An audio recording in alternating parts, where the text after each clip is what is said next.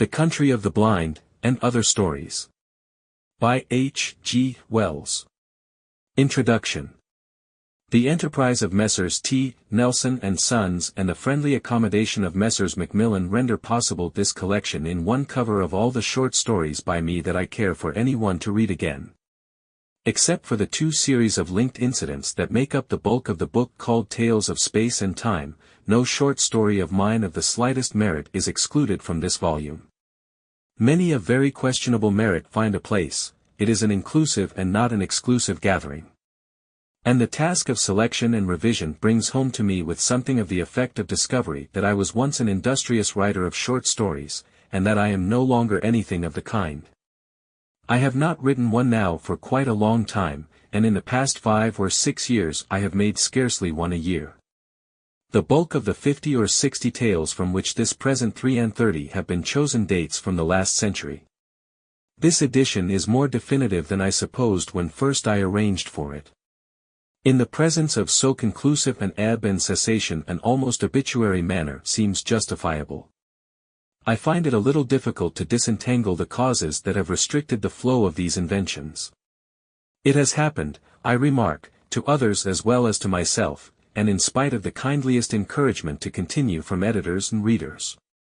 There was a time when life bubbled with short stories, they were always coming to the surface of my mind, and it is no deliberate change of will that has thus restricted my production.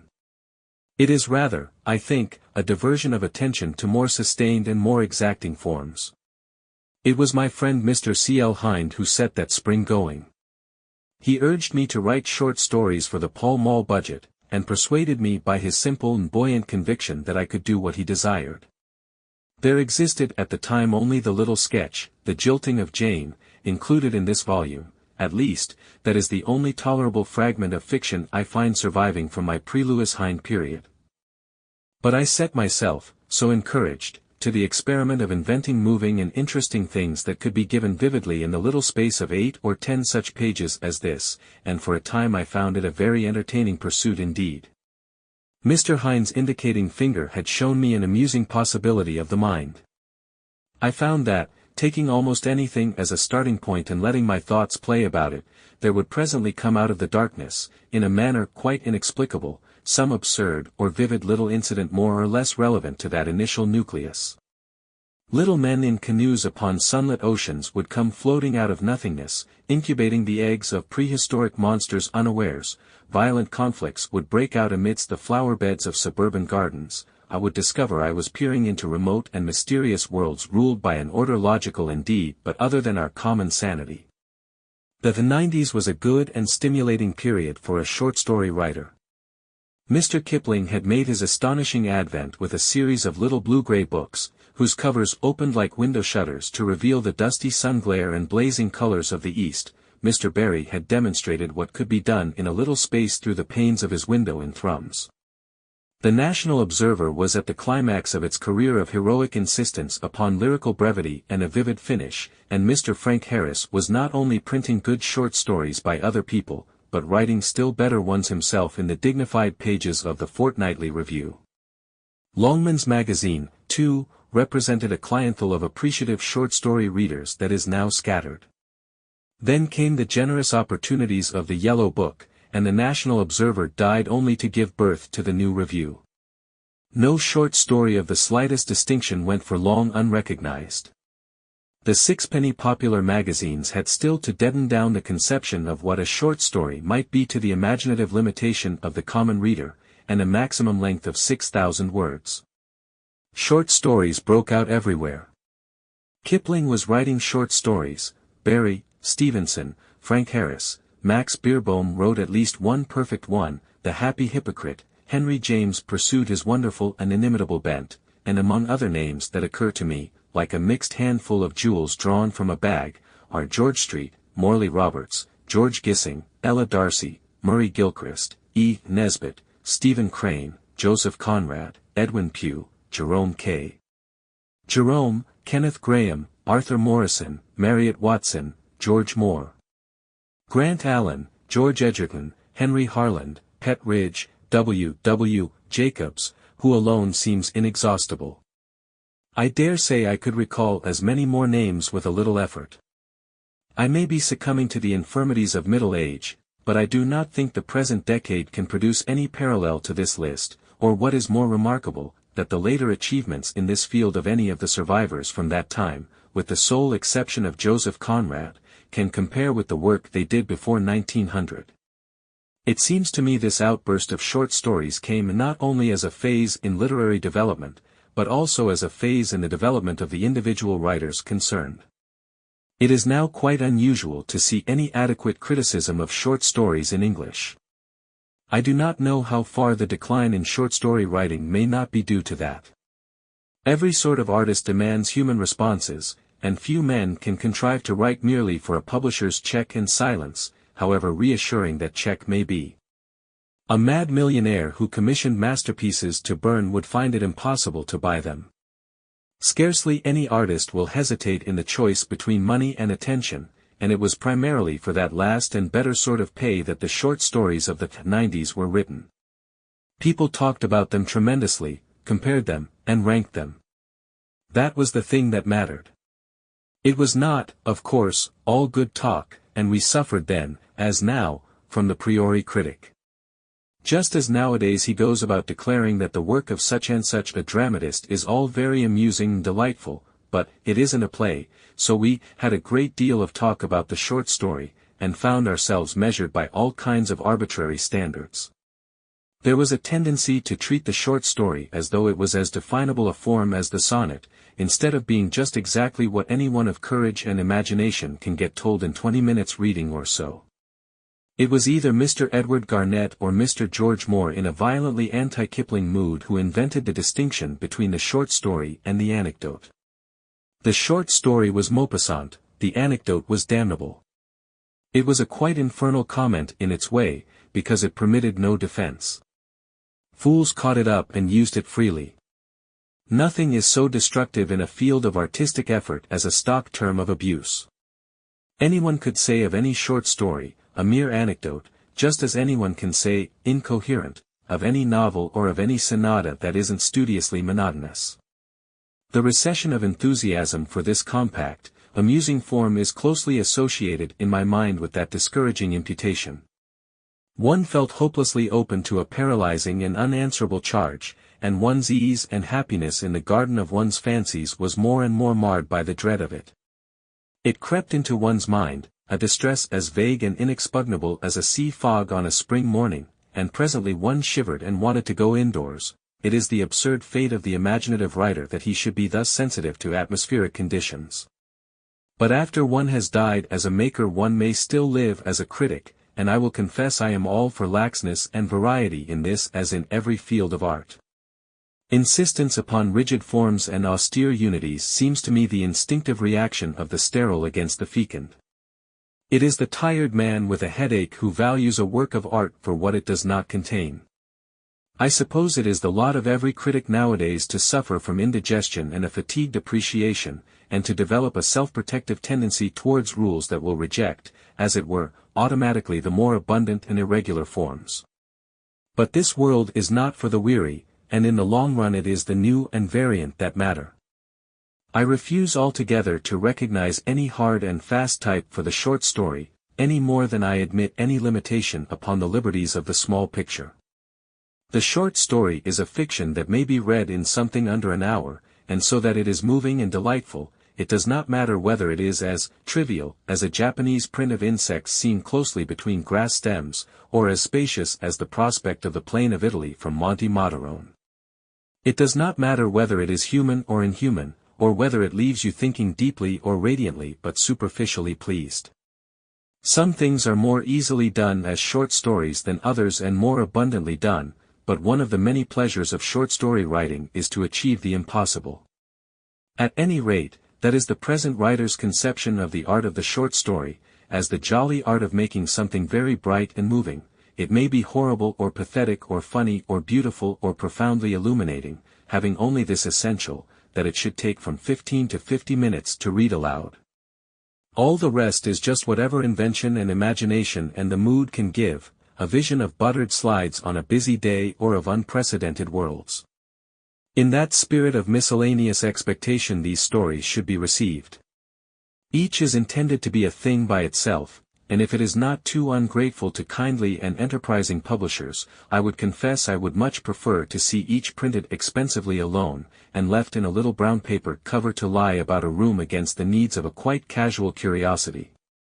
And I would rather this volume were found in the bedrooms of convalescents and in dentists' parlors and railway trains than in gentlemen's studies. I would rather have it dipped in and dipped in again than read severely through. Essentially it is a miscellany of inventions, many of which were very pleasant to write, and its end is more than attained if some of them are refreshing and agreeable to read. I have now reread them all, and I am glad to think I wrote them. I like them, but I cannot tell how much the associations of old happinesses gives them a flavor for me. I make no claims for them and no apology, they will be read as long as people read them. Things written either live or die, unless it be for a place of judgment upon academic impostors, there is no apologetic intermediate state. I may add that I have tried to set a date to most of these stories, but that they are not arranged in strictly chronological order. H. G. Wells. Chapter 1. The Jilting of Jane. As I sit writing in my study, I can hear our Jane bumping her way downstairs with a brush and dustpan. She used in the old days to sing hymn tunes, or the British national song for the time being, to these instruments, but latterly she has been silent and even careful over her work. Time was when I prayed with fervor for such silence, and my wife with sighs for such care, but now they have come we are not so glad as we might have anticipated we should be. Indeed, I would rejoice secretly, though it may be unmanly weakness to admit it, even to hear Jane sing, Daisy, or, by the fracture of any plate but one of Euphemia's best green ones, to learn that the period of brooding has come to an end. Yet how we longed to hear the last of Jane's young man before we heard the last of him. Jane was always very free with her conversation to my wife, and discoursed admirably in the kitchen on a variety of topics, so well, indeed, that I sometimes left my study door open, our house is a small one, to partake of it. But after William came, it was always William, nothing but William, William this and William that, and when we thought William was worked out and exhausted altogether, then William all over again. The engagement lasted altogether 3 years, yet how she got introduced to William, and so became thus saturated with him, was always a secret. For my part, I believe it was at the street corner where the Reverend Barnabas Bow used to hold an open-air service after evensong on Sundays. Young cupids were wont to flit like moths round the paraffin flare of that centre of high church hymn-singing. I fancy she stood singing hymns there, out of memory in her imagination, instead of coming home to get supper, and William came up beside her and said, "Hello." "Hello yourself," she said, and etiquette being satisfied, they proceeded to talk together. As Euphemia has a reprehensible way of letting her servants talk to her, she soon heard of him. "He is such a respectable young man, ma'am," said Jane, "you don't know." Ignoring the slur cast on her acquaintance, my wife inquired further about this William. "He is second porter at Maynard's, the drapers," said Jane, "and gets 18 shillings, nearly £1, a week, and when the head porter leaves he will be head porter. His relatives are quite superior people, not labouring people at all. His father was a greengrocer, and had a churner, and he was bankrupt twice. And one of his sisters is in a home for the dying. It will be a very good match for me, said Jane, me being an orphan girl." "Then you are engaged to him?" asked my wife. "Not engaged, ma'am, but he is saving money to buy a ring, hammy-fist." "Well, Jane, when you are properly engaged to him you may ask him round here on Sunday afternoons, and have tea with him in the kitchen, for my Euphemia has a motherly conception of her duty towards her maidservants." And presently the amethystine ring was being worn about the house, even with ostentation, and Jane developed a new way of bringing in the joint so that this gauge was evident. The elder Miss Maitland was aggrieved by it, and told my wife that servants ought not to wear rings. But my wife looked it up and inquire within and Mrs. Motherly's book of household management, and found no prohibition. So Jane remained with this happiness added to her love. The treasure of Jane's heart appeared to me to be what respectable people call a very deserving young man. "William, ma'am," said Jane one day suddenly, with ill-concealed complacency, as she counted out the beer bottles, "William, ma'am, is a teetotaler." "Yes, and he don't smoke." "Smoking, ma'am," said Jane, "as one who reads the heart, do make such a dust about. Beside the waste of money. And the smell. However, I suppose they got to do it, some of them." William was at first a rather shabby young man of the ready-made black coat school of costume. He had watery grey eyes, and a complexion appropriate to the brother of one in a home for the dying. Euphemia did not fancy him very much, even at the beginning. His eminent respectability was vouched for by an alpaca umbrella, from which he never allowed himself to be parted. "He goes to chapel," said Jane. "His papa, ma'am." "His what, Jane?" "His papa, ma'am, was church, but Mr. Maynard is a Plymouth brother, and William thinks it policy, ma'am, to go there too. Mr. Maynard comes and talks to him quite friendly when they ain't busy, about using up all the ends of string, and about his soul. He takes a lot of notice, do Mr. Maynard, of William, and the way he saves his soul, ma'am." Presently we heard that the head porter at Maynard's had left, and that William was head porter at 23 shillings a week. "He is really kind of over the man who drives the van," said Jane, "and him married, with 3 children." And she promised in the pride of her heart to make interest for us with William to favor us so that we might get our parcels of drapery from Maynard's with exceptional promptitude. After this promotion a rapidly increasing prosperity came upon Jane's young man. One day we learned that Mr. Maynard had given William a book. "Smiles, 'Elp Yourself, it's called," said Jane, "but it ain't comic. It tells you how to get on in the world, and some what William read to me was lovely, ma'am." Euphemia told me of this, laughing, and then she became suddenly grave. "Do you know, dear," she said, "Jane said one thing I did not like." She had been quiet for a minute, and then she suddenly remarked, "William is a lot above me, ma'am, ain't he?" "I don't see anything in that," I said, though later my eyes were to be opened. One Sunday afternoon about that time I was sitting at my writing desk, possibly I was reading a good book, when a something went by the window. I heard a startled exclamation behind me, and saw Euphemia with her hands clasped together and her eyes dilated. "George," she said in an awe-stricken whisper, "did you see?" Then we both spoke to one another at the same moment, slowly and solemnly, "A silk hat. Yellow gloves. A new umbrella." "It may be my fancy, dear," said Euphemia, "but his tie was very like yours. I believe Jane keeps him in ties. She told me a little while ago, in a way that implied volumes about the rest of your costume, the master do wear pretty ties, ma'am. And he echoes all your novelties." The young couple passed our window again on their way to their customary walk. They were arm in arm. Jane looked exquisitely proud, happy, and uncomfortable, with new white cotton gloves, and William, in the silk hat, singularly genteel. That was the culmination of Jane's happiness.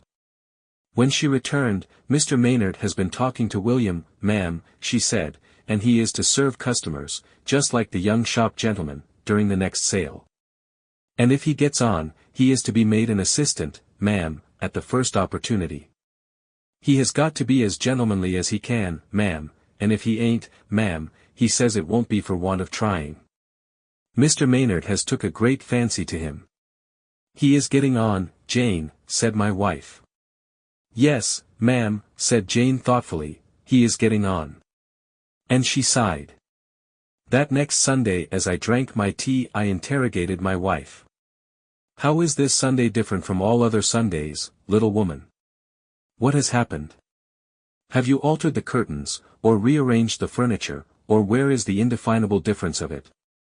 Are you wearing your hair in a new way without warning me? I perceive a change clearly, and I cannot for the life of me say what it is." Then my wife answered in her most tragic voice, "George," she said, "that William has not come near the place today. And Jane is crying her heart out upstairs." There followed a period of silence. Jane, as I have said, stopped singing about the house, and began to care for our brittle possessions, which struck my wife as being a very sad sign indeed. The next Sunday, and the next, Jane asked to go out, to walk with William, and my wife, who never attempts to extort confidences, gave her permission, and asked no questions. On each occasion Jane came back looking flushed and very determined. At last one day she became communicative. "William is being led away," she remarked abruptly, with a catching of the breath, apropos of tablecloths. "Yes, She is a milliner, and she can play on the piano." "I thought," said my wife, "that you went out with him on Sunday." "Not out with him, after him. I walked along by the side of them, and told her he was engaged to me." "Dear me, Jane, did you? What did they do?" "Took no more notice of me than if I was dirt.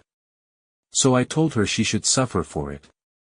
"It could not have been a very agreeable walk, Jane." "Not for no parties, ma'am."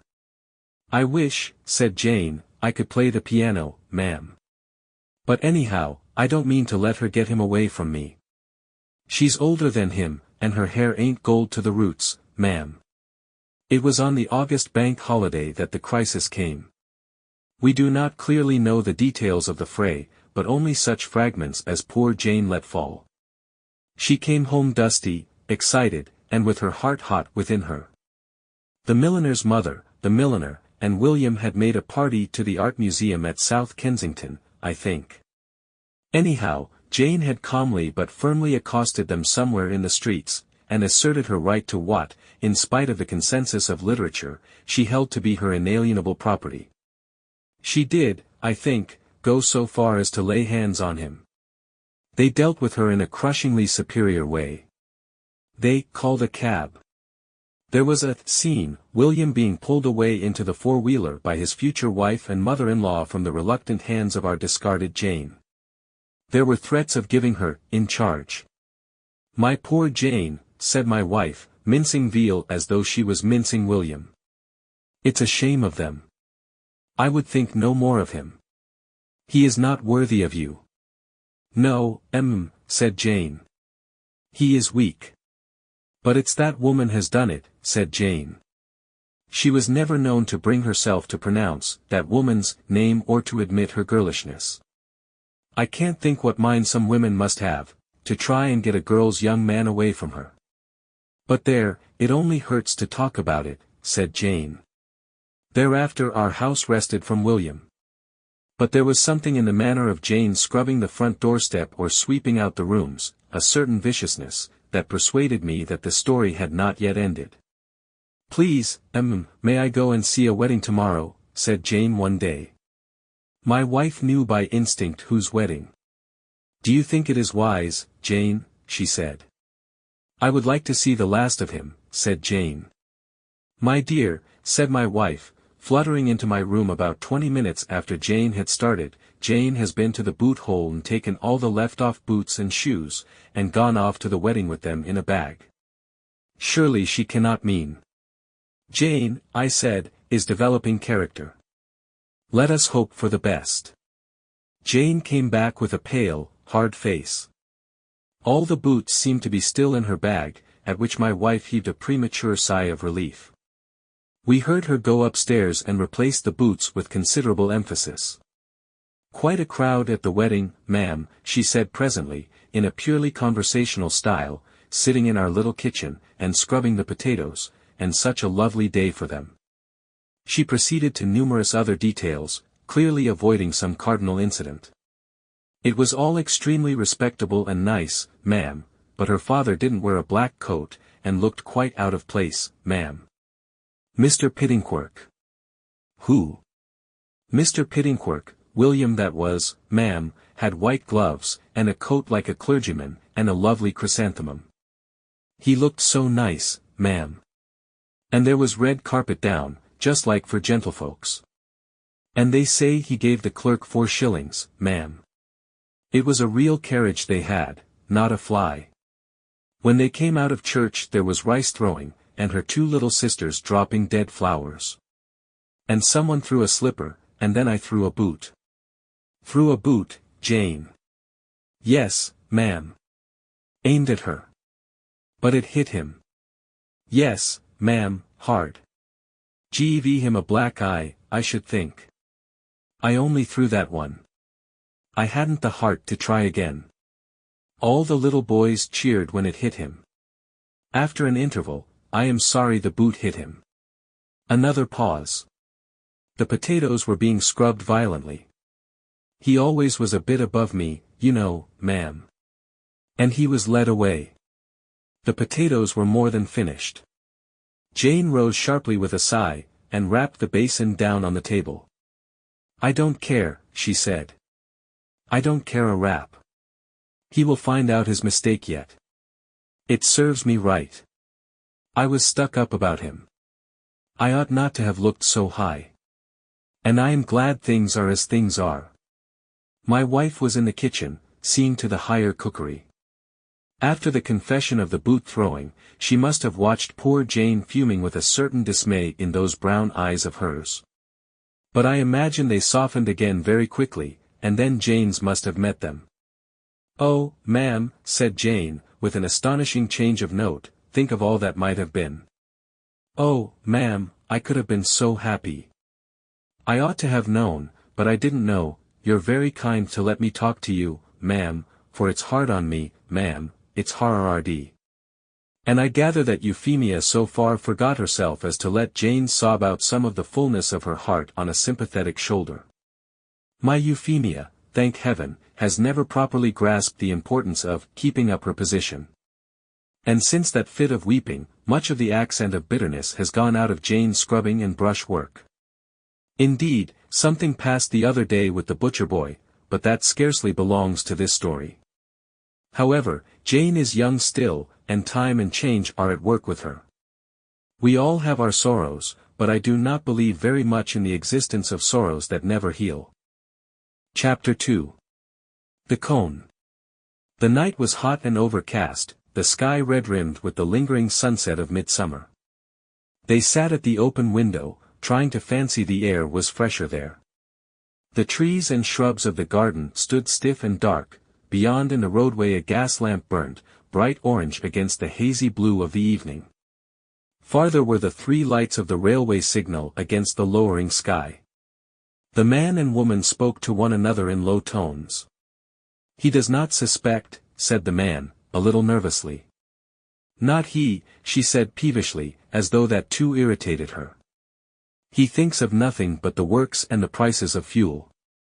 He has no imagination, no poetry. None of these men of iron have, he said sententiously. They have no hearts. He has not, she said. She turned her discontented face towards the window. The distant sound of a roaring and rushing drew nearer and grew in volume, the house quivered, one heard the metallic rattle of the tender. As the train passed, there was a glare of light above the cutting and a driving tumult of smoke. 1, 2, 3, 4, 5, 6, 7, 8 black oblongs, 8 trucks, passed across the dim grey of the embankment, and were suddenly extinguished one by one in the throat of the tunnel, which, with the last, seemed to swallow down train, smoke, and sound in one abrupt gulp. This country was all fresh and beautiful once, he said, and now, it is Gehenna. Down that way, nothing but pot banks and chimneys belching fire and dust into the face of heaven, but what does it matter? An end comes, an end to all this cruelty, tomorrow. He spoke the last word in a whisper. Tomorrow, she said, speaking in a whisper too, and still staring out of the window. Dear, he said, putting his hand on hers. She turned with a start, and their eyes searched one another's. Hers softened to his gaze. My dear one, she said, and then, it seems so strange, that you should have come into my life like this, to open, she paused. To open, he said. All this wonderful world, she hesitated, and spoke still more softly, this world of love to me. Then suddenly the door clicked and closed. They turned their heads, and he started violently back. In the shadow of the room stood a great shadowy figure silent. They saw the face dimly in the half-light, with unexpressive dark patches under the penthouse brows. Every muscle in Rout's body suddenly became tense. When could the door have opened? What had he heard? Had he heard all? What had he seen? A tumult of questions. The newcomer's voice came at last, after a pause that seemed interminable. "Well," he said. "I was afraid I had missed you, Horrocks," said the man at the window, gripping the window ledge with his hand. His voice was unsteady. The clumsy figure of Horrocks came forward out of the shadow. He made no answer to Rout's remark. For a moment he stood above them. The woman's heart was cold within her. "I told Mr. Rout it was just possible you might come back," she said in a voice that never quivered. Horrocks, still silent, sat down abruptly in the chair by her little work table. His big hands were clenched, one saw now the fire of his eyes under the shadow of his brows. He was trying to get his breath. His eyes went from the woman he had trusted to the friend he had trusted, and then back to the woman. By this time and for the moment all three half understood one another. Yet none dared say a word to ease the pent-up things that choked them. It was the husband's voice that broke the silence at last. "You wanted to see me," he said to Rout. Rout started as he spoke. "I came to see you," he said, resolved to lie to the last. "Yes," said Horrocks. "You promised," said Rout, "to show me some fine effects of moonlight and smoke." "I promised to show you some fine effects of moonlight and smoke," repeated Horrocks in a colorless voice. "And I thought I might catch you tonight before you went down to the works," proceeded Rout, "and come with you." There was another pause. Did the man mean to take the thing coolly? Did he, after all, know? How long had he been in the room? Yet even at the moment when they heard the door, their attitudes. Horrocks glanced at the profile of the woman, shadowy pallid in the half-light. Then he glanced at Rout, and seemed to recover himself suddenly. "Of course," he said, "I promised to show you the works under their proper dramatic conditions. It's odd how I could have forgotten." "If I am troubling you," began Rout. Horrocks started again. A new light had suddenly come into the sultry gloom of his eyes. "Not in the least," he said. "Have you been telling Mr. Rout of all these contrasts of flame and shadow you think so splendid?" said the woman, turning now to her husband for the first time, her confidence creeping back again, her voice just one half-note too high. "That dreadful theory of yours that machinery is beautiful, and everything else in the world ugly. I thought he would not spare you, Mr. Rout. It's his great theory, his one discovery in art." "I am slow to make discoveries," said Horrocks grimly, damping her suddenly. "But what I discover?" He stopped. "Well," she said. "Nothing," and suddenly he rose to his feet. "I promised to show you the works," he said to Rout, and put his big, clumsy hand on his friend's shoulder. "And you are ready to go?" "Quite," said Rout, and stood up also. There was another pause.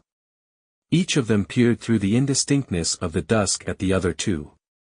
Horrocks' hand still rested on Rout's shoulder. Rout half fancied still that the incident was trivial after all. But Mrs. Horrocks knew her husband better, knew that grim quiet in his voice, and the confusion in her mind took a vague shape of physical evil.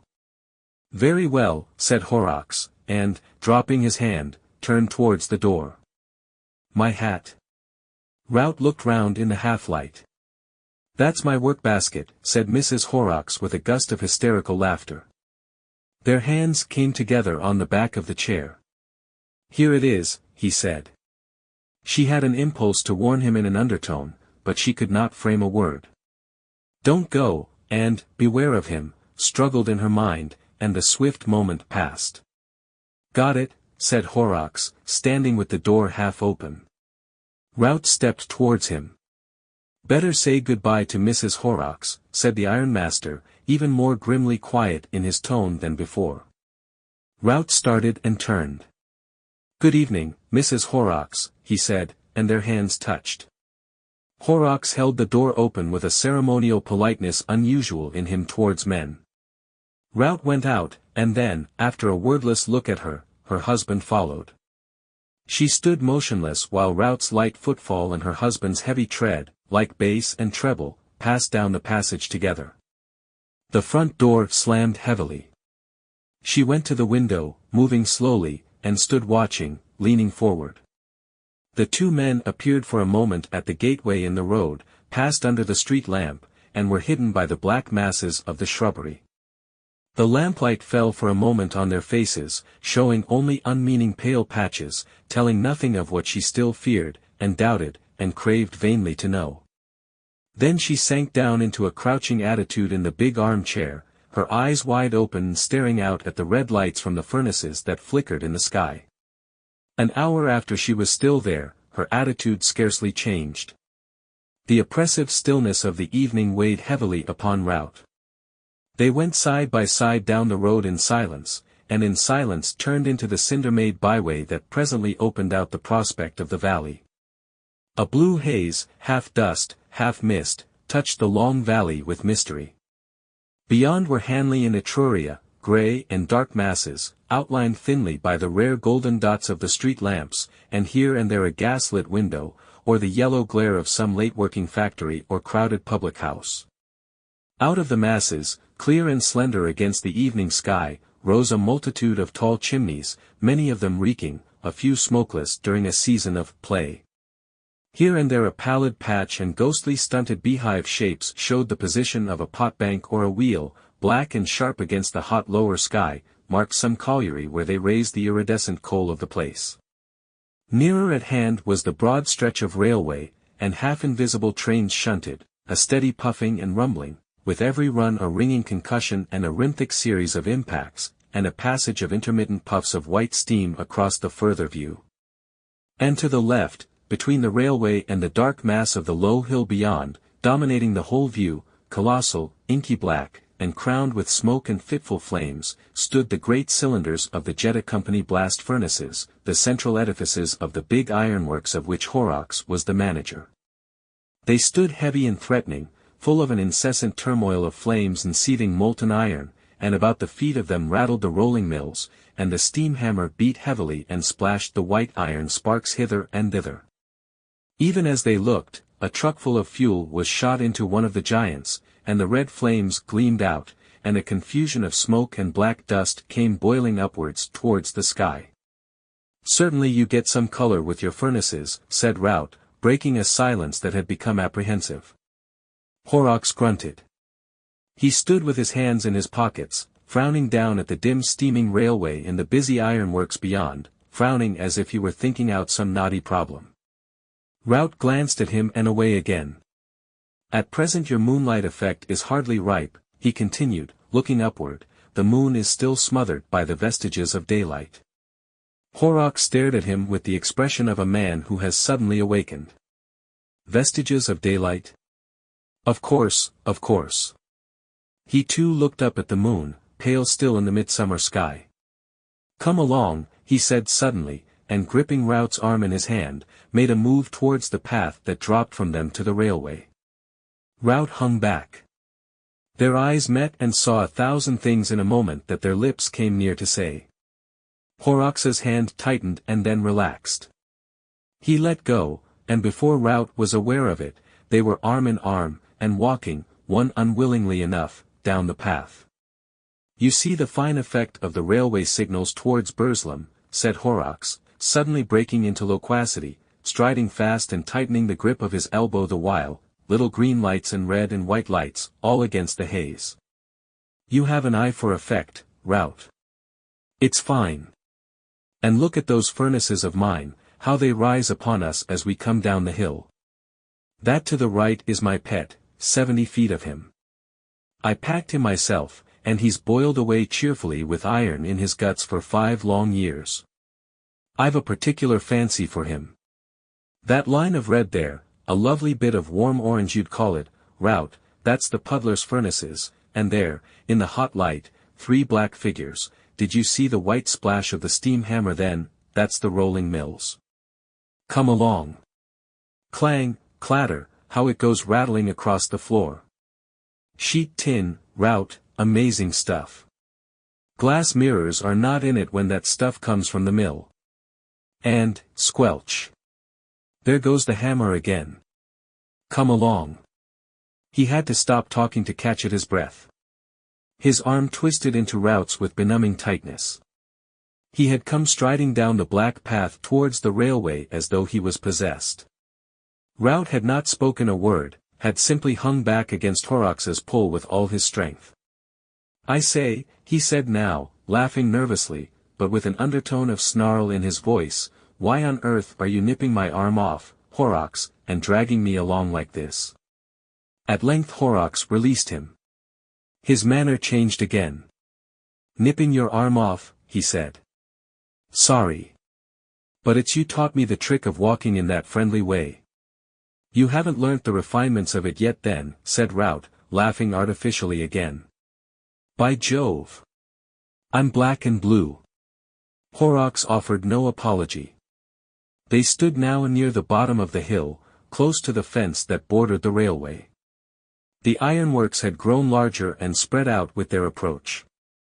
They looked up to the blast furnaces now instead of down. The further view of Etruria and Hanley had dropped out of sight with their descent. Before them, by the stile, rose a notice board, bearing, still dimly visible, the words, "Beware of the trains," half hidden by splashes of coaly mud. "Fine effects," said Horrocks, waving his arm. "Here comes a train." The puffs of smoke, the orange glare, the round eye of light in front of it, the melodious rattle. Fine effects. But these furnaces of mine used to be finer, before we shoved cones in their throats, and saved the gas. "How?" said Rout. "Cones. Cones, my man, cones. I'll show you one nearer. The flames used to flare out of the open throats, great, what is it, pillars of cloud by day, red and black smoke, and pillars of fire by night. Now we run it off, in pipes, and burn it to heat the blast, and the top is shut by a cone. You'll be interested in that cone. But every now and then," said Rout, "you get a burst of fire and smoke up there. The cone's not fixed, it's hung by a chain from a lever, and balanced by an equipoise. You shall see it nearer. Else, of course, there'd be no way of getting fuel into the thing. Every now and then the cone dips, and out comes the flare." "I see," said Rout. He looked over his shoulder. "The moon gets brighter," he said. "Come along," said Horrocks abruptly, gripping his shoulder again, and moving him suddenly towards the railway crossing. And then came one of those swift incidents, vivid, but so rapid that they leave one doubtful and reeling. Halfway across, Horrocks' hand suddenly clenched upon him like a vice, and swung him backward and through a half-turn, so that he looked up the line. And there a chain of lamplit carriage windows telescoped swiftly as it came towards them, and the red and yellow lights of an engine grew larger and larger, rushing down upon them. As he grasped what this meant, he turned his face to Horrocks, and pushed with all his strength against the arm that held him back between the rails. The struggle did not last a moment. Just as certain as it was that Horrocks held him there, so certain was it that he had been violently lugged out of danger. "Out of the way," said Horrocks with a gasp, as the train came rattling by, and they stood panting by the gate into the ironworks. "I did not see it coming," said Rout, still, even in spite of his own apprehensions, trying to keep up an appearance of ordinary intercourse. Horrocks answered with a grunt. "The cone," he said, and then, as one who recovers himself, "I thought you did not hear." "I didn't," said Rout. "I wouldn't have had you run over then for the world," said Horrocks. "For a moment I lost my nerve," said Rout. Horrocks stood for half a minute, then turned abruptly towards the ironworks again. "See how fine these great mounds of mine, these clinker heaps, look in the night. That truck yonder, up above there. Up it goes, and out tilts the slag. See the palpitating red stuff go sliding down the slope. As we get nearer, the heap rises up and cuts the blast furnaces. See the quiver up above the big one. Not that way. This way, between the heaps. That goes to the puddling furnaces, but I want to show you the canal first. He came and took Rout by the elbow, and so they went along side by side. Rout answered Horrocks vaguely. What, he asked himself, had really happened on the line? Was he deluding himself with his own fancies, or had Horrocks actually held him back in the way of the train? Had he just been within an ace of being murdered? Suppose this slouching, scowling monster did know anything? For a minute or two then Rout was really afraid for his life, but the mood passed as he reasoned with himself. After all, Horrocks might have heard nothing. At any rate, he had pulled him out of the way in time. His odd manner might be due to the mere vague jealousy he had shown once before. He was talking now of the ash heaps and the canal. "Eh?" said Horrocks. "What?" said Rout. "Rather. The haze in the moonlight." "Fine." "Our canal," said Horrocks, stopping suddenly. "Our canal by moonlight and firelight is immense. You've never seen it? Fancy that. You've spent too many of your evenings philandering up in Newcastle there. I tell you, for real florid quality, but you shall see. Boiling water."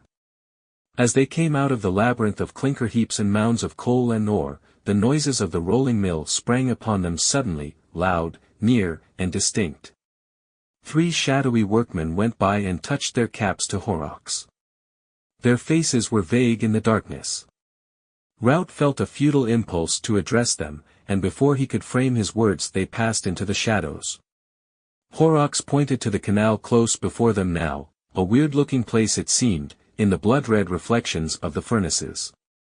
The hot water that cooled the tuyeres came into it, some 50 yards up, a tumultuous, almost boiling affluent, and the steam rose up from the water in silent white wisps and streaks, wrapping damply about them, an incessant succession of ghosts coming up from the black and red eddies, a white uprising that made the head swim.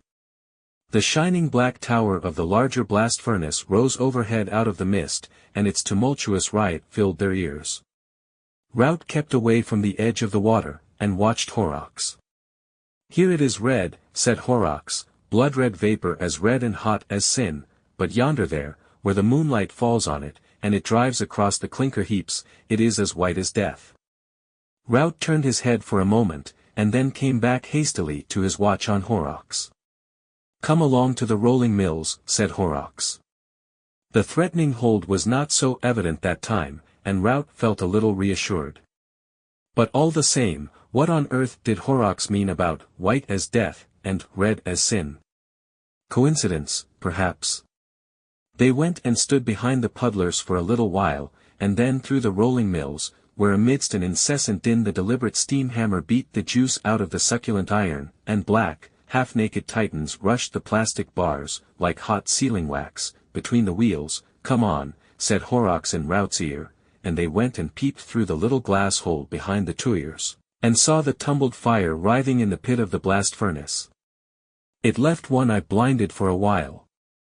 Then, with green and blue patches dancing across the dark, they went to the lift by which the trucks of ore and fuel and lime were raised to the top of the big cylinder. And out upon the narrow rail that overhung the furnace Rout's doubts came upon him again. Was it wise to be here? If Horrocks did know everything. Do what he would, he could not resist a violent trembling. Right underfoot was a sheer depth of 70 feet. It was a dangerous place. They pushed by a truck of fuel to get to the railing that crowned the thing. The reek of the furnace, a sulphurous vapor streaked with pungent bitterness, seemed to make the distant hillside of Hanley quiver. The moon was riding out now from among a drift of clouds, halfway up the sky above the undulating wooded outlines of Newcastle. The steaming canal ran away from below them under an indistinct bridge, and vanished into the dim haze of the flat fields towards Burslem. "That's the cone I've been telling you of," shouted Horrocks, and, below that, 60 feet of fire and molten metal, with the air of the blast frothing through it like gas in soda water. Rout gripped the handrail tightly, and stared down at the cone. The heat was intense. The boiling of the iron and the tumult of the blast made a thunderous accompaniment to Horrocks's voice. But the thing had to be gone through now. Perhaps, after all. In the middle, bawled Horrocks, temperature near 1,000 degrees. If you were dropped into it, flash into flame like a pinch of gunpowder in a candle. Put your hand out and feel the heat of his breath. Why, even up here I've seen the rainwater boiling off the trucks. And that cone there. It's a damned sight too hot for roasting cakes. The top side of it's 300 degrees. 300 degrees, said Rout. 300 centigrade, mind, said Horrocks. It will boil the blood out of you in no time. Eh, said Rout, and turned. Boil the blood out of you in. No, you don't. Let me go, screamed Rout. Let go my arm. With one hand he clutched at the handrail, then with both. For a moment the two men stood swaying. Then suddenly, with a violent jerk, Horrocks had twisted him from his hold. He clutched at Horrocks and missed, his foot went back into empty air, in mid-air he twisted himself, and then cheek and shoulder and knee struck the hot cone together. He clutched the chain by which the cone hung, and the thing sank an infinitesimal amount as he struck it. A circle of glowing red appeared about him, and a tongue of flame, released from the chaos within, flickered up towards him. An intense pain assailed him at the knees, and he could smell the singeing of his hands. He raised himself to his feet, and tried to climb up the chain, and then something struck his head. Black and shining with the moonlight, the throat of the furnace rose about him. Horrocks, he saw, stood above him by one of the trucks of fuel on the rail. The gesticulating figure was bright and white in the moonlight, and shouting, "Fizzle, you fool! Fizzle, you hunter of women! You hot-blooded hound! Boil! Boil! Boil!" Suddenly he caught up a handful of coal out of the truck, and flung it deliberately, lump after lump, at Rout. "Horrocks!" cried Rout. "Horrocks!" He clung, crying, to the chain, pulling himself up from the burning of the cone. Each missile Horrocks flung hit him. His clothes charred and glowed, and as he struggled the cone dropped, and a rush of hot, suffocating gas whooped out and burned round him in a swift breath of flame. His human likeness departed from him. When the momentary red had passed, Horrocks saw a charred, blackened figure, its head streaked with blood, still clutching and fumbling with the chain, and writhing in agony, a cindery animal, an inhuman, monstrous creature that began a sobbing, intermittent shriek. Abruptly at the sight the ironmaster's anger passed. A deadly sickness came upon him. The heavy odor of burning flesh came drifting up to his nostrils.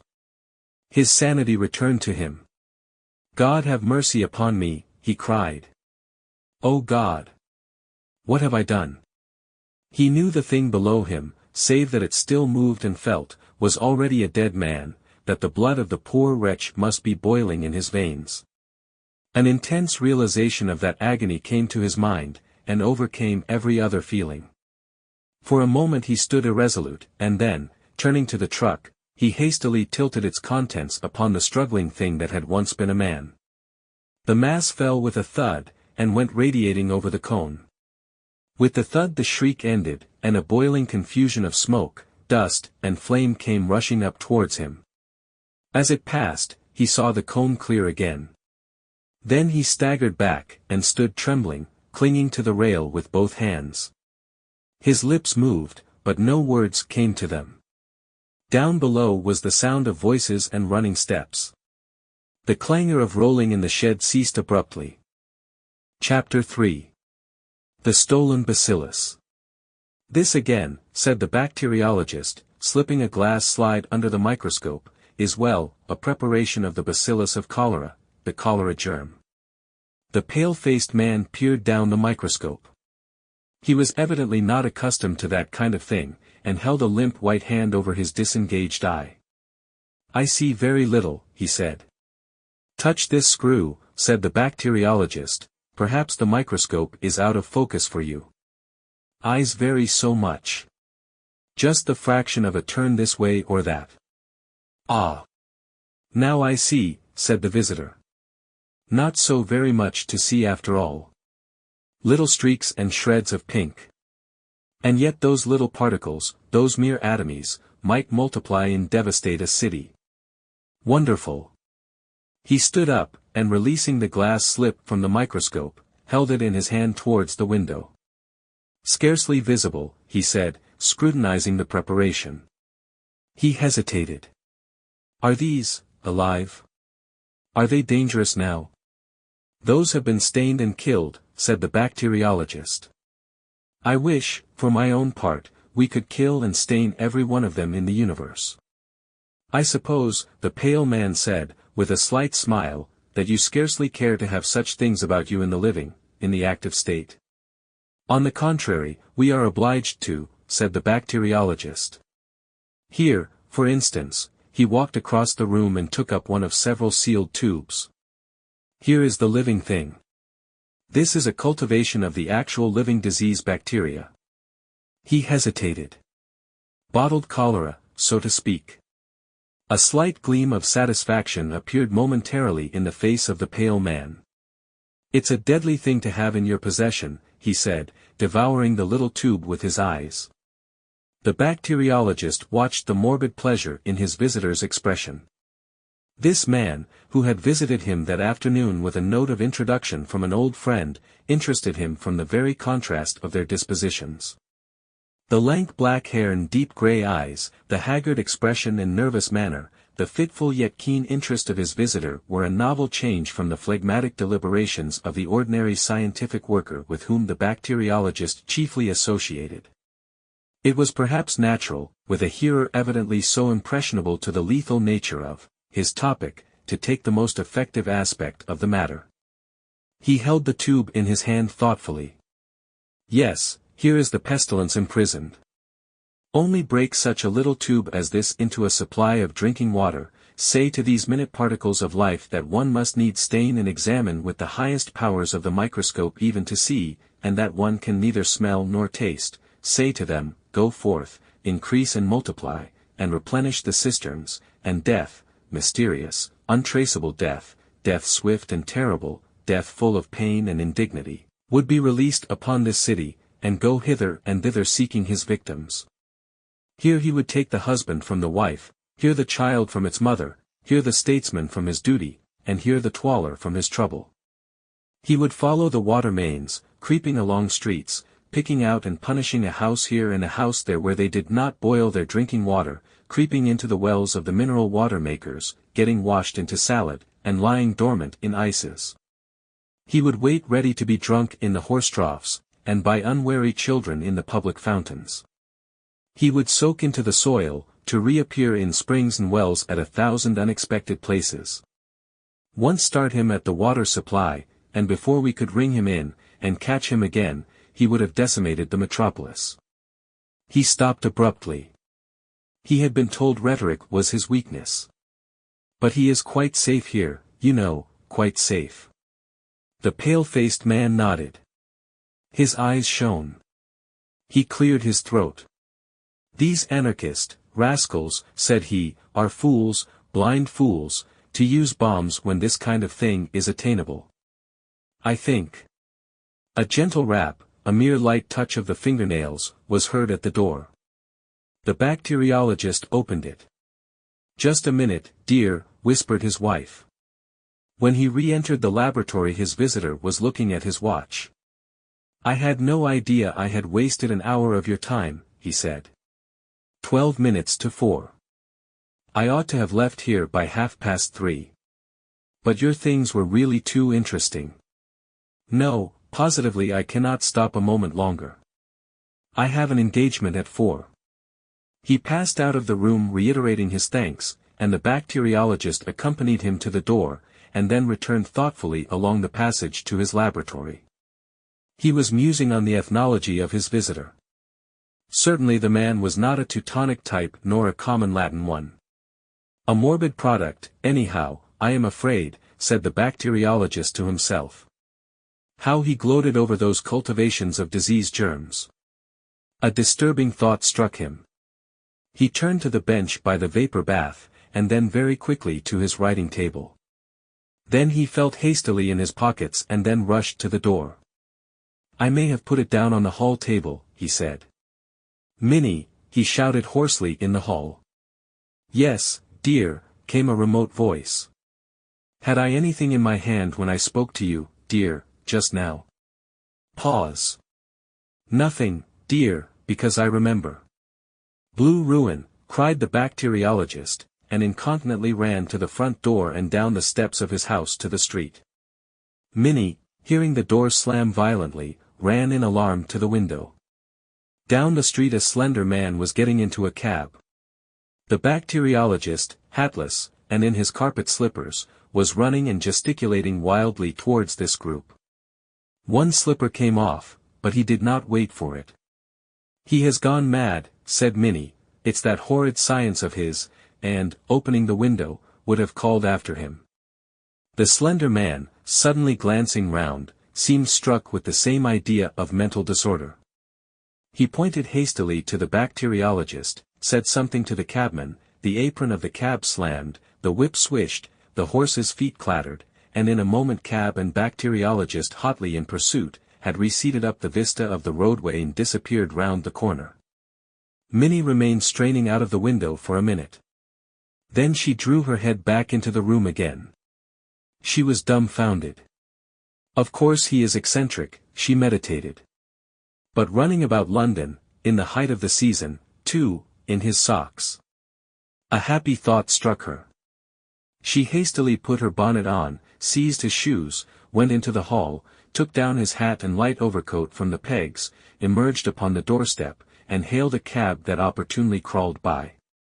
"Drive me up the road and round Havelock Crescent, and see if we can find a gentleman running about in a velveteen coat and no hat."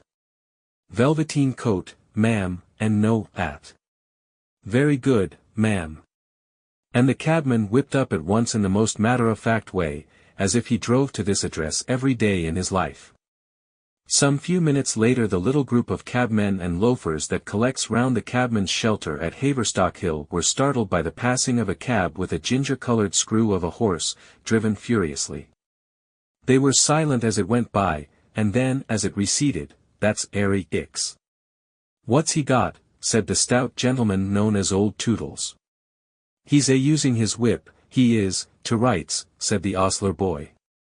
"Hullo," said poor old Tommy Biles, "here's another bloomin' lunatic. Blowed if there ain't." "It's old George," said Old Toodles, "and he's drivin' a lunatic, as you say. Ain't he a-clawin' out of the keb? Wonder if he's after airy Ix." The group round the cabman's shelter became animated. Chorus, "Go it, George. It's a race. You'll catch M. Whip up." "She's a goer, she is," said the ostler boy. "Strike me giddy," cried Old Toodles. "Here. I'm a-goin' to begin in a minute. Here's another comin'. If all the cabs in Hampstead ain't gone mad this morning." "It's a field mail this time," said the ostler boy. "She's a-followin' him," said Old Toodles. "Usually the other way about. What's she got in her hand? Looks like a at. What a bloomin' lark it is."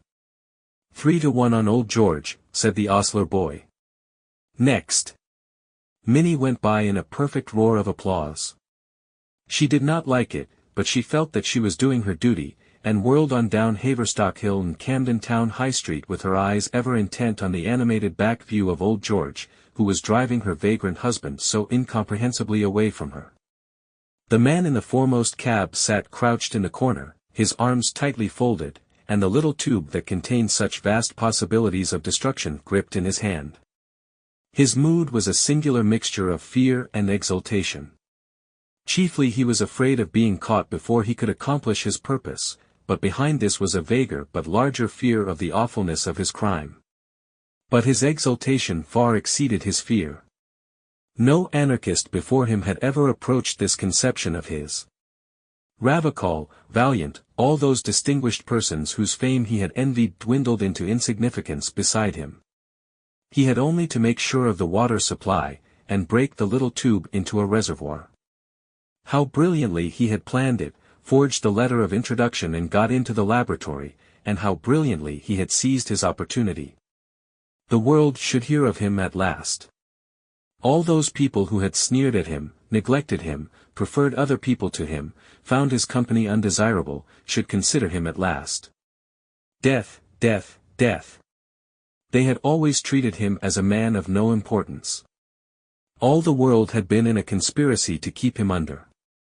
He would teach them yet what it is to isolate a man. What was this familiar street? Great St. Andrew's Street, of course. How fared the chase? He craned out of the cab. The bacteriologist was scarcely 50 yards behind. That was bad. He would be caught and stopped yet. He felt in his pocket for money, and found half a sovereign. This he thrust up through the trap in the top of the cab into the man's face. More, he shouted, if only we get away. The money was snatched out of his hand. Right you are, said the cabman, and the trap slammed, and the lash lay along the glistening side of the horse. The cab swayed, and the anarchist, half standing under the trap, put the hand containing the little glass tube upon the apron to preserve his balance. He felt the brittle thing crack, and the broken half of it rang upon the floor of the cab. He fell back into the seat with a curse, and stared dismally at the 2 or 3 drops of moisture on the apron. He shuddered. Well, I suppose I shall be the first. Phew. Anyhow, I shall be a martyr. That's something. But it is a filthy death, nevertheless. I wonder if it hurts as much as they say. Presently a thought occurred to him, he groped between his feet. A little drop was still in the broken end of the tube, and he drank that to make sure. It was better to make sure. At any rate, he would not fail. Then it dawned upon him that there was no further need to escape the bacteriologist. In Wellington Street he told the cabman to stop, and got out. He slipped on the step, and his head felt queer. It was rapid stuff, this cholera poison. He waved his cabman out of existence, so to speak, and stood on the pavement with his arms folded upon his breast awaiting the arrival of the bacteriologist. There was something tragic in his pose. The sense of imminent death gave him a certain dignity. He greeted his pursuer with a defiant laugh. Vive l'anarchie! You are too late, my friend, I have drunk it. The cholera is abroad. The bacteriologist from his cab beamed curiously at him through his spectacles. You have drunk it. An anarchist. I see now. He was about to say something more, and then checked himself. A smile hung in the corner of his mouth. He opened the apron of his cab as if to descend, at which the anarchist waved him a dramatic farewell and strode off towards Waterloo Bridge, carefully jostling his infected body against as many people as possible. The bacteriologist was so preoccupied with the vision of him that he scarcely manifested the slightest surprise at the appearance of Minnie upon the pavement with his hat and shoes and overcoat. Very good of you to bring my things, he said, and remained lost in contemplation of the receding figure of the anarchist. You had better get in, he said, still staring. Minnie felt absolutely convinced now that he was mad, and directed the cabman home on her own responsibility. Put on my shoes. Certainly, dear, said he, as the cab began to turn, and hid the strutting black figure, now small in the distance, from his eyes. Then suddenly something grotesque struck him, and he laughed. Then he remarked, it is really very serious, though. You see, that man came to my house to see me, and he is an anarchist. No, don't faint, or I cannot possibly tell you the rest. And I wanted to astonish him, not knowing he was an anarchist, and took up a cultivation of that new species of bacterium I was telling you of that infest, and I think cause, the blue patches upon various monkeys. And, like a fool, I said it was Asiatic cholera. And he ran away with it to poison the water of London, and he certainly might have made things look blue for this civilized city. And now he has swallowed it. Of course, I cannot say what will happen, but you know it turned that kitten blue, and the 3 puppies, in patches, and the sparrow, bright blue. But the bother is, I shall have all the trouble and expense of preparing some more. Put on my coat on this hot day. Why? Because we might meet Mrs. Jabber. My dear, Mrs. Jabber is not a draught. But why should I wear a coat on a hot day because of Mrs. Dash? Oh. Very well. Chapter 4. The flowering of the strange orchid. The buying of orchids always has in it a certain speculative flavor. You have before you the brown shriveled lump of tissue, and for the rest you must trust your judgment, or the auctioneer, or your good luck, as your taste may incline. The plant may be moribund or dead, or it may be just a respectable purchase, fair value for your money, or perhaps, for the thing has happened again and again, there slowly unfolds before the delighted eyes of the happy purchaser, day after day, some new variety, some novel richness, a strange twist of the labellum, or some subtler coloration or unexpected mimicry.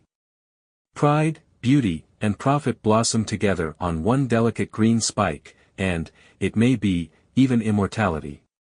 For the new miracle of nature may stand in need of a new specific name, and what so convenient as that of its discoverer? John Smithia. There have been worse names. It was perhaps the hope of some such happy discovery that made Winter Wedderburn such a frequent attendant at these sales, that hope, and also, maybe, the fact that he had nothing else of the slightest interest to do in the world. He was a shy, lonely, rather ineffectual man, provided with just enough income to keep off the spur of necessity, and not enough nervous energy to make him seek any exacting employments. He might have collected stamps or coins, or translated Horace, or bound books, or invented new species of diatoms. But, as it happened, he grew orchids, and had one ambitious little hothouse. "I have a fancy," he said over his coffee, "that something is going to happen to me today." He spoke, as he moved and thought, slowly. "Oh, don't say that," said his housekeeper, who was also his remote cousin. For, something happening, was a euphemism that meant only one thing to her. "You misunderstand me. I mean nothing unpleasant, though what I do mean I scarcely know. Today," he continued, after a pause, "Peters are going to sell a batch of plants from the Andamans and the Indies. I shall go up and see what they have. It may be I shall buy something good unawares. That may be it." He passed his cup for his second cupful of coffee. "Are these the things collected by that poor young fellow you told me of the other day?" asked his cousin, as she filled his cup. "Yes," he said, and became meditative over a piece of toast. "Nothing ever does happen to me," he remarked presently, beginning to think aloud. "I wonder why. Things enough happen to other people. There is Harvey. Only the other week, on Monday he picked up sixpence, on Wednesday his chicks all had the staggers, on Friday his cousin came home from Australia, and on Saturday he broke his ankle. What a whirl of excitement, compared to me." "I think I would rather be without so much excitement," said his housekeeper. "It can't be good for you. I suppose it's troublesome. Still, you see, nothing ever happens to me. When I was a little boy I never had accidents. I never fell in love as I grew up. Never married. I wonder how it feels to have something happen to you, something really remarkable." That orchid collector was only 36, 20 years younger than myself, when he died. And he had been married twice and divorced once, he had had malarial fever 4 times, and once he broke his thigh. He killed a Malay once, and once he was wounded by a poison dart. And in the end he was killed by jungle leeches. It must have all been very troublesome, but then it must have been very interesting, you know, except, perhaps, the leeches. "I am sure it was not good for him," said the lady with conviction. "Perhaps not." And then Wedderburn looked at his watch. 23 minutes past 8. "I am going up by the 11:45 train, so that there is plenty of time. I think I shall wear my alpaca jacket, it is quite warm enough, and my grey felt hat and brown shoes. I suppose."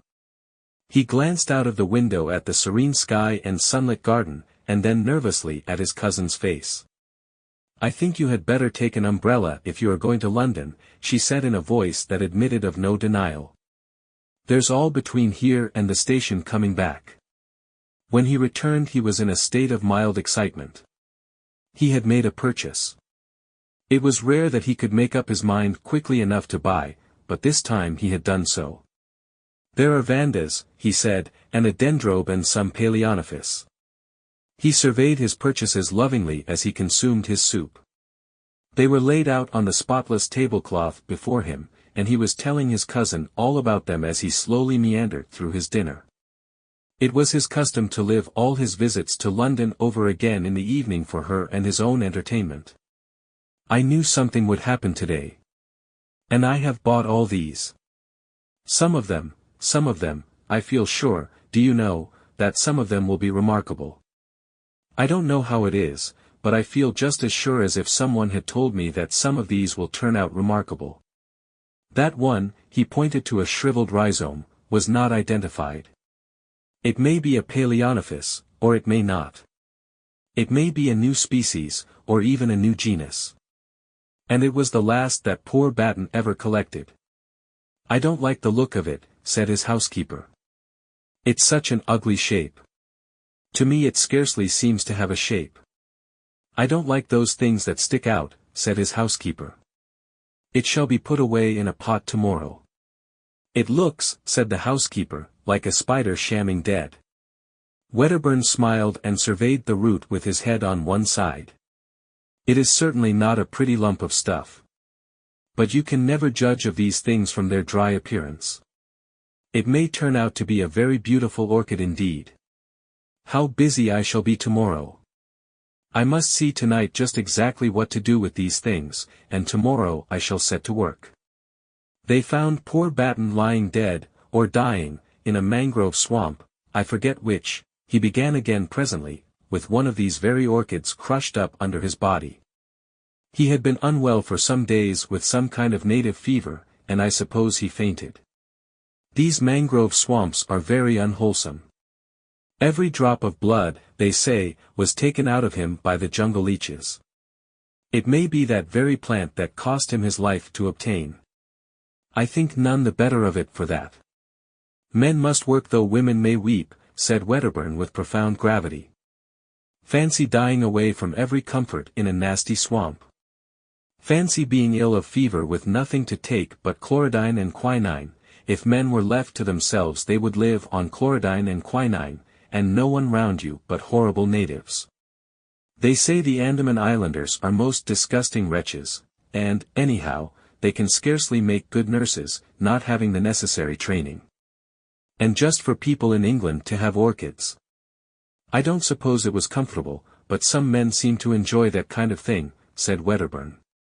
Anyhow, the natives of his party were sufficiently civilized to take care of all his collection until his colleague, who was an ornithologist, came back again from the interior, though they could not tell the species of the orchid, and had let it wither.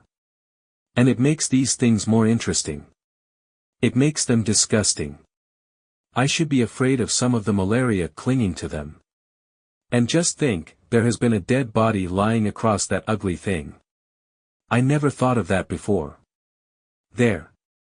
I declare I cannot eat another mouthful of dinner. I will take them off the table if you like, and put them in the window seat. I can see them just as well there. The next few days he was indeed singularly busy in his steamy little hothouse, fussing about with charcoal, lumps of teak, moss, and all the other mysteries of the orchid cultivator. He considered he was having a wonderfully eventful time. In the evening he would talk about these new orchids to his friends, and over again he reverted to his expectation of something strange. Several of the vandas and the dendrobium died under his care, but presently the strange orchid began to show signs of life. He was delighted, and took his housekeeper right away from jam-making to see it at once, directly he made the discovery. That is a bud, he said, and presently there will be a lot of leaves there, and those little things coming out here are aerial rootlets. They look to me like little white fingers poking out of the brown, said his housekeeper. I don't like them. Why not? I don't know. They look like fingers trying to get at you. I can't help my likes and dislikes. I don't know for certain, but I don't think there are any orchids I know that have aerial rootlets quite like that. It may be my fancy, of course. You see they are a little flattened at the ends. "I don't like said his housekeeper, suddenly shivering and turning away. "I know it's very silly of me, and I'm very sorry, particularly as you like the thing so much. But I can't help thinking of that corpse. But it may not be that particular plant. That was merely a guess of mine." His housekeeper shrugged her shoulders. "Anyhow, I don't like it," she said. Wedderburn felt a little hurt at her dislike to the plant. But that did not prevent his talking to her about orchids generally, and this orchid in particular, whenever he felt inclined. "There are such queer things about orchids," he said one day, "such possibilities of surprises. You know, Darwin studied their fertilization, and showed that the whole structure of an ordinary orchid flower was contrived in order that moths might carry the pollen from plant to plant. Well, it seems that there are lots of orchids known the flower of which cannot possibly be used for fertilization in that way. Some of the cypripediums, for instance, there are no insects known that can possibly fertilize them, and some of them have never been found with seed. But how do they form new plants? By runners and tubers, and that kind of outgrowth. That is easily explained. The puzzle is, what are the flowers for? Very likely, he added, my orchid may be something extraordinary in that way. If so, I shall study it. I have often thought of making researches as Darwin did. But hitherto I have not found the time, or something else has happened to prevent it. The leaves are beginning to unfold now. I do wish you would come and see them." But she said that the orchid house was so hot it gave her the headache. She had seen the plant once again, and the aerial rootlets, which were now some of them more than a foot long, had unfortunately reminded her of tentacles reaching out after something, and they got into her dreams, growing after her with incredible rapidity. So that she had settled to her entire satisfaction that she would not see that plant again, and Wedderburn had to admire its leaves alone. They were of the ordinary broad form, and a deep glossy green, with splashes and dots of deep red towards the base. He knew of no other leaves quite like them. The plant was placed on a low bench near the thermometer, and close by was a simple arrangement by which a tap dripped on the hot water pipes and kept the air steamy. And he spent his afternoons now with some regularity meditating on the approaching flowering of this strange plant. And at last the great thing happened. Directly he entered the little glass house he knew that the spike had burst out, although his great Palaeonophis loei hid the corner where his new darling stood. There was a new odor in the air, a rich, intensely sweet scent, that overpowered every other in that crowded, steaming little greenhouse. Directly he noticed this he hurried down to the strange orchid. And, behold! The trailing green spikes bore now 3 great splashes of blossom, from which this overpowering sweetness proceeded. He stopped before them in an ecstasy of admiration. The flowers were white, with streaks of golden orange upon the petals, the heavy labellum was coiled into an intricate projection, and a wonderful bluish-purple mingled there with the gold. He could see at once that the genus was altogether a new one. And the insufferable scent! How hot the place was! The blossoms swam before his eyes. He would see if the temperature was right. He made a step towards the thermometer. Suddenly everything appeared unsteady. The bricks on the floor were dancing up and down. Then the white blossoms, the green leaves behind them, the whole greenhouse, seemed to sweep sideways, and then in a curve upward. At 4:30 his cousin made the tea, according to their invariable custom. But Wedderburn did not come in for his tea. He is worshipping that horrid orchid, she told herself, and waited 10 minutes. His watch must have stopped. I will go and call him.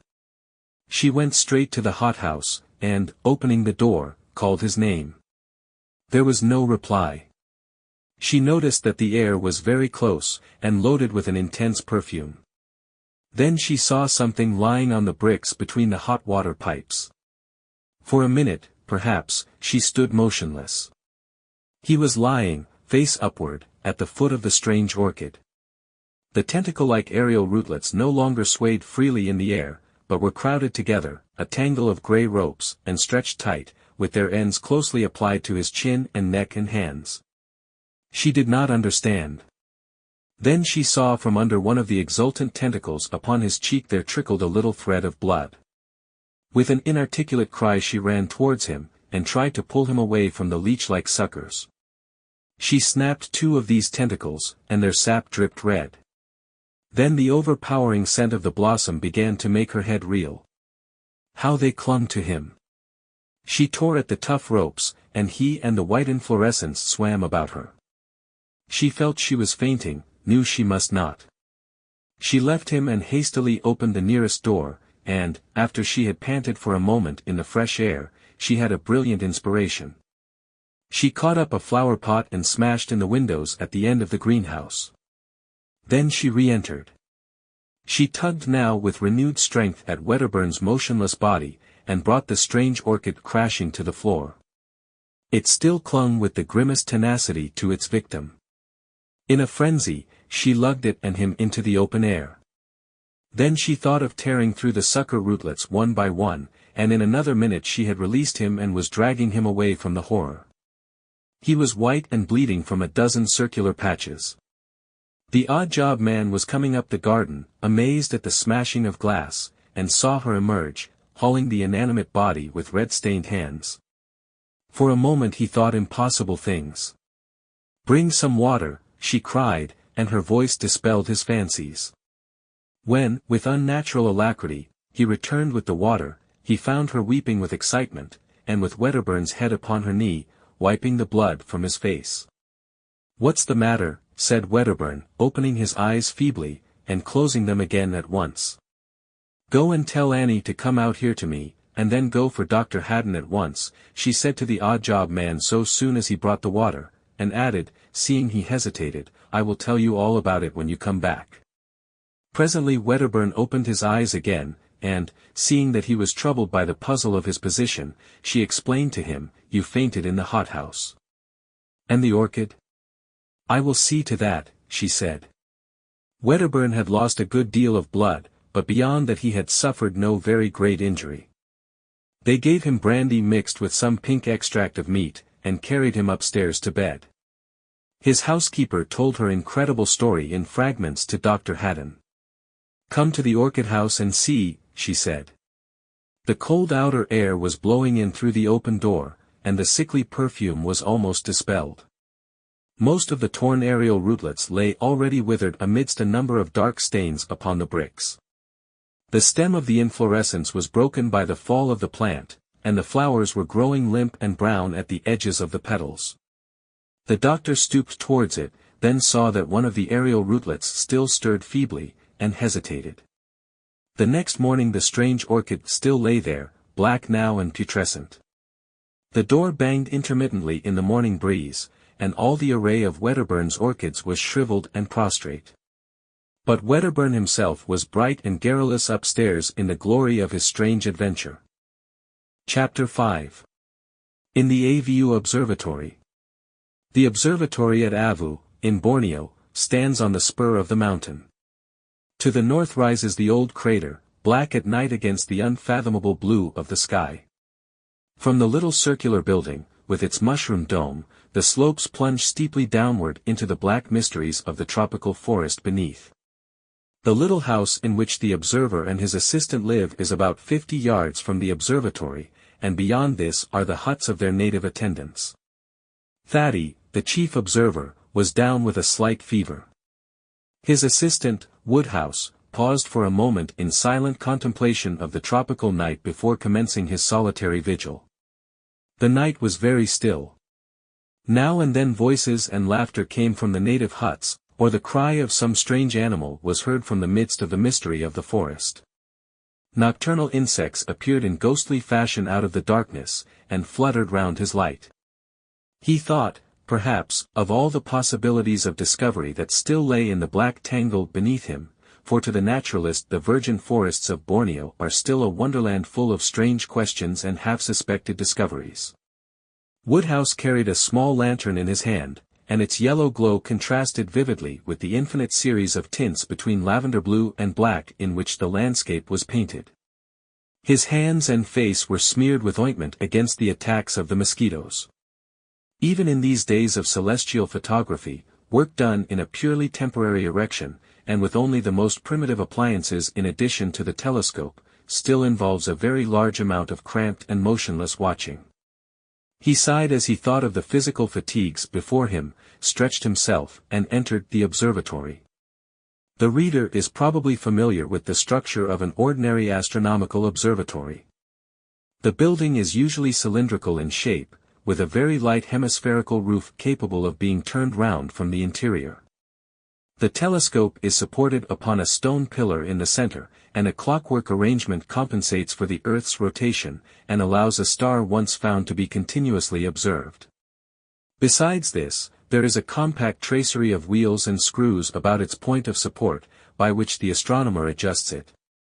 There is, of course, a slit in the movable roof which follows the eye of the telescope in its survey of the heavens.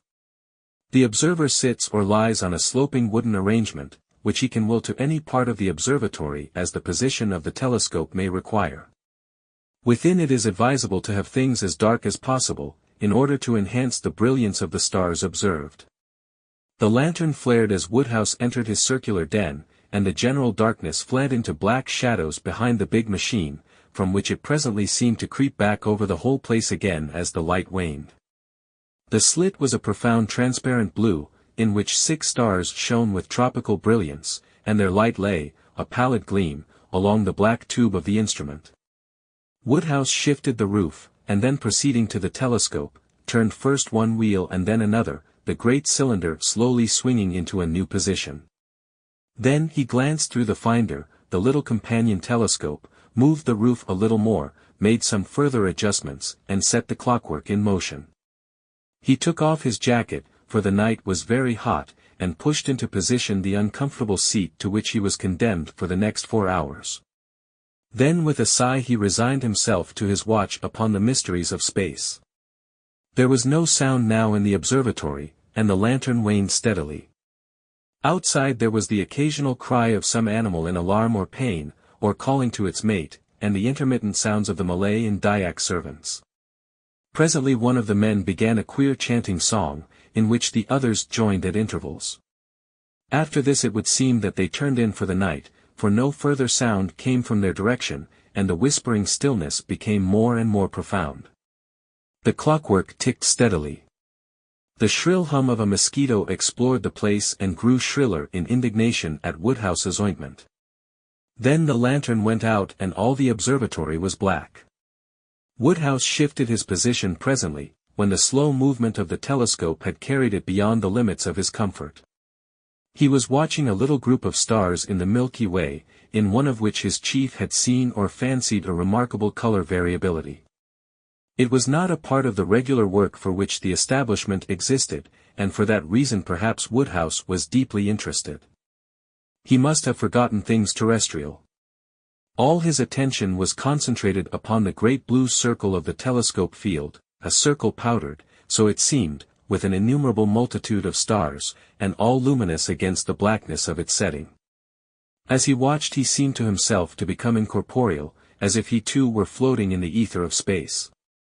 Infinitely remote was the faint red spot he was observing. Suddenly the stars were blotted out. A flash of blackness passed, and they were visible again. "Queer," said Woodhouse. "Must have been a bird." The thing happened again, and immediately after the great tube shivered as though it had been struck. Then the dome of the observatory resounded with a series of thundering blows. The stars seemed to sweep aside as the telescope, which had been unclamped, swung round and away from the slit in the roof. "Great Scott!" cried Woodhouse. "What's this?" Some huge vague black shape, with a flapping something like a wing, seemed to be struggling in the aperture of the roof. In another moment the slit was clear again, and the luminous haze of the Milky Way shone warm and bright. The interior of the roof was perfectly black, and only a scraping sound marked the whereabouts of the unknown creature. Woodhouse had scrambled from the seat to his feet. He was trembling violently and in a perspiration with the suddenness of the occurrence. Was the thing, whatever it was, inside or out? It was big, whatever else it might be. Something shot across the skylight, and the telescope swayed. He started violently and put his arm up. It was in the observatory, then, with him. It was clinging to the roof apparently. What the devil was it? Could it see him? He stood for perhaps a minute in a state of stupefaction. The beast, whatever it was, clawed at the interior of the dome, and then something flapped almost into his face, and he saw the momentary gleam of starlight on a skin like oiled leather. His water bottle was knocked off his little table with a smash. The sense of some strange bird creature hovering a few yards from his face in the darkness was indescribably unpleasant to Woodhouse. As his thought returned he concluded that it must be some night bird or large bat. At any risk he would see what it was, and pulling a match from his pocket, he tried to strike it on the telescope seat. There was a smoking streak of phosphorescent light, the match flared for a moment, and he saw a vast wing sweeping towards him, a gleam of grey-brown fur, and then he was struck in the face and the match knocked out of his hand. The blow was aimed at his temple, and a claw tore sideways down to his cheek. He reeled and fell, and he heard the extinguished lantern smash. Another blow followed as he fell. He was partly stunned, he felt his own warm blood stream out upon his face. Instinctively he felt his eyes had been struck at, and, turning over on his face to save them, tried to crawl under the protection of the telescope. He was struck again upon the back, and he heard his jacket rip, and then the thing hit the roof of the observatory. He edged as far as he could between the wooden seat and the eyepiece of the instrument, and turned his body round so that it was chiefly his feet that were exposed. With these he could at least kick. He was still in a mystified state. The strange beast banged about in the darkness, and presently clung to the telescope, making it sway and the gear rattle. Once it flapped near him, and he kicked out madly and felt a soft body with his feet. He was horribly scared now. It must be a big thing to swing the telescope like that. He saw for a moment the outline of a head black against the starlight, with sharply pointed upstanding ears and a crest between them. It seemed to him to be as big as a mastiff's. Then he began to bawl out as loudly as he could for help. At that the thing came down upon him again. As it did so his hand touched something beside him on the floor. He kicked out, and the next moment his ankle was gripped and held by a row of keen teeth. He yelled again, and tried to free his leg by kicking with the other. Then he realized he had the broken water bottle at his hand, and, snatching it, he struggled into a sitting posture, and feeling in the darkness towards his foot, gripped a velvety ear, like the ear of a big cat. He had seized the water bottle by its neck and brought it down with a shivering crash upon the head of the strange beast. He repeated the blow, and then stabbed and jabbed with the jagged end of it, in the darkness, where he judged the face might be. The small teeth relaxed their hold, and at once Woodhouse pulled his leg free and kicked hard. He felt the sickening feel of fur and bone giving under his boot. There was a tearing bite at his arm, and he struck over it at the face, as he judged, and hit damp fur. There was a pause, then he heard the sound of claws, and the dragging of a heavy body away from him over the observatory floor. Then there was silence, broken only by his own sobbing breathing, and a sound like licking. Everything was black except the parallelogram of the blue skylight with the luminous dust of stars, against which the end of the telescope now appeared in silhouette. He waited, as it seemed, an interminable time. Was the thing coming on again? He felt in his trouser pocket for some matches, and found one remaining. He tried to strike this, but the floor was wet, and it spat and went out. He cursed. He could not see where the door was situated. In his struggle he had quite lost his bearings. The strange beast, disturbed by the splutter of the match, began to move again. "Time," called Woodhouse, with a sudden gleam of mirth, but the thing was not coming at him again. He must have heard it, he thought, with the broken bottle. He felt a dull pain in his ankle. Probably he was bleeding there. He wondered if it would support him if he tried to stand up. The night outside was very still. There was no sound of anyone moving. The sleepy fools had not heard those wings battering upon the dome, nor his shouts. It was no good wasting strength in shouting. The monster flapped its wings and startled him into a defensive attitude. He hit his elbow against the seat, and it fell over with a crash. He cursed this, and then he cursed the darkness. Suddenly the oblong patch of starlight seemed to sway to and fro. Was he going to faint? It would never do to faint. He clenched his fists and set his teeth to hold himself together. Where had the door got to? It occurred to him he could get his bearings by the stars visible through the skylight. The patch of stars he saw was in Sagittarius and southeastward, the door was north, or was it north by west? He tried to think. If he could get the door open he might retreat. It might be the thing was wounded. The suspense was beastly. "Look here," he said, "if you don't come on, I shall come at you." Then the thing began clambering up the side of the observatory, and he saw its black outline gradually blot out the skylight. Was it in retreat? He forgot about the door, and watched as the dome shifted and creaked. Somehow he did not feel very frightened or excited now. He felt a curious sinking sensation inside him. The sharply defined patch of light, with the black form moving across it, seemed to be growing smaller and smaller. That was curious. He began to feel very thirsty, and yet he did not feel inclined to get anything to drink. He seemed to be sliding down a long funnel. He felt a burning sensation in his throat, and then he perceived it was broad daylight, and that one of the Dyak servants was looking at him with a curious expression. Then there was the top of Thaddeus' face upside down. Funny fellow, Thaddy, to go about like that. Then he grasped the situation better, and perceived that his head was on Thaddeus' knee, and Thaddy was giving him brandy. And then he saw the eyepiece of the telescope with a lot of red smears on it. He began to remember. "You've made this observatory in a pretty mess," said Thaddy. The Dyak boy was beating up an egg in brandy. Woodhouse took this and sat up. He felt a sharp twinge of pain. His ankle was tied up, so were his arm and the side of his face. The smashed glass, red-stained, lay about the floor, the telescope seat was overturned, and by the opposite wall was a dark pool. The door was open, and he saw the grey summit of the mountain against a brilliant background of blue sky. "Pa," said Woodhouse. "Who's been killing calves here? Take me out of it." Then he remembered the thing, and the fight he had had with it. "What was it?" he said to Thaddy, "the thing I fought with?" "You know that best," said Thaddy. "But, anyhow, don't worry yourself now about it. Have some more to drink." Thaddy, however, was curious enough, and it was a hard struggle between duty and inclination to keep Woodhouse quiet until he was decently put away in bed, and had slept upon the copious dose of meat extract Thaddy considered advisable. They then talked it over together. "It was," said Woodhouse, "more like a big bat than anything else in the world. It had sharp, short ears, and soft fur, and its wings were leathery.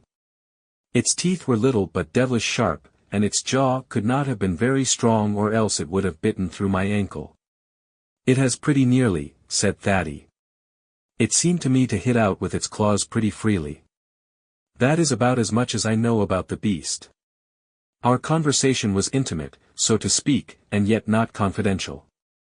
The Dyak chaps talk about a big colugo, a clang-utang, whatever that may be. It does not often attack man, but I suppose you made it nervous. They say there is a big colugo and a little colugo, and a something else that sounds like gobble. They all fly about at night. For my own part, I know there are flying foxes and flying lemurs about here, but they are none of them very big beasts." "There are more things in heaven and earth," said Woodhouse, and Thaddy groaned at the quotation, "and more particularly in the forests of Borneo, than are dreamt of in our philosophies.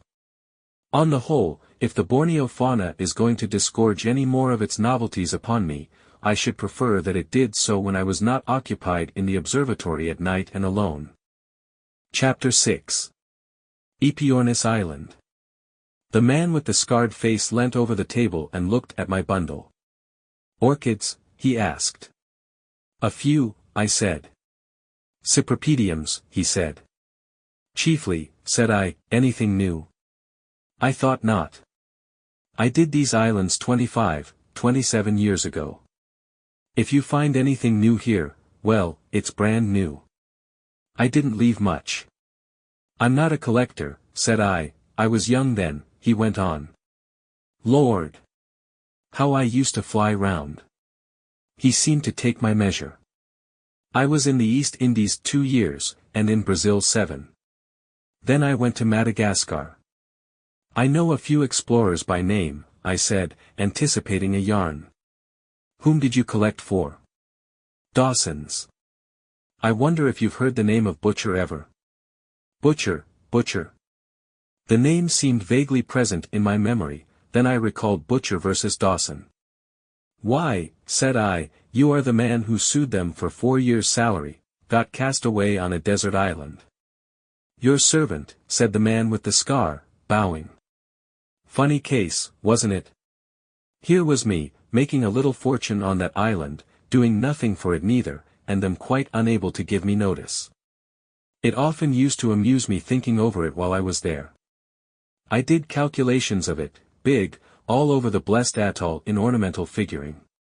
How did it happen, said I don't rightly remember the case. Well. You've heard of the Aepyornis? Rather. Andrews was telling me of a new species he was working on only a month or so ago. Just before I sailed. They've got a thigh bone, it seems, nearly a yard long. Monster the thing must have been. I believe you, said the man with the scar. It was a monster. Sinbad's rock was just a legend of them. But when did they find these bones? 3 or 4 years ago, 91, I fancy. Why? Why? Because I found them, Lord, it's nearly 20 years ago. If Dawson's hadn't been silly about that salary they might have made a perfect ring in M. I couldn't help the infernal boat going adrift. He paused. I suppose it's the same place. A kind of swamp about 90 miles north of Antananarivo. Do you happen to know? You have to go to it along the coast by boats. You don't happen to remember, perhaps? I don't. I fancy Andrews said something about a swamp. It must be the same. It's on the east coast. And somehow there's something in the water that keeps things from decaying. Like creosote it smells. It reminded me of Trinidad. Did they get any more eggs? Some of the eggs I found were 1.5 feet long. The swamp goes circling round, you know, and cuts off this bit. It's mostly salt, too. Well. What a time I had of it. I found the things quite by accident. We went for eggs, me and 2 native chaps, in one of those rum canoes all tied together, and found the bones at the same time. We had a tent and provisions for 4 days, and we pitched on one of the firmer places.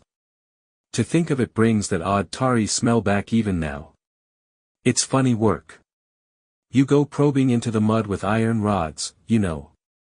Usually the egg gets smashed.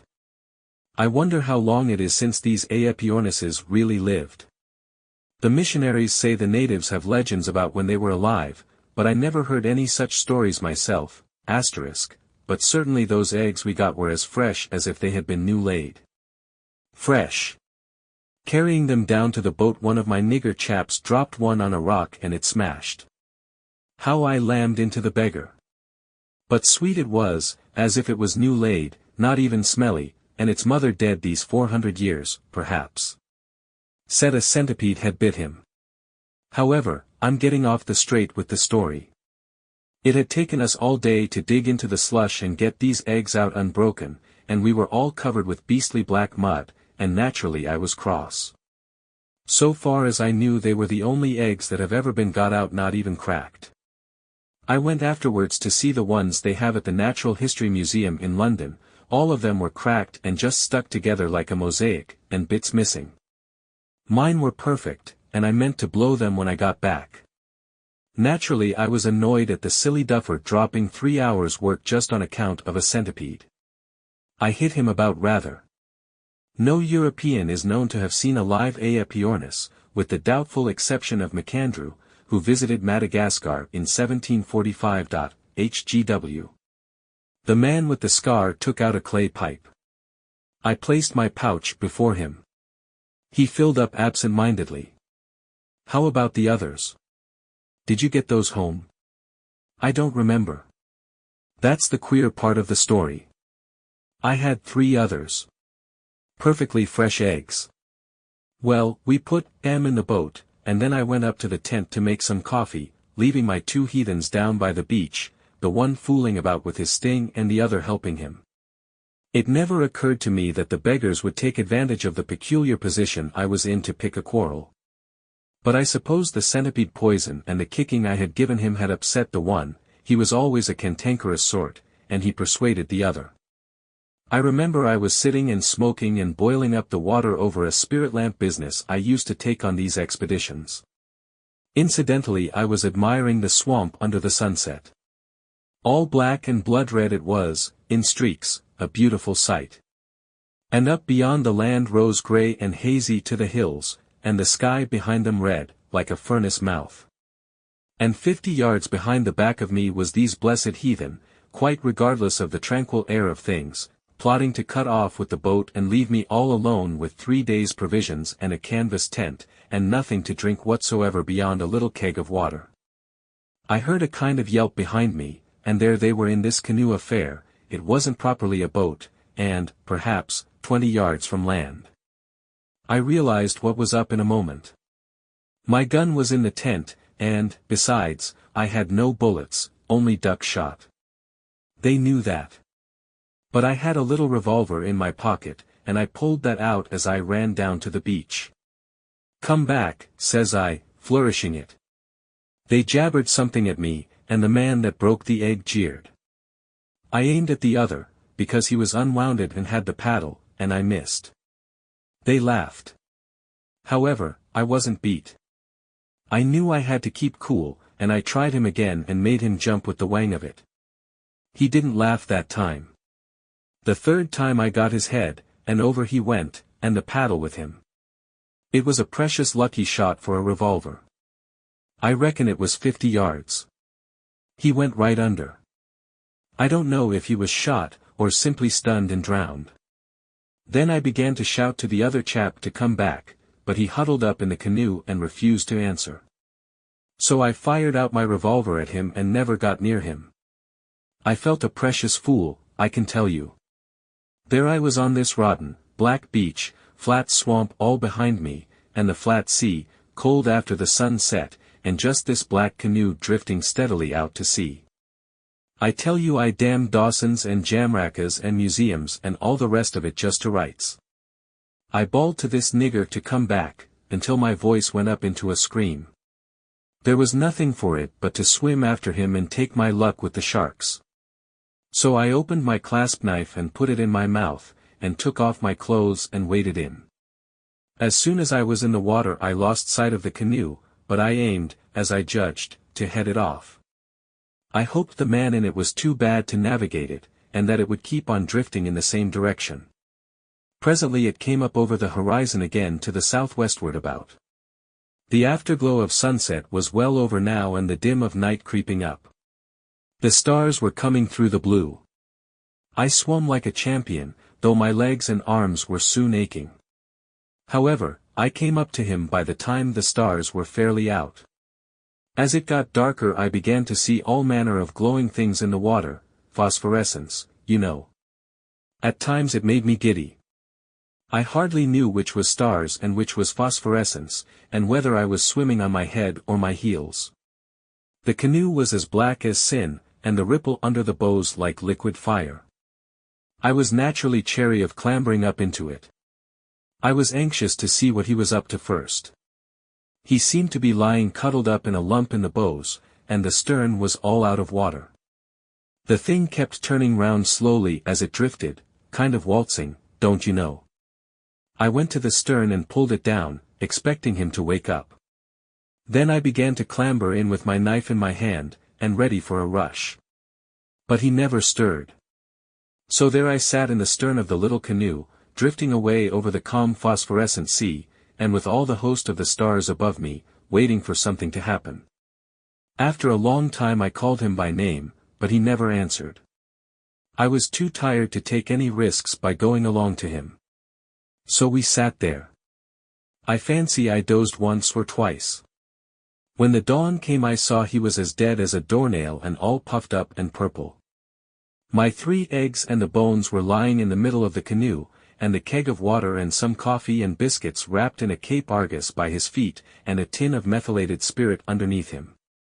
There was no paddle, nor, in fact, anything except the spirit tin that I could use as one, so I settled to drift until I was picked up. I held an inquest on him, brought in a verdict against some snake, scorpion, or centipede unknown, and sent him overboard. After that I had a drink of water and a few biscuits, and took a look round. I suppose a man low down as I was don't see very far, leastways, Madagascar was clean out of sight, and any trace of land at all. I saw a sail going southwestward, looked like a schooner but her hull never came up. Presently the sun got high in the sky and began to beat down upon me. Lord! It pretty near made my brains boil. I tried dipping my head in the sea, but after a while my eye fell on the Cape Argus, and I lay down flat in the canoe and spread this over me. Wonderful things these newspapers. I never read one through thoroughly before, but it's odd what you get up to when you're alone, as I was. I suppose I read that blessed old Cape Argus 20 times. The pitch in the canoe simply reeked with the heat and rose up into big blisters. I drifted 10 days, said the man with the scar. It's a little thing in the telling, isn't it? Every day was like the last. Except in the morning and the evening I never kept a lookout even, the blaze was so infernal. I didn't see a sail after the first 3 days, and those I saw took no notice of me. About the 6th night a ship went by scarcely half a mile away from me, with all its lights ablaze and its ports open, looking like a big firefly. There was music aboard. I stood up and shouted and screamed at it. The second day I broached one of the Aepyornis eggs, scraped the shell away at the end bit by bit, and tried it, and I was glad to find it was good enough to eat. A bit flavory, not bad, I mean, but with something of the taste of a duck's egg. There was a kind of circular patch, about 6 inches across, on one side of the yolk, and with streaks of blood and a white mark like a ladder in it that I thought queer, but I did not understand what this meant at the time, and I wasn't inclined to be particular. The egg lasted me 3 days, with biscuits and a drink of water. I chewed coffee berries too, invigorating stuff. The second egg I opened about the 8th day, and it scared me. The man with the scar paused. Yes, he said, developing. I dare say you find it hard to believe. I did, with the thing before me. There the egg had been, sunk in that cold black mud, perhaps 300 years. But there was no mistaking it. There was the, what is it, embryo, with its big head and curved back, and its heart beating under its throat, and the yolk shriveled up and great membranes spreading inside of the shell and all over the yolk. Here was I hatching out the eggs of the biggest of all extinct birds, in a little canoe in the midst of the Indian Ocean. If old Dawson had known that. It was worth 4 years' salary. What do you think? However, I had to eat that precious thing up, every bit of it, before I sighted the reef, and some of the mouthfuls were beastly unpleasant. I left the third one alone. I held it up to the light, but the shell was too thick for me to get any notion of what might be happening inside, and though I fancied I heard blood pulsing, it might have been the rustle in my own ears, like what you listen to in a seashell. Then came the atoll. Came out of the sunrise, as it were, suddenly, close up to me. I drifted straight towards it until I was about half a mile from shore, not more, and then the current took a turn, and I had to paddle as hard as I could with my hands and bits of the Aepyornis shell to make the place. However, I got there. It was just a common atoll about 4 miles round, with a few trees growing in a spring in one place, and the lagoon full of parrotfish. I took the egg ashore and put it in a good place, well above the tide lines and in the sun, to give it all the chance I could, and pulled the canoe up safe, and loafed about prospecting. It's rum how dull an atoll is. As soon as I had found a spring all the interest seemed to vanish.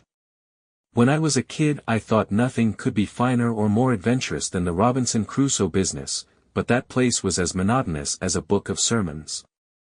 I went round finding eatable things and generally thinking, but I tell you I was bored to death before the first day was out.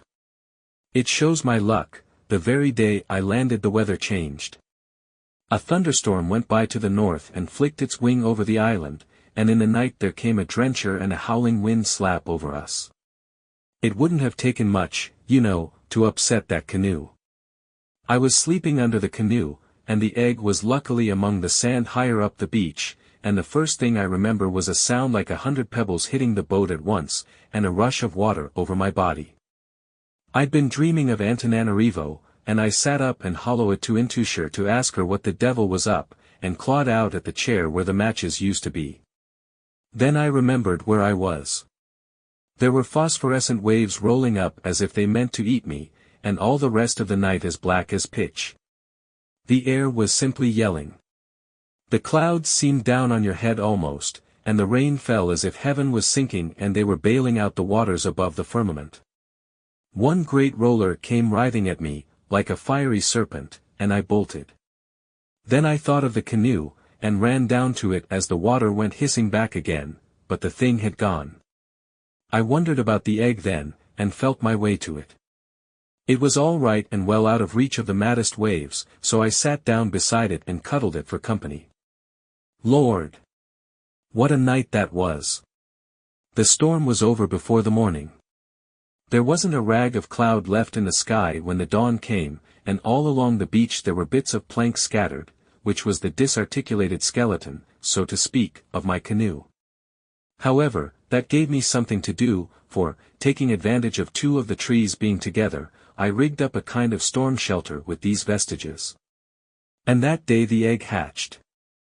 Hatched, sir, when my head was pillowed on it and I was asleep. I heard a whack and felt a jar and sat up, and there was the end of the egg pecked out and a rum little brown head looking out at me. Lord! I said, "You're welcome," and with a little difficulty he came out.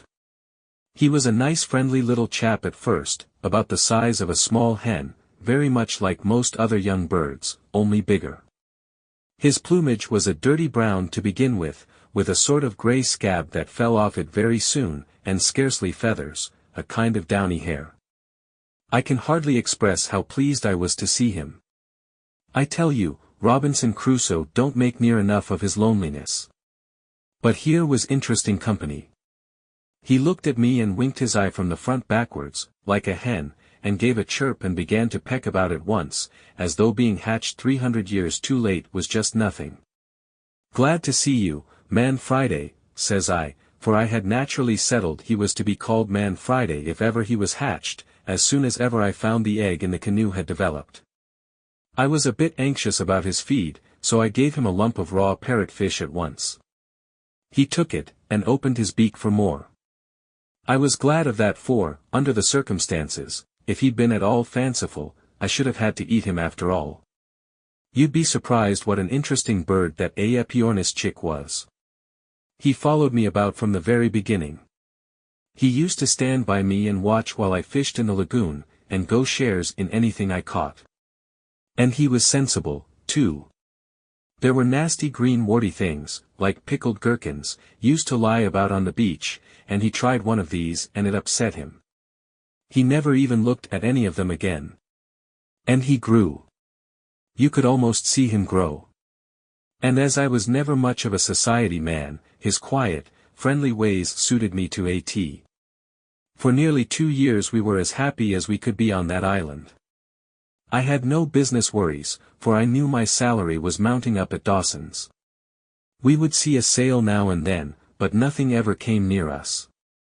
I amused myself, too, by decorating the island with designs worked in sea urchins and fancy shells of various kinds.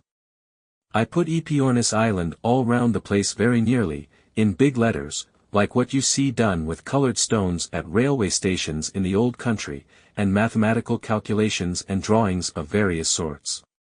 And I used to lie watching the blessed bird stalking round and growing, and think how I could make a living out of him by showing him about if I ever got taken off. After his first molt he began to get handsome, with a crest and a blue wattle, and a lot of green feathers at the behind of him. And then I used to puzzle whether Dawson's had any right to claim him or not. Stormy weather and in the rainy season we lay snug under the shelter I had made out of the old canoe, and I used to tell him lies about my friends at home. And after a storm we would go round the island together to see if there was any drift. It was a kind of idyll, you might say. If only I had had some tobacco it would have been simply just like heaven. It was about the end of the second year our little paradise went wrong. Friday was then about 14 feet high to the bill of him, with a big, broad head like the end of a pickaxe, and 2 huge brown eyes with yellow rims, set together like a man's, not out of sight of each other like a hen's. His plumage was fine, none of the half-mourning style of your ostrich, more like a cassowary as far as color and texture go. And then it was he began to cock his comb at me and give himself airs, and show signs of a nasty temper. At last came a time when my fishing had been rather unlucky, and he began to hang about me in a queer, meditative way. I thought he might have been eating sea cucumbers or something, but it was really just discontent on his part. I was hungry too, and when at last I landed a fish I wanted it for myself. Tempers were short that morning on both sides. He pecked at it and grabbed it, and I gave him a whack on the head to make him leave go. And at that he went for me. Lord! He gave me this in the face. The man indicated his scar. Then he kicked me. It was like a cart horse. I got up, and seeing he hadn't finished, I started off full tilt with my arms doubled up over my face. But he ran on those gawky legs of his faster than a racehorse, and kept landing out at me with sledgehammer kicks, and bringing his pickaxe down on the back of my head. I made for the lagoon, and went in up to my neck. He stopped at the water, for he hated getting his feet wet, and began to make a shindy, something like a peacock's, only hoarser. He started strutting up and down the beach. I'll admit I felt small to see this blessed fossil lording it there. And my head and face were all bleeding, and, well, my body just one jelly of bruises. I decided to swim across the lagoon and leave him alone for a bit, until the affair blew over. I shinned up the tallest palm tree, and sat there thinking of it all. I don't suppose I ever felt so hurt by anything before or since. It was the brutal ingratitude of the creature. I'd been more than a brother to him. I'd hatched him, educated him. A great gawky, out-of-date bird. And me a human being, heir of the ages and all that. I thought after a time he'd begin to see things in that light himself, and feel a little sorry for his behavior. I thought if I was to catch some nice little bits of fish, perhaps, and go to him presently in a casual kind of way, and offer them to him, he might do the sensible thing. It took me some time to learn how unforgiving and cantankerous an extinct bird can be. Malice. I won't tell you all the little devices I tried to get that bird round again, I simply can't. It makes my cheek burn with shame even now to think of the snubs and buffets I had from this infernal curiosity. I tried violence. I chucked lumps of coral at him from a safe distance, but he only swallowed them. I shied my open knife at him and almost lost it, though it was too big for him to swallow. I tried starving him out and struck fishing, but he took to picking along the beach at low water after worms, and rubbed along on that. Half my time I spent up to my neck in the lagoon, and the rest up the palm trees. One of them was scarcely high enough, and when he caught me up it he had a regular bank holiday with the calves of my legs. It got unbearable. I don't know if you have ever tried sleeping up a palm tree. It gave me the most horrible nightmares. Think of the shame of it, too. Here was this extinct animal mooning about my island like a sulky duke, and me not allowed to rest the sole of my foot on the place. I used to cry with weariness and vexation. I told him straight that I didn't mean to be chased about a desert island by any damned anachronisms. I told him to go and peck a navigator of his own age. But he only snapped his beak at me. Great ugly bird, all legs and neck. I shouldn't like to say how long that went on altogether. I'd have killed him sooner if I'd known how. However, I hit on a way of settling him at last. It is a South American dodge. I joined all my fishing lines together with stems of seaweed and things, and made a stoutish string, perhaps 12 yards in length or more, and I fastened 2 lumps of coral rock to the ends of this. It took me some time to do, because every now and then I had to go into the lagoon or up a tree as the fancy took me. This I whirled rapidly round my head, and then let it go at him. The first time I missed, but the next time the string caught his legs beautifully, and wrapped round them again and again. Over he went. I threw it standing waist deep in the lagoon, and as soon as he went down I was out of the water and sawing at his neck with my knife. I don't like to think of that even now. I felt like a murderer while I did it, though my anger was hot against him. When I stood over him and saw him bleeding on the white sand, and his beautiful great legs and neck writhing in his last agony. Pah! With that tragedy loneliness came upon me like a curse. Good Lord! You can't imagine how I missed that bird. I sat by his corpse and sorrowed over him, and shivered as I looked round the desolate, silent reef. I thought of what a jolly little bird he had been when he was hatched, and of 1,000 pleasant tricks he had played before he went wrong. I thought if I'd only wounded him I might have nursed him round into a better understanding. If I'd had any means of digging into the coral rock I'd have buried him. I felt exactly as if he was human. As it was, I couldn't think of eating him, so I put him in the lagoon, and the little fishes picked him clean. I didn't even save the feathers. Then one day a chap cruising about in a yacht had a fancy to see if my atoll still existed. He didn't come a moment too soon, for I was about sick enough of the desolation of it, and only hesitating whether I should walk out into the sea and finish up the business that way, or fall back on the green things. I sold the bones to a man named Winslow, a dealer near the British Museum, and he says he sold them to old Havers. It seems Havers didn't understand they were extra large, and it was only after his death they attracted attention. They called M. Aepyornis. What was it? Aepyornis vastus, said I. It's funny, the very thing was mentioned to me by a friend of mine. When they found an Aepyornis, with a thigh a yard long, they thought they had reached the top of the scale, and called him Aepyornis maximus.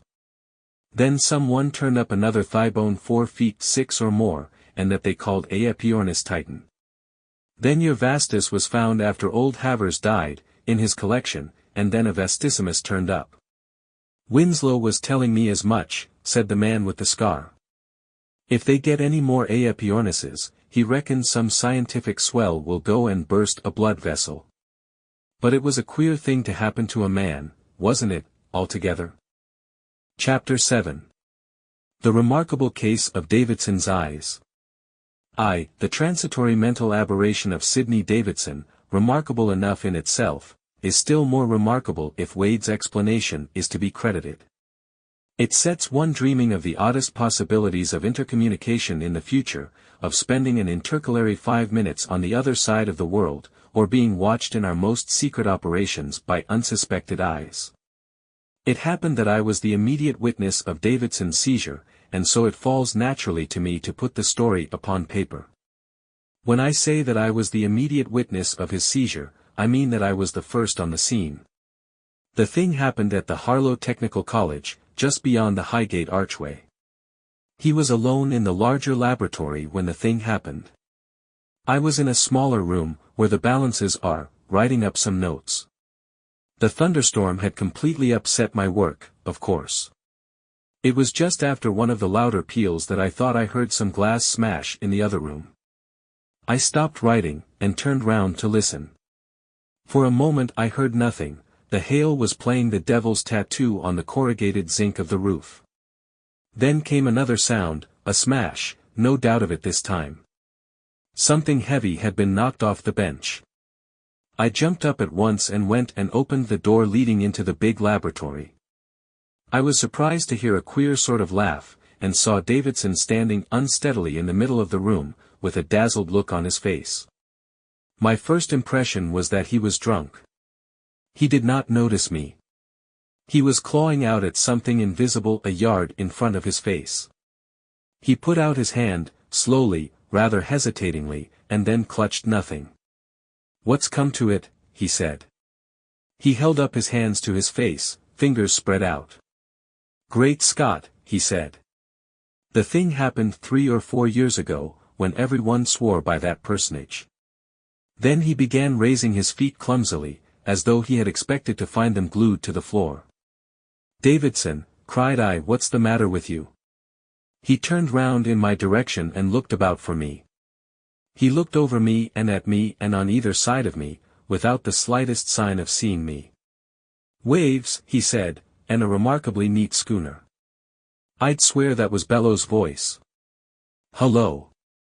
he shouted suddenly at the top of his voice. I thought he was up to some foolery.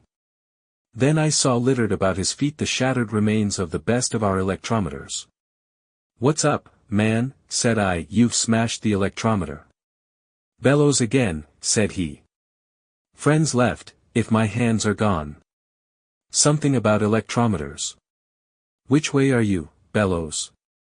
He suddenly came staggering towards me.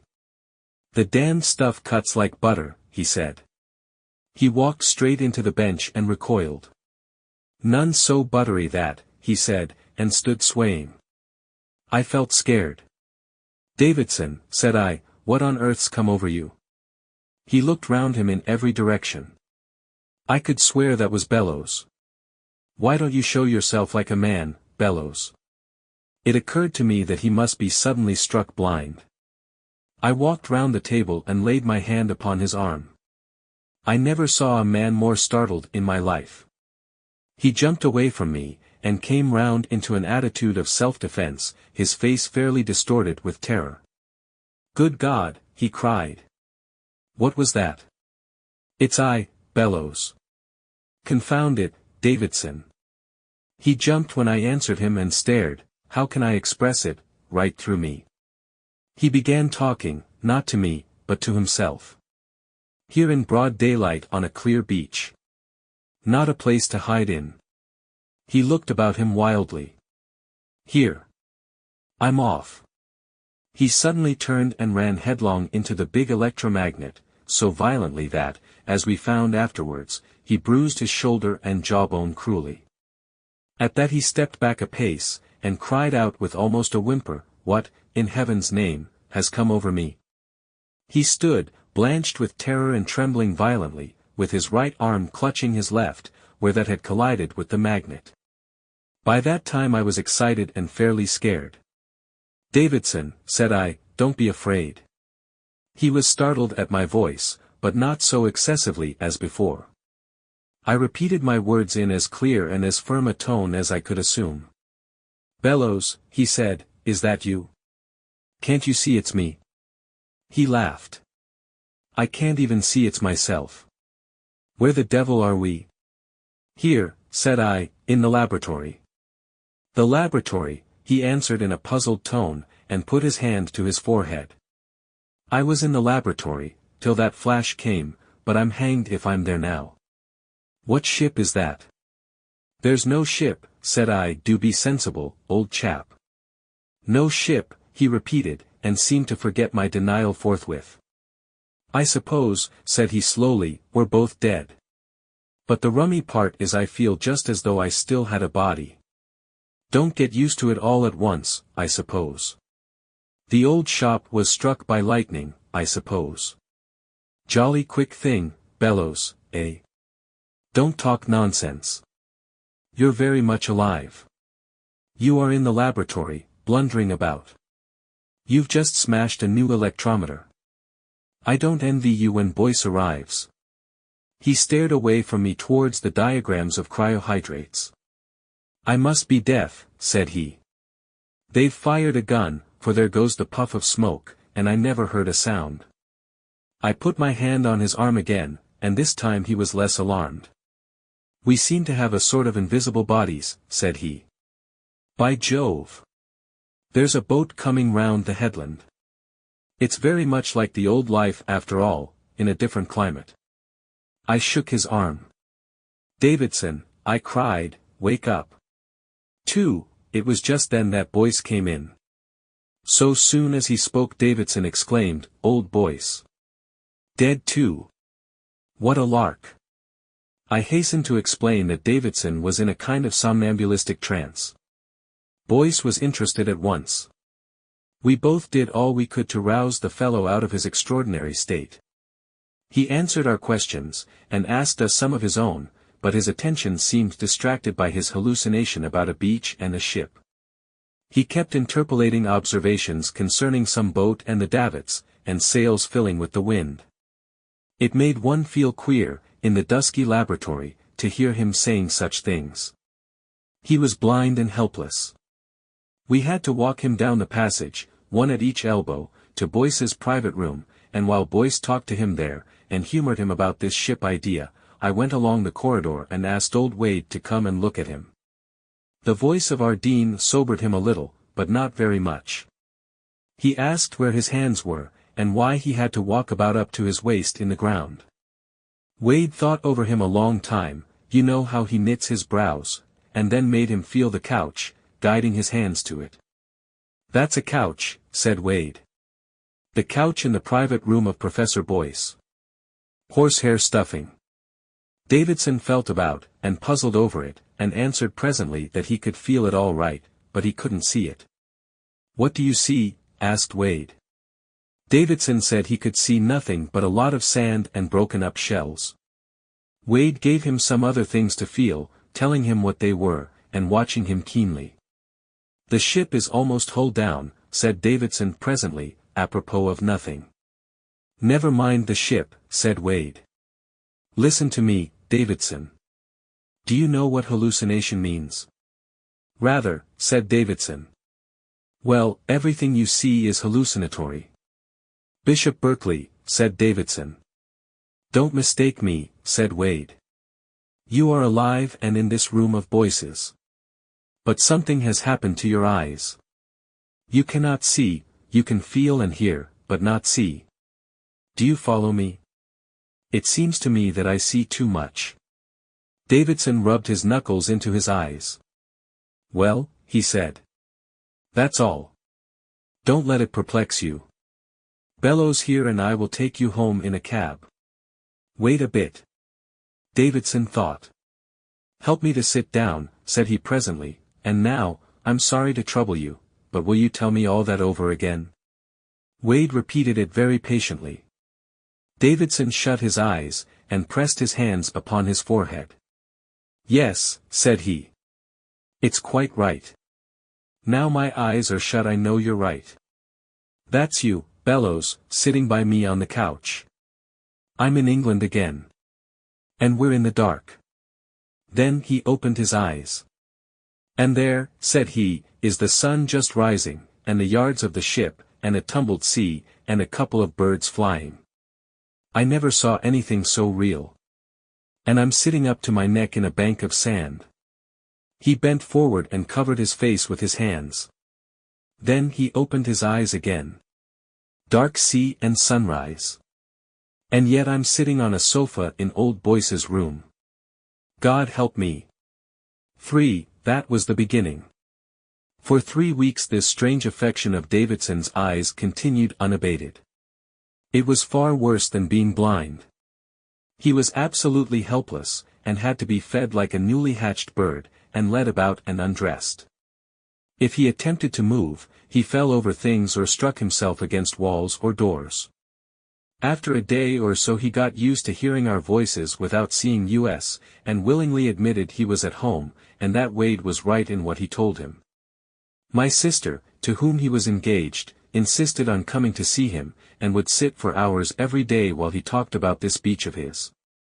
Holding her hand seemed to comfort him immensely. He explained that when we left the college and drove home, he lived in Hampstead Village. It appeared to him as if we drove right through a sandhill. It was perfectly black until he emerged again, and through rocks and trees and solid obstacles, and when he was taken to his own room it made him giddy and almost frantic with the fear of falling, because going upstairs seemed to lift him 30 or 40 feet above the rocks of his imaginary island. He kept saying he should smash all the eggs. The end was that he had to be taken down into his father's consulting room and laid upon a couch that stood there. He described the island as being a bleak kind of place on the whole, with very little vegetation, except some peaty stuff, and a lot of bare rock. There were multitudes of penguins, and they made the rocks white and disagreeable to see. The sea was often rough, and once there was a thunderstorm, and he lay and shouted at the silent flashes. Once or twice seals pulled up on the beach, but only on the first 2 or 3 days. He said it was very funny the way in which the penguins used to waddle right through him, and how he seemed to lie among them without disturbing them. I remember one odd thing, and that was when he wanted very badly to smoke. We put a pipe in his hands, he almost poked his eye out with it, and lit it. But he couldn't taste anything. I've since found it's the same with me. I don't know if it's the usual case, that I cannot enjoy tobacco at all unless I can see the smoke. But the queerest part of his vision came when Wade sent him out in a bath chair to get fresh air. The Davidson'S hired a chair, and got that deaf and obstinate dependent of theirs, Widgery, to attend to it. Widgery's ideas of healthy expeditions were peculiar. My sister, who had been to the dog's home, met them in Camden Town, towards King's Cross, Widgery trotting along complacently, and Davidson, evidently most distressed, trying in his feeble, blind way to attract Widgery's attention. He positively wept when my sister spoke to him. "Oh, get me out of this horrible darkness," he said, feeling for her hand. "I must get out of it, or I shall die." He was quite incapable of explaining what was the matter, but my sister decided he must go home, and presently, as they went uphill towards Hampstead, the horror seemed to drop from him. He said it was good to see the stars again, though it was then about noon and a blazing day.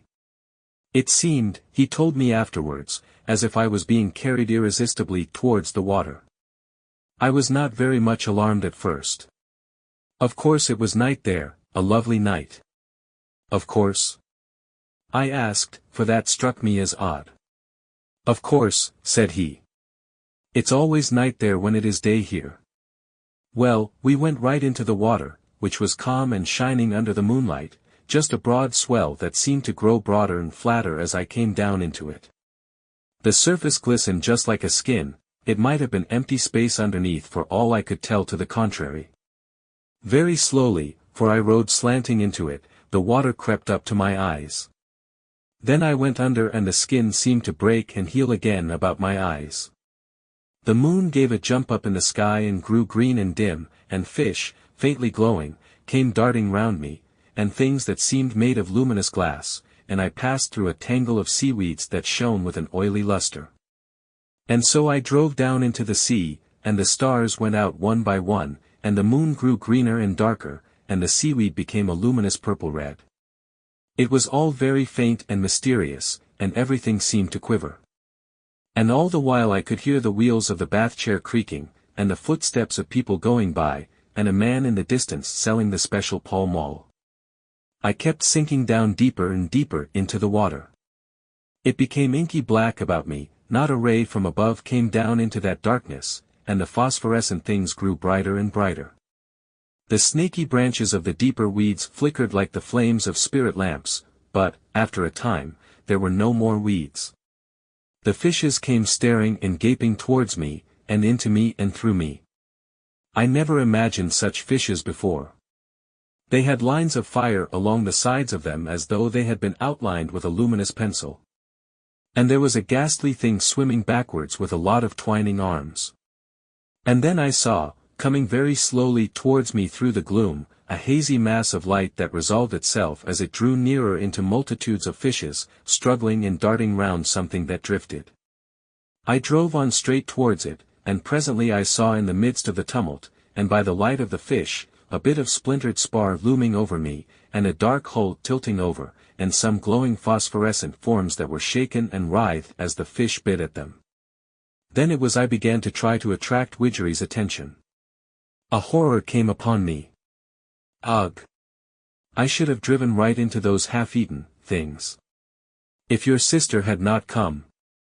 They had great holes in them, bellows, and... Never mind. But it was ghastly.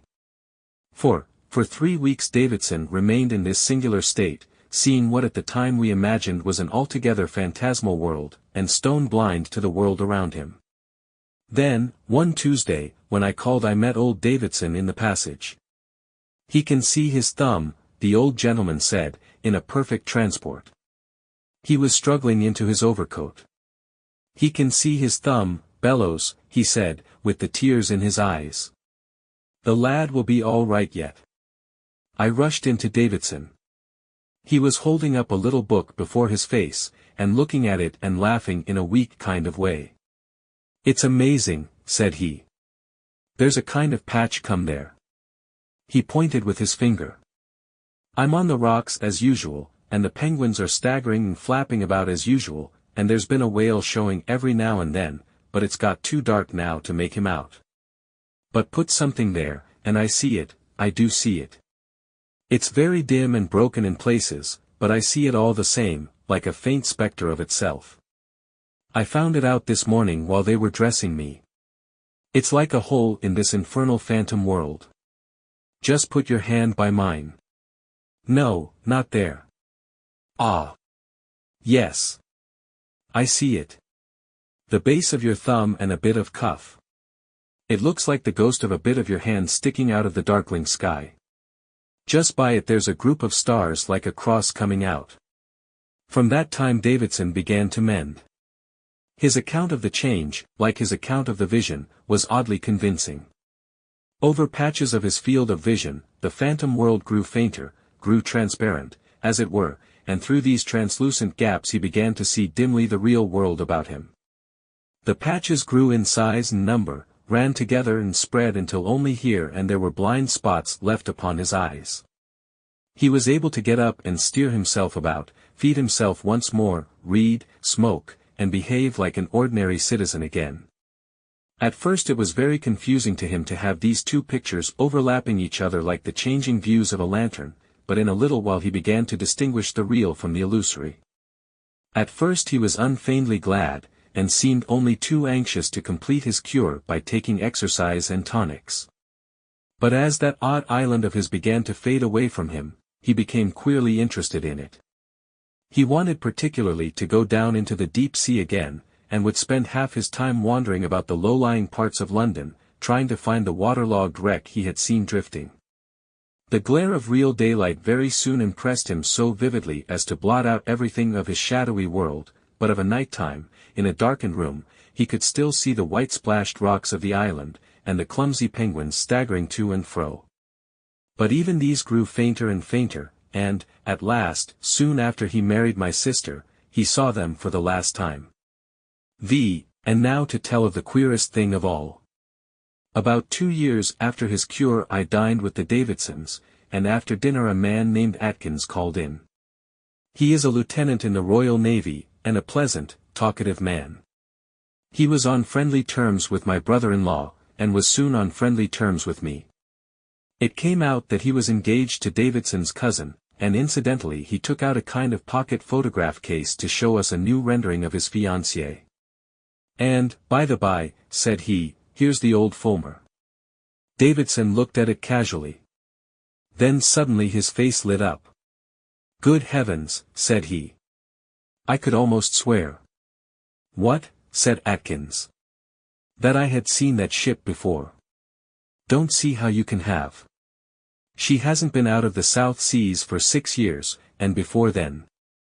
"But," began Davidson, and then, "yes, that's the ship I dreamt of, I'm sure that's the ship I dreamt of. She was standing off an island that swarmed with penguins, and she fired a gun."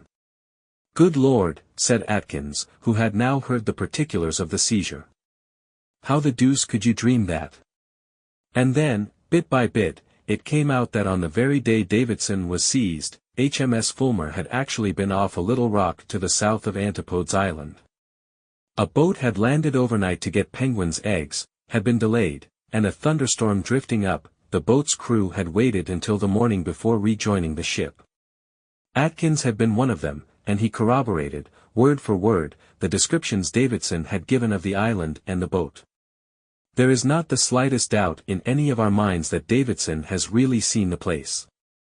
In some unaccountable way, while he moved hither and thither in London, his sight moved hither and thither in a manner that corresponded, about this distant island. How is absolutely a mystery. That completes the remarkable story of Davidson's eyes.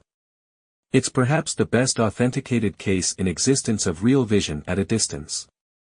Explanation there is none forthcoming, except what Professor Wade has thrown out. But his explanation invokes the fourth dimension, and a dissertation on theoretical kinds of space. To talk of there being a kink in space seems mere nonsense to me. It may be because I am no mathematician. When I said that nothing would alter the fact that the place is 8,000 miles away, he answered that 2 points might be a yard away on a sheet of paper, and yet be brought together by bending the paper round. The reader may grasp his argument, but I certainly do not. His idea seems to be that Davidson, stooping between the poles of the big electromagnet, had some extraordinary twist given to his retinal elements through the sudden change in the field of force due to the lightning. He thinks, as a consequence of this, that it may be possible to live visually in one part of the world, while one lives bodily in another.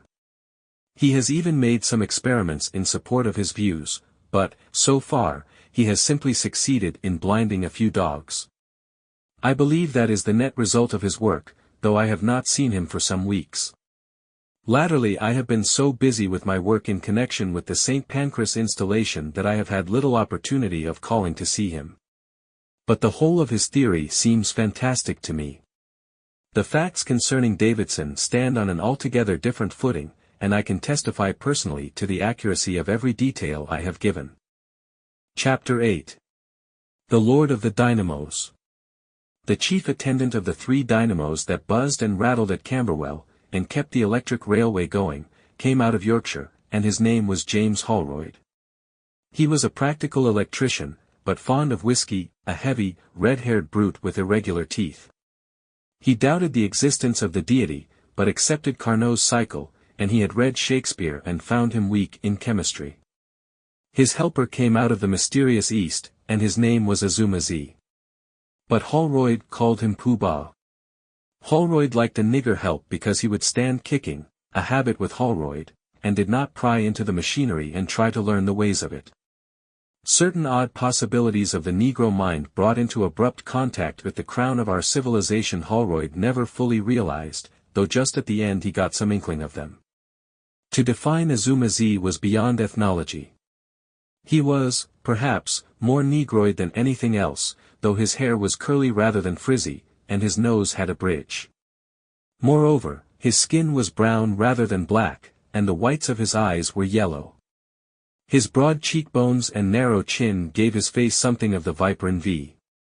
His head, too, was broad behind, and low and narrow at the forehead, as if his brain had been twisted round in the reverse way to a European's. He was short of stature and still shorter of English. In conversation he made numerous odd noises of no known marketable value, and his infrequent words were carved and wrought into heraldic grotesqueness. Holroyd tried to elucidate his religious beliefs, and, especially after whiskey, lectured to him against superstition and missionaries. Azuma-zi, however, shirked the discussion of his gods, even though he was kicked for it. Azuma-zi had come, clad in white but insufficient raiment, out of the stokehole of the Lord Clive, from the Straits Settlements and beyond, into London. He had heard even in his youth of the greatness and riches of London, where all the women are white and fair, and even the beggars in the streets are white, and he had arrived, with newly earned gold coins in his pocket, to worship at the shrine of civilization. The day of his landing was a dismal one, the sky was dun, and a wind-worried drizzle filtered down to the greasy streets, but he plunged boldly into the delights of Shadwell, and was presently cast up, shattered in health, civilized in costume, penniless, and, except in matters of the direst necessity, practically a dumb animal, to toil for James Holroyd, and to be bullied by him in the dynamo shed at Camberwell. And to James Holroyd bullying was a labor of love. There were 3 dynamos with their engines at Camberwell. The 2 that have been there since the beginning are small machines, the larger one was new. The smaller machines made a reasonable noise, their straps hummed over the drums, every now and then the brushes buzzed and fizzled, and the air churned steadily, hoo, hoo, hoo. between their poles. One was loose in its foundations and kept the shed vibrating. But the big dynamo drowned these little noises altogether with the sustained drone of its iron core, which somehow set part of the ironwork humming. The place made the visitor's head reel with the throb of the engines, the rotation of the big wheels, the spinning ball valves, the occasional spittings of the steam, and over all the deep, unceasing, surging note of the big dynamo. This last noise was from an engineering point of view a defect, but Azuma-zi accounted it unto the monster for mightiness and pride. If it were possible we would have the noises of that shed always about the reader as he reads, we would tell all our story to such an accompaniment. It was a steady stream of din, from which the ear picked out first one thread and then another. There was the intermittent snorting, panting, and seething of the steam engines, the suck and thud of their pistons, the dull beat on the air as the spokes of the great driving wheels came round, a note the leather straps made as they ran tighter and looser, and a fretful tumult from the dynamos, and, over all, sometimes inaudible, as the ear tired of it, and then creeping back upon the senses again, was this trombone note of the big machine. The floor never felt steady and quiet beneath one's feet, but quivered and jarred. It was a confusing, unsteady place, and enough to send anyone's thoughts jerking into odd zigzags. And for 3 months, while the big strike of the engineers was in progress, Holroyd, who was a blackleg, and Azuma-zi, who was a mere black, were never out of the stir and eddy of it, but slept and fed in the little wooden shanty between the shed and the gates. Holroyd delivered a theological lecture on the text of his big machine soon after Azuma-zi came. He had to shout to be heard in the din. "Look at that," said Holroyd, "where's your eat-hen idol to match I'm?" And Azuma-zi looked.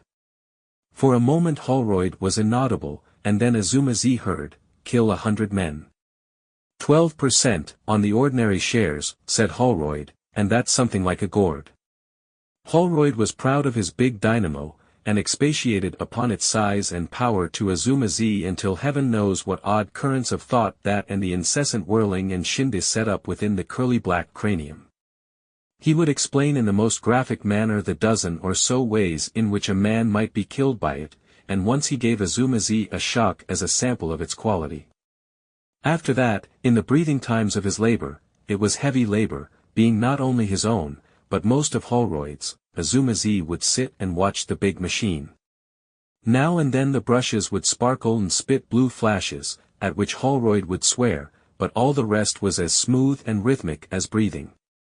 The band ran shouting over the shaft, and ever behind one as one watched was the complacent thud of the piston. So it lived all day in this big airy shed, with him and Holroyd to wait upon it, not prisoned up and slaving to drive a ship as the other engines he knew, mere captive devils of the British Solomon, had been, but a machine enthroned. Those 2 smaller dynamos Azuma-zi by force of contrast despised, the large one he privately christened the Lord of the Dynamos. They were fretful and irregular, but the big dynamo was steady. How great it was! How serene and easy in its working! Greater and calmer even than the Buddhas he had seen at Rangoon, and yet not motionless, but living. The great black coils spun, the rings ran round under the brushes, and the deep note of its coil steadied the whole. It affected Azuma-zi queerly. Azuma-zi was not fond of labor. He would sit about and watch the Lord of the Dynamos while Holroyd went away to persuade the yard porter to get whiskey, although his proper place was not in the dynamo shed but behind the engines, and, moreover, if Holroyd caught him skulking he got hit for it with a rod of stout copper wire. He would go and stand close to the Colossus, and look up at the great leather band running overhead. There was a black patch on the band that came round, and it pleased him somehow among all the clatter to watch this return again and again. Odd thoughts spun with the whirl of it. Scientific people tell us that savages give souls to rocks and trees, and a machine is 1,000 times more alive than a rock or a tree. And Azuma-zi was practically a savage still. The veneer of civilization lay no deeper than his slop suit, his bruises, and the coal grime on his face and hands. His father before him had worshipped a meteoric stone, kindred blood, it may be, had splashed the broad wheels of Juggernaut. He took every opportunity Holroyd gave him of touching and handling the great dynamo that was fascinating him. He polished and cleaned it until the metal parts were blinding in the sun. He felt a mysterious sense of service in doing this. He would go up to it and touch its spinning coils gently. The gods he had worshipped were all far away. The people in London hid their gods. At last his dim feelings grew more distinct, and took shape in thoughts, and at last in acts. When he came into the roaring shed one morning he salaamed to the Lord of the Dynamos, and then, when Holroyd was away, he went and whispered to the thundering machine that he was its servant, and prayed it to have pity on him and save him from Holroyd. As he did so a rare gleam of light came in through the open archway of the throbbing machine shed, and the Lord of the Dynamos, as he whirled and roared, was radiant with pale gold. Then Azuma-zi knew that his service was acceptable to his lord. After that he did not feel so lonely as he had done, and he had indeed been very much alone in London. And even when his work time was over, which was rare, he loitered about the shed. Then, the next time Holroyd maltreated him, Azuma-zi went presently to the Lord of the Dynamos and whispered, "Thou sayest, O my lord," and the angry whir of the machinery seemed to answer him. Thereafter it appeared to him that whenever Holroyd came into the shed a different note came into the sounds of the dynamo. "My lord bides his time," said Azuma-zi to himself. "The iniquity of the fool is not yet ripe." And he waited and watched for the day of reckoning. One day there was evidence of short-circuiting, and Holroyd, making an unwary examination, it was in the afternoon, got a rather severe shock. Azuma-zi from behind the engine saw him jump off and curse at the peccant coil. "He is warned," said Azuma-zi to himself. "Surely my lord is very patient." Holroyd had at first initiated his nigger into such elementary conceptions of the dynamo's working as would enable him to take temporary charge of the shed in his absence. But when he noticed the manner in which Azuma-zi hung about the monster he became suspicious. He dimly perceived his assistant was up to something, and connecting him with the anointing of the coils with oil that had rotted the varnish in one place, he issued an edict, shouted above the confusion of the machinery, "Don't go nigh that big dynamo any more, Pooh-Bah, or I'll take thy skin off." Besides, if it pleased Azuma-zi to be near the big machine, it was plain sense and decency to keep him away from it. Azuma-zi obeyed at the time, but later he was caught bowing before the Lord of the Dynamos. At which Holroyd twisted his arm and kicked him as he turned to go away. As Azuma-zi presently stood behind the engine and glared at the back of the hated Holroyd, the noises of the machinery took a new rhythm, and sounded like 4 words in his native tongue. It is hard to say exactly what madness is. I fancy Azuma-zi was mad. The incessant din and whirl of the dynamo shed may have churned up his little store of knowledge and big store of superstitious fancy, at last, into something akin to frenzy. At any rate, when the idea of making Holroyd a sacrifice to the dynamo fetish was thus suggested to him, it filled him with a strange tumult of exultant emotion. That night the 2 men and their black shadows were alone in the shed together. The shed was lit with one big arc light that winked and flickered purple. The shadows lay black behind the dynamos, the ball governors of the engines whirled from light to darkness, and their pistons beat loud and steady. The world outside seen through the open end of the shed seemed incredibly dim and remote. It seemed absolutely silent, too, since the riot of the machinery drowned every external sound. Far away was the black fence of the yard with grey shadowy houses behind, and above was the deep blue sky and the pale little stars. Azuma-zi suddenly walked across the center of the shed above which the leather bands were running, and went into the shadow by the big dynamo. Holroyd heard a click, and the spin of the armature changed. "What are you doing with that switch?" he bawled in surprise. "Haunt I told you." Then he saw the set expression of Azuma-zi's eyes as the Asiatic came out of the shadow towards him. In another moment the 2 men were grappling fiercely in front of the great dynamo. "You coffee-headed fool," gasped Holroyd, with a brown hand at his throat. "Keep off those contact rings." In another moment he was tripped and reeling back upon the Lord of the Dynamos. He instinctively loosened his grip upon his antagonist to save himself from the machine. The messenger, sent in furious haste from the station to find out what had happened in the dynamo shed, met Azuma-zi at the porter's lodge by the gate. Azuma-zi tried to explain something, but the messenger could make nothing of the black's incoherent English and hurried on to the shed. The machines were all noisily at work, and nothing seemed to be disarranged. There was, however, a queer smell of singed hair. Then he saw an odd-looking crumpled mass clinging to the front of the big dynamo, and, approaching, recognized the distorted remains of Holroyd. The man stared and hesitated a moment. Then he saw the face, and shut his eyes convulsively. He turned on his heel before he opened them, so that he should not see Holroyd again, and went out of the shed to get advice and help. When Azuma-zi saw Holroyd die in the grip of the great dynamo, he had been a little scared about the consequences of his act. Yet he felt strangely elated, and knew that the favor of the Lord Dynamo was upon him. His plan was already settled when he met the man coming from the station, and the scientific manager who speedily arrived on the scene jumped at the obvious conclusion of suicide. This expert scarcely noticed Azuma-zi, except to ask a few questions. Did he see Holroyd kill himself? Azuma-zi explained he had been out of sight at the engine furnace until he heard a difference in the noise from the dynamo. It was not a difficult examination, being untinctured by suspicion. The distorted remains of Holroyd, which the electrician removed from the machine, were hastily covered by the porter with a coffee-stained tablecloth. Somebody, by a happy inspiration, fetched a medical man. The expert was chiefly anxious to get the machine at work again, for 7 or 8 trains had stopped midway in the stuffy tunnels of the electric railway.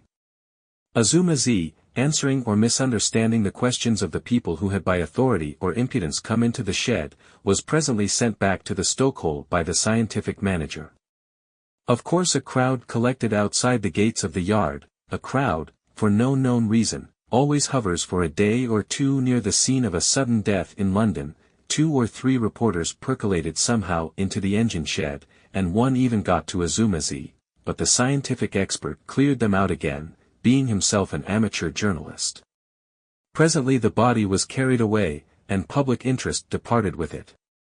Azuma-zi remained very quietly at his furnace, seeing over and over again in the coals a figure that wriggled violently and became still. An hour after the murder, to any one coming into the shed it would have looked exactly as if nothing remarkable had ever happened there. Peeping presently from his engine room, the black saw the Lord Dynamo spin and whirl beside his little brothers, and the driving wheels were beating round, and the steam in the pistons went thud, thud, exactly as it had been earlier in the evening. After all, from the mechanical point of view, it had been a most insignificant incident, the mere temporary deflection of a current.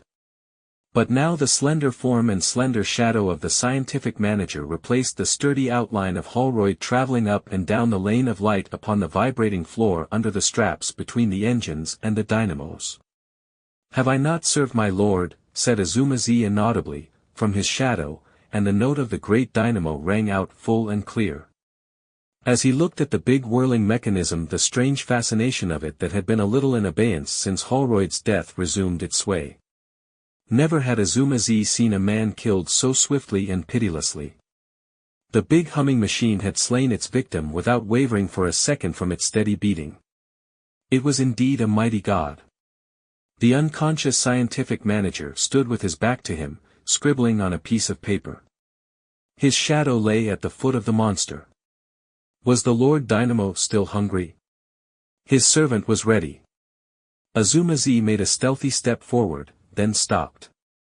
The scientific manager suddenly ceased his writing, walked down the shed to the endmost of the dynamos, and began to examine the brushes. Azuma-zi hesitated, and then slipped across noiselessly into the shadow by the switch. There he waited. Presently the manager's footsteps could be heard returning. He stopped in his old position, unconscious of the stoker crouching 10 feet away from him. Then the big dynamo suddenly fizzled, and in another moment Azuma-zi had sprung out of the darkness upon him. First, the scientific manager was gripped round the body and swung towards the big dynamo, then, kicking with his knee and forcing his antagonist's head down with his hands, he loosened the grip on his waist and swung round away from the machine. Then the black grasped him again, putting a curly head against his chest, and they swayed and panted as it seemed for an age or so. Then the scientific manager was impelled to catch a black ear in his teeth and bite furiously. The black yelled hideously. They rolled over on the floor, and the black, who had apparently slipped from the vice of the teeth or parted with some ear, the scientific manager wondered which at the time, tried to throttle him. The scientific manager was making some ineffectual efforts to claw something with his hands and to kick, when the welcome sound of quick footsteps sounded on the floor. The next moment Azuma-zi had left him and darted towards the big dynamo. There was a splutter amid the roar. The officer of the company who had entered stood staring as Azuma-zi caught the naked terminals in his hands, gave one horrible convulsion, and then hung motionless from the machine, his face violently distorted. "I'm jolly glad you came in when you did," said the scientific manager, still sitting on the floor. He looked at the still quivering figure. "It is not a nice death to die, apparently, but it is quick." The official was still staring at the body. He was a man of slow apprehension. There was a pause. The scientific manager got up on his feet rather awkwardly. He ran his fingers along his collar thoughtfully, and moved his head to and fro several times. "Poor Holroyd. I see now." Then almost mechanically he went towards the switch in the shadow and turned the current into the railway circuit again. As he did so the singed body loosened its grip upon the machine and fell forward on its face. The core of the dynamo roared out loud and clear, and the armature beat the air. So ended prematurely the worship of the dynamo deity, perhaps the most short-lived of all religions. Yet withal it could at least boast a martyrdom and a human sacrifice. Chapter 9. The Moth. Probably you have heard of Hapley, not W.T. Hapley, the son, but the celebrated Hapley, the Hapley of Periplaneta Haplea, Hapley the entomologist. If so you know at least of the great feud between Hapley and Professor Pawkins, though certain of its consequences may be new to you. For those who have not, a word or two of explanation is necessary, which the idle reader may go over with a glancing eye, if his indolence so incline him. It is amazing how very widely diffused is the ignorance of such really important matters as this Hapley-Pawkins feud. Those epoch-making controversies, again, that have convulsed the Geological Society are, I verily believe, almost entirely unknown outside the fellowship of that body. I have heard men of fair general education even refer to the great scenes at these meetings as vestry-meeting squabbles. Yet the great hate of the English and Scotch geologists has lasted now half a century, and has left deep and abundant marks upon the body of the science. And this Hapley-Pawkins business, though perhaps a more personal affair, stirred passions as profound, if not profounder. Your common man has no conception of the zeal that animates a scientific investigator, the fury of contradiction you can arouse in him. It is the odium theologicum in a new form. There are men, for instance, who would gladly burn Professor Ray Lankester at Smithfield for his treatment of the mollusca in the Encyclopedia. That fantastic extension of the cephalopods to cover the pteropods. But I wander from Hapley and Pawkins. It began years and years ago, with a revision of the Microlepidoptera, whatever these may be, by Pawkins, in which he extinguished a new species created by Hapley. Hapley, who was always quarrelsome, replied by a stinging impeachment of the entire classification of Pawkins. A. Pawkins in his rejoinder, B. suggested that Hapley's microscope was as defective as his power of observation, and called him an irresponsible meddler. Hapley was not a professor at that time. Hapley in his retort, C. spoke of blundering collectors, and described, as if inadvertently, Pawkins' revision as a miracle of ineptitude. It was war to the knife. However, it would scarcely interest the reader to detail how these two great men quarreled, and how the split between them widened until from the Microlepidoptera they were at war upon every open question in entomology. There were memorable occasions. At times the Royal Entomological Society meetings resembled nothing so much as the Chamber of Deputies.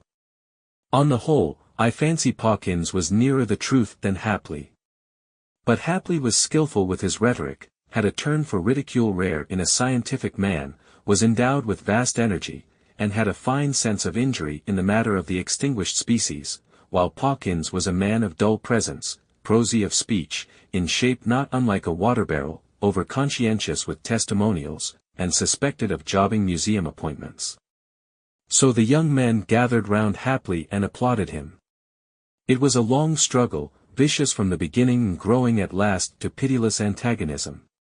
The successive turns of fortune, now an advantage to one side and now to another, now Hapley tormented by some success of Pawkins, and now Pawkins outshone by Hapley, belong rather to the history of entomology than to this story.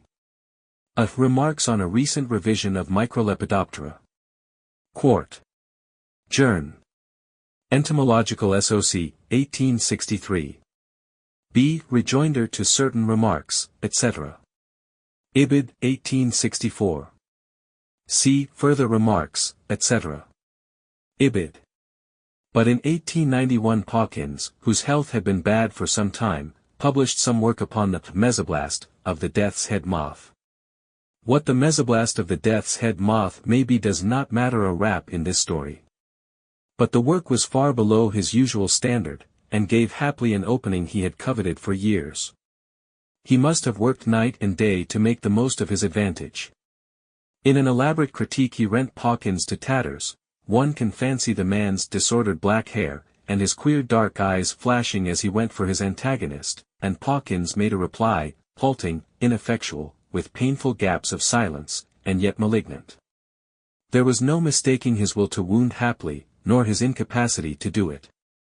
But few of those who heard him, I was absent from that meeting, realized how ill the man was. Hapley got his opponent down, and meant to finish him.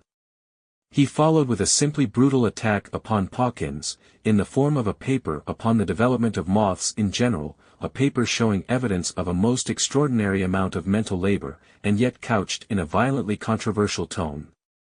Violent as it was, an editorial note witnesses that it was modified. It must have covered Pawkins with shame and confusion of face. It left no loophole, it was murderous in argument, and utterly contemptuous in tone, an awful thing for the declining years of a man's career.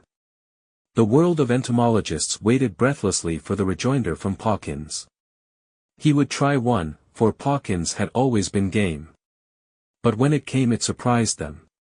For the rejoinder of Pawkins was to catch influenza, proceed to pneumonia, and die. It was perhaps as effectual a reply as he could make under the circumstances, and largely turned the current of feeling against Hapley. The very people who had most gleefully cheered on those gladiators became serious at the consequence. There could be no reasonable doubt the fret of the defeat had contributed to the death of Pawkins. There was a limit even to scientific controversy, said serious people. Another crushing attack was already in the press and appeared on the day before the funeral. I don't think Hapley exerted himself to stop it. People remembered how Hapley had hounded down his rival, and forgot that rival's defects. Scathing satire reads ill over fresh mold. The thing provoked comment in the daily papers. This it was that made me think that you had probably heard of Hapley and this controversy.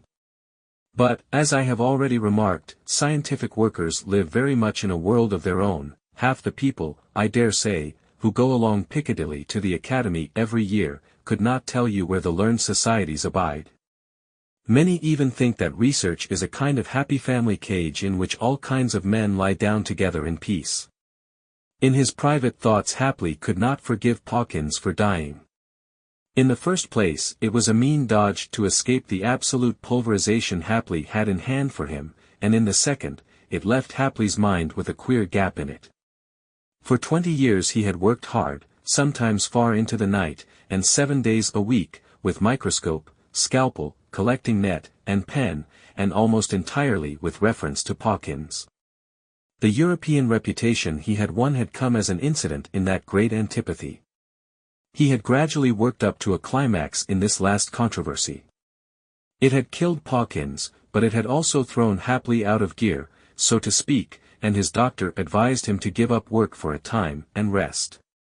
So Hapley went down into a quiet village in Kent, and thought day and night of Pawkins, and good things it was now impossible to say about him.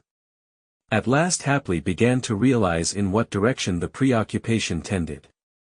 He determined to make a fight for it, and started by trying to read novels.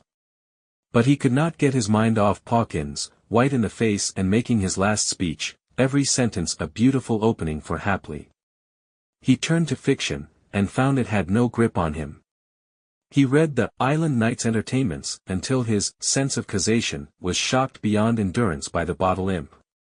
Then he went to Kipling, and found he proved nothing, besides being irreverent and vulgar. These scientific people have their limitations. Then unhappily, he tried Besant's Inner House, and the opening chapter set his mind upon learned societies and Pawkins at once. So Hapley turned to chess, and found it a little more soothing.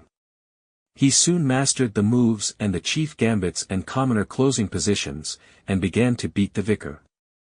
But then the cylindrical contours of the opposite king began to resemble Pawkins standing up and gasping ineffectually against checkmate, and Hapley decided to give up chess.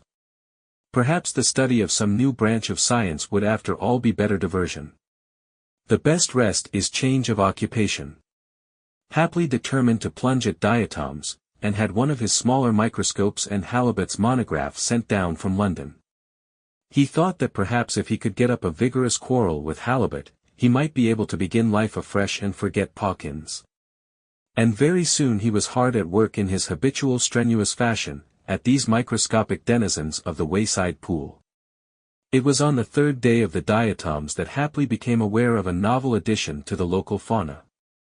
He was working late at the microscope, and the only light in the room was the brilliant little lamp with the special form of green shade. Like all experienced microscopists, he kept both eyes open. It is the only way to avoid excessive fatigue. One eye was over the instrument, and bright and distinct before that was the circular field of the microscope, across which a brown diatom was slowly moving. With the other eye Hapley saw, as it were, without seeing.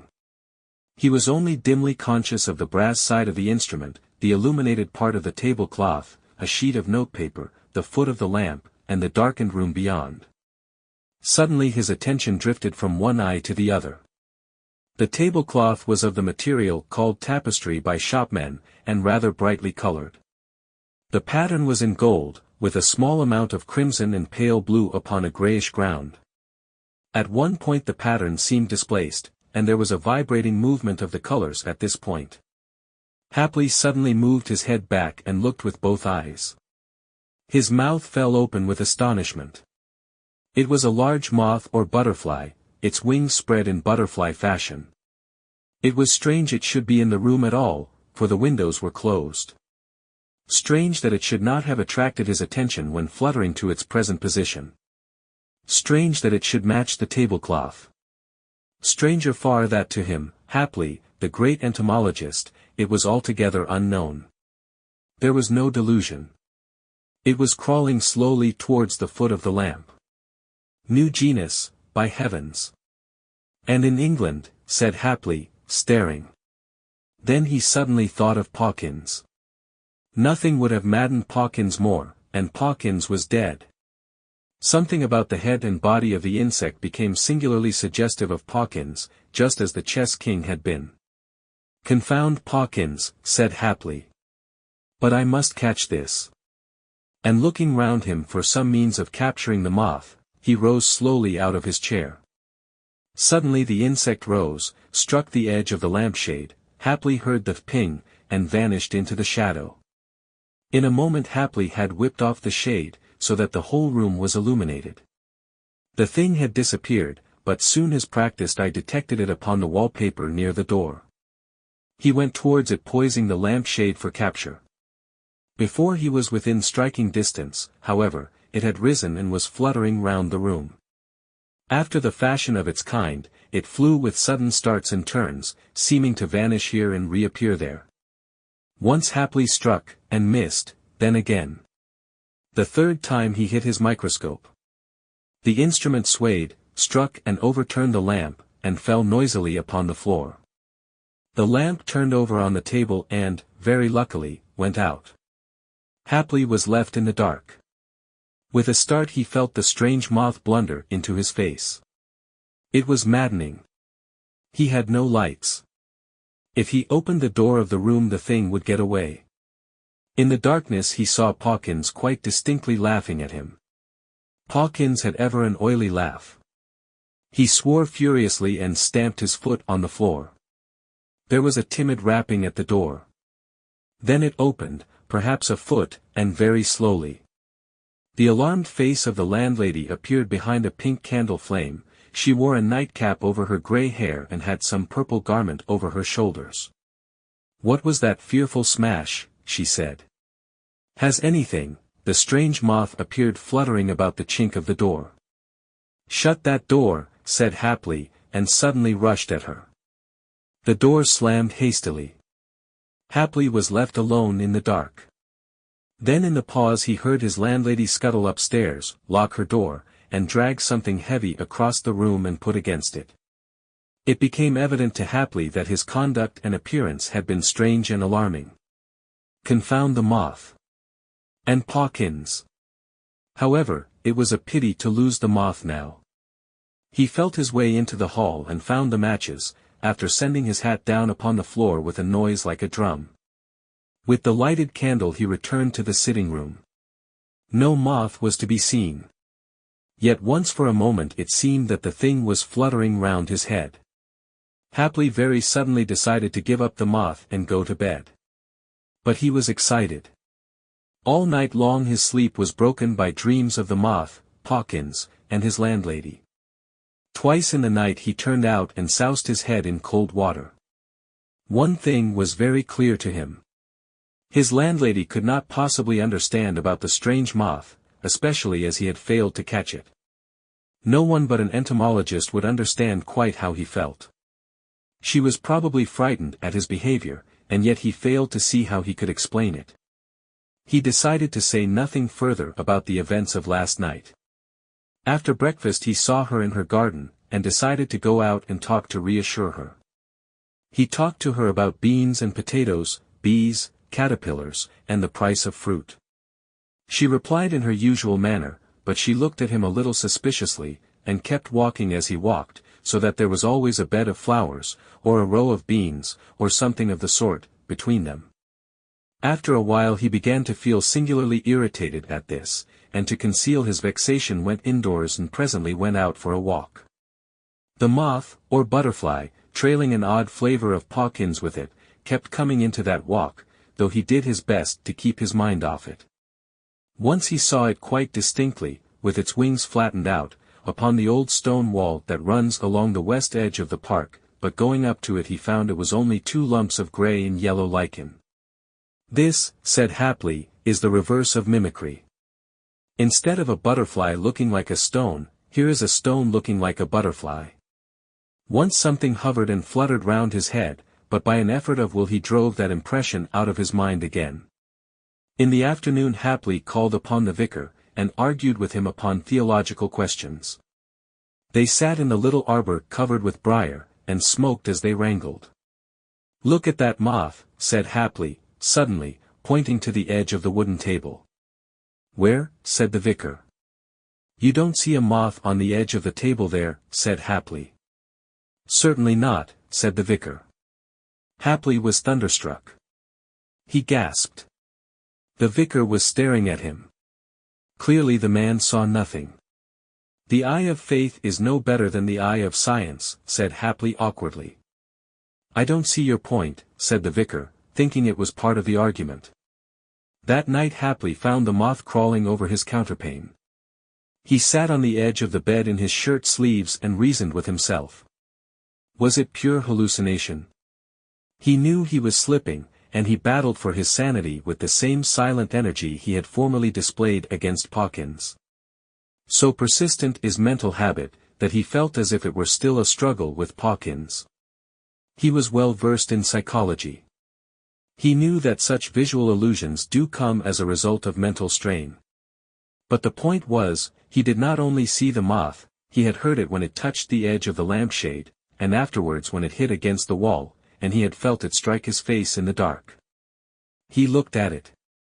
It was not at all dreamlike, but perfectly clear and solid-looking in the candlelight. He saw the hairy body, and the short feathery antennae, the jointed legs, even a place where the down was rubbed from the wing. He suddenly felt angry with himself for being afraid of a little insect. His landlady had got the servant to sleep with her that night, because she was afraid to be alone. In addition, she had locked the door, and put the chest of drawers against it. They listened and talked in whispers after they had gone to bed, but nothing occurred to alarm them. About 11 they had ventured to put the candle out, and had both dozed off to sleep. They woke up with a start, and sat up in bed, listening in the darkness. Then they heard slippered feet going to and fro in Hapley's room. A chair was overturned, and there was a violent dab at the wall. Then a china mantel ornament smashed upon the fender. Suddenly the door of the room opened, and they heard him upon the landing. They clung to one another, listening. He seemed to be dancing upon the staircase.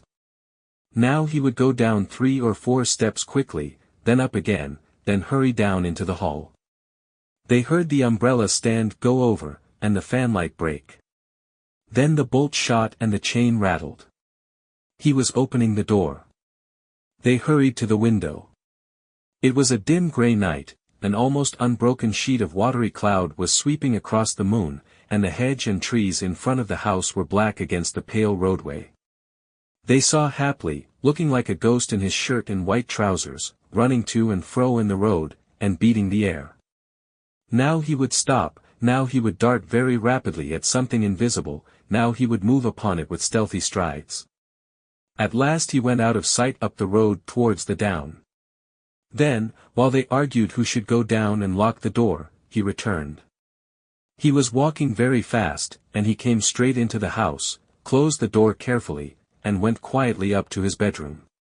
Then everything was silent.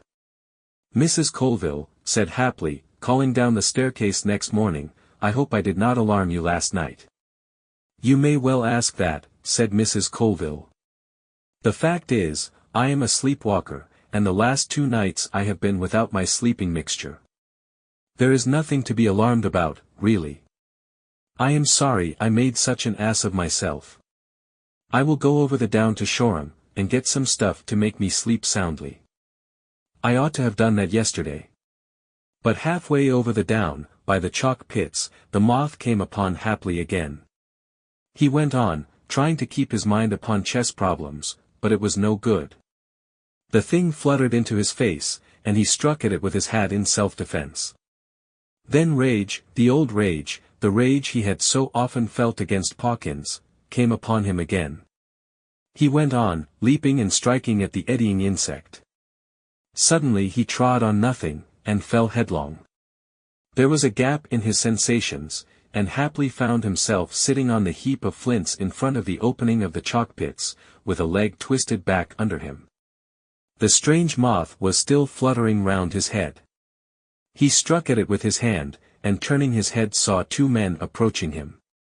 One was the village doctor. It occurred to Hapley that this was lucky. Then it came into his mind with extraordinary vividness, that no one would ever be able to see the strange moth except himself, and that it behoved him to keep silent about it. Late that night, however, after his broken leg was set, he was feverish and forgot his self-restraint. He was lying flat on his bed, and he began to run his eyes round the room to see if the moth was still about.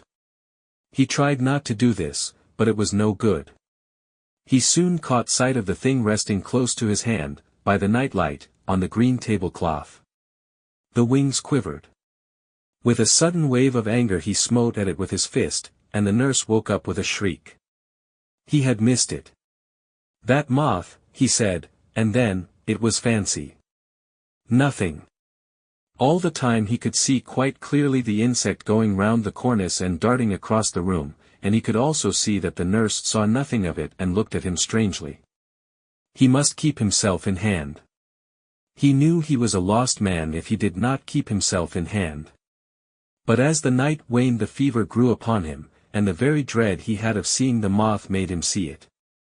About 5, just as the dawn was grey, he tried to get out of bed and catch it, though his leg was afire with pain. The nurse had to struggle with him. On account of this, they tied him down to the bed. At this the moth grew bolder, and once he felt it settle in his hair. Then, because he struck out violently with his arms, they tied these also. At this the moth came and crawled over his face, and haply wept, swore, screamed, prayed for them to take it off him, unavailingly. The doctor was a blockhead, a just qualified general practitioner, and quite ignorant of mental science. He simply said there was no moth. Had he possessed the wit, he might still, perhaps, have saved haply from his fate by entering into his delusion, and covering his face with gauze, as he prayed might be done. But, as I say, the doctor was a blockhead, and until the leg was healed haply was kept tied to his bed, and with the imaginary moth crawling over him. It never left him while he was awake, and it grew to a monster in his dreams. While he was awake he longed for sleep, and from sleep he awoke screaming. So now haply is spending the remainder of his days in a padded room, worried by a moth that no one else can see. The asylum doctor calls it hallucination, but haply, when he is in his easier mood, and can talk, says it is the ghost of Pawkins, and consequently a unique specimen and well worth the trouble of catching. Chapter 10. The Treasure in the Forest. The canoe was now approaching the land. The bay opened out, and a gap in the white surf of the reef marked where the little river ran out to the sea. The thicker and deeper green of the virgin forest showed its course down the distant hill slope. The forest here came close to the beach. Far beyond, dim and almost cloud-like in texture, rose the mountains, like suddenly frozen waves. The sea was still save for an almost imperceptible swell. The sky blazed. The man with the carved paddle stopped. "It should be somewhere here," he said. He shipped the paddle and held his arms out straight before him. The other man had been in the forepart of the canoe, closely scrutinizing the land. He had a sheet of yellow paper on his knee. "Come and look at this, Evans," he said. Both men spoke in low tones, and their lips were hard and dry. The man called Evans came swaying along the canoe until he could look over his companion's shoulder. The paper had the appearance of a rough map. By much folding it was creased and worn to the pitch of separation, and the second man held the discolored fragments together where they had parted. On it one could dimly make out, in almost obliterated pencil, the outline of the bay. "Here," said Evans, "is the reef, and here is the gap." He ran his thumbnail over the chart. "This curved and twisting line is the river, I could do with a drink now, and this star is the place. You see this dotted line," said the man with the map, "it is a straight line, and runs from the opening of the reef to a clump of palm trees. The star comes just where it cuts the river. We must mark the place as we go into the lagoon." "It's queer," said Evans, after a pause, "what these little marks down here are for.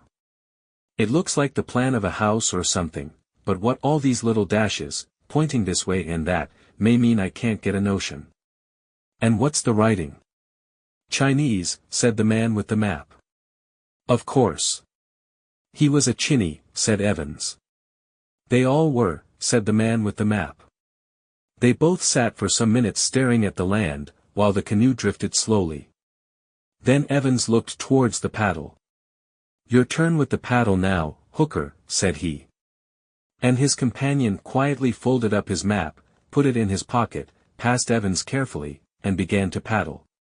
His movements were languid, like those of a man whose strength was nearly exhausted. Evans sat with his eyes half closed, watching the frothy breakwater of the coral creep nearer and nearer. The sky was like a furnace, for the sun was near the zenith. Though they were so near the treasure he did not feel the exaltation he had anticipated.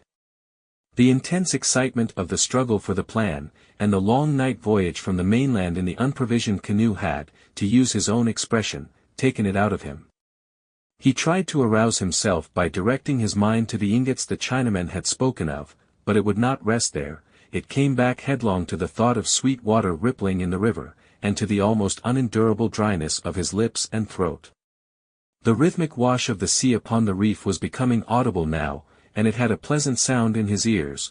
The water washed along the side of the canoe, and the paddle dripped between each stroke. Presently he began to doze. He was still dimly conscious of the island, but a queer dream texture interwove with his sensations. Once again it was the night when he and Hooker had hit upon the Chinaman's secret. He saw the moonlit trees, the little fire burning, and the black figures of the three Chinamen, silvered on one side by moonlight and on the other glowing from the firelight, and heard them talking together in pidgin English, for they came from different provinces. Hooker had caught the drift of their talk first, and had motioned to him to listen. Fragments of the conversation were inaudible, and fragments incomprehensible. A Spanish galleon from the Philippines hopelessly aground, and its treasure buried against the day of return, lay in the background of the story, a shipwrecked crew thinned by disease, a quarrel or so, and the needs of discipline, and at last taking to their boats never to be heard of again. Then Shanghai, only a year since, wandering ashore, had happened upon the ingots hidden for 200 years, had deserted his junk, and reburied them with infinite toil, single-handed but very safe. He laid great stress on the safety, it was a secret of his. Now he wanted help to return and exhume them.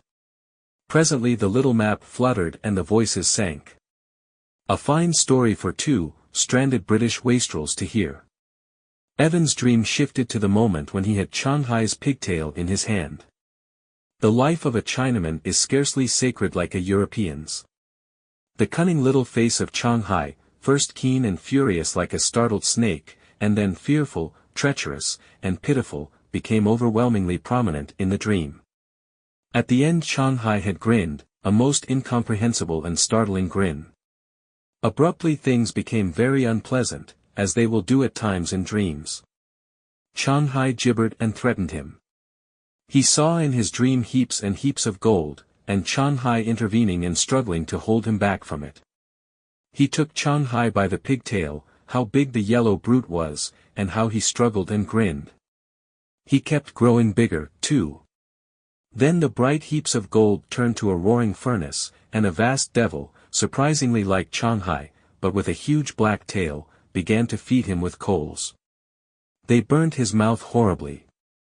Another devil was shouting his name, Evans, Evans, you sleepy fool. Or was it Hooker? He woke up. They were in the mouth of the lagoon. There are the 3 palm trees. It must be in a line with that clump of bushes, said his companion. Mark that. If we go to those bushes and then strike into the bush in a straight line from here, we shall come to it when we come to the stream. They could see now where the mouth of the stream opened out. At the sight of it Evans revived. Hurry up, man, he said, or by heaven I shall have to drink sea water. He gnawed his hand and stared at the gleam of silver among the rocks and green tangle. Presently he turned almost fiercely upon Hooker. Give me the paddle, he said. So they reached the river mouth. A little way up Hooker took some water in the hollow of his hand, tasted it, and spat it out. A little further he tried again. This will do, he said, and they began drinking eagerly. Curse this, said Evans suddenly. It's too slow. And, leaning dangerously over the forepart of the canoe, he began to suck up the water with his lips. Presently they made an end of drinking, and, running the canoe into a little creek, were about to land among the thick growth that overhung the water. We shall have to scramble through this to the beach to find our bushes and get the line to the place, said Evans. We had better paddle round, said Hooker. So they pushed out again into the river and paddled back down it to the sea, and along the shore to the place where the clump of bushes grew. Here they landed, pulled the light canoe far up the beach, and then went up towards the edge of the jungle until they could see the opening of the reef and the bushes in a straight line. Evans had taken a native implement out of the canoe. It was L-shaped, and the transverse piece was armed with polished stone. Hooker carried the paddle. It is straight now in this direction, said he, we must push through this till we strike the stream. Then we must prospect. They pushed through a close tangle of reeds, broad fronds, and young trees, and at first it was toilsome going, but very speedily the trees became larger and the ground beneath them opened out. The blaze of the sunlight was replaced by insensible degrees by cool shadow. The trees became at last vast pillars that rose up to a canopy of greenery far overhead. Dim white flowers hung from their stems, and ropey creepers swung from tree to tree. The shadow deepened. On the ground, blotched fungi and a red-brown incrustation became frequent. Evans shivered. It seems almost cold here after the blaze outside. I hope we are keeping to the straight, said Hooker.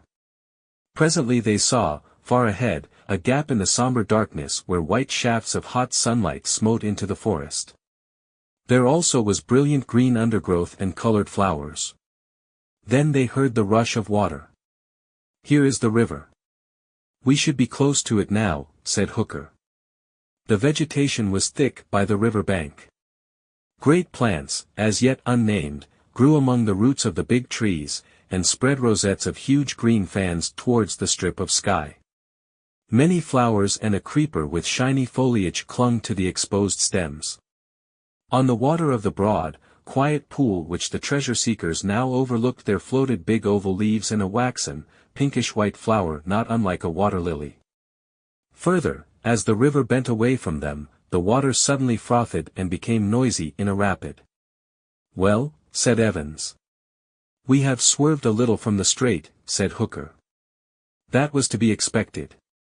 He turned and looked into the dim cool shadows of the silent forest behind them. If we beat a little way up and down the stream we should come to something. You said, began Evans. He said there was a heap of stones, said Hooker. The two men looked at each other for a moment. Let us try a little downstream first, said Evans. They advanced slowly, looking curiously about them. Suddenly Evans stopped. What the devil's that? He said. Hooker followed his finger. Something blue, he said. It had come into view as they topped a gentle swell of the ground. Then he began to distinguish what it was. He advanced suddenly with hasty steps, until the body that belonged to the limp hand and arm had become visible. His grip tightened on the implement he carried. The thing was the figure of a Chinaman lying on his face. The abandon of the pose was unmistakable. The two men drew closer together, and stood staring silently at this ominous dead body. It lay in a clear space among the trees. Nearby was a spade after the Chinese pattern, and further off lay a scattered heap of stones, close to a freshly dug hole. Somebody has been here before, said Hooker, clearing his throat. Then suddenly Evans began to swear and rave, and stamp upon the ground. Hooker turned white but said nothing. He advanced towards the prostrate body. He saw the neck was puffed and purple, and the hands and ankles swollen. "Pa," he said, and suddenly turned away and went towards the excavation. He gave a cry of surprise. He shouted to Evans, who was following him slowly. "You fool! It's all right. It's here still." Then he turned again and looked at the dead Chinaman, and then again at the hole. Evans hurried to the hole. Already half exposed by the ill-fated wretch beside them lay a number of dull yellow bars. He bent down in the hole, and, clearing off the soil with his bare hands, hastily pulled one of the heavy masses out. As he did so a little thorn pricked his hand. He pulled the delicate spike out with his fingers and lifted the ingot. Only gold or lead could weigh like this, he said exultantly. Hooker was still looking at the dead Chinaman. He was puzzled. He stole a march on his friends, he said at last. He came here alone, and some poisonous snake has killed him. I wonder how he found the place. Evans stood with the ingot in his hands. What did a dead Chinaman signify? We shall have to take this stuff to the mainland piecemeal, and bury it there for a while. How shall we get it to the canoe? He took his jacket off and spread it on the ground, and flung 2 or 3 ingots into it. Presently he found that another little thorn had punctured his skin.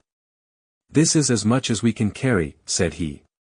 Then suddenly, with a queer rush of irritation, what are you staring at? Hooker turned to him. I can't stand him. He nodded towards the corpse. It's so like. Rubbish, said Evans. All Chinamen are alike. Hooker looked into his face. I'm going to bury that, anyhow, before I lend a hand with this stuff. Don't be a fool, Hooker, said Evans, let that mass of corruption bide. Hooker hesitated, and then his eye went carefully over the brown soil about them. It scares me somehow, he said.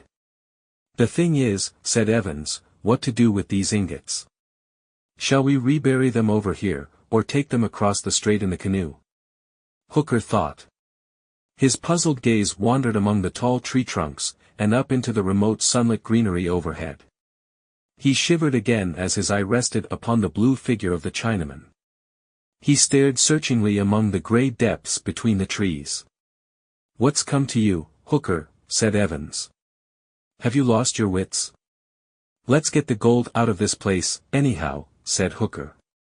He took the ends of the collar of the coat in his hands, and Evans took the opposite corners, and they lifted the mass. Which way, said Evans. To the canoe. It's queer, said Evans, when they had advanced only a few steps, but my arms ache still with that paddling. Curse it, he said. But they ache. I must rest. They let the coat down, Evans' face was white, and little drops of sweat stood out upon his forehead. It's stuffy, somehow, in this forest. Then with an abrupt transition to unreasonable anger, what is the good of waiting here all the day? Lend a hand, I say. You have done nothing but moon since we saw the dead Chinaman. Hooker was looking steadfastly at his companion's face. He helped raise the coat bearing the ingots, and they went forward perhaps 100 yards in silence. Evans began to breathe heavily. Can't you speak, he said.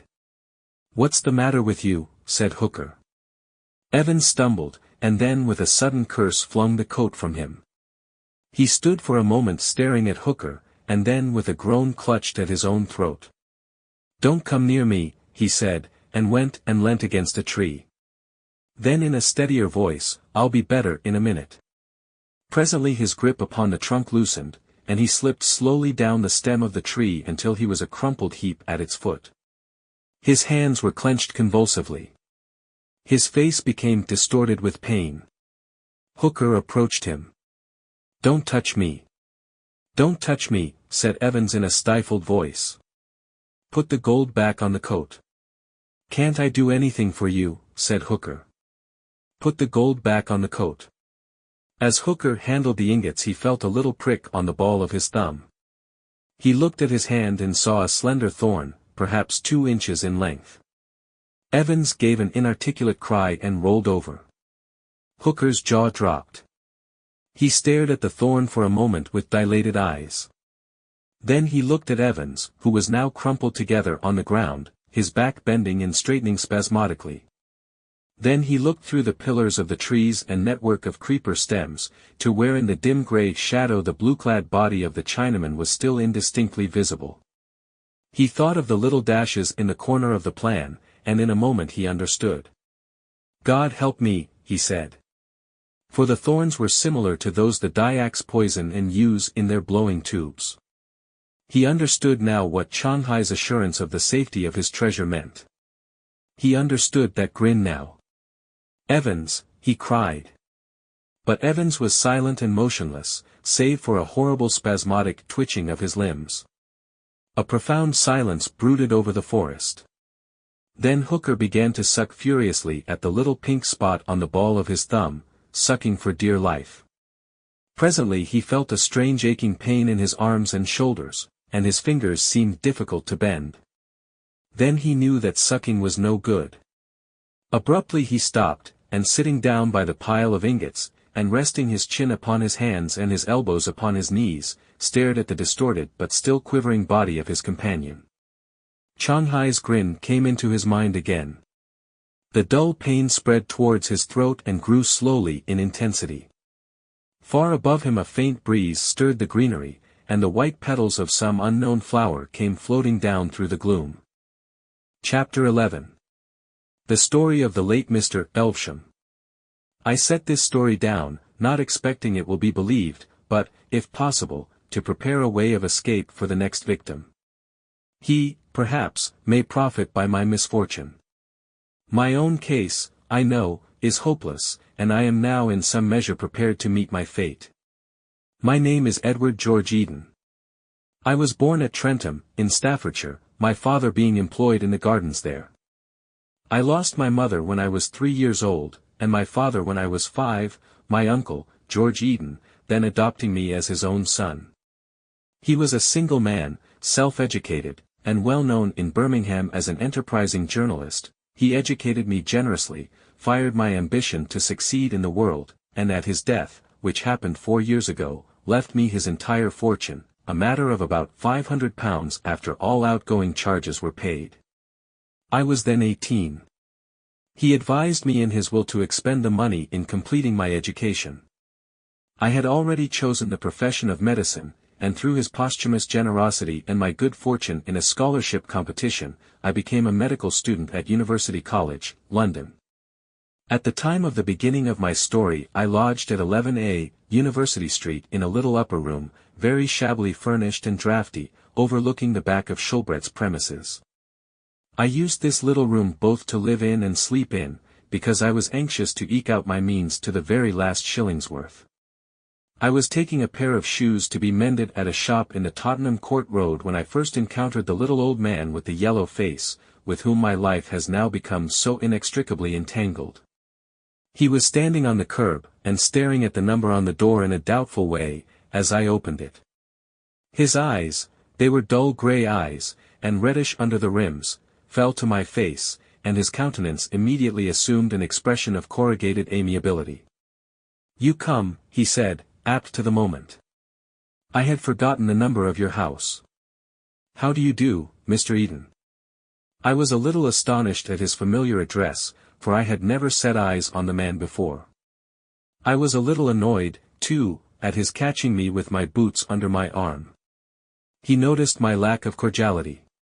"Wonder who the deuce I am, eh?" "A friend, let me assure you. I have seen you before, though you haven't seen me. Is there anywhere where I can talk to you?" I hesitated. The shabbiness of my room upstairs was not a matter for every stranger. "Perhaps," said I, "we might walk down the street." I'm unfortunately prevented. My gesture explained the sentence before I had spoken it. "The very thing," he said, and faced this way, and then that. "The street? Which way shall we go?" I slipped my boots down in the passage. "Look here," he said abruptly, "this business of mine is a rigmarole. Come and lunch with me, Mr. Eden. I'm an old man, a very old man, and not good at explanations, and what with my piping voice and the clatter of the traffic." He laid a persuasive skinny hand that trembled a little upon my arm. I was not so old that an old man might not treat me to a lunch. Yet at the same time I was not altogether pleased by this abrupt invitation. "I had rather," I began.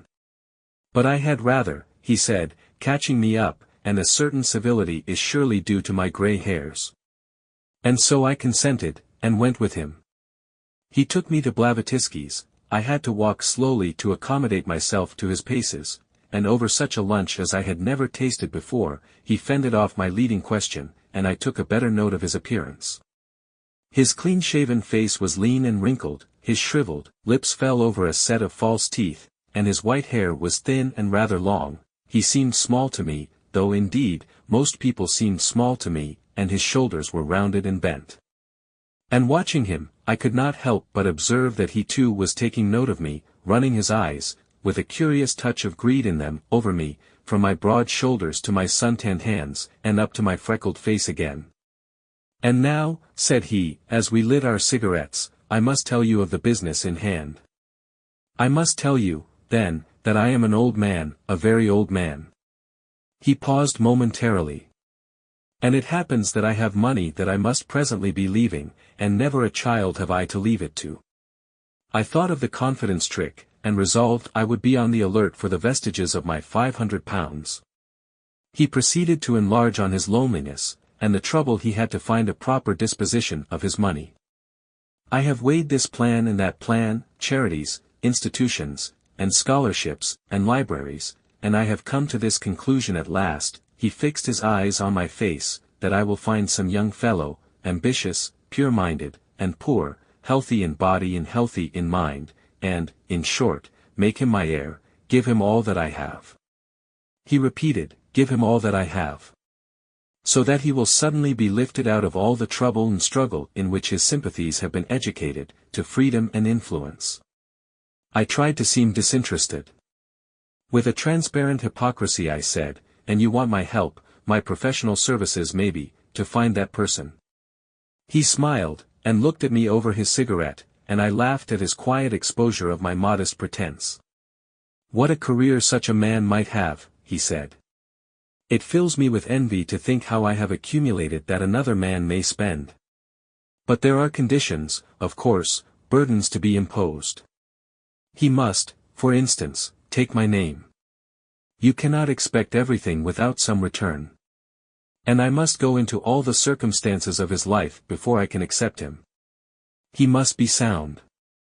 I must know his heredity, how his parents and grandparents died, have the strictest inquiries made into his private morals. This modified my secret congratulations a little. And do I understand, said I, that I... Yes, he said, almost fiercely. You.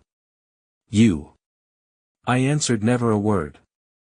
My imagination was dancing wildly, my innate skepticism was useless to modify its transports. There was not a particle of gratitude in my mind, I did not know what to say nor how to say it. But why me in particular? I said at last. He had chanced to hear of me from Professor Haslar, he said, as a typically sound and sane young man, and he wished, as far as possible, to leave his money where health and integrity were assured. That was my first meeting with the little old man. He was mysterious about himself, he would not give his name yet, he said, and after I had answered some questions of his, he left me at the Blavatsky portal. I noticed that he drew a handful of gold coins from his pocket when it came to paying for the lunch. His insistence upon bodily health was curious. In accordance with an arrangement we had made, I applied that day for a life policy in the Loyal Insurance Company for a large sum, and I was exhaustively overhauled by the medical advisors of that company in the subsequent week.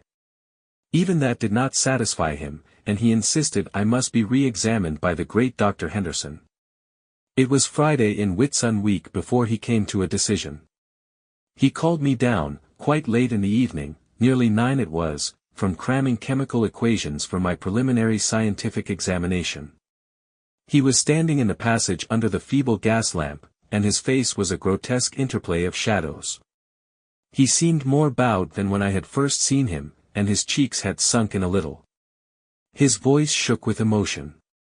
Everything is satisfactory, Mr. Eden, he said. Everything is quite satisfactory.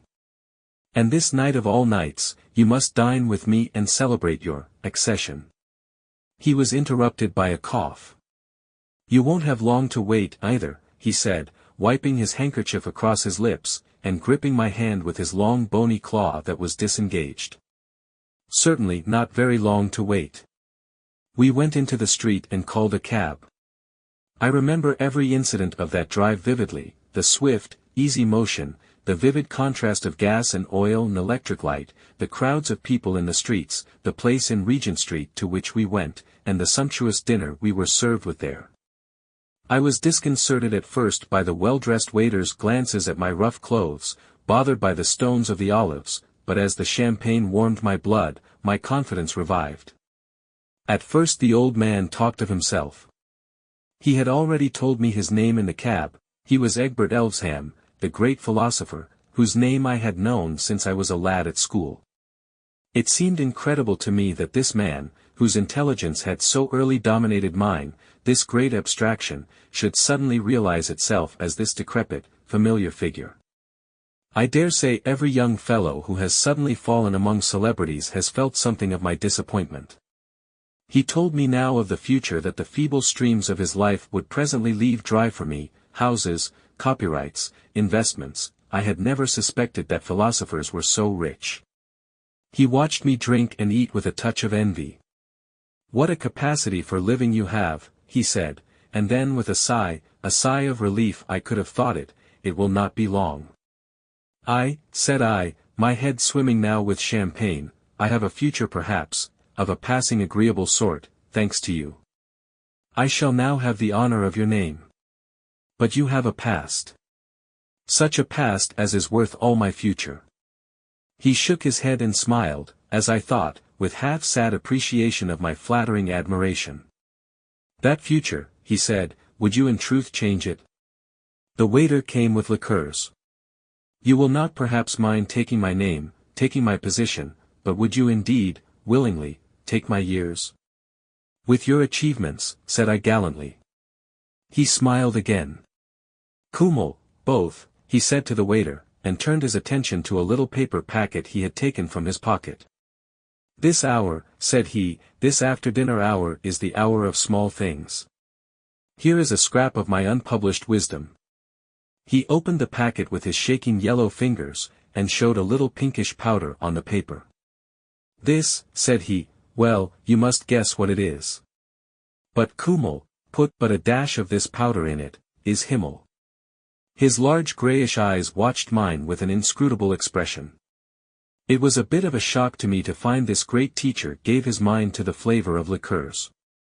However, I feigned an interest in his weakness, for I was drunk enough for such small sycophancy. He parted the powder between the little glasses, and, rising suddenly, with a strange unexpected dignity, held out his hand towards me. I imitated his action, and the glasses rang. To a quick succession, said he, and raised his glass towards his lips. Not that, I said hastily. Not that. He paused with the liqueur at the level of his chin, and his eyes blazing into mine. To a long life, said I. He hesitated. To a long life, said he, with a sudden bark of laughter, and with eyes fixed on one another we tilted the little glasses. His eyes looked straight into mine, and as I drained the stuff off, I felt a curiously intense sensation. The first touch of it set my brain in a furious tumult. I seemed to feel an actual physical stirring in my skull, and a seething humming filled my ears. I did not notice the flavor in my mouth, the aroma that filled my throat, I saw only the grey intensity of his gaze that burnt into mine. The draught, the mental confusion, the noise and stirring in my head, seemed to last an interminable time. Curious vague impressions of half-forgotten things danced and vanished on the edge of my consciousness. At last he broke the spell. With a sudden explosive sigh he put down his glass. Well, he said. It's glorious, said I, though I had not tasted the stuff. My head was spinning. I sat down. My brain was chaos. Then my perception grew clear and minute as though I saw things in a concave mirror. His manner seemed to have changed into something nervous and hasty. He pulled out his watch and grimaced at it. 11:07. And tonight I must, 7:25. Waterloo. I must go at once. He called for the bill, and struggled with his coat. Officious waiters came to our assistance. In another moment I was wishing him good-bye, over the apron of a cab, and still with an absurd feeling of minute distinctness, as though, how can I express it, I not only saw but felt through an inverted opera-glass. That stuff, he said. He put his hand to his forehead. I ought not to have given it to you. It will make your head split tomorrow. Wait a minute. Here. He handed me out a little flat thing like a Sedlitz's powder. Take that in water as you are going to bed. The other thing was a drug. Not till you're ready to go to bed, mind. It will clear your head. That's all. One more shake, Futurus. I gripped his shriveled claw. Goodbye, he said, and by the droop of his eyelids I judged he too was a little under the influence of that brain-twisting cordial. He recollected something else with a start, felt in his breast pocket, and produced another packet, this time a cylinder the size and shape of a shaving stick. Here, said he. I'd almost forgotten. Don't open this until I come tomorrow, but take it now. It was so heavy that I well nigh dropped it. All re, said I, and he grinned at me through the cab window as the cabman flicked his horse into wakefulness. It was a white packet he had given me, with red seals at either end and along its edge. "If this isn't money," said I, "it's platinum or lead." I stuck it with elaborate care into my pocket, and with a whirling brain walked home through the Regent Street loiterers and the dark back streets beyond Portland Road. I remember the sensations of that walk very vividly, strange as they were. I was still so far myself that I could notice my strange mental state, and wonder whether this stuff I had had was opium, a drug beyond my experience. It is hard now to describe the peculiarity of my mental strangeness. Mental doubling vaguely expresses it. As I was walking up Regent Street I found in my mind a queer persuasion that it was Waterloo Station, and had an odd impulse to get into the Polytechnic as a man might get into a train. I put a knuckle in my eye, and it was Regent Street. How can I express it? You see a skillful actor looking quietly at you, he pulls a grimace, and lo, another person. Is it too extravagant if I tell you that it seemed to me as if Regent Street had, for the moment, done that? Then, being persuaded it was Regent Street again, I was oddly muddled about some fantastic reminiscences that cropped up. 30 years ago, thought I, it was here that I quarreled with my brother. Then I burst out laughing, to the astonishment and encouragement of a group of night prowlers. 30 years ago I did not exist, and never in my life had I boasted a brother. The stuff was surely liquid folly, for the poignant regret for that lost brother still clung to me. Along Portland Road the madness took another turn. I began to recall vanished shops, and to compare the street with what it used to be. Confused, troubled thinking is comprehensible enough after the drink I had taken, but what puzzled me were these curiously vivid phantasm memories that had crept into my mind, and not only the memories that had crept in, but also the memories that had slipped out. I stopped opposite Stevens, the natural history dealer's, and cudgelled my brains to think what he had to do with me. A bus went by, and sounded exactly like the rumbling of a train. I seemed to be dipping into some dark, remote pit for the recollection. "Of course," said I, at last, "he has promised me 3 frogs tomorrow. Odd I should have forgotten. Do they still show children dissolving views? In those I remember one view would begin like a faint ghost, and grow and oust another. In just that way it seemed to me that a ghostly set of new sensations was struggling with those of my ordinary self. I went on through Euston Road to Tottenham Court Road, puzzled, and a little frightened, and scarcely noticed the unusual way I was taking, for commonly I used to cut through the intervening network of back streets. I turned into University Street, to discover that I had forgotten my number. Only by a strong effort did I recall 11A, and even then it seemed to me that it was a thing some forgotten person had told me. I tried to steady my mind by recalling the incidents of the dinner, and for the life of me I could conjure up no picture of my host's face. I saw him only as a shadowy outline, as one might see oneself reflected in a window through which one was looking. In his place, however, I had a curious exterior vision of myself, sitting at a table, flushed, bright-eyed, and talkative. "I must take this other powder," said I, "this is getting impossible." I tried the wrong side of the hall for my candle and the matches, and had a doubt of which landing my room might be on. "I'm drunk," I said, "that's certain," and blundered needlessly on the staircase to sustain the proposition. At the first glance my room seemed unfamiliar. "What rot!" I said, and stared about me. I seemed to bring myself back by the effort, and the odd phantasmal quality passed into the concrete familiar. There was the old glass still, with my notes on the albumen stuck in the corner of the frame, my old everyday suit of clothes pitched about the floor. And yet it was not so real after all. I felt an idiotic persuasion trying to creep into my mind, as it were, that I was in a railway carriage in a train just stopping, that I was peering out of the window at some unknown station. I gripped the bedrail firmly to reassure myself. "It's clairvoyance, perhaps," I said. "I must write to the Psychical Research Society." I put the rouleau on my dressing table, sat on my bed, and began to take off my boots. It was as if the picture of my present sensations was painted over some other picture that was trying to show through. "Curse it," said I, my wits are going, or am I in two places at once? Half undressed, I tossed the powder into a glass and drank it off. It effervesced, and became a fluorescent amber color. Before I was in bed my mind was already tranquilized. I felt the pillow at my cheek, and thereupon I must have fallen asleep. I awoke abruptly out of a dream of strange beasts, and found myself lying on my back. Probably everyone knows that dismal, emotional dream from which one escapes, awake indeed, but strangely cowed. There was a curious taste in my mouth, a tired feeling in my limbs, a sense of cutaneous discomfort. I lay with my head motionless on my pillow, expecting that my feeling of strangeness and terror would pass away, and that I should then doze off again to sleep. But instead of that, my uncanny sensations increased. At first I could perceive nothing wrong about me. There was a faint light in the room, so faint that it was the very next thing to darkness, and the furniture stood out in it as vague blots of absolute darkness. I stared with my eyes just over the bedclothes.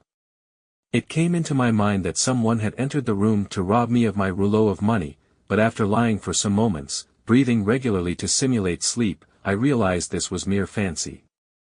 Nevertheless, the uneasy assurance of something wrong kept fast hold of me. With an effort I raised my head from the pillow, and peered about me at the dark. What it was I could not conceive. I looked at the dim shapes around me, the greater and lesser darknesses that indicated curtains, table, fireplace, bookshelves, and so forth. Then I began to perceive something unfamiliar in the forms of the darkness. Had the bed turned round?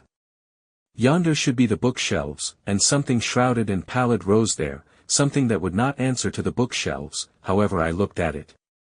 It was far too big to be my shirt thrown on a chair. Overcoming a childish terror, I threw back the bedclothes and thrust my leg out of bed.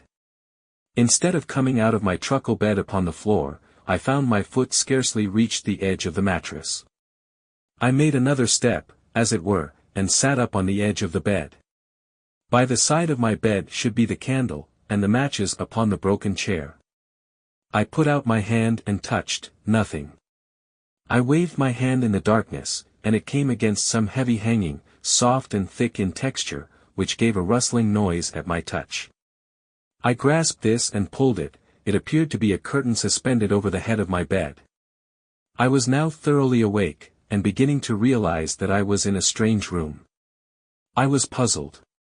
I tried to recall the overnight circumstances, and I found them now, curiously enough, vivid in my memory: the supper, my reception of the little packages, my wonder whether I was intoxicated, my slow undressing, the coolness to my flushed face of my pillow. I felt a sudden distrust. Was that last night, or the night before? At any rate, this room was strange to me, and I could not imagine how I had got into it.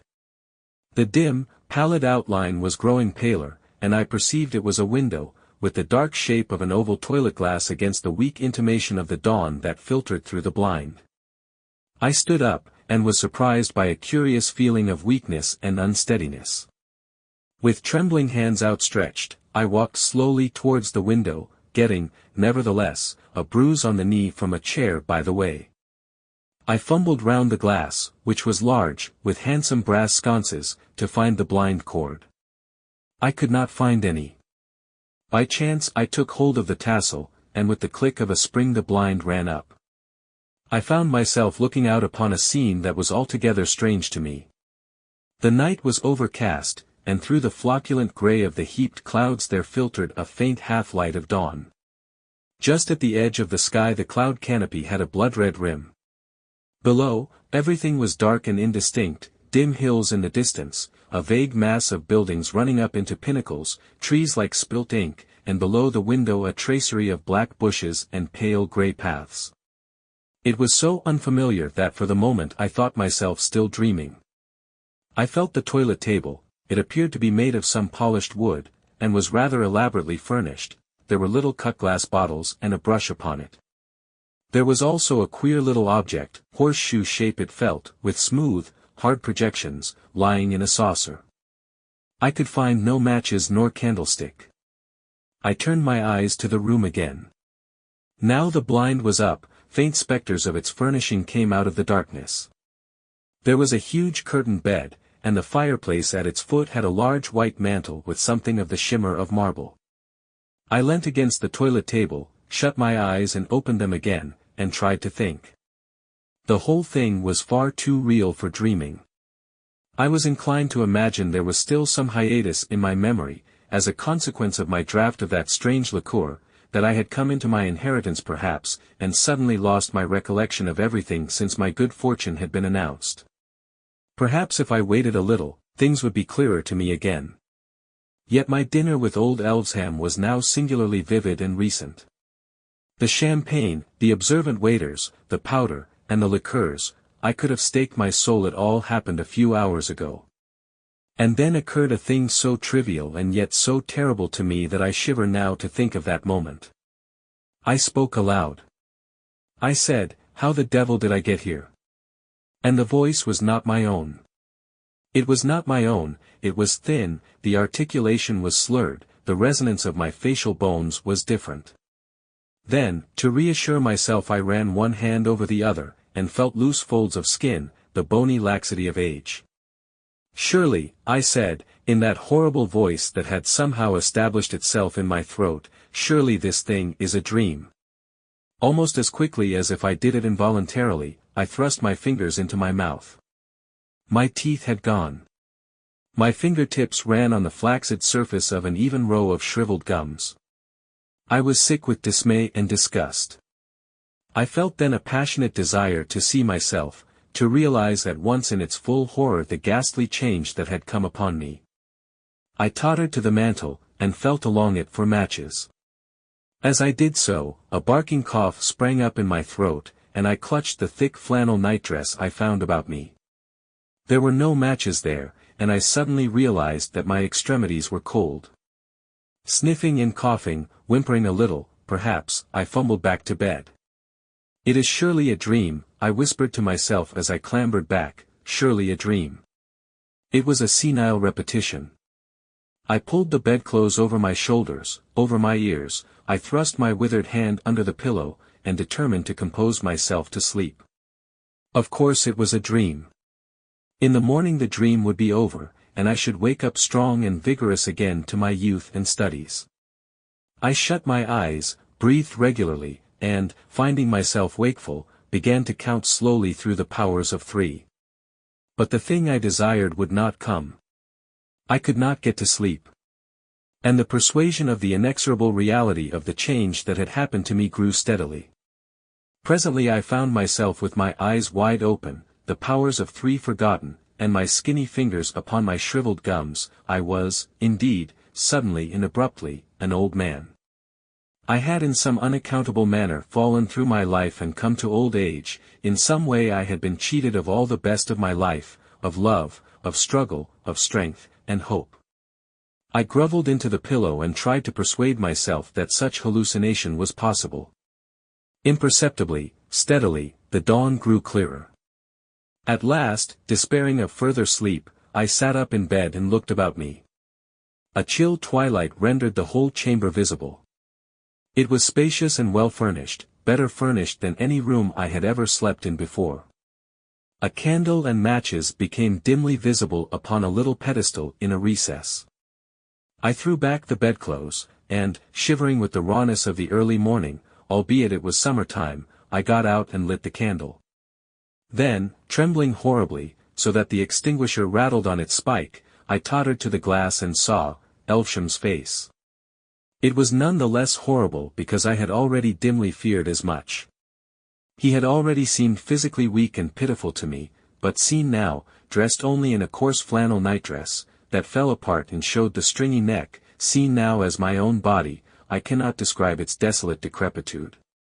The hollow cheeks, the straggling tail of dirty grey hair, the rheumy bleared eyes, the quivering, shriveled lips, the lower displaying a gleam of the pink interior lining, and those horrible dark gums showing. You who are mind and body together, at your natural years, cannot imagine what this fiendish imprisonment meant to me. To be young and full of the desire and energy of youth, and to be caught, and presently to be crushed in this tottering ruin of a body. But I wander from the course of my story. For some time I must have been stunned at this change that had come upon me. It was daylight when I did so far gather myself together as to think. In some inexplicable way I had been changed, though how, short of magic, the thing had been done, I could not say. And as I thought, the diabolical ingenuity of Elvesham came home to me. It seemed plain to me that as I found myself in his, so he must be in possession of my body, of my strength, that is, and my future. But how to prove it? Then, as I thought, the thing became so incredible, even to me, that my mind reeled, and I had to pinch myself, to feel my toothless gums, to see myself in the glass, and touch the things about me, before I could steady myself to face the facts again. Was all life hallucination? Was I indeed Elvesham, and he me? Had I been dreaming of Eden overnight? Was there any Eden? But if I was Elvesham, I should remember where I was on the previous morning, the name of the town in which I lived, what happened before the dream began. I struggled with my thoughts. I recalled the queer doubleness of my memories overnight. But now my mind was clear. Not the ghost of any memories but those proper to Eden could I raise. This way lies insanity. I cried in my piping voice. I staggered to my feet, dragged my feeble, heavy limbs to the wash-hand stand, and plunged my grey head into a basin of cold water. Then, toweling myself, I tried again. It was no good. I felt beyond all question that I was indeed Eden, not Elvesham. But Eden in Elvesham's body. Had I been a man of any other age, I might have given myself up to my fate as one enchanted. But in these skeptical days miracles do not pass current. Here was some trick of psychology. What a drug and a steady stare could do, a drug and a steady stare, or some similar treatment, could surely undo. Men have lost their memories before. But to exchange memories as one does umbrellas. I laughed. Alas! Not a healthy laugh, but a wheezing, senile titter. I could have fancied old Elvesham laughing at my plight, and a gust of petulant anger, unusual to me, swept across my feelings. I began dressing eagerly in the clothes I found lying about on the floor, and only realized when I was dressed that it was an evening suit I had assumed. I opened the wardrobe and found some more ordinary clothes, a pair of plaid trousers, and an old-fashioned dressing gown. I put a venerable smoking cap on my venerable head, and, coughing a little from my exertions, tottered out upon the landing. It was then, perhaps, 6:15, and the blinds were closely drawn and the house quite silent. The landing was a spacious one, a broad, richly carpeted staircase went down into the darkness of the hall below, and before me a door ajar showed me a writing desk, a revolving bookcase, the back of a study chair, and a fine array of bound books, shelf upon shelf. My study, I mumbled, and walked across the landing. Then at the sound of my voice a thought struck me, and I went back to the bedroom and put in a set of false teeth. They slipped in with the ease of old habit. "That's better," said I, gnashing them, and so returned to the study. The drawers of the writing desk were locked. Its revolving top was also locked. I could see no indications of the keys, and there were none in the pockets of my trousers. I shuffled back at once to the bedroom, and went through the dress suit, and afterwards the pockets of all the garments I could find. I was very eager, and one might have imagined that burglars had been at work, to see my room when I had done. Not only were there no keys to be found, but not a coin, nor a scrap of paper, save only the receipted bill of the overnight dinner. A curious weariness asserted itself. I sat down and stared at the garments flung here and there, their pockets turned inside out. My first frenzy had already flickered out. Every moment I was beginning to realize the immense intelligence of the plans of my enemy, to see more and more clearly the hopelessness of my position. With an effort I rose and hurried hobbling into the study again. On the staircase was a housemaid pulling up the blinds. She stared, I think, at the expression of my face. I shut the door of the study behind me, and, seizing a poker, began an attack upon the desk. That is how they found me. The cover of the desk was split, the lock smashed, the letters torn out of the pigeonholes, and tossed about the room.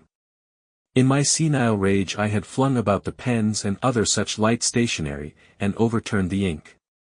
Moreover, a large vase upon the mantel had got broken, I do not know how. I could find no cheque-book, no money, no indications of the slightest use for the recovery of my body. I was battering madly at the drawers, when the butler, backed by 2 women servants, intruded upon me. That simply is the story of my change. No one will believe my frantic assertions. I am treated as one demented, and even at this moment I am under restraint. But I am sane, absolutely sane, and to prove it I have sat down to write this story minutely as the things happened to me. I appeal to the reader, whether there is any trace of insanity in the style or method of the story he has been reading. I am a young man locked away in an old man's body. But the clear fact is incredible to everyone. Naturally I appear demented to those who will not believe this, naturally I do not know the names of my secretaries, of the doctors who come to see me, of my servants and neighbors, of this town, wherever it is, where I find myself. Naturally I lose myself in my own house, and suffer inconveniences of every sort. Naturally I ask the oddest questions. Naturally I weep and cry out, and have paroxysms of despair. I have no money and no cheque-book. The bank will not recognize my signature, for I suppose that, allowing for the feeble muscles I now have, my handwriting is still Eden's. These people about me will not let me go to the bank personally. It seems, indeed, that there is no bank in this town, and that I have an account in some part of London. It seems that Elvesham kept the name of his solicitor secret from all his household. I can ascertain nothing. Elvesham was, of course, a profound student of mental science, and all my declarations of the facts of the case merely confirm the theory that my insanity is the outcome of overmuch brooding upon psychology. Dreams of the personal identity indeed. 2 days ago I was a healthy youngster, with all life before me, now I am a furious old man, unkempt, and desperate, and miserable, prowling about a great, luxurious, strange house, watched, feared, and avoided as a lunatic by everyone about me. And in London is Elvesham beginning life again in a vigorous body, and with all the accumulated knowledge and wisdom of 70. He has stolen my life. What has happened I do not clearly know. In the study are volumes of manuscript notes referring chiefly to the psychology of memory, and parts of what may be either calculations or ciphers in symbols absolutely strange to me. In some passages there are indications that he was also occupied with the philosophy of mathematics. I take it he has transferred the whole of his memories, the accumulation that makes up his personality, from this old withered brain of his to mine, and, similarly, that he has transferred mine to his discarded tenement. Practically, that is, he has changed bodies. But how such a change may be possible is without the range of my philosophy. I have been a materialist for all my thinking life, but here, suddenly, is a clear case of man's detachability from matter. One desperate experiment I am about to try. I sit writing here before putting the matter to issue. This morning, with the help of a table knife that I had secreted at breakfast, I succeeded in breaking open a fairly obvious secret drawer in this wrecked writing desk. I discovered nothing save a little green glass phial containing a white powder. Round the neck of the phial was a label, and thereon was written this one word, release. This may be, is most probably, poison. I can understand Elvesham placing poison in my way, and I should be sure that it was his intention so to get rid of the only living witness against him, were it not for this careful concealment. The man has practically solved the problem of immortality. Save for the spite of chance, he will live in my body until it has aged, and then, again, throwing that aside, he will assume some other victim's youth and strength. When one remembers his heartlessness, it is terrible to think of the ever-growing experience that. How long has he been leaping from body to body? But I tire of writing. The powder appears to be soluble in water. The taste is not unpleasant. There the narrative found upon Mr. Elvesham's desk ends. His dead body lay between the desk and the chair. The latter had been pushed back, probably by his last convulsions. The story was written in pencil and in a crazy hand, quite unlike his usual minute characters. There remain only 2 curious facts to record. Indisputably there was some connection between Eden and Elvesham, since the whole of Elvesham's property was bequeathed to the young man. But he never inherited. When Elvesham committed suicide, Eden was, strangely enough, already dead. 24 hours before, he had been knocked down by a cab and killed instantly, at the crowded crossing at the intersection of Gower Street and Euston Road. So that the only human being who could have thrown light upon this fantastic narrative is beyond the reach of questions. Without further comment I leave this extraordinary matter to the reader's individual judgment. Chapter 12. Under the Knife. What if I die under it? The thought recurred again and again, as I walked home from Hatton's. It was a purely personal question. I was spared the deep anxieties of a married man, and I knew there were few of my intimate friends but would find my death troublesome chiefly on account of their duty of regret. I was surprised indeed, and perhaps a little humiliated, as I turned the matter over, to think how few could possibly exceed the conventional requirement.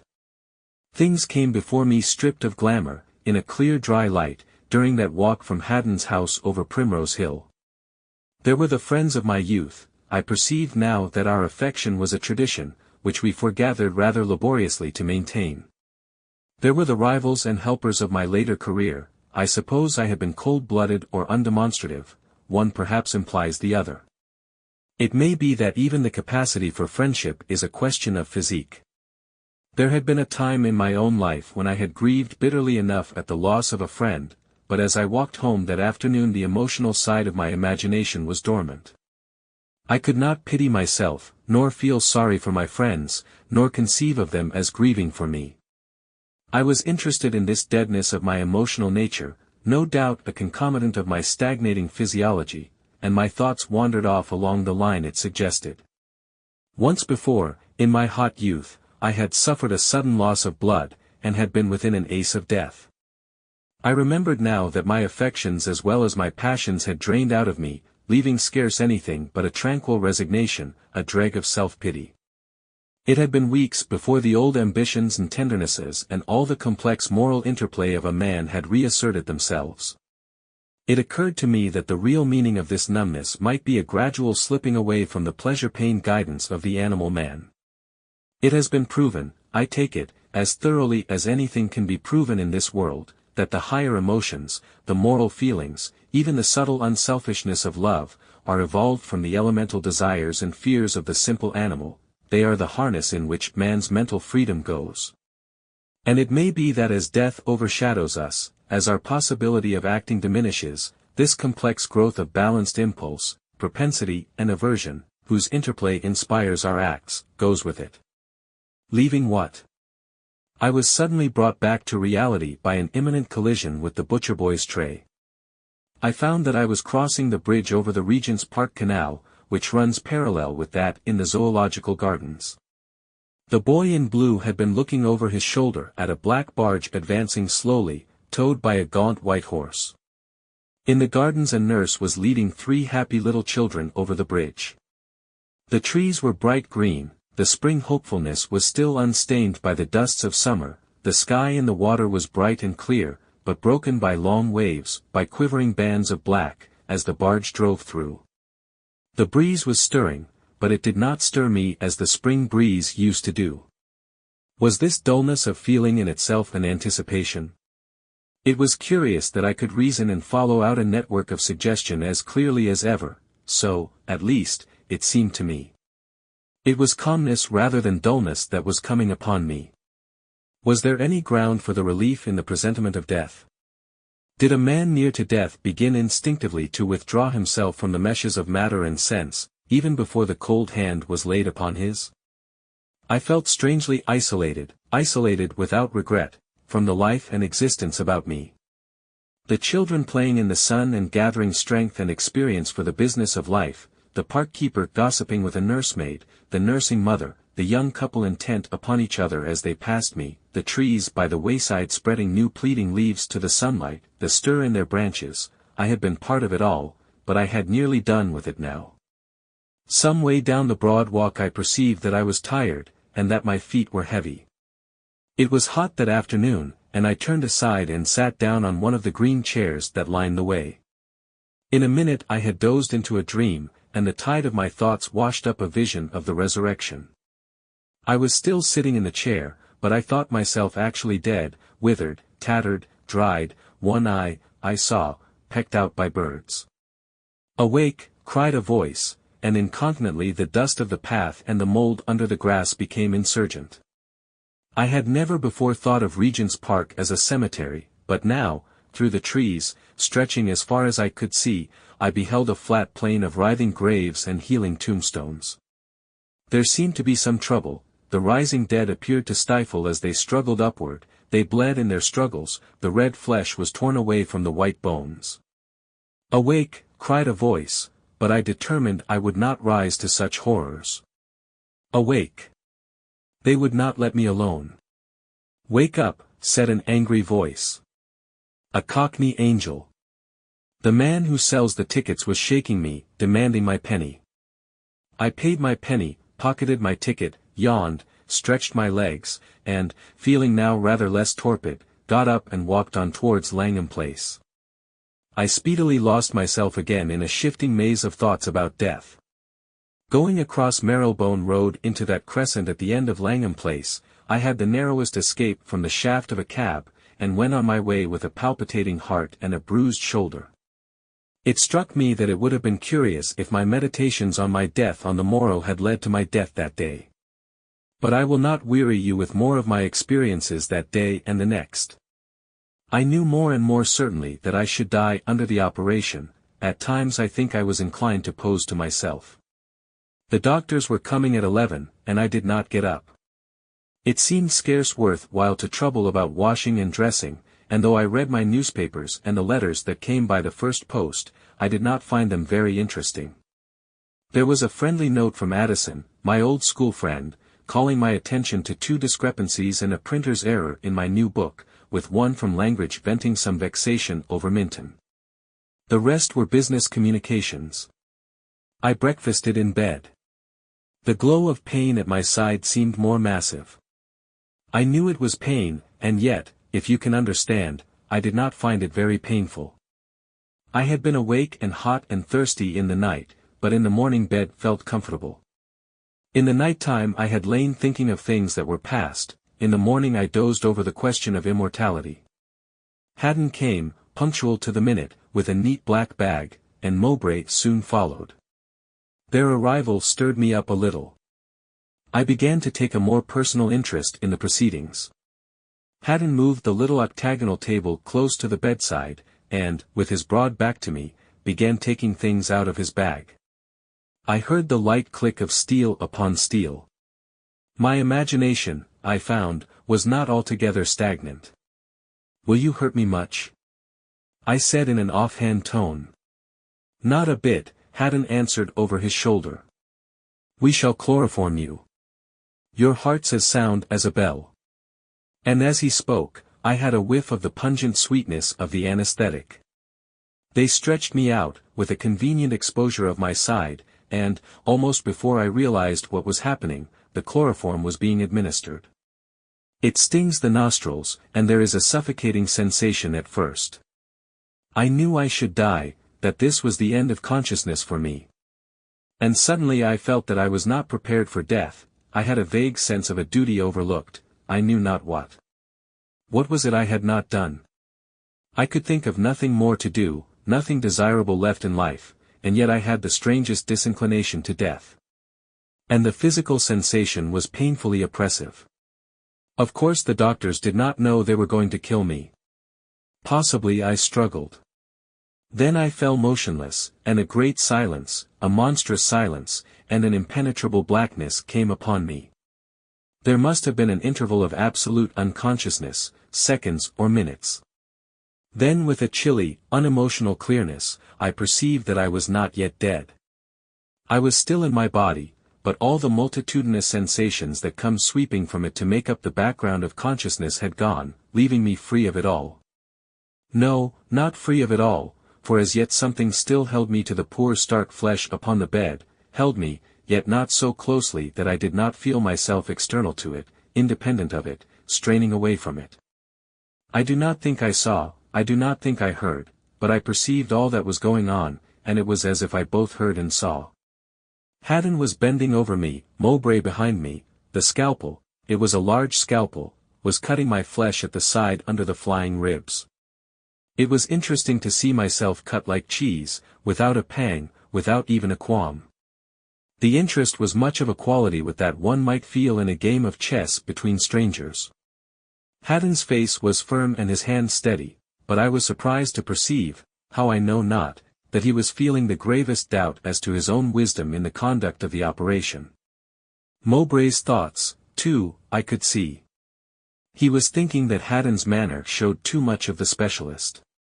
New suggestions came up like bubbles through a stream of frothing meditation, and burst one after another in the little bright spot of his consciousness. He could not help noticing and admiring Haddon's swift dexterity, in spite of his envious quality and his disposition to detract. I saw my liver exposed. I was puzzled at my own condition. I did not feel that I was dead, but I was different in some way from my living self. The grey depression, that had weighed on me for a year or more and colored all my thoughts, was gone. I perceived and thought without any emotional tint at all. I wondered if everyone perceived things in this way under chloroform, and forgot it again when he came out of it. It would be inconvenient to look into some heads, and not forget. Although I did not think that I was dead, I still perceived quite clearly that I was soon to die. This brought me back to the consideration of Haddon's proceedings. I looked into his mind, and saw that he was afraid of cutting a branch of the portal vein. My attention was distracted from details by the curious changes going on in his mind. His consciousness was like the quivering little spot of light which is thrown by the mirror of a galvanometer. His thoughts ran under it like a stream, some through the focus bright and distinct, some shadowy in the half-light of the edge.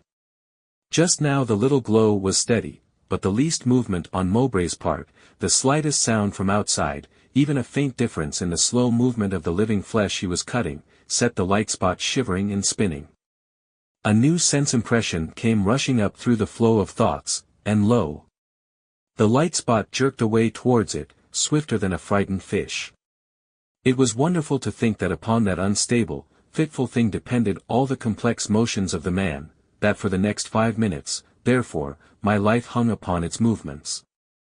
And he was growing more and more nervous in his work. It was as if a little picture of a cut vein grew brighter, and struggled to oust from his brain another picture of a cut falling short of the mark. He was afraid, his dread of cutting too little was battling with his dread of cutting too far. Then, suddenly, like an escape of water from under a locked gate, a great uprush of horrible realization set all his thoughts swirling, and simultaneously I perceived that the vein was cut. He started back with a hoarse exclamation, and I saw the brown-purple blood gather in a swift bead, and run trickling. He was horrified. He pitched the red-stained scalpel onto the octagonal table, and instantly both doctors flung themselves upon me, making hasty and ill-conceived efforts to remedy the disaster. "Ice," said Mowbray, gasping. But I knew that I was killed, though my body still clung to me. I will not describe their belated endeavors to save me, though I perceived every detail. My perceptions were sharper and swifter than they had ever been in life, my thoughts rushed through my mind with incredible swiftness, but with perfect definition. I can only compare their crowded clarity to the effects of a reasonable dose of opium. In a moment it would all be over, and I should be free. I knew I was immortal, but what would happen I did not know. Should I drift off presently, like a puff of smoke from a gun, in some kind of half-material body, an attenuated version of my material self? Should I find myself suddenly among the innumerable hosts of the dead, and know the world about me for the phantasmagoria it had always seemed? Should I drift to some spiritualistic séance, and there make foolish, incomprehensible attempts to affect a purblind medium? It was a state of unemotional curiosity, of colorless expectation. And then I realized a growing stress upon me, a feeling as though some huge human magnet was drawing me upward out of my body. The stress grew and grew. I seemed an atom for which monstrous forces were fighting. For one brief, terrible moment sensation came back to me. That feeling of falling headlong which comes in nightmares, that feeling 1,000 times intensified, that and a black horror swept across my thoughts in a torrent. Then the two doctors, the naked body with its cut side, the little room, swept away from under me and vanished, as a speck of foam vanishes down an eddy. I was in mid-air. Far below was the West End of London, receding rapidly, for I seemed to be flying swiftly upward, and as it receded, passing westward like a panorama. I could see, through the faint haze of smoke, the innumerable roofs chimney-set, the narrow roadways, stippled with people and conveyances, the little specks of squares, and the church steeples like thorns sticking out of the fabric. But it spun away as the earth rotated on its axis, and in a few seconds, as it seemed, I was over the scattered clumps of town about Ealing, the little Thames a thread of blue to the south, and the Chiltern Hills and the North Downs coming up like the rim of a basin, far away and faint with haze. Up I rushed. And at first I had not the faintest conception what this headlong rush upward could mean. Every moment the circle of scenery beneath me grew wider and wider, and the details of town and field, of hill and valley, got more and more hazy and pale and indistinct. A luminous grey was mingled more and more with the blue of the hills and the green of the open meadows, and a little patch of cloud, low and far to the west, shone ever more dazzlingly white. Above, as the veil of atmosphere between myself and outer space grew thinner, the sky, which had been a fair springtime blue at first, grew deeper and richer in color, passing steadily through the intervening shades, until presently it was as dark as the blue sky of midnight, and presently as black as the blackness of a frosty starlight, and at last as black as no blackness I had ever beheld. And first one star, and then many, and at last an innumerable host broke out upon the sky, more stars than anyone has ever seen from the face of the earth. For the blueness of the sky and the light of the sun and stars sifted and spread abroad blindingly. There is diffused light even in the darkest skies of winter, and we do not see the stars by day only because of the dazzling irradiation of the sun. But now I saw things, I know not how, assuredly with no mortal eyes, and that defect of bedazzlement blinded me no longer. The sun was incredibly strange and wonderful. The body of it was a disk of blinding white light, not yellowish, as it seems to those who live upon the earth, but livid white, all streaked with scarlet streaks and rimmed about with a fringe of writhing tongues of red fire. And shooting halfway across the heavens from either side of it and brighter than the Milky Way, were two pinions of silver white, making it look more like those winged globes I have seen in Egyptian sculpture than anything else I can remember upon earth. These I knew for the solar corona, though I had never seen anything of it but a picture during the days of my earthly life. When my attention came back to the earth again, I saw that it had fallen very far away from me. Field and town were long since indistinguishable, and all the varied hues of the country were merging into a uniform bright grey, broken only by the brilliant white of the clouds that lay scattered in flocculent masses over Ireland and the west of England. For now I could see the outlines of the north of France and Ireland, and all this island of Britain, save where Scotland passed over the horizon to the north, or where the coast was blurred or obliterated by cloud. The sea was a dull grey, and darker than the land, and the whole panorama was rotating slowly towards the east. All this had happened so swiftly that until I was some 1,000 miles or so from the earth I had no thought for myself. But now I perceived I had neither hands nor feet, neither parts nor organs, and that I felt neither alarm nor pain. All about me I perceived that the vacancy, for I had already left the air behind, was cold beyond the imagination of man, but it troubled me not. The sun's rays shot through the void, powerless to light or heat until they should strike on matter in their course. I saw things with a serene self-forgetfulness, even as if I were God. And down below there, rushing away from me, countless miles in a second, where a little dark spot on the grey marked the position of London, two doctors were struggling to restore life to the poor hacked and outworn shell I had abandoned. I felt then such release, such serenity as I can compare to no mortal delight I have ever known. It was only after I had perceived all these things that the meaning of that headlong rush of the earth grew into comprehension. Yet it was so simple, so obvious, that I was amazed at my never anticipating the thing that was happening to me. I had suddenly been cut adrift from matter, all that was material of me was there upon earth, whirling away through space, held to the earth by gravitation, partaking of the earth inertia, moving in its wreath of epicycles round the sun, and with the sun and the planets on their vast march through space. But the immaterial has no inertia, feels nothing of the pull of matter for matter, where it parts from its garment of flesh, there it remains, so far as space concerns it any longer, immovable in space. I was not leaving the earth was leaving me, and not only the earth but the whole solar system was streaming past. And about me in space, invisible to me, scattered in the wake of the earth upon its journey, there must be an innumerable multitude of souls, stripped like myself of the material, stripped like myself of the passions of the individual and the generous emotions of the gregarious brute, naked intelligences, things of newborn wonder and thought, marveling at the strange release that had suddenly come on them. As I receded faster and faster from the strange white sun in the black heavens, and from the broad and shining earth upon which my being had begun, I seemed to grow in some incredible manner vast as regards this world I had left, vast as regards the moments and periods of a human life.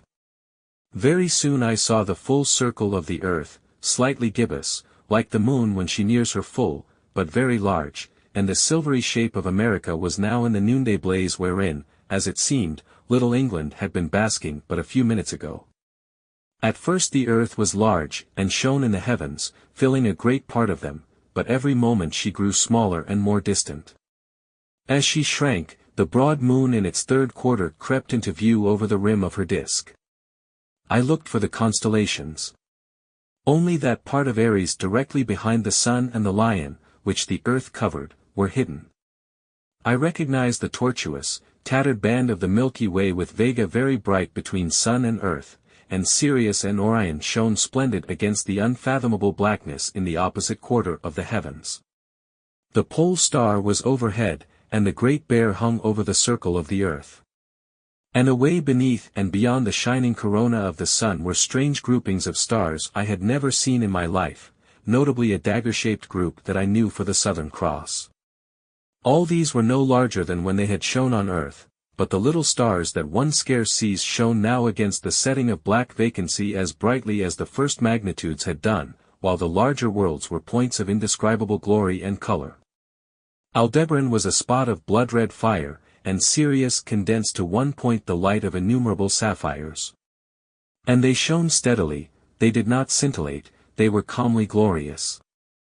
My impressions had an adamantine hardness and brightness, there was no blurring softness, no atmosphere, nothing but infinite darkness set with the myriads of these acute and brilliant points and specks of light.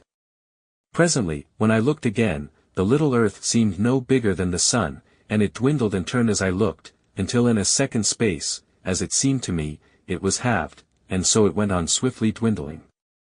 Far away in the opposite direction, a little pinkish pin's head of light, shining steadily, was the planet Mars. I swam motionless in vacancy, and, without a trace of terror or astonishment, watched the speck of cosmic dust we call the world fall away from me. Presently it dawned upon me that my sense of duration had changed, that my mind was moving not faster but infinitely slower, that between each separate impression there was a period of many days. The moon spun once round the earth as I noted this, and I perceived clearly the motion of Mars in his orbit. Moreover, it appeared as if the time between thought and thought grew steadily greater, until at last 1,000 years was but a moment in my perception. At first the constellations had shone motionless against the black background of infinite space, but presently it seemed as though the group of stars about Hercules and the Scorpion was contracting, while Orion and Aldebaran and their neighbors were scattering apart. Flashing suddenly out of the darkness there came a flying multitude of particles of rock, glittering like dust specks in a sunbeam, and encompassed in a faintly luminous cloud. They swirled all about me, and vanished again in a twinkling far behind. And then I saw that a bright spot of light, that shone a little to one side of my path, was growing very rapidly larger, and perceived that it was the planet Saturn rushing towards me. Larger and larger it grew, swallowing up the heavens behind it, and hiding every moment a fresh multitude of stars. I perceived its flattened, whirling body, its disc-like belt, and 7 of its little satellites. It grew and grew, till it towered enormous, and then I plunged amid a streaming multitude of clashing stones and dancing dust particles and gas eddies, and saw for a moment the mighty triple belt like 3 concentric arches of moonlight above me, its shadow black on the boiling tumult below. These things happened in 1/10 of the time it takes to tell them. The planet went by like a flash of lightning, for a few seconds it blotted out the sun, and there and then became a mere black, dwindling, winged patch against the light. The earth, the mother mode of my being, I could no longer see. So with a stately swiftness, in the profoundest silence, the solar system fell from me as it had been a garment, until the sun was a mere star amid the multitude of stars, with its eddy of planet specks lost in the confused glittering of the remoter light. I was no longer a denizen of the solar system, I had come to the outer universe, I seemed to grasp and comprehend the whole world of matter. Ever more swiftly the stars closed in about the spot where Antares and Vega had vanished in a phosphorescent haze, until that part of the sky had the semblance of a whirling mass of nebulae, and ever before me yawned vaster gaps of vacant blackness, and the stars shone fewer and fewer. It seemed as if I moved towards a point between Orion's belt and sword, and the void about that region opened vaster and vaster every second, an incredible gulf of nothingness into which I was falling. Faster and ever faster the universe rushed by, a hurry of whirling motes at last, speeding silently into the void.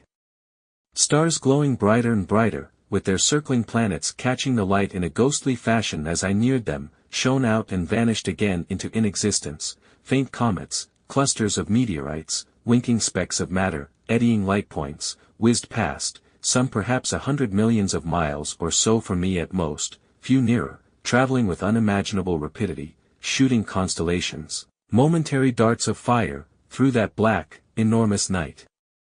More than anything else it was like a dusty draught, sunbeam-lit.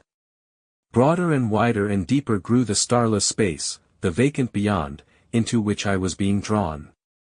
At last a quarter of the heavens was black and blank, and the whole headlong rush of stellar universe closed in behind me like a veil of light that is gathered together. It drove away from me like a monstrous jack-o'-lantern driven by the wind.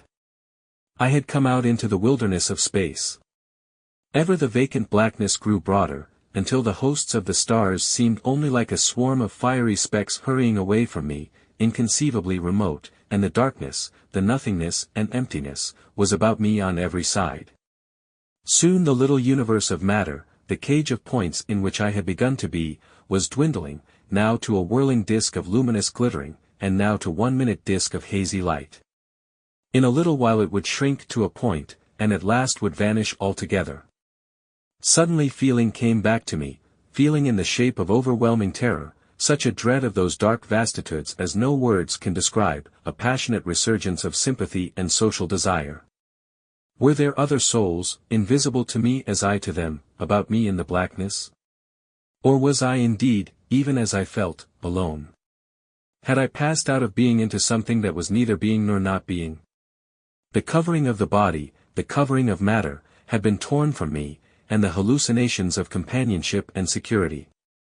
Everything was black and silent. I had ceased to be. I was nothing. There was nothing, save only that infinitesimal dot of light that dwindled in the gulf.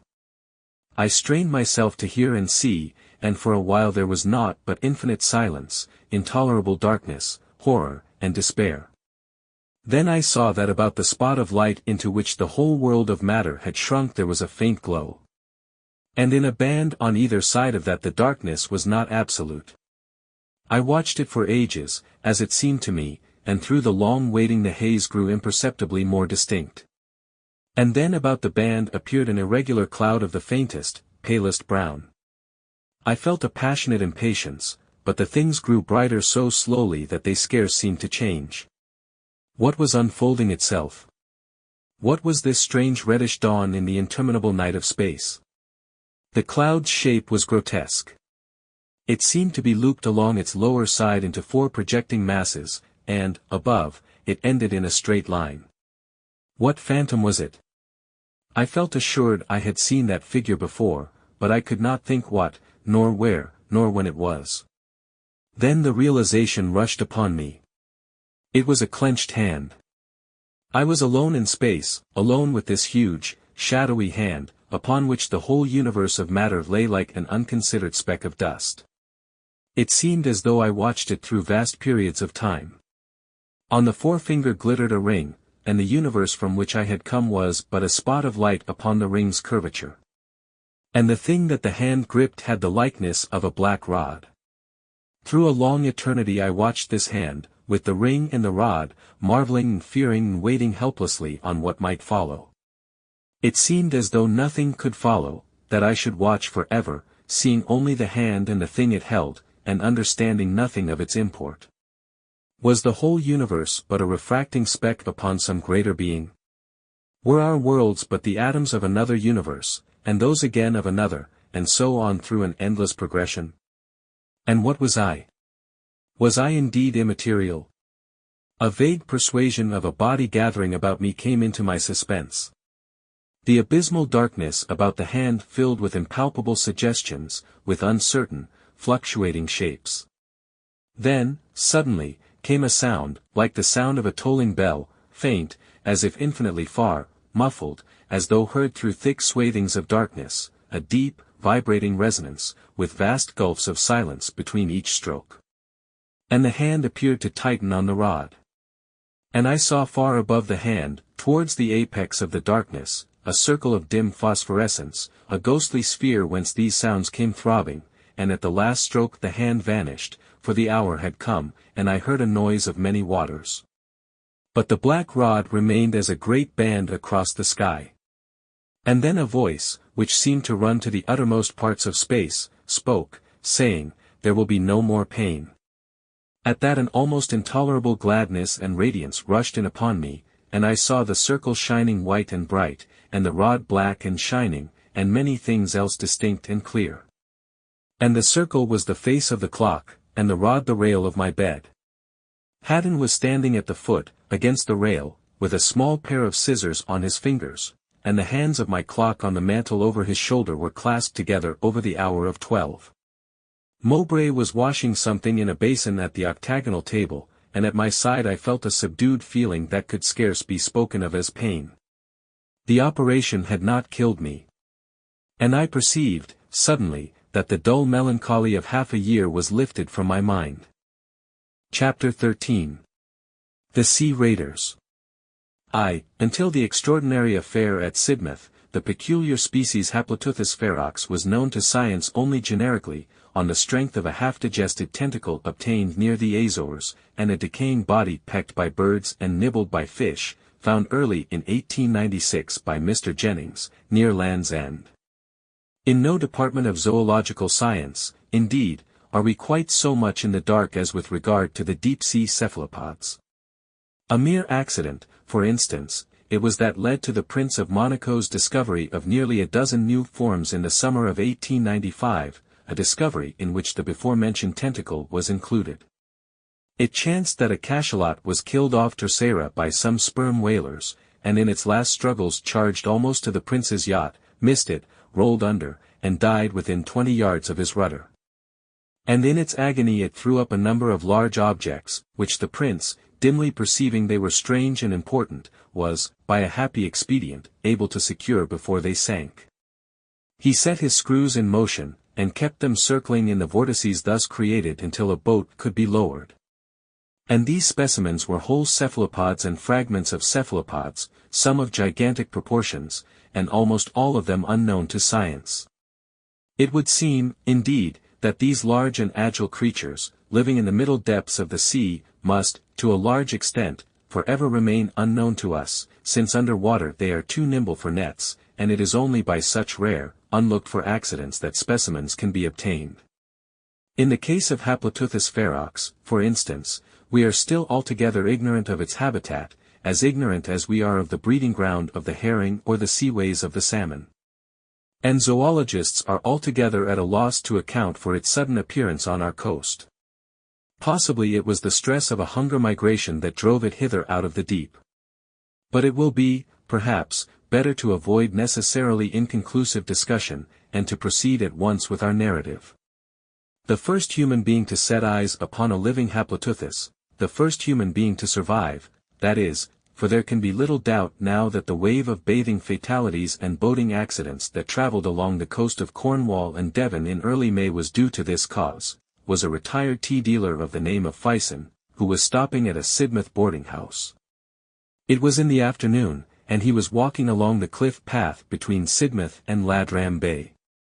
The cliffs in this direction are very high, but down the red face of them in one place a kind of ladder staircase has been made. He was near this when his attention was attracted by what at first he thought to be a cluster of birds struggling over a fragment of food that caught the sunlight, and glistened pinkish white. The tide was right out, and this object was not only far below him, but remote across a broad waste of rock reefs covered with dark seaweed and interspersed with silvery shining tidal pools.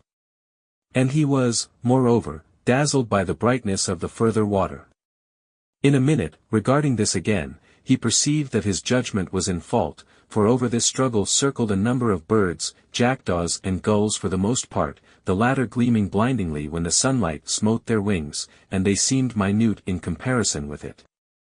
And his curiosity was, perhaps, aroused all the more strongly because of his first insufficient explanations.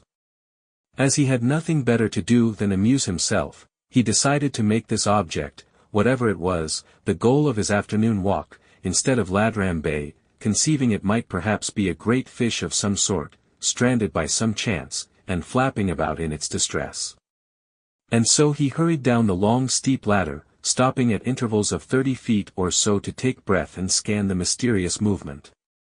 At the foot of the cliff he was, of course, nearer his object than he had been, but, on the other hand, it now came up against the incandescent sky, beneath the sun, so as to seem dark and indistinct. Whatever was pinkish of it was now hidden by a skerry of weedy boulders. But he perceived that it was made up of 7 rounded bodies distinct or connected, and that the birds kept up a constant croaking and screaming, but seemed afraid to approach it too closely. Mr. Fison, torn by curiosity, began picking his way across the wave-worn rocks, and finding the wet seaweed that covered them thickly rendered them extremely slippery, he stopped, removed his shoes and socks, and rolled his trousers above his knees. His object was, of course, merely to avoid stumbling into the rocky pools about him, and perhaps he was rather glad, as all men are, of an excuse to resume, even for a moment, the sensations of his boyhood. At any rate, it is to this, no doubt, that he owes his life. He approached his mark with all the assurance which the absolute security of this country against all forms of animal life gives its inhabitants. The round bodies moved to and fro, but it was only when he surmounted the skerry of boulders I have mentioned that he realized the horrible nature of the discovery. It came upon him with some suddenness.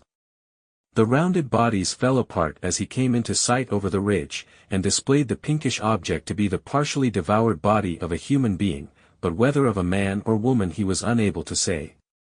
And the rounded bodies were new and ghastly-looking creatures, in shape somewhat resembling an octopus, with huge and very long and flexible tentacles, coiled copiously on the ground. The skin had a glistening texture, unpleasant to see, like shiny leather. The downward bend of the tentacle-surrounded mouth, the curious excrescence at the bend, the tentacles, and the large intelligent eyes, gave the creatures a grotesque suggestion of a face. They were the size of a fair-sized swine about the body, and the tentacles seemed to him to be many feet in length. There were, he thinks, 7 or 8 at least of the creatures. 20 yards beyond them, amid the surf of the now returning tide, 2 others were emerging from the sea. Their bodies lay flatly on the rocks, and their eyes regarded him with evil interest, but it does not appear that Mr. Fison was afraid, or that he realized that he was in any danger. Possibly his confidence is to be ascribed to the limpness of their attitudes.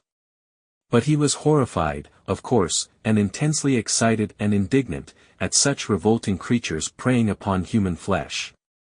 He thought they had chanced upon a drowned body. He shouted to them, with the idea of driving them off, and finding they did not budge, cast about him, picked up a big rounded lump of rock, and flung it at one. And then, slowly uncoiling their tentacles, they all began moving towards him, creeping at first deliberately, and making a soft purring sound to each other. In a moment Mr. Fison realized that he was in danger. He shouted again, threw both his boots, and started off, with a leap, forthwith. 20 yards off he stopped and faced about, judging them slow, and behold!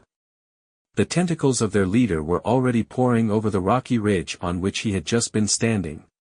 At that he shouted again, but this time not threatening, but a cry of dismay, and began jumping, striding, slipping, wading across the uneven expanse between him and the beach.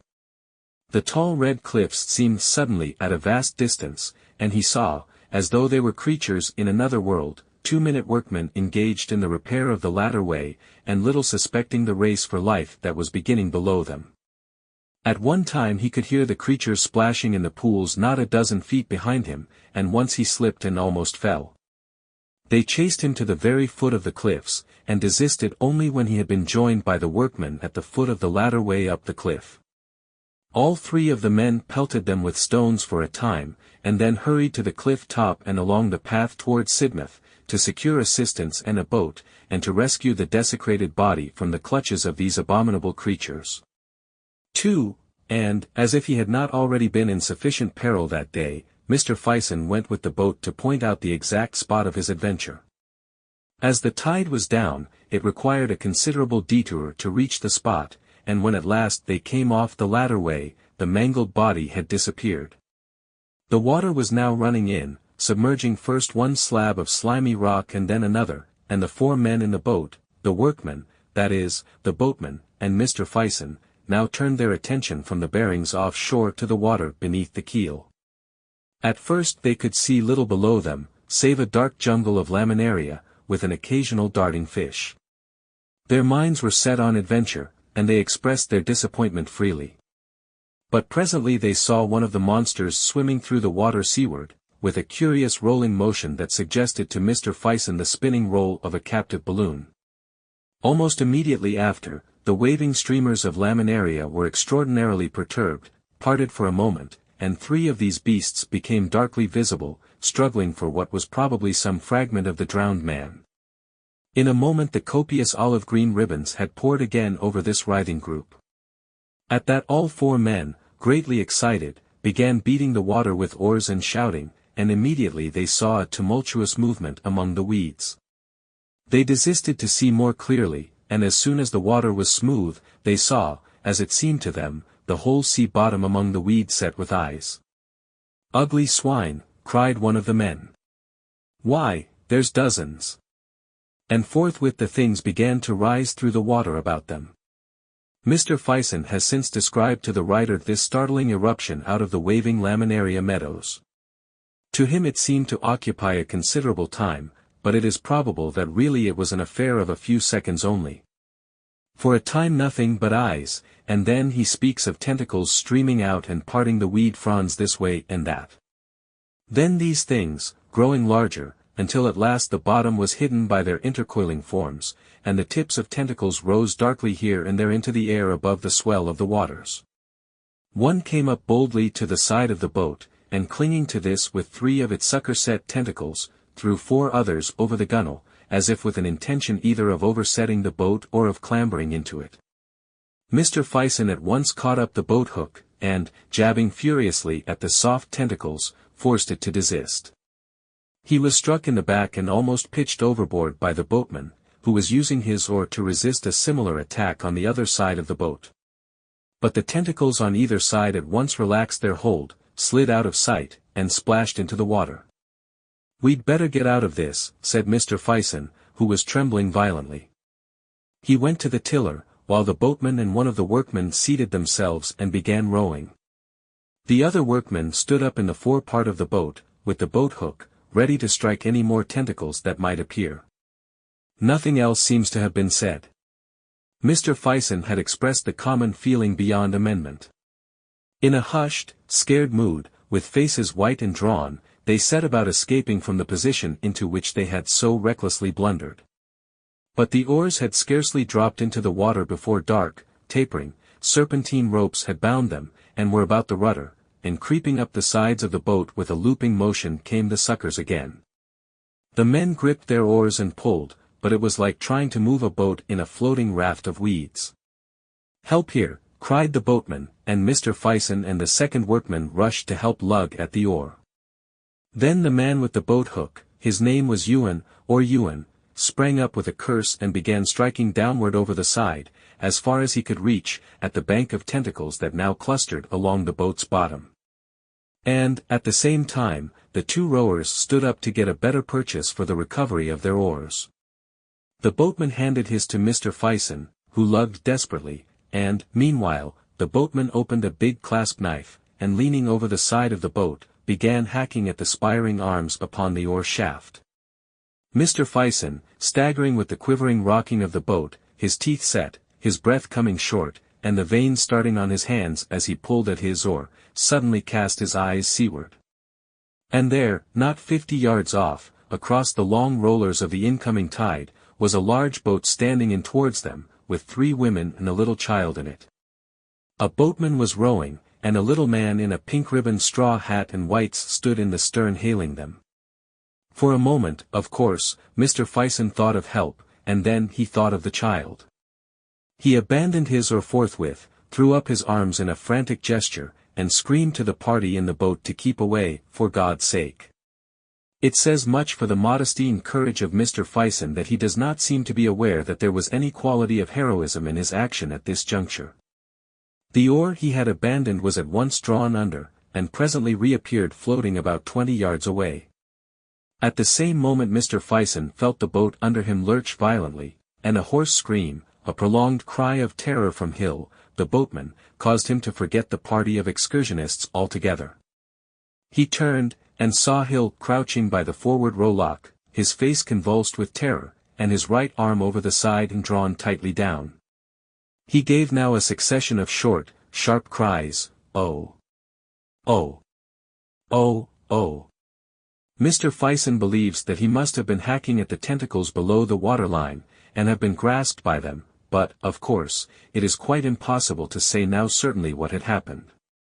The boat was heeling over, so that the gunwale was within 10 inches of the water, and both Ewan and the other laborer were striking down into the water, with oar and boat hook on either side of Hill's arm. Mr. Fison instinctively placed himself to counterpoise them. Then Hill, who was a burly, powerful man, made a strenuous effort, and rose almost to a standing position. He lifted his arm, indeed, clean out of the water.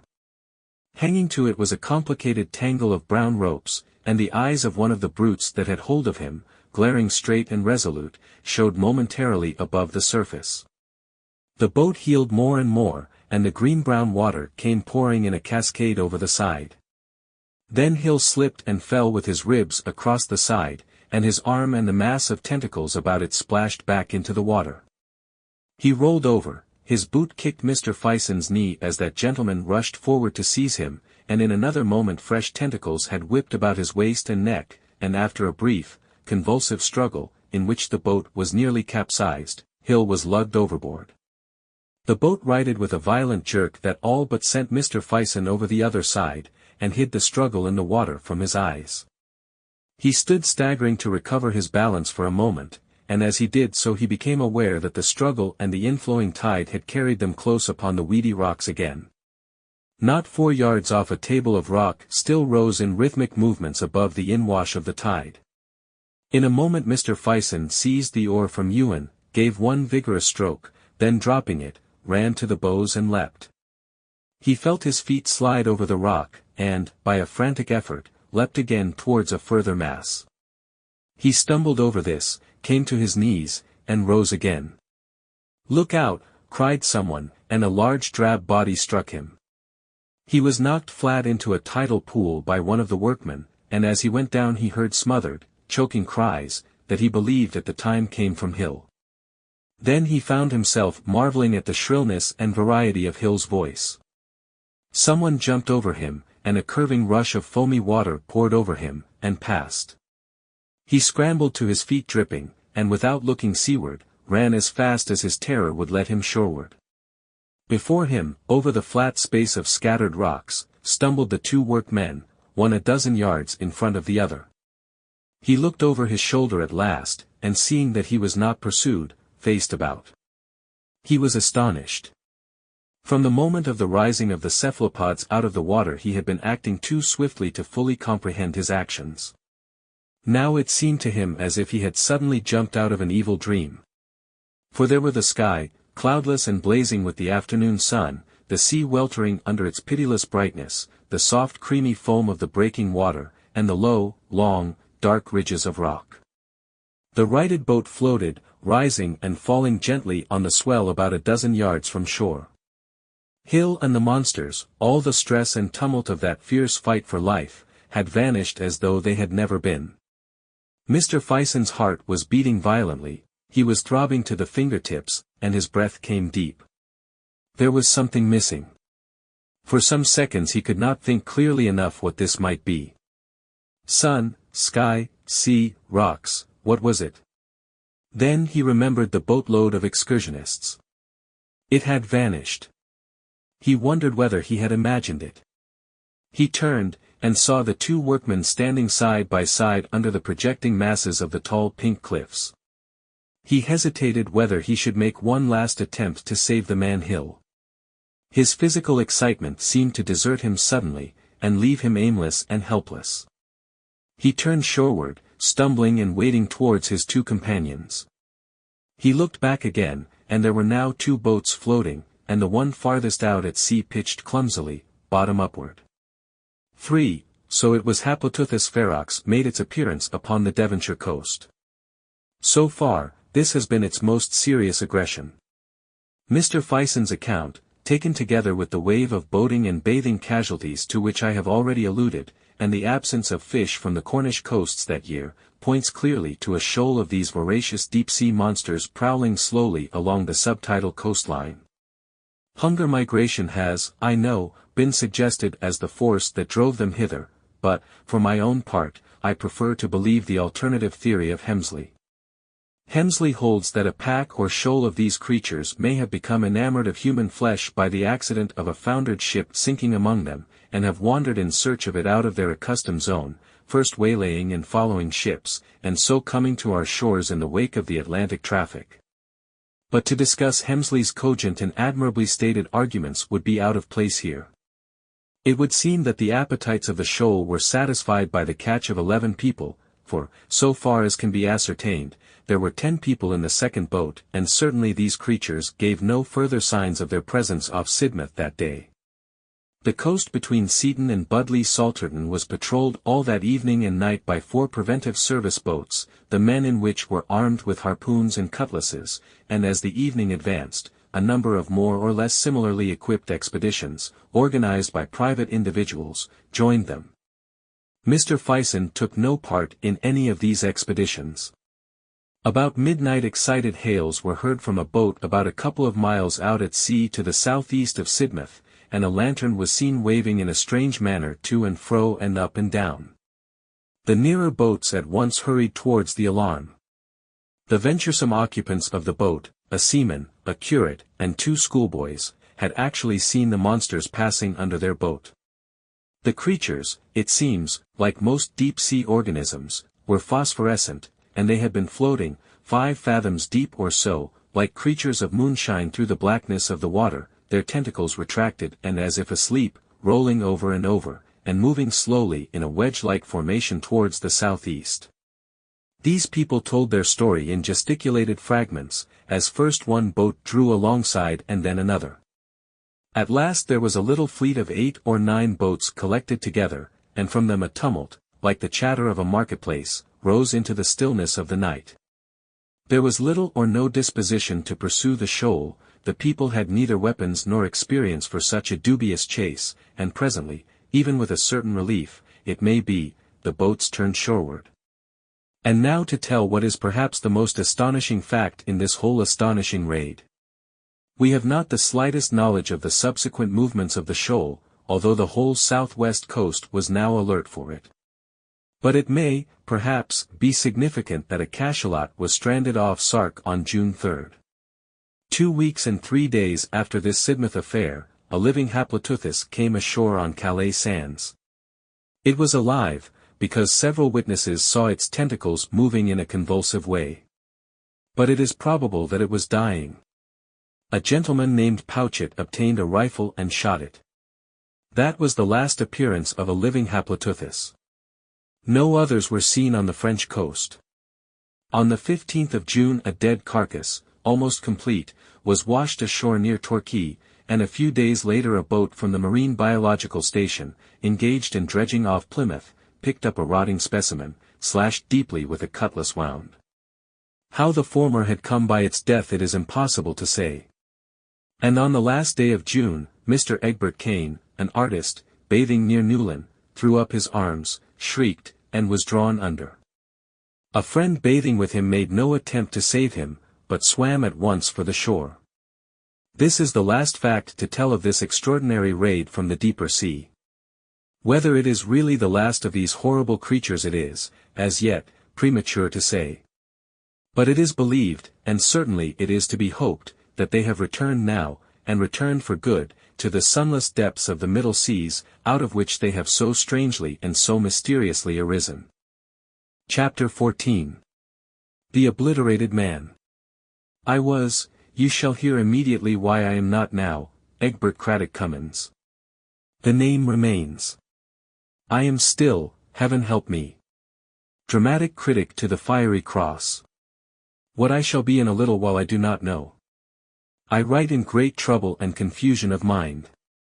I will do what I can to make myself clear in the face of terrible difficulties. You must bear with me a little. When a man is rapidly losing his own identity, he naturally finds a difficulty in expressing himself. I will make it perfectly plain in a minute, when once I get my grip upon the story. Let me see, where am I? I wish I knew. Ah, I have it. Dead Self. Egbert Craddock Cummins. In the past I should have disliked writing anything quite so full of I as this story must be. It is full of eyes, before and behind, like the beast in Revelation, the one with a head like a calf, I am afraid. But my tastes have changed since I became a dramatic critic and studied the masters, GAS, GBS, GRS, and the others. Everything has changed since then. At least the story is about myself, so that there is some excuse for me. And it is really not egotism, because, as I say, since those days my identity has undergone an entire alteration. That past. I was, in those days, rather a nice fellow, rather shy, taste for grey in my clothes, weedy little mustache, face interesting, slight stutter which I had caught in my early life from a schoolfellow. Engaged to a very nice girl, named Delia. Fairly new, she was, cigarettes, liked me because I was human and original. Considered I was like Lamb, on the strength of the stutter, I believe. Father, an eminent authority on postage stamps. She read a great deal in the British Museum. A perfect pairing ground for literary people, that British Museum. He should read George Egerton and Justin Huntley McCarthy and Gissing and the rest of them. We loved in our intellectual way, and shared the brightest hopes. All gone now. And her father liked me because I seemed honestly eager to hear about stamps. She had no mother. Indeed, I had the happiest prospects a young man could have. I never went to theaters in those days. My Aunt Charlotte before she died had told me not to. Then Barnaby, the editor of the Fiery Cross, made me, in spite of my spasmodic efforts to escape, dramatic critic.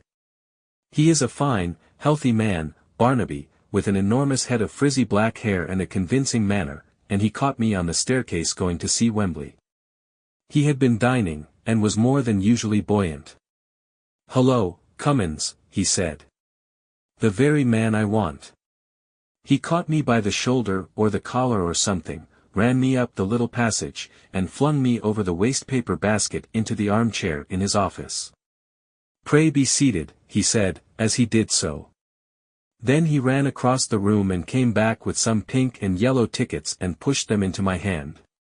"Opera comique," he said, "Thursday, Friday, the Surrey, Saturday, the Frivolity. That's all, I think." "But," I began. "Glad you're free," he said, snatching some proofs off the desk and beginning to read. "I don't quite understand," I said. "Eh?" he said, at the top of his voice, as though he thought I had gone and was startled at my remark. "Do you want me to criticize these plays? Do something with them?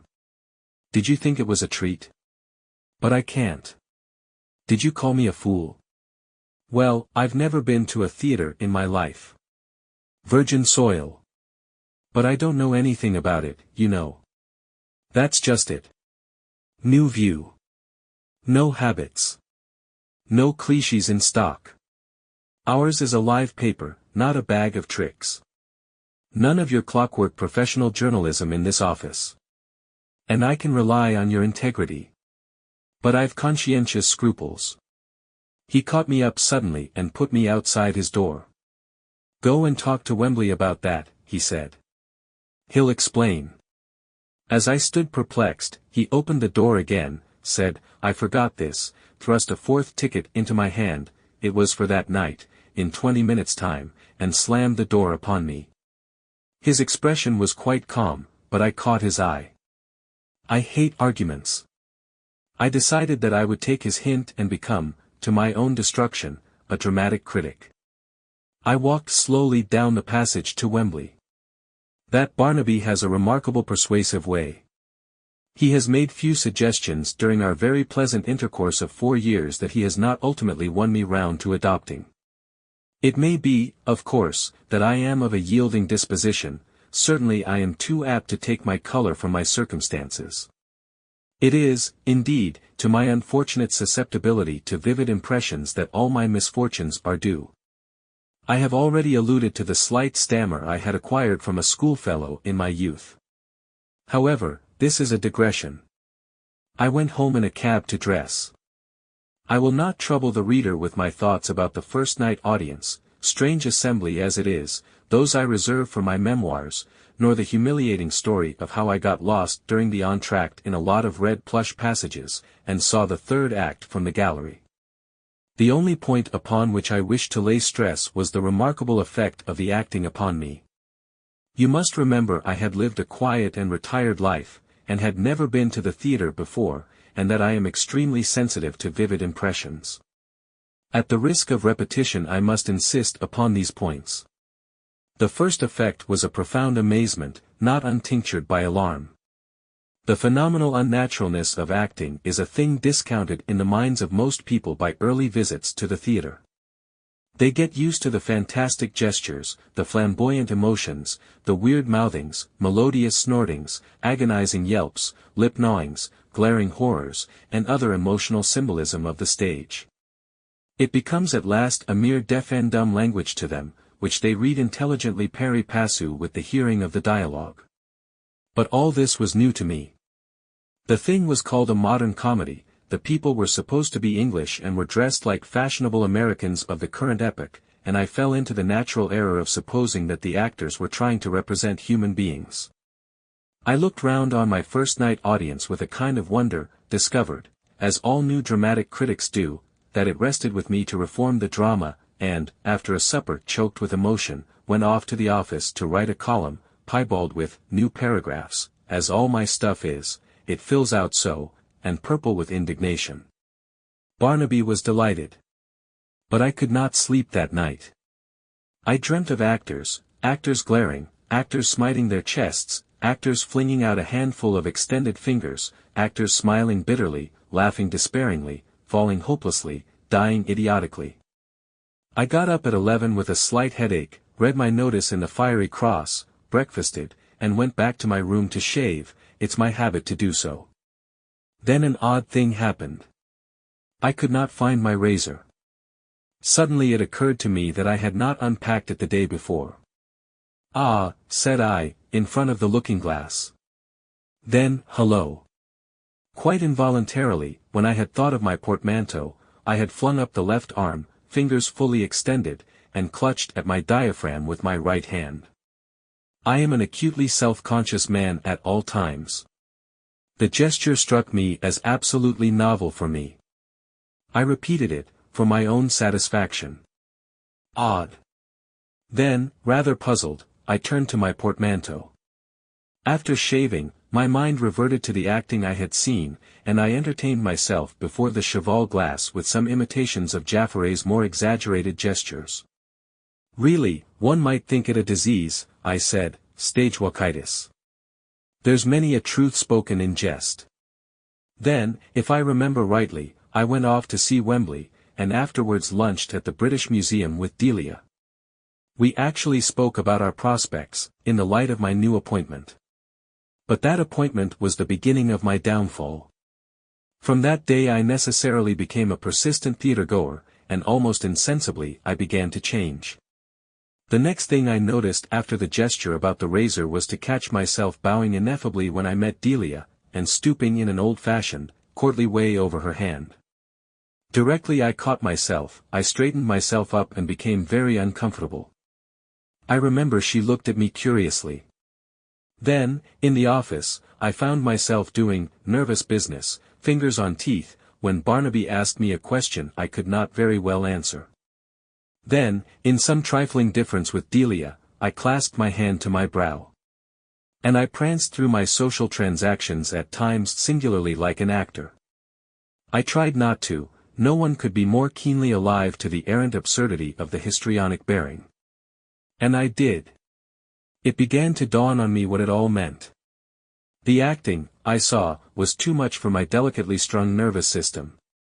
I have always, I know, been too amenable to the suggestions of my circumstances. Night after night of concentrated attention to the conventional attitudes and intonation of the English stage was gradually affecting my speech and carriage. I was giving way to the infection of sympathetic imitation. Night after night my plastic nervous system took the print of some new amazing gesture, some new emotional exaggeration, and retained it. A kind of theatrical veneer threatened to plate over and obliterate my private individuality altogether. I saw myself in a kind of vision. Sitting by myself one night, my new self seemed to me to glide, posing and gesticulating, across the room. He clutched his throat, he opened his fingers, he opened his legs in walking like a high-class marionette. He went from attitude to attitude. He might have been clockwork. Directly after this I made an ineffectual attempt to resign my theatrical work. But Barnaby persisted in talking about the Poliwiddle divorce all the time I was with him, and I could get no opportunity of saying what I wished. And then Delia's manner began to change towards me. The ease of our intercourse vanished. I felt she was learning to dislike me. I grinned, and capered, and scowled, and posed at her in 1,000 ways, and knew, with what a voiceless agony, that I did it all the time. I tried to resign again, and Barnaby talked about X and Z and Y in the new review, and gave me a strong cigar to smoke, and so routed me. And then I walked up the Assyrian gallery in the manner of Irving to meet Delia, and so precipitated the crisis. Ah, dear! I said, with more sprightliness and emotion in my voice than had ever been in all my life before I became, to my own undoing, a dramatic critic. She held out her hand rather coldly, scrutinizing my face as she did so. I prepared, with a new won grace, to walk by her side. Egbert, she said, standing still, and thought. Then she looked at me. I said nothing. I felt what was coming. I tried to be the old Egbert Craddock Cummins of shambling gait and stammering sincerity, whom she loved, but I felt even as I did so that I was a new thing, a thing of surging emotions and mysterious fixity, like no human being that ever lived, except upon the stage. Egbert, she said, you are not yourself. Ah! Involuntarily I clutched my diaphragm and averted my head, as is the way with them. There, she said. What do you mean? I said, whispering in vocal italics, you know how they do it, turning on her, perplexity on face, right hand down, left on brow. I knew quite well what she meant. I knew quite well the dramatic unreality of my behavior. But I struggled against it in vain. What do you mean? I said, and, in a kind of hoarse whisper, I don't understand. She really looked as though she disliked me. What do you keep on posing for, she said. I don't like it. You didn't used to. Didn't used to. I said slowly, repeating this twice. I glared up and down the gallery with short, sharp glances. We are alone, I said swiftly. Listen. I poked my forefinger towards her, and glared at her. I am under a curse. I saw her hand tighten upon her sunshade. You are under some bad influence or other, said Delia. You should give it up. I never knew anyone change as you have done. Delia. I said, lapsing into the pathetic. Pity me, ugh. Delia. Pit, why me? She eyed me critically. Why you keep playing the fool like this I don't know, she said. Anyhow, I really cannot go about with a man who behaves as you do. You made us both ridiculous on Wednesday. Frankly, I dislike you, as you are now. I met you here to tell you so, as it's about the only place where we can be sure of being alone together. Delia, said I, with intensity, knuckles of clenched hands white. You don't mean. I do, said Delia. A woman's lot is sad enough at the best of times. But with you. I clapped my hand on my brow. So, goodbye, said Delia, without emotion. Oh, Delia. I said. Not this? Goodbye, Mr. Cummins, she said. By a violent effort I controlled myself and touched her hand. I tried to say some word of explanation to her. She looked into my working face and winced. I must do it, she said hopelessly. Then she turned from me and began walking rapidly down the gallery. Heavens! How the human agony cried within me. I loved Delia. But nothing found expression, I was already too deeply crusted with my acquired self. Goodbye. I said at last, watching her retreating figure. How I hated myself for doing it. After she had vanished, I repeated in a dreamy way, goodbye, looking hopelessly round me. Then, with a kind of heartbroken cry, I shook my clenched fists in the air, staggered to the pedestal of a winged figure, buried my face in my arms, and made my shoulders heave. Something within me said, ass, as I did so. I had the greatest difficulty in persuading the museum policeman, who was attracted by my cry of agony, that I was not intoxicated, but merely suffering from a transient indisposition. But even this great sorrow has not availed to save me from my fate. I see it, everyone sees it, I grow more theatrical every day. And no one could be more painfully aware of the pungent silliness of theatrical ways. The quiet, nervous, but pleasing E.C. Cummins vanishes. I cannot save him. I am driven like a dead leaf before the winds of March. My tailor even enters into the spirit of my disorder. He has a peculiar sense of what is fitting. I tried to get a dull grey suit from him this spring, and he foisted a brilliant blue upon me, and I see he has put braid down the sides of my new dress trousers. My hairdresser insists upon giving me a wave. I am beginning to associate with actors. I detest them, but it is only in their company that I can feel I am not glaringly conspicuous. Their talk infects me. I notice a growing tendency to dramatic brevity, to dashes and pauses in my style, to a punctuation of bows and attitudes. Barnaby has remarked it too. I offended Wembley by calling him dear boy yesterday. I dread the end, but I cannot escape from it. The fact is, I am being obliterated. Living a grey, retired life all my youth, I came to the theatre a delicate sketch of a man, a thing of tints and faint lines. Their gorgeous coloring has effaced me altogether. People forget how much mode of expression, method of movement, are a matter of contagion. I have heard of stage-struck people before, and thought it a figure of speech. I spoke of it jestingly, as a disease. It is no jest. It is a disease. And I have got it badly. Deep down within me I protest against the wrong done to my personality, unavailingly. For 3 hours or more a week I have to go and concentrate my attention on some fresh play, and the suggestions of the drama strengthen their awful hold upon me.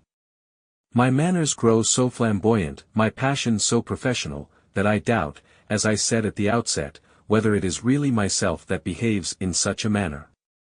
I feel merely the core to this dramatic casing, that grows thicker and presses upon me and mine. I feel like King John's abbot in his cope of lead. I doubt, indeed, whether I should not abandon the struggle altogether, leave this sad world of ordinary life for which I am so ill-fitted, abandon the name of Cummins for some professional pseudonym, complete my self-effacement, and, a thing of tricks and tatters, of posing and pretense, go upon the stage. It seems my only resort, to hold the mirror up to nature. For in the ordinary life, I will confess, no one now seems to regard me as both sane and sober. Only upon the stage, I feel convinced, will people take me seriously. That will be the end of it. I know that will be the end of it. And yet, I will frankly confess, all that marks off your actor from your common man, I detest. I am still largely of my Aunt Charlotte's opinion, that play acting is unworthy of a pure-minded man's attention, much more participation. Even now I would resign my dramatic criticism and try a rest. Only I can't get hold of Barnaby. Letters of resignation he never notices. He says it is against the etiquette of journalism to write to your editor. And when I go to see him, he gives me another big cigar and some strong whiskey and soda, and then something always turns up to prevent my explanation. Chapter 15. The Plattner Story. Whether the story of Gottfried Plattner is to be credited or not is a pretty question in the value of evidence.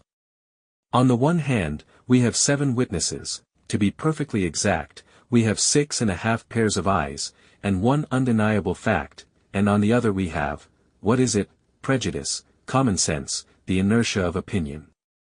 Never were there 7 more honest-seeming witnesses, never was there a more undeniable fact than the inversion of Gottfried Plattner's anatomical structure, and, never was there a more preposterous story than the one they have to tell. The most preposterous part of the story is the worthy Gottfried's contribution, for I count him as one of the 7. Heaven forbid that I should be led into giving countenance to superstition by a passion for impartiality, and so come to share the fate of Eusapia's patrons. Frankly, I believe there is something crooked about this business of Gottfried Plattner, but what that crooked factor is, I will admit as frankly, I do not know. I have been surprised at the credit accorded to the story in the most unexpected and authoritative quarters. The fairest way to the reader, however, will be for me to tell it without further comment. Gottfried Plattner is, in spite of his name, a free-born Englishman. His father was an Alsatian who came to England in the 60s, married a respectable English girl of unexceptionable antecedents, and died, after a wholesome and uneventful life, devoted, I understand, chiefly to the laying of parquet flooring, in 1887. Gottfried's age is 27. He is, by virtue of his heritage of 3 languages, modern languages master in a small private school in the south of England. To the casual observer he is singularly like any other modern languages master in any other small private school. His costume is neither very costly nor very fashionable, but, on the other hand, it is not markedly cheap or shabby. His complexion, like his height and his bearing, is inconspicuous. You would notice, perhaps, that, like the majority of people, his face was not absolutely symmetrical, his right eye a little larger than the left, and his jaw a trifle heavier on the right side. If you, as an ordinary careless person, were to bare his chest and feel his heart beating, you would probably find it quite like the heart of anyone else. But here you and the trained observer would part company. If you found his heart quite ordinary, the trained observer would find it quite otherwise. And once the thing was pointed out to you, you too would perceive the peculiarity easily enough. It is that Gottfried's heart beats on the right side of his body. Now, that is not the only singularity of Gottfried's structure, although it is the only one that would appeal to the untrained mind. Careful sounding of Gottfried's internal arrangements by a well-known surgeon seems to point to the fact that all the other unsymmetrical parts of his body are similarly misplaced. The right lobe of his liver is on the left side, the left on his right, while his lungs, too, are similarly contraposed.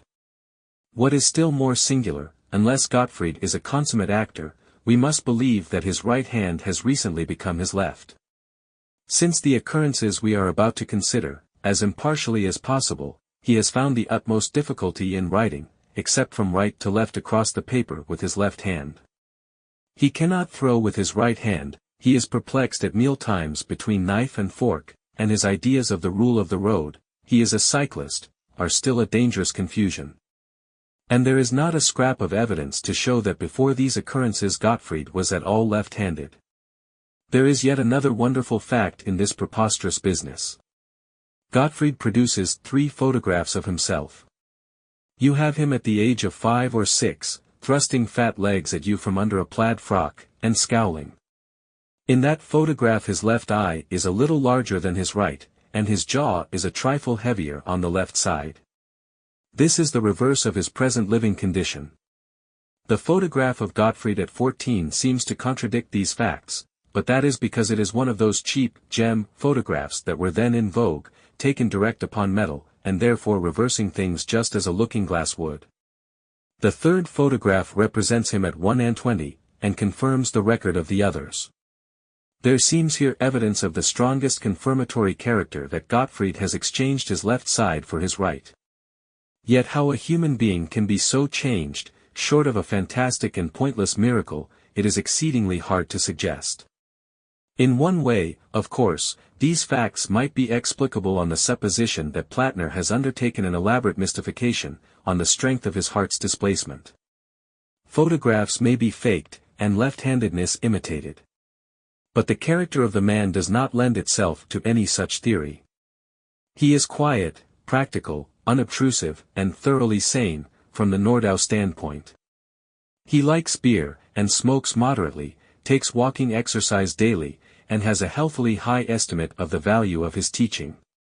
He has a good but untrained tenor voice, and takes a pleasure in singing airs of a popular and cheerful character. He is fond, but not morbidly fond, of reading, chiefly fiction pervaded with a vaguely pious optimism, sleeps well, and rarely dreams. He is, in fact, the very last person to evolve a fantastic fable. Indeed, so far from forcing this story upon the world, he has been singularly reticent on the matter. He meets inquirers with a certain engaging, bashfulness is almost the word, that disarms the most suspicious. He seems genuinely ashamed that anything so unusual has occurred to him. It is to be regretted that Plattner's aversion to the idea of post-mortem dissection may postpone, perhaps forever, the positive proof that his entire body has had its left and right sides transposed. Upon that fact mainly the credibility of his story hangs. There is no way of taking a man and moving him about in space as ordinary people understand space, that will result in our changing his sides. Whatever you do, his right is still his right, his left is left. You can do that with a perfectly thin and flat thing, of course. If you were to cut a figure out of paper, any figure with a right and left side, you could change its side simply by lifting it up and turning it over. But with a solid it is different. Mathematical theorists tell us that the only way in which the right and left sides of a solid body can be changed is by taking that body clean out of space as we know it, taking it out of ordinary existence, that is, and turning it somewhere outside space. This is a little abstruse, no doubt, but anyone with any knowledge of mathematical theory will assure the reader of its truth. To put the thing in technical language, the curious inversion of Plattner's right and left sides is proof that he has moved out of our space into what is called the fourth dimension, and that he has returned again to our world. Unless we choose to consider ourselves the victims of an elaborate and motiveless fabrication, we are almost bound to believe that this has occurred. So much for the tangible facts. We come now to the account of the phenomena that attended his temporary disappearance from the world. It appears that in the Sussexville Proprietary School, Plattner not only discharged the duties of modern languages master, but also taught chemistry, commercial geography, bookkeeping, shorthand, drawing, and any other additional subject to which the changing fancies of the boys' parents might direct attention. He knew little or nothing of these various subjects, but in secondary as distinguished from board or elementary schools, knowledge in the teacher is, very properly, by no means so necessary as high moral character and gentlemanly tone. In chemistry he was particularly deficient, knowing, he says, nothing beyond the 3 gases, whatever the three gases may be. As, however, his pupils began by knowing nothing, and derived all their information from him, this caused him, or anyone, but little inconvenience for several terms. Then a little boy named Wibble joined the school, who had been educated, it seems, by some mischievous relative into an inquiring habit of mind. This little boy followed Plattner's lessons with marked and sustained interest, and in order to exhibit his zeal on the subject, brought, at various times, substances for Plattner to analyze. Plattner, flattered by this evidence of his power of awakening interest, and trusting to the boy's ignorance, analyzed these, and even made general statements as to their composition. Indeed, he was so far stimulated by his pupil as to obtain a work upon analytical chemistry, and study it during his supervision of the evening's preparation. He was surprised to find chemistry quite an interesting subject. So far the story is absolutely commonplace. But now the greenish powder comes upon the scene. The source of that greenish powder seems, unfortunately, lost. Master Wibble tells a tortuous story of finding it done up in a packet in a disused limekiln near the Downs. It would have been an excellent thing for Plattner, and possibly for Master Wibble's family, if a match could have been applied to that powder there and then. The young gentleman certainly did not bring it to school in a packet, but in a common 8-ounce graduated medicine bottle, plugged with masticated newspaper. He gave it to Plattner at the end of the afternoon school. For boys had been detained after school prayers in order to complete some neglected tasks, and Plattner was supervising these in the small classroom in which the chemical teaching was conducted. The appliances for the practical teaching of chemistry in the Sussexville Proprietary School, as in most small schools in this country, are characterized by a severe simplicity. They are kept in a small cupboard standing in a recess, and having about the same capacity as a common traveling trunk. Plattner, being bored with his passive superintendence, seems to have welcomed the intervention of Wibble with his green powder as an agreeable diversion, and, unlocking this cupboard, proceeded at once with his analytical experiments. Wibble sat, luckily for himself, at a safe distance, regarding him. The four malefactors, feigning a profound absorption in their work, watched him furtively with the keenest interest. For even within the limits of the three gases, Plattner's practical chemistry was, I understand, temerarious. They are practically unanimous in their account of Plattner's proceedings. He poured a little of the green powder into a test tube, and tried the substance with water, hydrochloric acid, nitric acid, and sulfuric acid in succession. Getting no result, he emptied out a little heap, nearly half the bottleful, in fact, upon a slate and tried a match.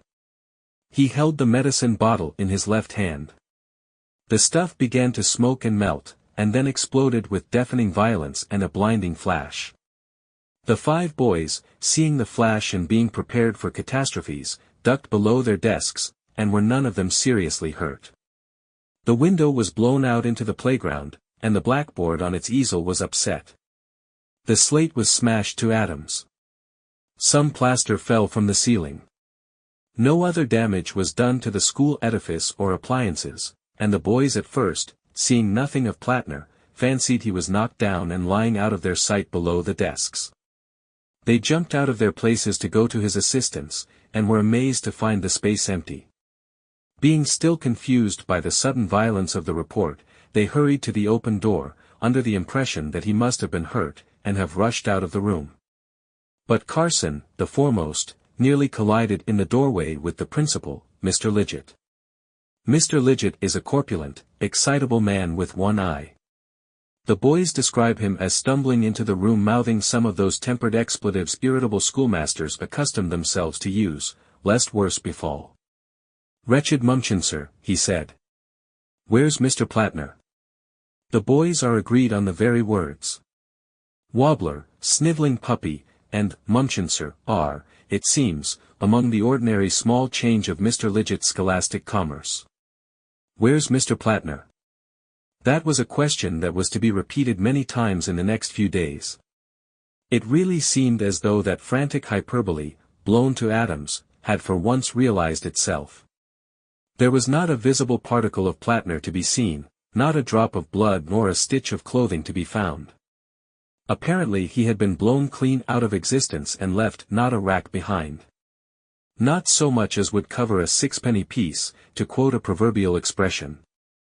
The evidence of his absolute disappearance as a consequence of that explosion is indubitable.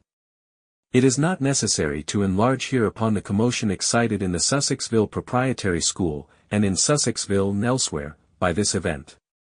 It is quite possible, indeed, that some of the readers of these pages may recall the hearing of some remote and dying version of that excitement during the last summer holidays. Lidgett, it would seem, did everything in his power to suppress and minimize the story. He instituted a penalty of 25 lines for any mention of Plattner's name among the boys, and stated in the schoolroom that he was clearly aware of his assistant's whereabouts. He was afraid, he explains, that the possibility of an explosion happening, in spite of the elaborate precautions taken to minimize the practical teaching of chemistry, might injure the reputation of the school, and so might any mysterious quality in Plattner's departure. Indeed, he did everything in his power to make the occurrence seem as ordinary as possible. In particular, he cross-examined the 5 eyewitnesses of the occurrence so searchingly that they began to doubt the plain evidence of their senses. But, in spite of these efforts, the tale, in a magnified and distorted state, made a 9 days' wonder in the district, and several parents withdrew their sons on colorable pretexts. Not the least remarkable point in the matter is the fact that a large number of people in the neighborhood dreamed singularly vivid dreams of Plattner during the period of excitement before his return, and that these dreams had a curious uniformity. In almost all of them Plattner was seen, sometimes singly, sometimes in company, wandering about through a coruscating iridescence. In all cases his face was pale and distressed, and in some he gesticulated towards the dreamer. 1 or 2 of the boys, evidently under the influence of nightmare, fancied that Plattner approached them with remarkable swiftness, and seemed to look closely into their very eyes. Others fled with Plattner from the pursuit of vague and extraordinary creatures of a globular shape. But all these fancies were forgotten in inquiries and speculations when on the Wednesday next but one after the Monday of the explosion, Plattner returned. The circumstances of his return were as singular as those of his departure. So far as Mr. Lidgett's somewhat choleric outline can be filled in from Plattner's hesitating statements, it would appear that on Wednesday evening, towards the hour of sunset, the former gentleman, having dismissed evening preparation, was engaged in his garden, picking and eating strawberries, a fruit of which he is inordinately fond. It is a large old-fashioned garden, secured from observation, fortunately, by a high and ivy-covered red brick wall. Just as he was stooping over a particularly prolific plant, there was a flash in the air and a heavy thud, and before he could look round, some heavy body struck him violently from behind. He was pitched forward, crushing the strawberries he held in his hand, and that so roughly, that his silk hat, Mr. Lidgett adheres to the older ideas of scholastic costume, was driven violently down upon his forehead, and almost over one eye. This heavy missile, which slid over him sideways and collapsed into a sitting posture among the strawberry plants, proved to be our long-lost Mr. Gottfried Plattner, in an extremely disheveled condition. He was collarless and hatless, his linen was dirty, and there was blood upon his hands. Mr. Lidgett was so indignant and surprised that he remained on all fours, and with his hat jammed down on his eye, while he expostulated vehemently with Plattner for his disrespectful and unaccountable conduct. This scarcely idyllic scene completes what I may call the exterior version of the Plattner story, its exoteric aspect. It is quite unnecessary to enter here into all the details of his dismissal by Mr. Lidgett. Such details, with the full names and dates and references, will be found in the larger report of these occurrences that was laid before the Society for the Investigation of Abnormal Phenomena.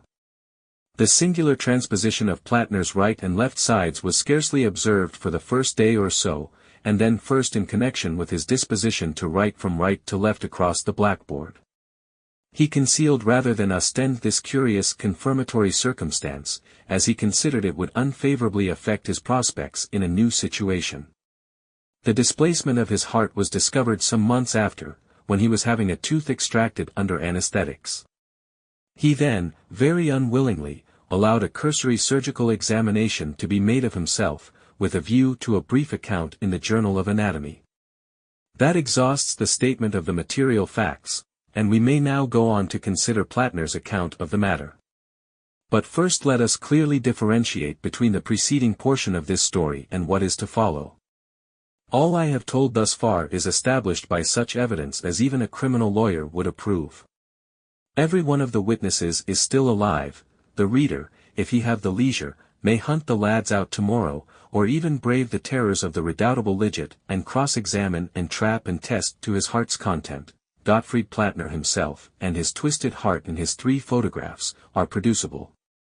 It may be taken as proved that he did disappear for 9 days as the consequence of an explosion, that he returned almost as violently, under circumstances in their nature annoying to Mr. Lidget, whatever the details of those circumstances may be, and that he returned inverted, just as a reflection returns from a mirror. From the last fact, as I have already stated, it follows almost inevitably that Plattner, during those 9 days, must have been in some state of existence altogether out of space. The evidence to these statements is, indeed, far stronger than that upon which most murderers are hanged. But for his own particular account of where he had been, with its confused explanations and well-nigh self-contradictory details, we have only Mr. Gottfried Plattner's word. I do not wish to discredit that, but I must point out, what so many writers upon obscure psychic phenomena fail to do, that we are passing here from the practically undeniable to that kind of matter which any reasonable man is entitled to believe or reject as he thinks proper. The previous statements render it plausible, its discordance with common experience tilts it towards the incredible. I would prefer not to sway the beam of the reader's judgment either way, but simply to tell the story as Plattner told it me. He gave me his narrative, I may state, at my house at Chislehurst, and so soon as he had left me that evening, I went into my study and wrote down everything as I remembered it. Subsequently he was good enough to read over a typewritten copy, so that its substantial correctness is undeniable. He states that at the moment of the explosion he distinctly thought he was killed. He felt lifted off his feet and driven forcibly backward. It is a curious fact for psychologists that he thought clearly during his backward flight, and wondered whether he should hit the chemistry cupboard or the blackboard easel. His heels struck ground, and he staggered and fell heavily into a sitting position on something soft and firm. For a moment the concussion stunned him. He became aware at once of a vivid scent of singed hair, and he seemed to hear the voice of Lidget asking for him. You will understand that for a time his mind was greatly confused. At first he was under the impression that he was still standing in the classroom. He perceived quite distinctly the surprise of the boys and the entry of Mr. Lidget. He is quite positive upon that score. He did not hear their remarks, but that he ascribed to the deafening effect of the experiment. Things about him seemed curiously dark and faint, but his mind explained that on the obvious but mistaken idea that the explosion had engendered a huge volume of dark smoke. Through the dimness the figures of Lidget and the boys moved, as faint and silent as ghosts. Plattner's face still tingled with the stinging heat of the flash. He was, he says, all muddled. His first definite thoughts seem to have been of his personal safety. He thought he was perhaps blinded and deafened. He felt his limbs and face in a gingerly manner. Then his perceptions grew clearer, and he was astonished to miss the old familiar desks and other schoolroom furniture about him. Only dim, uncertain, grey shapes stood in the place of these. Then came a thing that made him shout aloud, and awoke his stunned faculties to instant activity. 2 of the boys, gesticulating, walked one after the other clean through him. Neither manifested the slightest consciousness of his presence. It is difficult to imagine the sensation he felt. They came against him, he says, with no more force than a wisp of mist. Plattner's first thought after that was that he was dead. Having been brought up with thoroughly sound views in these matters, however, he was a little surprised to find his body still about him. His second conclusion was that he was not dead, but that the others were, that the explosion had destroyed the Sussexville Proprietary School and every soul in it except himself. But that, too, was scarcely satisfactory. He was thrown back upon astonished observation. Everything about him was profoundly dark. At first it seemed to have an altogether ebony blackness. Overhead was a black firmament. The only touch of light in the scene was a faint greenish glow at the edge of the sky in one direction, which threw into prominence a horizon of undulating black hills. This, I say, was his impression at first. As his eye grew accustomed to the darkness, he began to distinguish a faint quality of differentiating greenish color in the circumambient night. Against this background the furniture and occupants of the classroom, it seems, stood out like phosphorescent specters, faint and impalpable. He extended his hand, and thrust it without an effort through the wall of the room by the fireplace. He describes himself as making a strenuous effort to attract attention. He shouted to Lidget, and tried to seize the boys as they went to and fro. He only desisted from these attempts when Mrs. Lidget, whom he, as an assistant master, naturally disliked, entered the room. He says the sensation of being in the world, and yet not a part of it, was an extraordinarily disagreeable one. He compared his feelings, not inaptly, to those of a cat watching a mouse through a window. Whenever he made a motion to communicate with the dim, familiar world about him, he found an invisible, incomprehensible barrier preventing intercourse. He then turned his attention to his solid environment. He found the medicine bottle still unbroken in his hand, with the remainder of the green powder therein. He put this in his pocket, and began to feel about him. Apparently he was sitting on a boulder of rock covered with a velvety moss. The dark country about him he was unable to see, the faint, misty picture of the schoolroom blotting it out, but he had a feeling, due perhaps to a cold wind, that he was near the crest of a hill, and that a steep valley fell away beneath his feet. The green glow along the edge of the sky seemed to be growing in extent and intensity. He stood up, rubbing his eyes. It would seem that he made a few steps, going steeply downhill, and then stumbled, nearly fell, and sat down again upon a jagged mass of rock to watch the dawn. He became aware that the world about him was absolutely silent. It was as still as it was dark, and though there was a cold wind blowing up the hill face, the rustle of grass, the soughing of the boughs that should have accompanied it, were absent. He could hear, therefore, if he could not see, that the hillside upon which he stood was rocky and desolate. The green grew brighter every moment, and as it did so a faint, transparent blood red mingled with, but did not mitigate, the blackness of the sky overhead and the rocky desolations about him. Having regard to what follows, I am inclined to think that redness may have been an optical effect due to contrast. Something black fluttered momentarily against the livid yellow-green of the lower sky, and then the thin and penetrating voice of a bell rose out of the black gulf below him. An oppressive expectation grew with the growing light.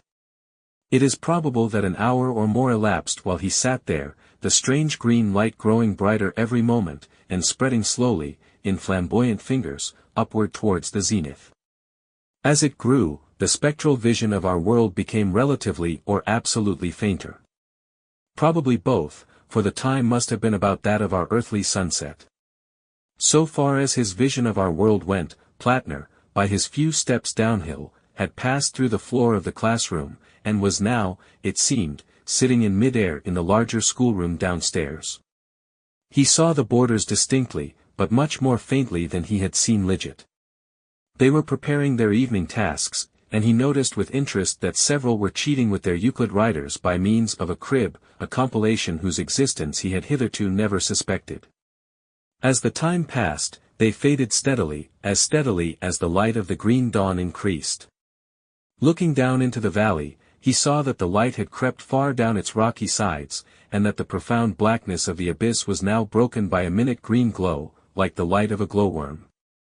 And almost immediately the limb of a huge heavenly body of blazing green rose over the basaltic undulations of the distant hills, and the monstrous hill masses about him came out gaunt and desolate, in green light and deep, ruddy black shadows.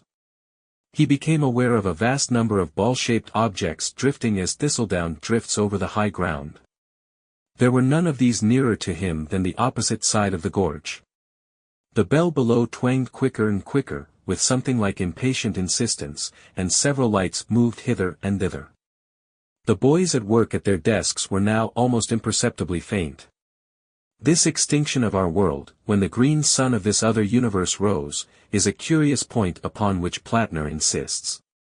During the otherworld night it is difficult to move about, on account of the vividness with which the things of this world are visible. It becomes a riddle to explain why, if this is the case, we in this world catch no glimpse of the other world. It is due, perhaps, to the comparatively vivid illumination of this world of ours.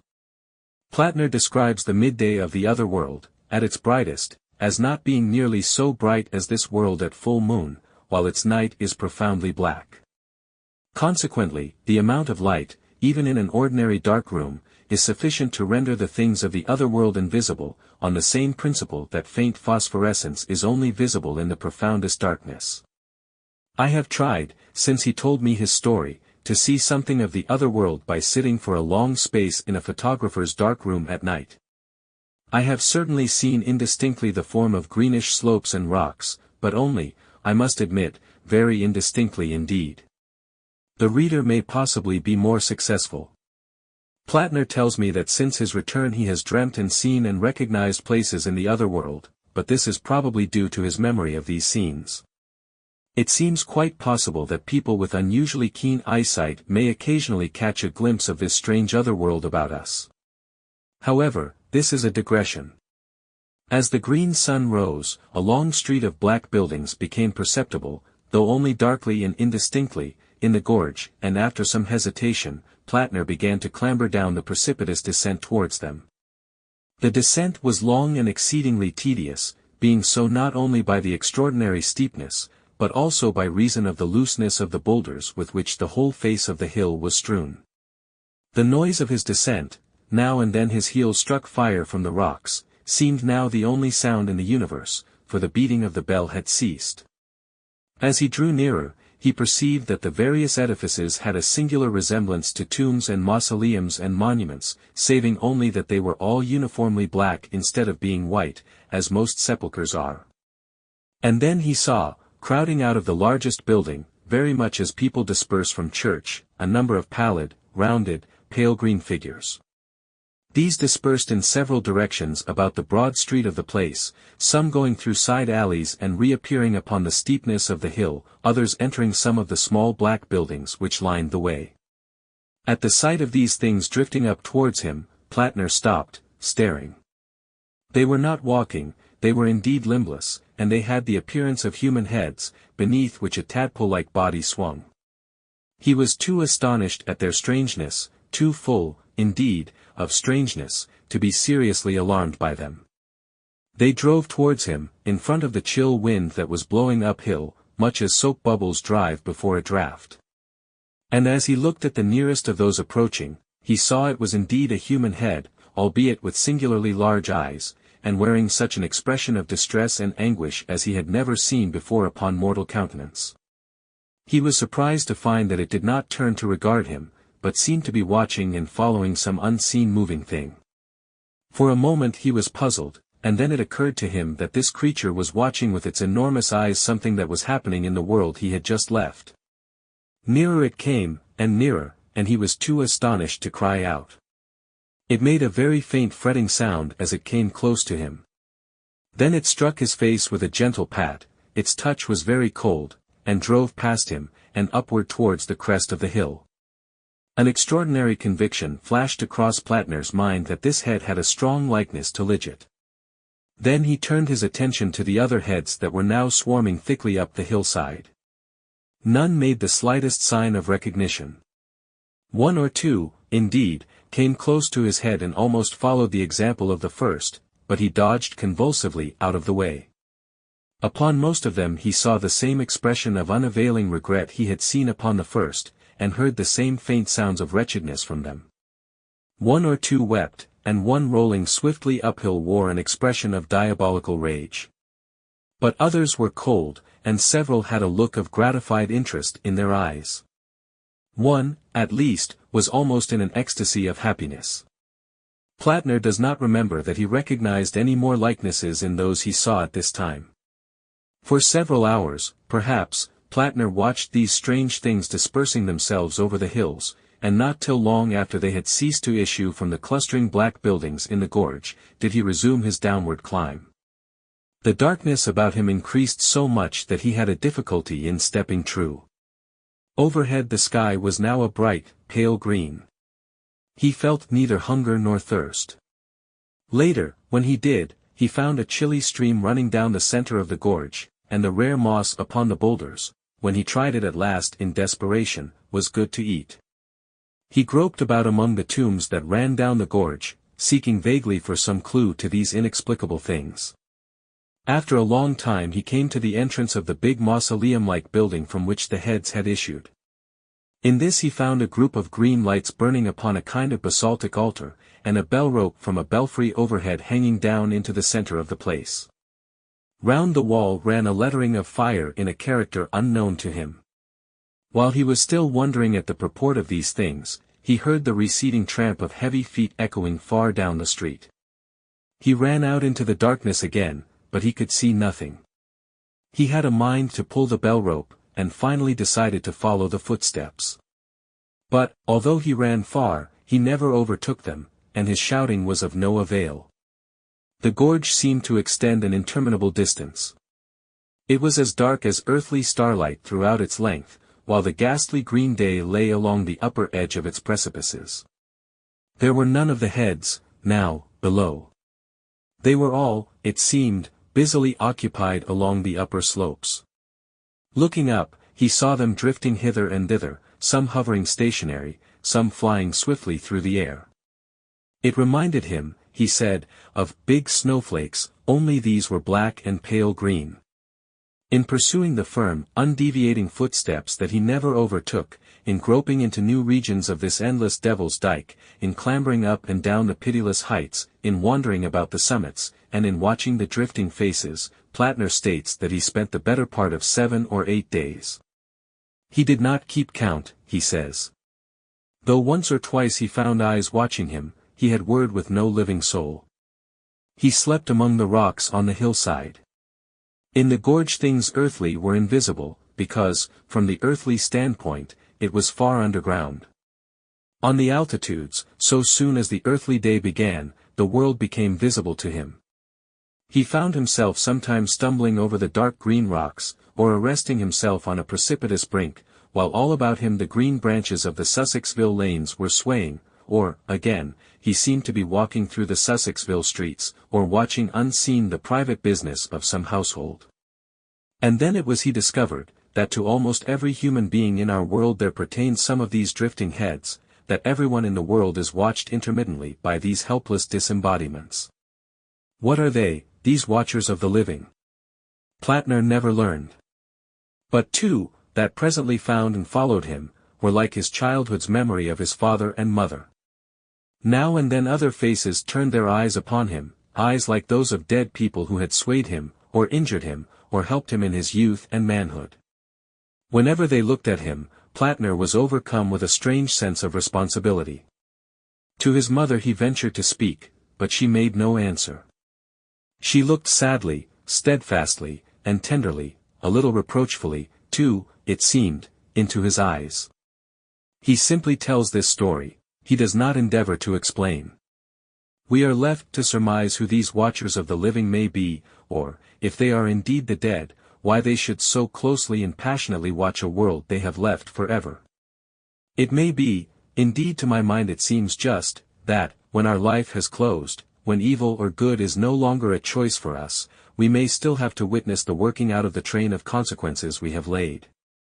If human souls continue after death, then surely human interests continue after death. But that is merely my own guess at the meaning of the things seen. Plattner offers no interpretation, for none was given him. It is well the reader should understand this clearly. Day after day, with his head reeling, he wandered about this strange lit world outside the world, weary and, towards the end, weak and hungry.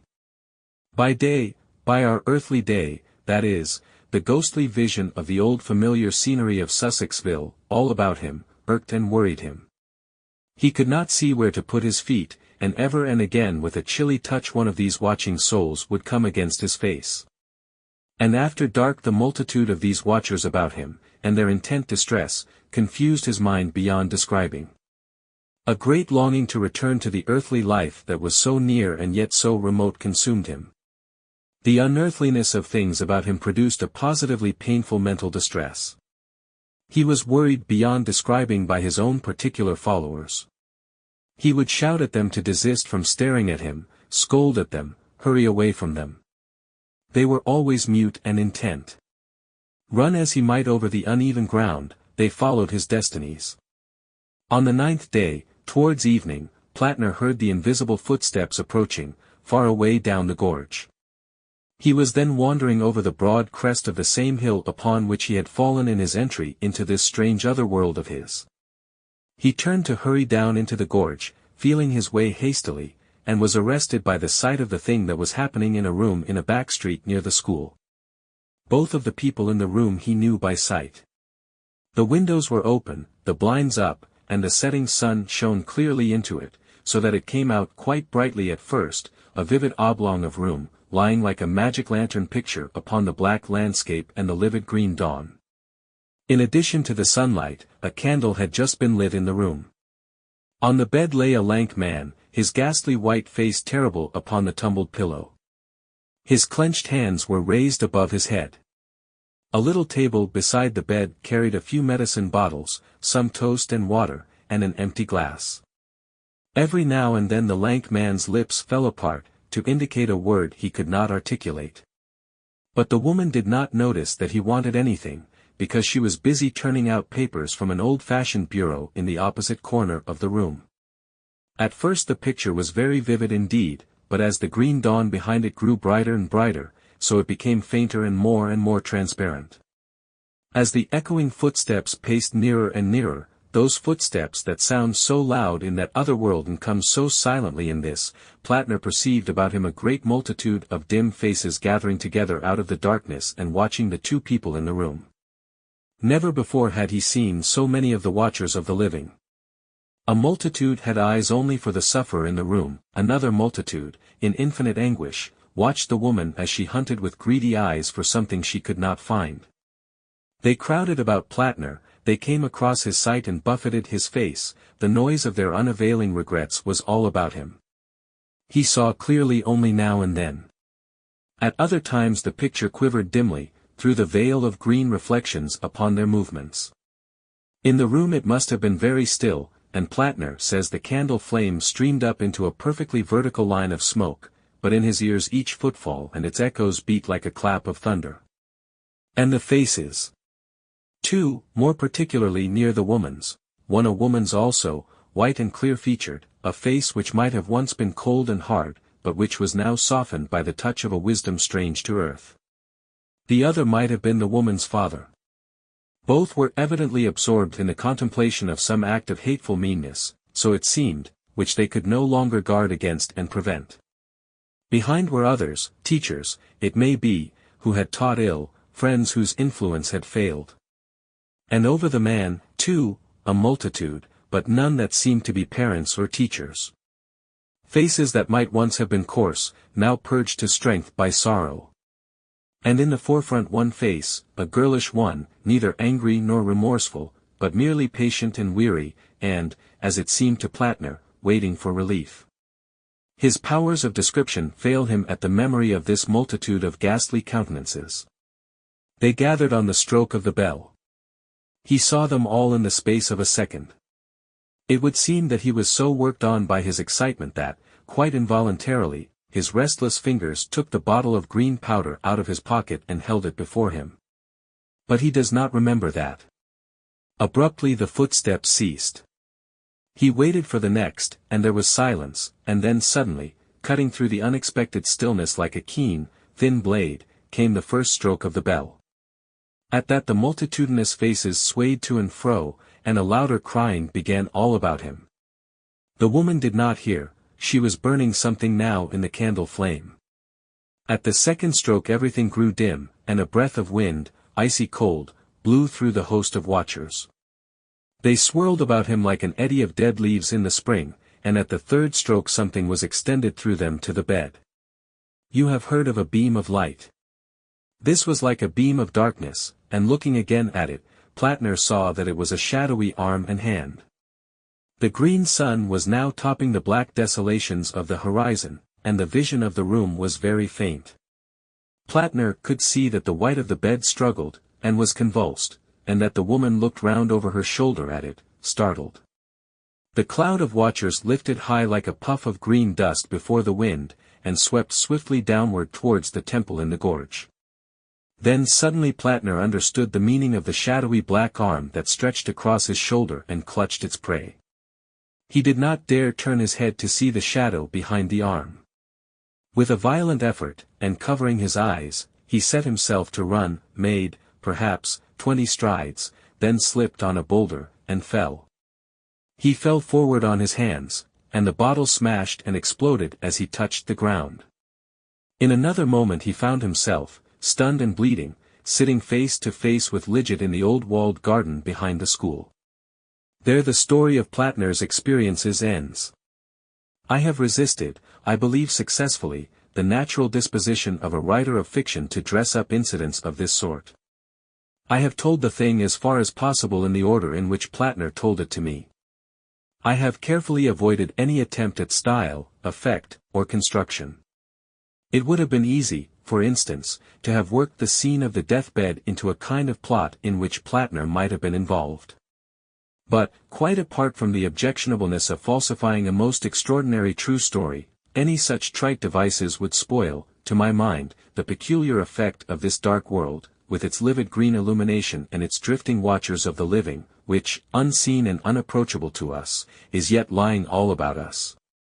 It remains to add that a death did actually occur in Vincent Terrace, just beyond the school garden, and, so far as can be proved, at the moment of Plattner's return. Deceased was a rate collector and insurance agent. His widow, who was much younger than himself, married last month a Mr. Whymper, a veterinary surgeon of Albeating. As the portion of this story given here has in various forms circulated orally in Sussexville, she has consented to my use of her name, on condition that I make it distinctly known that she emphatically contradicts every detail of Plattner's account of her husband's last moments. She burnt no will, she says, although Plattner never accused her of doing so. Her husband made but one will, and that just after their marriage. Certainly, from a man who had never seen it, Plattner's account of the furniture of the room was curiously accurate.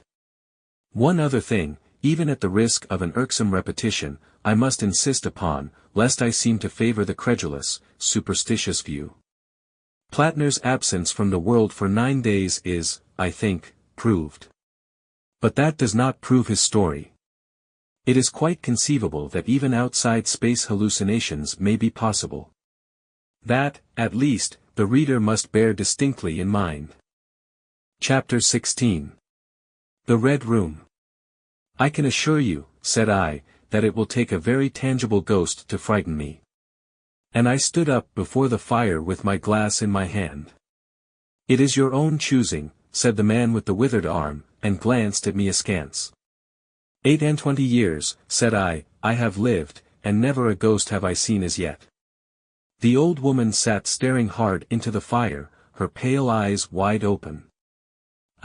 She broke in, and 28 years you have lived and never seen the likes of this house, I reckon. There's a many things to see, when one's still but 28. She swayed her head slowly from side to side. A many things to see and sorrow for. I half suspected the old people were trying to enhance the spiritual terrors of their house by their droning insistence. I put down my empty glass on the table and looked about the room, and caught a glimpse of myself, abbreviated and broadened to an impossible sturdiness, in the queer old mirror at the end of the room. Well, I said, if I see anything tonight, I shall be so much the wiser. For I come to the business with an open mind. It's your own choosing, said the man with the withered arm once more. I heard the sound of a stick and a shambling step on the flags in the passage outside, and the door creaked on its hinges as a second old man entered, more bent, more wrinkled, more aged even than the first. He supported himself by a single crutch, his eyes were covered by a shade, and his lower lip, half averted, hung pale and pink from his decaying yellow teeth.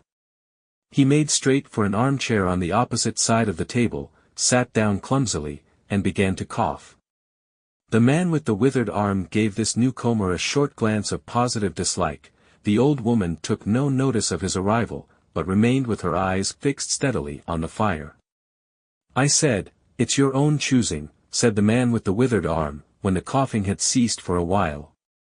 "It's my own choosing," I answered. The man with the shade became aware of my presence for the first time, and threw his head back for a moment and sideways, to see me. I caught a momentary glimpse of his eyes, small and bright and inflamed. Then he began to cough and splutter again. "Why don't you drink?" said the man with the withered arm, pushing the beer towards him. The man with the shade poured out a glassful with a shaky hand that splashed half as much again on the deal table. A monstrous shadow of him crouched upon the wall and mocked his action as he poured and drank. I must confess I had scarce expected these grotesque custodians. There is to my mind something inhuman in senility, something crouching and atavistic. The human qualities seem to drop from old people insensibly day by day. The three of them made me feel uncomfortable, with their gaunt silences, their bent carriage, their evident unfriendliness to me and to one another. "If," said I, "you will show me to this haunted room of yours, I will make myself comfortable there." The old man with the cough jerked his head back so suddenly that it startled me, and shot another glance of his red eyes at me from under the shade, but no one answered me. I waited a minute, glancing from one to the other. "If," I said a little louder, "if you will show me to this haunted room of yours, I will relieve you from the task of entertaining me." "There's a candle on the slab outside the door," said the man with the withered arm, looking at my feet as he addressed me. "But if you go to the Red Room tonight." "This night of all nights," said the old woman. "You go alone." "Very well," I answered. "And which way do I go?" "You go along the passage for a bit," said he, "until you come to a door, and through that is a spiral staircase, and halfway up that is a landing and another door covered with baize. Go through that and down the long corridor to the end, and the Red Room is on your left up the steps. Have I got that right?" I said, and repeated his directions. He corrected me in one particular. "And are you really going?" said the man with the shade, looking at me again for the third time, with that queer, unnatural tilting of the face. "This night of all nights," said the old woman. "It is what I came for," I said, and moved towards the door. As I did so, the old man with the shade rose and staggered round the table, so as to be closer to the others and to the fire. At the door I turned and looked at them, and saw they were all close together, dark against the firelight, staring at me over their shoulders, with an intent expression on their ancient faces. "Good night," I said, setting the door open. "It's your own choosing," said the man with the withered arm. I left the door wide open until the candle was well alight, and then I shut them in and walked down the chilly, echoing passage. I must confess that the oddness of these three old pensioners in whose charge her ladyship had left the castle, and the deep-toned, old-fashioned furniture of the housekeeper's room in which they foregathered, affected me in spite of my efforts to keep myself at a matter-of-fact phase. They seemed to belong to another age, an older age, an age when things spiritual were different from this of ours, less certain, an age when omens and witches were credible, and ghosts beyond denying. Their very existence was spectral, the cut of their clothing, fashions born in dead brains. The ornaments and conveniences of the room about them were ghostly, the thoughts of vanished men, which still haunted rather than participated in the world of today. But with an effort I sent such thoughts to the right about. The long, draughty subterranean passage was chilly and dusty, and my candle flared and made the shadows cower and quiver. The echoes rang up and down the spiral staircase, and a shadow came sweeping up after me, and one fled before me into the darkness overhead. I came to the landing and stopped there for a moment, listening to a rustling that I fancied I heard, then, satisfied of the absolute silence, I pushed open the baize-covered door and stood in the corridor. The effect was scarcely what I expected, for the moonlight, coming in by the great window on the grand staircase, picked out everything in vivid black shadow or silvery illumination. Everything was in its place. The house might have been deserted on the yesterday instead of 18 months ago. There were candles in the sockets of the sconces, and whatever dust had gathered on the carpets or upon the polished flooring was distributed so evenly as to be invisible in the moonlight. I was about to advance, and stopped abruptly. A bronze group stood upon the landing, hidden from me by the corner of the wall, but its shadow fell with marvelous distinctness upon the white paneling, and gave me the impression of someone crouching to waylay me. I stood rigid for half a minute perhaps. Then, with my hand in the pocket that held my revolver, I advanced, only to discover a Ganymede and eagle glistening in the moonlight.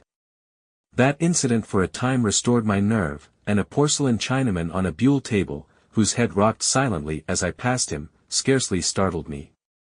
The door to the Red Room and the steps up to it were in a shadowy corner.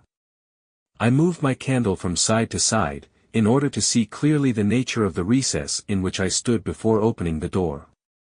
Here it was, thought I, that my predecessor was found, and the memory of that story gave me a sudden twinge of apprehension. I glanced over my shoulder at the Ganymede in the moonlight, and opened the door of the Red Room rather hastily, with my face half turned to the pallid silence of the landing. I entered, closed the door behind me at once, turned the key I found in the lock within, and stood with the candle held aloft, surveying the scene of my vigil, the great Red Room of Lorraine Castle, in which the young Duke had died. Or, rather, in which he had begun his dying, for he had opened the door and fallen headlong down the steps I had just ascended. That had been the end of his vigil, of his gallant attempt to conquer the ghostly tradition of the place, and never, I thought, had apoplexy better served the ends of superstition. And there were other and older stories that clung to the room, back to the half-credible beginning of it all, the tale of a timid wife and the tragic end that came to her husband's jest of frightening her. And looking around that large somber room, with its shadowy window bays, its recesses and alcoves, one could well understand the legends that had sprouted in its black corners, its germinating darkness. My candle was a little tongue of light in its vastness, that failed to pierce the opposite end of the room, and left an ocean of mystery and suggestion beyond its island of light. I resolved to make a systematic examination of the place at once, and dispel the fanciful suggestions of its obscurity before they obtained a hold upon me. After satisfying myself of the fastening of the door, I began to walk about the room, peering round each article of furniture, tucking up the valances of the bed, and opening its curtains wide. I pulled up the blinds and examined the fastenings of the several windows before closing the shutters, leant forward and looked up the blackness of the wide chimney, and tapped the dark oak paneling for any secret opening. There were 2 big mirrors in the room, each with a pair of sconces bearing candles, and on the mantel-shelf, too, were more candles in china candlesticks. All these I lit one after the other. The fire was laid, an unexpected consideration from the old housekeeper, and I lit it, to keep down any disposition to shiver, and when it was burning well, I stood round with my back to it and regarded the room again. I had pulled up a chintz-covered armchair and a table, to form a kind of barricade before me, and on this lay my revolver ready to hand. My precise examination had done me good, but I still found the remoter darkness of the place, and its perfect stillness, too stimulating for the imagination. The echoing of the stir and crackling of the fire was no sort of comfort to me. The shadow in the alcove at the end in particular, had that undefinable quality of a presence, that odd suggestion of a lurking, living thing, that comes so easily in silence and solitude. At last, to reassure myself, I walked with a candle into it, and satisfied myself that there was nothing tangible there. I stood that candle upon the floor of the alcove, and left it in that position. By this time I was in a state of considerable nervous tension, although to my reason there was no adequate cause for the condition. My mind, however, was perfectly clear. I postulated quite unreservedly that nothing supernatural could happen, and to pass the time I began to string some rhymes together, in Goldsby fashion, of the original legend of the place. A few I spoke aloud, but the echoes were not pleasant. For the same reason I also abandoned, after a time, a conversation with myself upon the impossibility of ghosts and haunting. My mind reverted to the 3 old and distorted people downstairs, and I tried to keep it upon that topic. The somber reds and blacks of the room troubled me, even with 7 candles the place was merely dim. The one in the alcove flared in a draught, and the fire flickering kept the shadows and penumbra perpetually shifting and stirring. Casting about for a remedy, I recalled the candles I had seen in the passage, and, with a slight effort, walked out into the moonlight, carrying a candle and leaving the door open, and presently returned with as many as 10. These I put in various knickknacks of china with which the room was sparsely adorned, lit and placed where the shadows had lain deepest, some on the floor, some in the window recesses, until at last my 17 candles were so arranged that not an inch of the room but had the direct light of at least one of them. It occurred to me that when the ghost came, I could warn him not to trip over them. The room was now quite brightly illuminated. There was something very cheery and reassuring in these little streaming flames, and snuffing them gave me an occupation, and afforded a helpful sense of the passage of time. Even with that, however, the brooding expectation of the vigil weighed heavily upon me. It was after midnight that the candle in the alcove suddenly went out, and the black shadow sprang back to its place there. I did not see the candle go out, I simply turned and saw that the darkness was there, as one might start and see the unexpected presence of a stranger. "By Jove," said I aloud, "that draft's a strong one," and, taking the matches from the table, I walked across the room in a leisurely manner, to relight the corner again. My first match would not strike, and as I succeeded with the second, something seemed to blink on the wall before me. I turned my head involuntarily, and saw that the 2 candles on the little table by the fireplace were extinguished. I rose at once to my feet. "Odd," I said. "Did I do that myself in a flash of absent-mindedness?" I walked back, relit one, and as I did so, I saw the candle in the right sconce of one of the mirrors wink and go right out, and almost immediately its companion followed it. There was no mistake about it. The flame vanished, as if the wicks had been suddenly nipped between a finger and a thumb, leaving the wick neither glowing nor smoking, but black. While I stood gaping, the candle at the foot of the bed went out, and the shadows seemed to take another step towards me. "This won't do," said I, and first one and then another candle on the mantelshelf followed. "What's up?" I cried, with a queer high note getting into my voice somehow. At that the candle on the wardrobe went out, and the one I had relit in the alcove followed. "Steady on," I said. "These candles are wanted," speaking with a half-hysterical facetiousness, and scratching away at a match the while for the mantel candlesticks. My hands trembled so much that twice I missed the rough paper of the matchbox. As the mantel emerged from darkness again, 2 candles in the remoter end of the window were eclipsed. But with the same match I also relit the larger mirror candles, and those on the floor near the doorway, so that for the moment I seemed to gain on the extinctions. But then in a volley there vanished 4 lights at once in different corners of the room, and I struck another match in quivering haste, and stood hesitating whither to take it. As I stood undecided, an invisible hand seemed to sweep out the 2 candles on the table. With a cry of terror, I dashed at the alcove, then into the corner, and then into the window, relighting 3, as 2 more vanished by the fireplace. Then, perceiving a better way, I dropped the matches on the iron-bound deed-box in the corner, and caught up the bedroom candlestick. With this I avoided the delay of striking matches, but for all that the steady process of extinction went on, and the shadows I feared and fought against returned, and crept in upon me, first a step gained on this side of me and then on that. It was like a ragged storm cloud sweeping out the stars. Now and then one returned for a minute, and was lost again. I was now almost frantic with the horror of the coming darkness, and my self-possession deserted me. I leaped panting and dishevelled from candle to candle, in a vain struggle against that remorseless advance. I bruised myself on the thigh against the table, I sent a chair headlong, I stumbled and fell and whisked the cloth from the table in my fall. My candle rolled away from me, and I snatched another as I rose. Abruptly this was blown out, as I swung it off the table by the wind of my sudden movement, and immediately the 2 remaining candles followed. But there was light still in the room, a red light that staved off the shadows from me. The fire. Of course I could still thrust my candle between the bars and relight it. I turned to where the flames were still dancing between the glowing coals, and splashing red reflections upon the furniture, made 2 steps towards the grate, and incontinently the flames dwindled and vanished, the glow vanished, the reflections rushed together and vanished, and as I thrust the candle between the bars darkness closed upon me like the shutting of an eye, wrapped about me in a stifling embrace, sealed my vision, and crushed the last vestiges of reason from my brain. The candle fell from my hand. I flung out my arms in a vain effort to thrust that ponderous blackness away from me, and, lifting up my voice, screamed with all my might, once, twice, thrice. Then I think I must have staggered to my feet. I know I thought suddenly of the moonlit corridor, and, with my head bowed and my arms over my face, made a run for the door.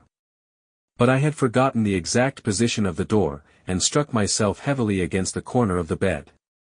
I staggered back, turned, and was either struck or struck myself against some other bulky furniture.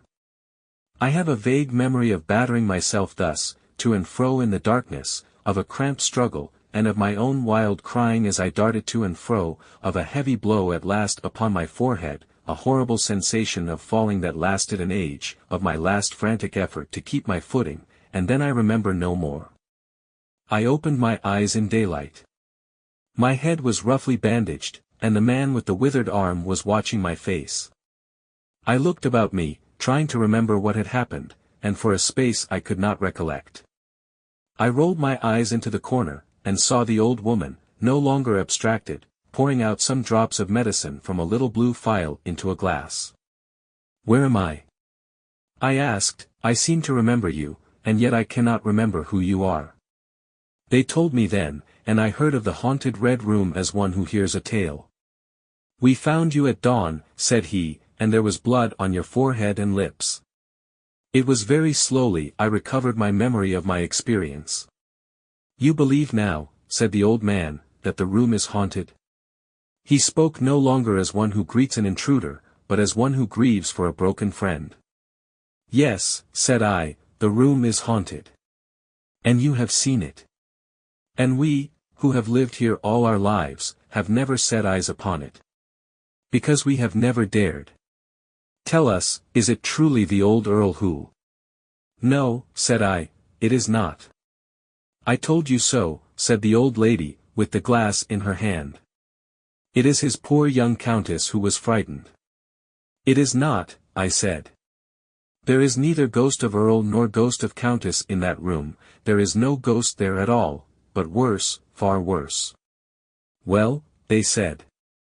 "The worst of all the things that haunt poor mortal man," said I, "and that is, in all its nakedness, fear that will not have light nor sound, that will not bear with reason, that deafens and darkens and overwhelms. It followed me through the corridor, it fought against me in the room." I stopped abruptly. There was an interval of silence.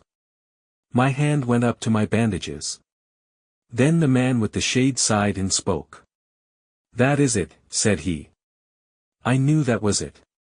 A power of darkness. To put such a curse upon a woman.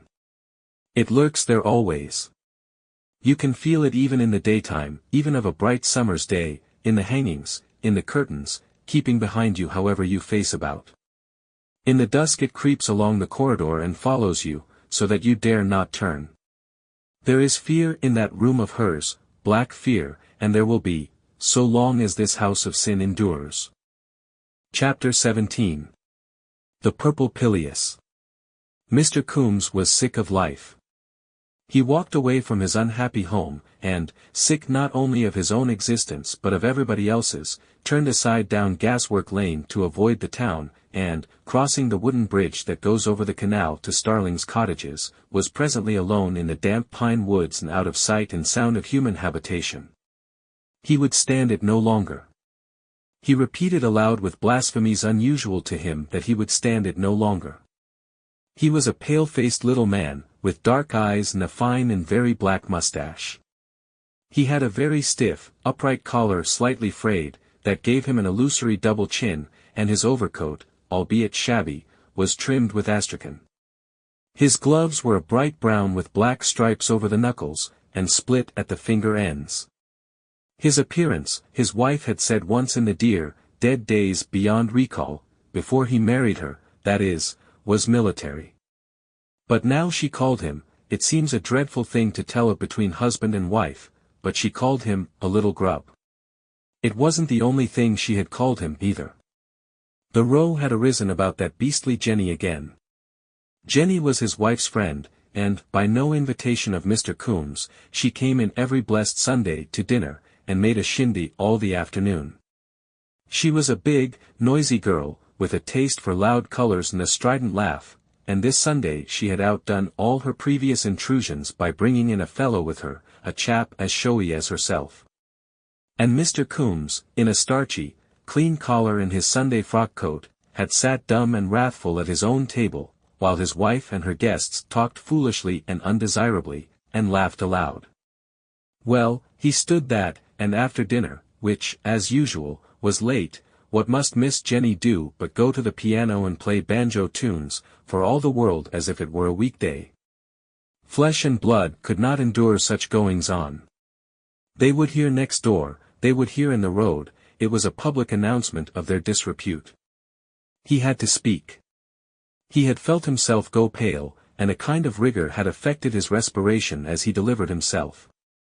He had been sitting on one of the chairs by the window, the new guest had taken possession of the armchair. He turned his head. "Sunday," he said over the collar, in the voice of one who warns. Sunday. What people call a nasty tone, it was. Jenny had kept on playing, but his wife, who was looking through some music that was piled on the top of the piano, had stared at him. "What's wrong now?" she said. "Can't people enjoy themselves?" "I don't mind rational enjoyment, at all," said little Coombs, "but I ain't going to have weekday tunes playing on a Sunday in this house." "What's wrong with my playing now?" said Jenny, stopping and twirling round on the music stool with a monstrous rustle of flounces. Coombs saw it was going to be a row, and opened too vigorously, as is common with your timid, nervous men all the world over. "Steady on with that music stool," said he, "it ain't made for heavy weights." "Never you mind about weights," said Jenny, incensed. "What was you saying behind my back about my playing?"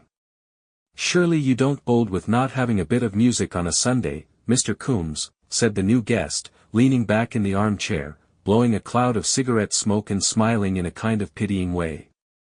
And simultaneously his wife said something to Jenny about, "Never mind 'im. You go on, Jinny." "I do," said Mr. Coombs, addressing the new guest. "May I arst why?" said the new guest, evidently enjoying both his cigarette and the prospect of an argument. He was, by the by, a lank young man, very stylishly dressed in bright drab, with a white cravat and a pearl and silver pin.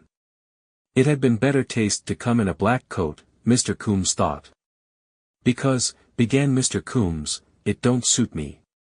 I'm a businessman. I have to study my connection. Rational enjoyment." "His connection," said Mrs. Coombs scornfully. "That's what he's always saying. We got to do this, and we got to do that." "If you don't mean to study my connection," said Mr. Coombs, "what did you marry me for?" "I wonder," said Jenny, and turned back to the piano. "I never saw such a man as you," said Mrs. Coombs. "You've altered all round since we were married. Before." Then Jenny began at the turn again. "Look here," said Mr. Coombs, driven at last to revolt, standing up and raising his voice. "I tell you I won't have that." The frock coat heaved with his indignation. "No 6 lengths, now," said the long young man in drab, sitting up. "Who the deuce are you?" said Mr. Coombs fiercely. Whereupon they all began talking at once. The new guest said he was Jenny's intended, and meant to protect her, and Mr. Coombs said he was welcome to do so anywhere but in his, Mr. Coombs, house, and Mrs. Coombs said he ought to be ashamed of insulting his guests, and, as I have already mentioned, that he was getting a regular little grub, and the end was, that Mr. Coombs ordered his visitors out of the house, and they wouldn't go, and so he said he would go himself. With his face burning and tears of excitement in his eyes, he went into the passage, and as he struggled with his overcoat, his frock coat sleeves got concertinaed up his arm, and gave a brush at his silk hat. Jenny began again at the piano, and strummed him insultingly out of the house. "Turn, turn, turn."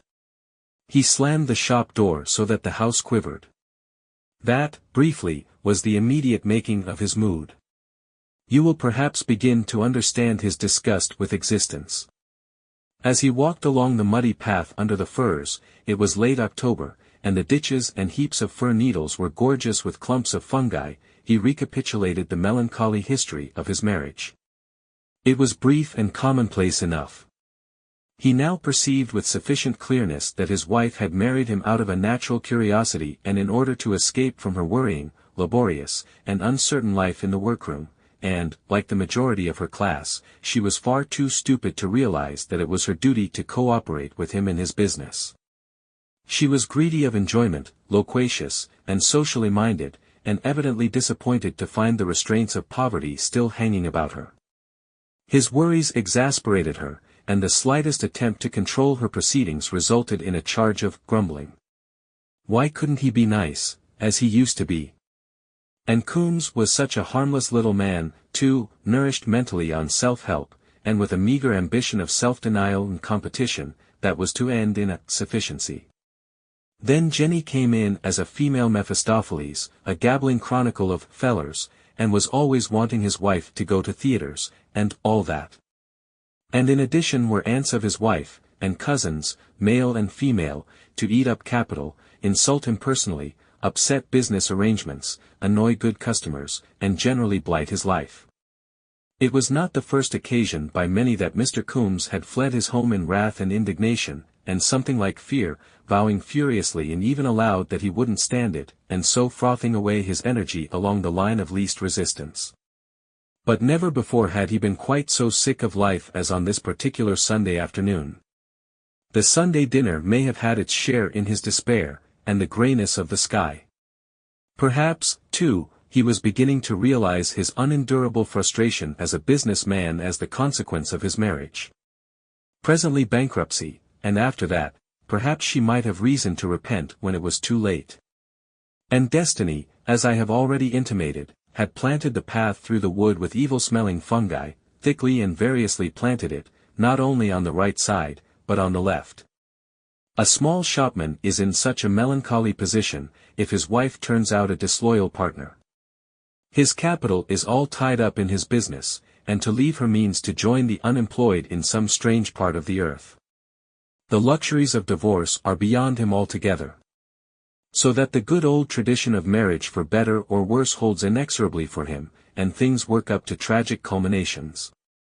Bricklayers kick their wives to death, and dukes betray theirs, but it is among the small clerks and shopkeepers nowadays that it comes most often to a cutting of throats. Under the circumstances it is not so very remarkable, and you must take it as charitably as you can, that the mind of Mr. Coombs ran for a while on some such glorious close to his disappointed hopes, and that he thought of razors, pistols, bread knives, and touching letters to the coroner denouncing his enemies by name, and praying piously for forgiveness. After a time his fierceness gave way to melancholia. He had been married in this very overcoat, in his first and only frock coat that was buttoned up beneath it.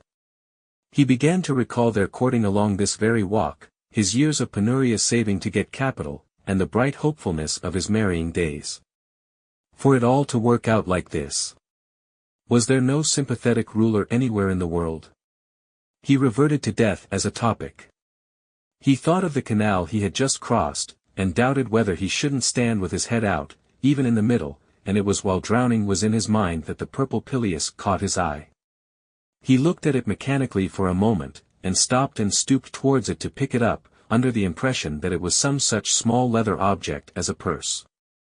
Then he saw that it was the purple top of a fungus, a peculiarly poisonous-looking purple, slimy, shiny, and emitting a sour odor.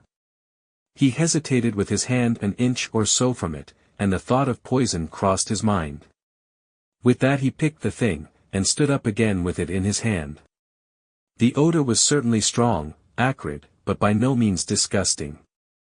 He broke off a piece, and the fresh surface was a creamy white, that changed like magic in the space of 10 seconds to a yellowish-green color. It was even an inviting-looking change. He broke off 2 other pieces to see it repeated.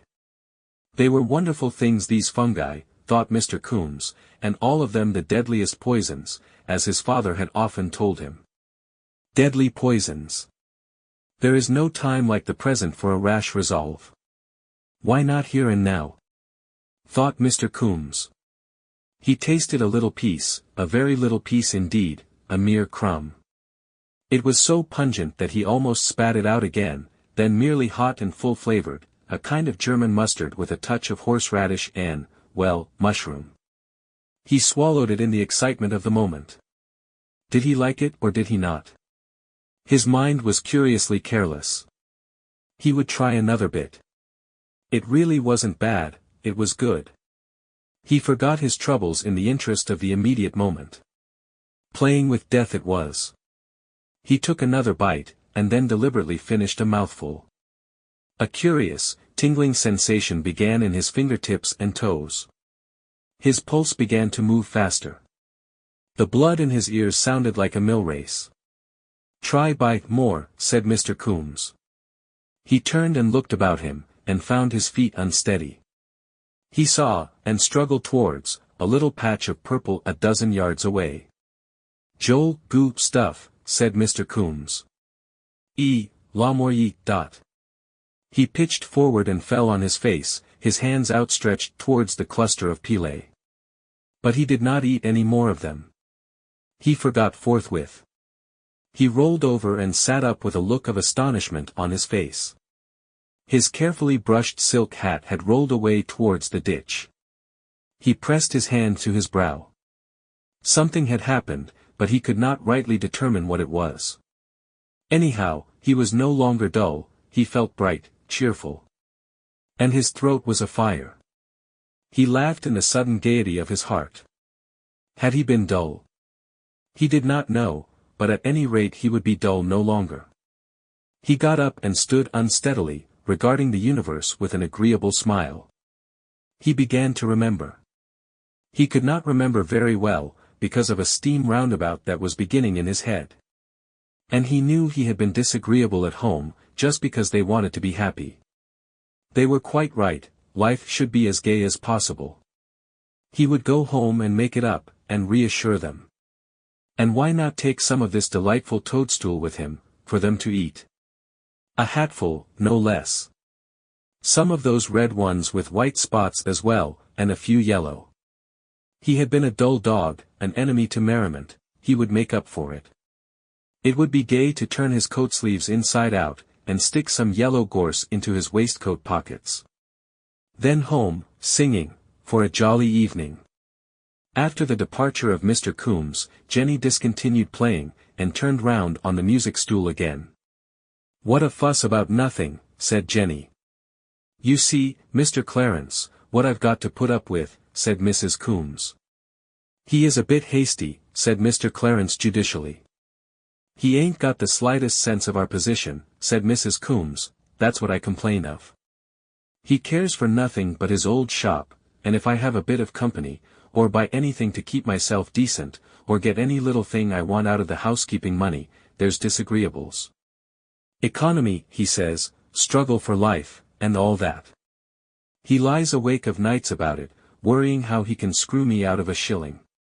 He wanted us to eat Dorset butter once. If once I was to give in to him, there." "Of course," said Jenny. "If a man values a woman," said Mr. Clarence, lounging back in the armchair, "he must be prepared to make sacrifices for her. For my own part," said Mr. Clarence, with his eye on Jenny, "I shouldn't think of marrying till I was in a position to do the thing in style. It's downright selfishness. A man ought to go through the rough and tumble by himself, and not drag her." "I don't agree altogether with that," said Jenny. "I don't see why a man shouldn't have a woman's help, provided he doesn't treat her meanly, you know. It's meanness." "You wouldn't believe," said Mrs. Coombs. "But I was a fool to ave him. I might ave known. If it hadn't been for my father, we shouldn't ave add not a carriage to our wedding. Lord! He didn't stick out at that," said Mr. Clarence, quite shocked. "Said he wanted the money for his stock, or some such rubbish. Why, He wouldn't have a woman in to help me once a week if it wasn't for my standing out plucky. And the fusses he makes about money, comes to me, well, pretty near crying, with sheets of paper and figures. If only we can tide over this year, he says, the business is bound to go. If only we can tide over this year, I says, then it'll be, if only we can tide over next year. I know you, I says. And you don't catch me screwing myself lean and ugly. Why didn't you marry a slavey? I says, if you wanted one, instead of a respectable girl, I says. So Mrs. Coombs. But we will not follow this unedifying conversation further. Suffice it that Mr. Coombs was very satisfactorily disposed of, and they had a snug little time round the fire. Then Mrs. Coombs went to get the tea, and Jenny sat coquettishly on the arm of Mr. Clarence's chair until the tea things clattered outside. What was that I heard? Asked Mrs. Coombs playfully, as she entered, and there was badinage about kissing. They were just sitting down to the little circular table when the first intimation of Mr. Coombs' return was heard. This was a fumbling at the latch of the front door. "'Ere's my lord," said Mrs. Coombs. "Went out like a lion and comes back like a lamb, I'll lay. Something fell over in the shop, a chair, it sounded like." Then there was a sound as of some complicated step exercise in the passage. Then the door opened and Coombs appeared. But it was Coombs transfigured. The immaculate collar had been torn carelessly from his throat. His carefully brushed silk hat, half full of a crush of fungi, was under one arm, his coat was inside out, and his waistcoat adorned with bunches of yellow-blossomed furs. These little eccentricities of Sunday costume, however, were quite overshadowed by the change in his face. It was livid white, his eyes were unnaturally large and bright, and his pale blue lips were drawn back in a cheerless grin. "Mary," he said. He had stopped dancing to open the door. Rational enjoyment. Dance. He made 3 fantastic steps into the room, and stood bowing. "Jim!" shrieked Mrs. Coombs, and Mr. Clarence sat petrified, with a dropping lower jaw. "Tea," said Mr. Coombs. "Joel, thing, tea. Toes-stools, too. Brochure." "He's drunk," said Jenny in a weak voice. Never before had she seen this intense pallor in a drunken man, or such shining, dilated eyes. Mr. Coombs held out a handful of scarlet agaric to Mr. Clarence. "Joe, stuff," said he, "ta, some." At that moment he was genial. Then at the sight of their startled faces he changed, with the swift transition of insanity, into overbearing fury. And it seemed as if he had suddenly recalled the quarrel of his departure. In such a huge voice as Mrs. Coombs had never heard before, he shouted, "My house. I'm master, heir. Eat what I give yer." He bawled this, as it seemed, without an effort, without a violent gesture, standing there as motionless as one who whispers, holding out a handful of fungus. Clarence approved himself a coward. He could not meet the mad fury in Coombs' eyes. He rose to his feet, pushing back his chair, and turned, stooping. At that Coombs rushed at him. Jenny saw her opportunity, and, with the ghost of a shriek, made for the door. Mrs. Coombs followed her. Clarence tried to dodge. Over went the tea-table with a smash as Coombs clutched him by the collar and tried to thrust the fungus into his mouth. Clarence was content to leave his collar behind him, and shot out into the passage with red patches of fly agaric still adherent to his face. "Shut, I'm in," cried Mrs. Coombs, and would have closed the door, but her supports deserted her. Jenny saw the shop door open, and vanished thereby, locking it behind her, while Clarence went on hastily into the kitchen. Mr. Coombs came heavily against the door, and Mrs. Coombs, finding the key was inside, fled upstairs and locked herself in the spare bedroom. So the new convert to joie de vivre emerged upon the passage, his decorations a little scattered, but that respectable hatful of fungi still under his arm. He hesitated at the 3 ways, and decided on the kitchen. Whereupon Clarence, who was fumbling with the key, gave up the attempt to imprison his host, and fled into the scullery, only to be captured before he could open the door into the yard. Mr. Clarence is singularly reticent of the details of what occurred. It seems that Mr. Coombs' transitory irritation had vanished again, and he was once more a genial playfellow. And as there were knives and meat choppers about, Clarence very generously resolved to humor him and so avoid anything tragic. It is beyond dispute that Mr. Coombs played with Mr. Clarence to his heart's content. They could not have been more playful and familiar if they had known each other for years. He insisted gaily on Clarence trying the fungi, and, after a friendly tussle, was smitten with remorse at the mess he was making of his guest's face. It also appears that Clarence was dragged under the sink and his face scrubbed with the blacking brush, he being still resolved to humor the lunatic at any cost, and that finally, in a somewhat disheveled, chipped, and discolored condition, he was assisted to his coat and shown out by the back door, the shopway being barred by Jenny. Mr. Coombs' wandering thoughts then turned to Jenny. Jenny had been unable to unfasten the shop door, but she shot the bolts against Mr. Coombs' latch-key, and remained in possession of the shop for the rest of the evening. It would appear that Mr. Coombs then returned to the kitchen, still in pursuit of gaiety, and, albeit a strict good Templar, drank or spilt down the front of the first and only frock-coat, no less than 5 bottles of the stout Mrs. Coombs insisted upon having for her health's sake. He made cheerful noises by breaking off the necks of the bottles with several of his wife's wedding present dinner plates, and during the earlier part of this great drunk he sang divers merry ballads. He cut his finger rather badly with one of the bottles, the only bloodshed in this story, and what with that, and the systematic convulsion of his inexperienced physiology by the liquorish brand of Mrs. Coombs' stout, it may be the evil of the fungus poison was somehow allayed.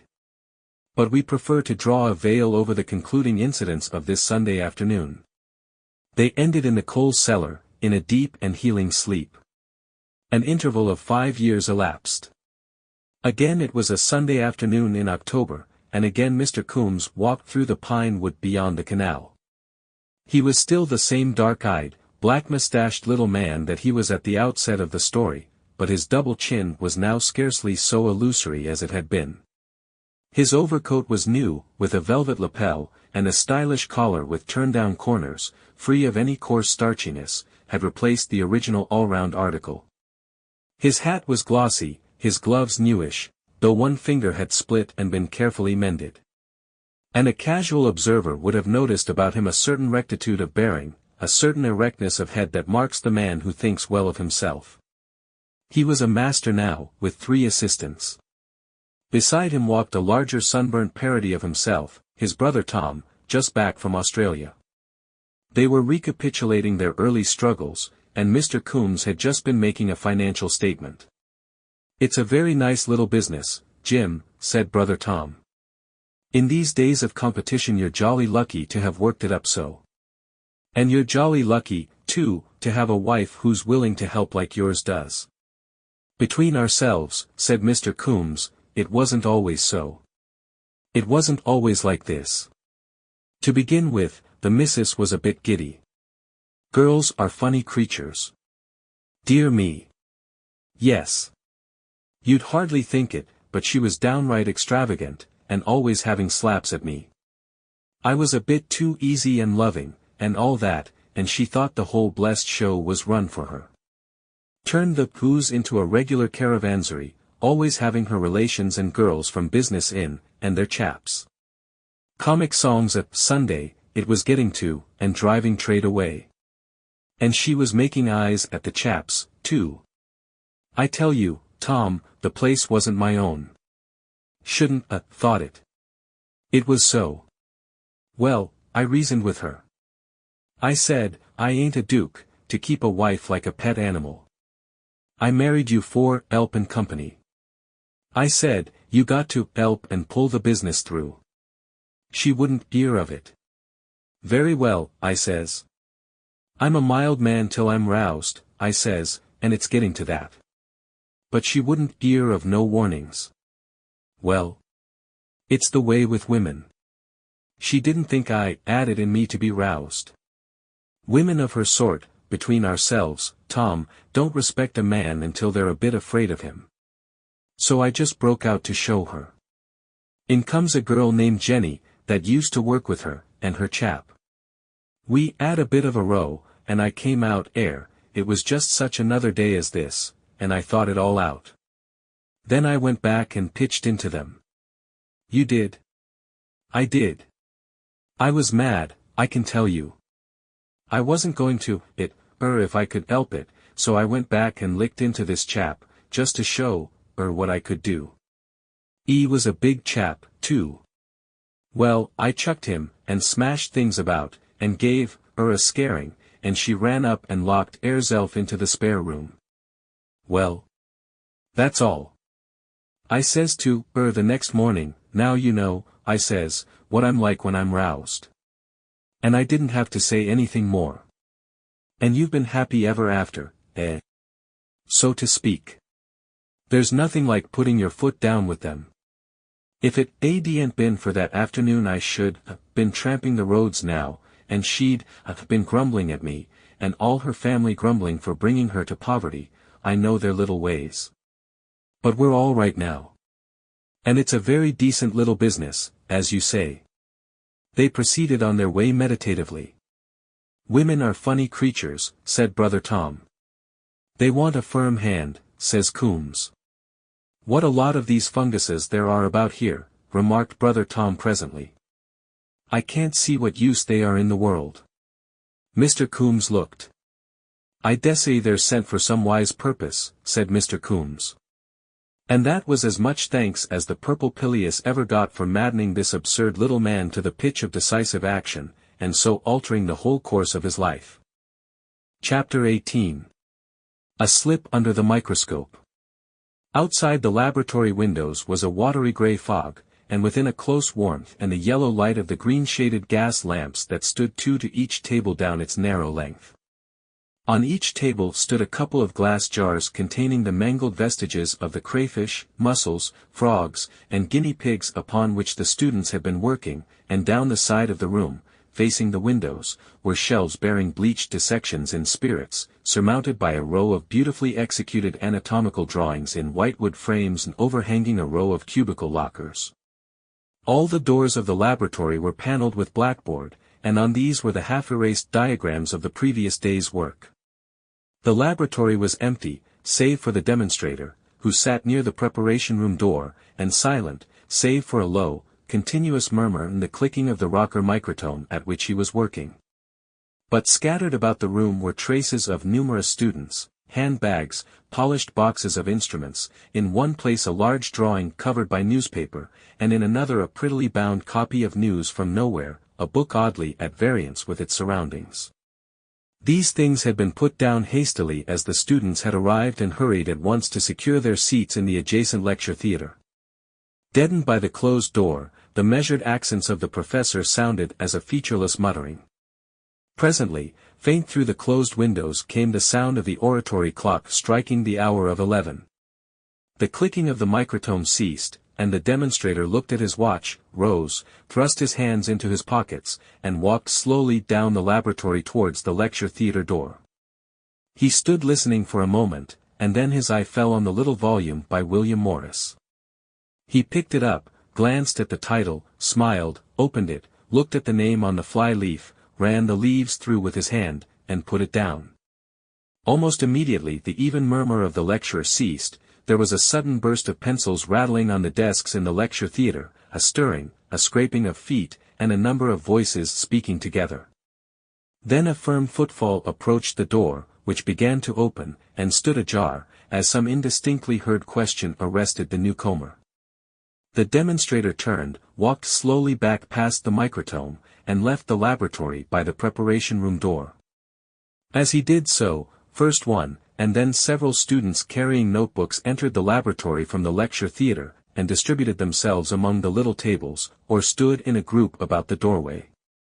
They were an exceptionally heterogeneous assembly, for while Oxford and Cambridge still recoil from the blushing prospect of mixed classes, the College of Science anticipated America in the matter years ago, mixed socially, too, for the prestige of the college is high, and its scholarships, free of any age limit, dredge deeper even than do those of the Scotch universities. The class numbered 120, but some remained in the theater questioning the professor, copying the blackboard diagrams before they were washed off, or examining the special specimens he had produced to illustrate the day's teaching. Of the 9 who had come into the laboratory 3 were girls, one of whom, a little fair woman, wearing spectacles and dressed in grayish-green, was peering out of the window at the fog, while the other 2, both wholesome-looking, plain-faced schoolgirls, unrolled and put on the brown holland aprons they wore while dissecting. Of the men, 2 went down the laboratory to their places, one a pallid, dark-bearded man, who had once been a tailor, the other a pleasant-featured, ruddy young man of 20, dressed in a well-fitting brown suit, young Wedderburn, the son of Wedderburn, the eye specialist. The others formed a little knot near the theater door. One of these, a dwarfed, spectacled figure, with a hunchback, sat on a bentwood stool. 2 others, one a short, dark youngster, and the other a flaxen-haired, reddish-complexioned young man, stood leaning side by side against the slate sink, while the 4th stood facing them, and maintained the larger share of the conversation. This last person was named Hill. He was a sturdily built young fellow, of the same age as Wedderburn. He had a white face, dark grey eyes, hair of an indeterminate color, and prominent, irregular features. He talked rather louder than was needful, and thrust his hands deeply into his pockets. His collar was frayed and blue with the starch of a careless laundress, his clothes were evidently ready-made, and there was a patch on the side of his boot near the toe. And as he talked or listened to the others, he glanced now and again towards the lecture theatre door. They were discussing the depressing peroration of the lecture they had just heard, the last lecture. It was in the introductory course in zoology. From ovum to ovum is the goal of the higher vertebrata, the lecturer had said in his melancholy tones, and so had neatly rounded off the sketch of comparative anatomy he had been developing. The spectacled hunchback had repeated it, with noisy appreciation, had tossed it towards the fair-haired student with an evident provocation, and had started one of these vague, rambling discussions on generalities, so unaccountably dear to the student mind all the world over. "That is our goal, perhaps, I admit it, as far as science goes," said the fair-haired student, rising to the challenge. "But there are things above science." "Science," said Hill confidently, "is systematic knowledge. Ideas that don't come into the system, must anyhow, be loose ideas." He was not quite sure whether that was a clever saying or a fatuity until his hearers took it seriously. "The thing I cannot understand," said the hunchback, at large, "is whether Hill is a materialist or not."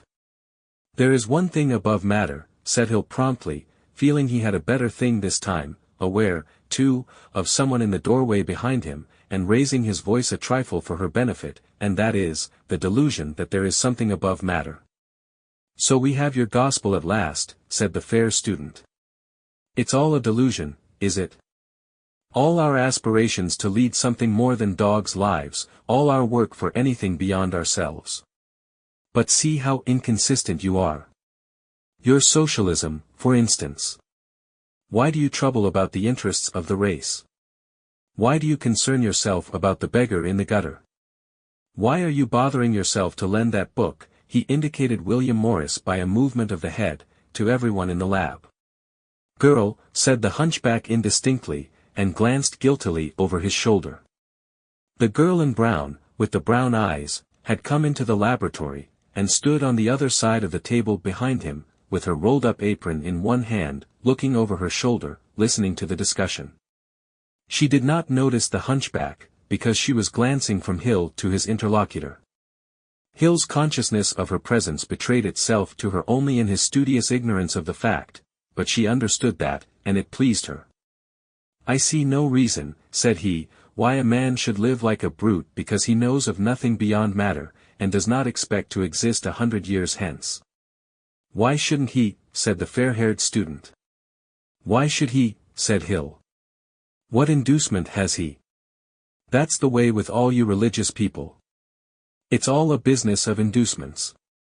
Cannot a man seek after righteousness for righteousness' sake?" There was a pause. The fair man answered, with a kind of vocal padding, "But, you see, inducement, when I said inducement, to gain time." And then the hunchback came to his rescue and inserted a question. He was a terrible person in the debating society with his questions, and they invariably took one form, a demand for a definition. "What's your definition of righteousness?" said the hunchback at this stage. Hill experienced a sudden loss of complacency at this question, but even as it was asked, relief came in the person of Brooks, the laboratory attendant, who entered by the preparation room door, carrying a number of freshly killed guinea pigs by their hind legs. "This is the last batch of material this session," said the youngster who had not previously spoken. Brooks advanced up the laboratory, smacking down a couple of guinea pigs at each table. The rest of the class, scenting the prey from afar, came crowding in by the lecture theater door, and the discussion perished abruptly as the students who were not already in their places hurried to them to secure the choice of a specimen. There was a noise of keys rattling on split rings as lockers were opened and dissecting instruments taken out. Hill was already standing by his table, and his box of scalpels was sticking out of his pocket. The girl in brown came a step towards him, and, leaning over his table, said softly, "Did you see that I returned your book, Mr. Hill?" During the whole scene she and the book had been vividly present in his consciousness, but he made a clumsy pretense of looking at the book and seeing it for the first time. "Oh, yes," he said, taking it up. "I see. Did you like it? I want to ask you some questions about it, some time." "Certainly," said Hill. "I shall be glad." He stopped awkwardly. "You liked it," he said. "It's a wonderful book. Only some things I don't understand." Then suddenly the laboratory was hushed by a curious, braying noise. It was the demonstrator. He was at the blackboard ready to begin the day's instruction, and it was his custom to demand silence by a sound midway between the air of common intercourse and the blast of a trumpet. The girl in brown slipped back to her place. It was immediately in front of Hill's, and Hill, forgetting her forthwith, took a notebook out of the drawer of his table, turned over its leaves hastily, drew a stumpy pencil from his pocket, and prepared to make a copious note of the coming demonstration. For demonstrations and lectures are the sacred text of the college students. Books, saving only the professor's own, you may, it is even expedient to, ignore. Hill was the son of a Landport cobbler, and had been hooked by a chance blue paper the authorities had thrown out to the Landport Technical College. He kept himself in London on his allowance of £1 a week, and found that, with proper care, this also covered his clothing allowance, an occasional waterproof collar, that is, and ink and needles and cotton, and such like necessaries for a man about town. This was his first year and his first session, but the brown old man in Landport had already got himself detested in many public houses by boasting of his son, the professor. Hill was a vigorous youngster, with a serene contempt for the clergy of all denominations, and a fine ambition to reconstruct the world. He regarded his scholarship as a brilliant opportunity. He had begun to read at 7, and had read steadily whatever came in his way, good or bad, since then. His worldly experience had been limited to the island of Portsea, and acquired chiefly in the wholesale boot factory in which he had worked by day, after passing the 7th standard of the board school. He had a considerable gift of speech, as the college debating society, which met amidst the crushing machines and mine models in the metallurgical theatre downstairs, already recognized by a violent battering of desks whenever he rose. And he was just at that fine emotional age when life opens at the end of a narrow pass like a broad valley at one's feet, full of the promise of wonderful discoveries and tremendous achievements. And his own limitations, save that he knew neither Latin nor French, were all unknown to him. At first his interest had been divided pretty equally between his biological work at the college and social and theological theorizing, an employment which he took in deadly earnest. Of a night, when the big museum library was not open, he would sit on the bed of his room in Chelsea with his coat and a muffler on, and write out the lecture notes and revise his dissection memoranda, until Thorpe called him out by a whistle. The landlady objected to open the door to attic visitors, and then the two would go prowling about the shadowy, shiny, gaslit streets, talking, very much in the fashion of the sample just given, of the God idea, and righteousness, and Carlyle, and the reorganization of society. And in the midst of it all, Hill, arguing not only for Thorpe, but for the casual passerby, would lose the thread of his argument glancing at some pretty painted face that looked meaningly at him as he passed. Science and righteousness. But once or twice lately there had been signs that a third interest was creeping into his life, and he had found his attention wandering from the fate of the mesoblastic somites or the probable meaning of the blastopore, to the thought of the girl with the brown eyes who sat at the table before him. She was a paying student, she descended inconceivable social altitudes to speak to him. At the thought of the education she must have had, and the accomplishments she must possess, the soul of Hill became abject within him. She had spoken to him first over a difficulty about the allosphenoid of a rabbit's skull, and he had found that, in biology at least, he had no reason for self-abasement. And from that, after the manner of young people starting from any starting point, they got to generalities, and while Hill attacked her upon the question of socialism, some instinct told him to spare her a direct assault upon her religion. She was gathering resolution to undertake what she told herself was his aesthetic education. She was a year or two older than he, though the thought never occurred to him. The loan of news from nowhere was the beginning of a series of cross loans. Upon some absurd first principle of his, Hill had never wasted time upon poetry, and it seemed an appalling deficiency to her. One day in the lunch hour, when she chanced upon him alone in the little museum where the skeletons were arranged, shamefully eating the bun that constituted his midday meal, she retreated, and returned to lend him, with a slightly furtive air, a volume of Browning. He stood sideways towards her and took the book rather clumsily, because he was holding the bun in the other hand. And in the retrospect his voice lacked the cheerful clearness he could have wished. That occurred after the examination in comparative anatomy, on the day before the college turned out its students, and was carefully locked up by the officials, for the Christmas holidays. The excitement of cramming for the first trial of strength had for a little while dominated Hill, to the exclusion of his other interests. In the forecasts of the result in which everyone indulged he was surprised to find that no one regarded him as a possible competitor for the Harvey Commemoration Medal, of which this and the two subsequent examinations disposed. It was about this time that Wedderburn, who so far had lived inconspicuously on the uttermost margin of Hill's perceptions, began to take on the appearance of an obstacle. By a mutual agreement, the nocturnal prowlings with Thorpe ceased for the 3 weeks before the examination, and his landlady pointed out that she really could not supply so much lamp oil at the price. He walked to and fro from the college with little slips of mnemonics in his hand, lists of crayfish appendages, rabbit skull bones, and vertebrate nerves, for example, and became a positive nuisance to foot passengers in the opposite direction. But, by a natural reaction, poetry and the girl with the brown eyes ruled the Christmas holiday. The pending results of the examination became such a secondary consideration that Hill marveled at his father's excitement. Even had he wished it, there was no comparative anatomy to read in Landport, and he was too poor to buy books, but the stock of poets in the library was extensive, and Hill's attack was magnificently sustained. He saturated himself with the fluent numbers of Longfellow and Tennyson, and fortified himself with Shakespeare, found a kindred soul in Pope, and a master in Shelley, and heard and fled the siren voices of Eliza Cook and Mrs. Hemans. But he read no more Browning, because he hoped for the loan of other volumes from Miss Hayes' man when he returned to London. He walked from his lodgings to the college with that volume of Browning in his shiny black bag, and his mind teeming with the finest general propositions about poetry. Indeed, he framed first this little speech and then that with which to grace the return.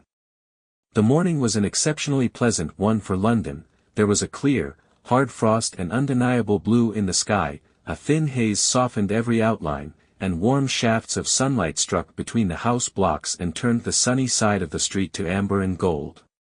In the hall of the college he pulled off his glove and signed his name with fingers so stiff with cold that the characteristic dash under the signature he cultivated became a quivering line. He imagined Miss Hayes' man about him everywhere. He turned at the staircase, and there, below, he saw a crowd struggling at the foot of the notice board. This, possibly, was the biology list. He forgot Browning and Miss Hayes' man for the moment, and joined the scrimmage. And at last, with his cheek flattened against the sleeve of the man on the step above him, he read the list. Class I H. J. Summers Wedderburn William Hill. And thereafter followed a second class that is outside our present sympathies. It was characteristic that he did not trouble to look for Thorpe on the physics list, but backed out of the struggle at once, and in a curious emotional state between pride over common second-class humanity and acute disappointment at Wedderburn's success, went on his way upstairs. At the top, as he was hanging up his coat in the passage, the zoological demonstrator, a young man from Oxford, who secretly regarded him as a blatant mugger of the very worst type, offered his heartiest congratulations. At the laboratory door Hill stopped for a second to get his breath, and then entered. He looked straight up the laboratory and saw all 5 girl students grouped in their places, and Wedderburn, the once retiring Wedderburn, leaning rather gracefully against the window, playing with the blind tassel and talking, apparently, to the 5 of them. Now, Hill could talk bravely enough and even overbearingly to one girl, and he could have made a speech to a roomful of girls, but this business of standing at ease and appreciating, fencing, and returning quick remarks round a group was, he knew, altogether beyond him. Coming up the staircase his feelings for Wedderburn had been generous, a certain admiration perhaps, a willingness to shake his hand conspicuously and heartily as one who had fought but the first round. But before Christmas Wedderburn had never gone up to that end of the room to talk. In a flash Hill's mist of vague excitement condensed abruptly to a vivid dislike of Wedderburn. Possibly his expression changed. As he came up to his place, Wedderburn nodded carelessly to him, and the others glanced round. Miss Hazeman looked at him and away again, the faintest touch of her eyes. "I can't agree with you, Mr. Wedderburn," she said. "I must congratulate you on your first class, Mr. Hill," said the spectacled girl in green, turning round and beaming at him. "It's nothing," said Hill, staring at Wedderburn and Miss Hazeman talking together, and eager to hear what they talked about. "We poor folks in the second class don't think so," said the girl in spectacles.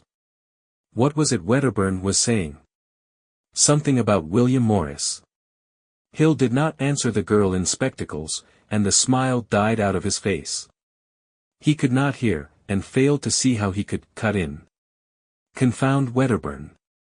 He sat down, opened his bag, hesitated whether to return the volume of Browning forthwith, in the sight of all, and instead drew out his new notebooks for the short course in elementary botany that was now beginning, and which would terminate in February. As he did so, a fat, heavy man, with a white face and pale grey eyes, Bindon, the professor of botany, who came up from Kew for January and February, came in by the lecture theatre door, and passed, rubbing his hands together and smiling, in silent affability down the laboratory. In the subsequent 6 weeks Hill experienced some very rapid and curiously complex emotional developments. For the most part he had Wedderburn in focus, a fact that Miss Hazeman never suspected. She told Hill, for in the comparative privacy of the museum she talked a good deal to him of socialism and Browning and general propositions, that she had met Wedderburn at the house of some people she knew, and he's inherited his cleverness, for his father, you know, is the great eye specialist. "My father is a cobbler," said Hill, quite irrelevantly, and perceived the want of dignity even as he said it. But the gleam of jealousy did not offend her. She conceived herself the fundamental source of it. He suffered bitterly from a sense of Wedderburn's unfairness, and a realization of his own handicap. Here was this Wedderburn had picked up a prominent man for a father, and instead of his losing so many marks on the score of that advantage, it was counted to him for righteousness. And while Hill had to introduce himself and talk to Miss Hazeman clumsily over mangled guinea pigs in the laboratory, this Wedderburn, in some backstairs way, had access to her social altitudes, and could converse in a polished argot that Hill understood perhaps, but felt incapable of speaking. Not, of course, that he wanted to. Then it seemed to Hill that for Wedderburn to come there day after day with cuffs unfrayed, neatly tailored, precisely barbered, quietly perfect, was in itself an ill-bred, sneering sort of proceeding. Moreover, it was a stealthy thing for Wedderburn to behave insignificantly for a space, to mock modesty, to lead Hill to fancy that he himself was beyond dispute the man of the year, and then suddenly to dart in front of him, and incontinently to swell up in this fashion. In addition to these things, Wedderburn displayed an increasing disposition to join in any conversational grouping that included Miss Hayesman, and would venture, and indeed seek occasion, to pass opinions derogatory to socialism and atheism. He goaded Hill to incivilities by neat, shallow, and exceedingly effective personalities about the socialist leaders, until Hill hated Bernard Shaw's graceful egotisms, William Morris's limited editions and luxurious wallpapers, and Walter Crane's charmingly absurd ideal working men, about as much as he hated Wedderburn. The dissertations in the laboratory, that had been his glory in the previous term, became a danger, degenerated into inglorious tussles with Wedderburn, and Hill kept to them only out of an obscure perception that his honor was involved. In the debating society Hill knew quite clearly that, to a thunderous accompaniment of banged desks, he could have pulverized Wedderburn. Only Wedderburn never attended the debating society to be pulverized, because, nauseous affectation, he dined late. You must not imagine that these things presented themselves in quite such a crude form to Hill's perception. Hill was a born generalizer. Wedderburn to him was not so much an individual obstacle as a type, the salient angle of a class. The economic theories that, after infinite ferment, had shaped themselves in Hill's mind, became abruptly concrete at the contact.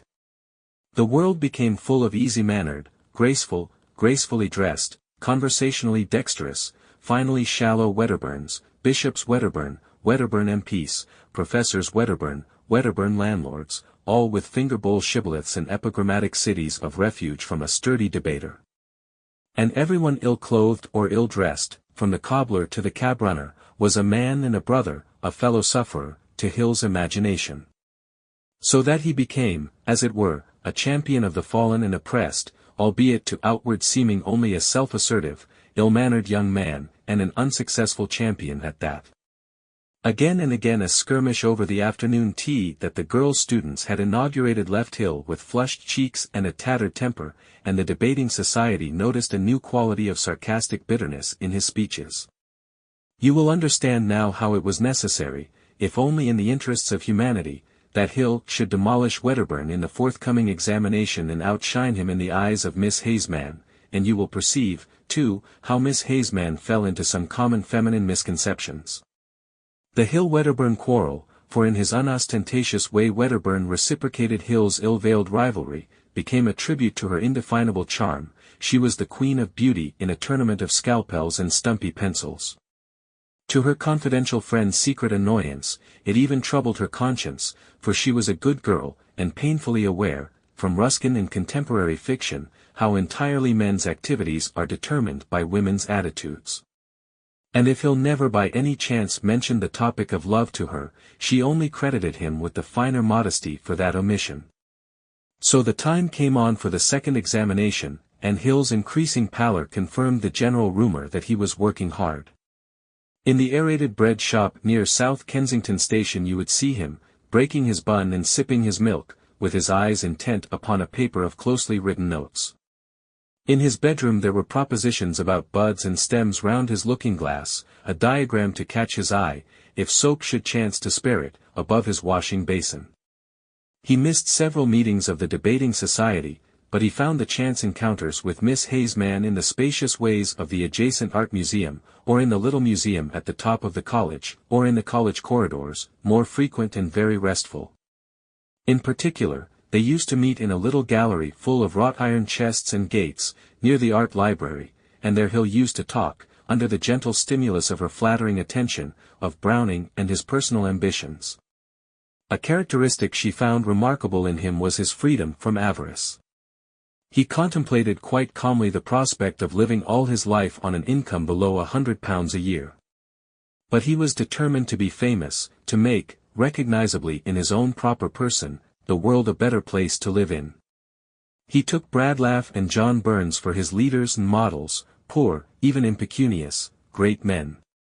But Miss Hayesman thought that such lives were deficient on the aesthetic side, by which, though she did not know it, she meant good wallpaper and upholstery, pretty books, tasteful clothes, concerts, and meals nicely cooked and respectfully served.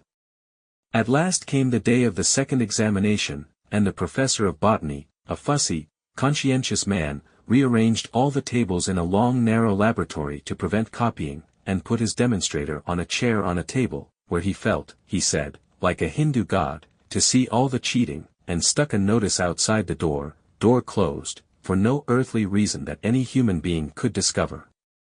And all the morning from 10 till 1 the quill of Wedderburn shrieked defiance at Hills, and the quills of the others chased their leaders in a tireless pack, and so also it was in the afternoon.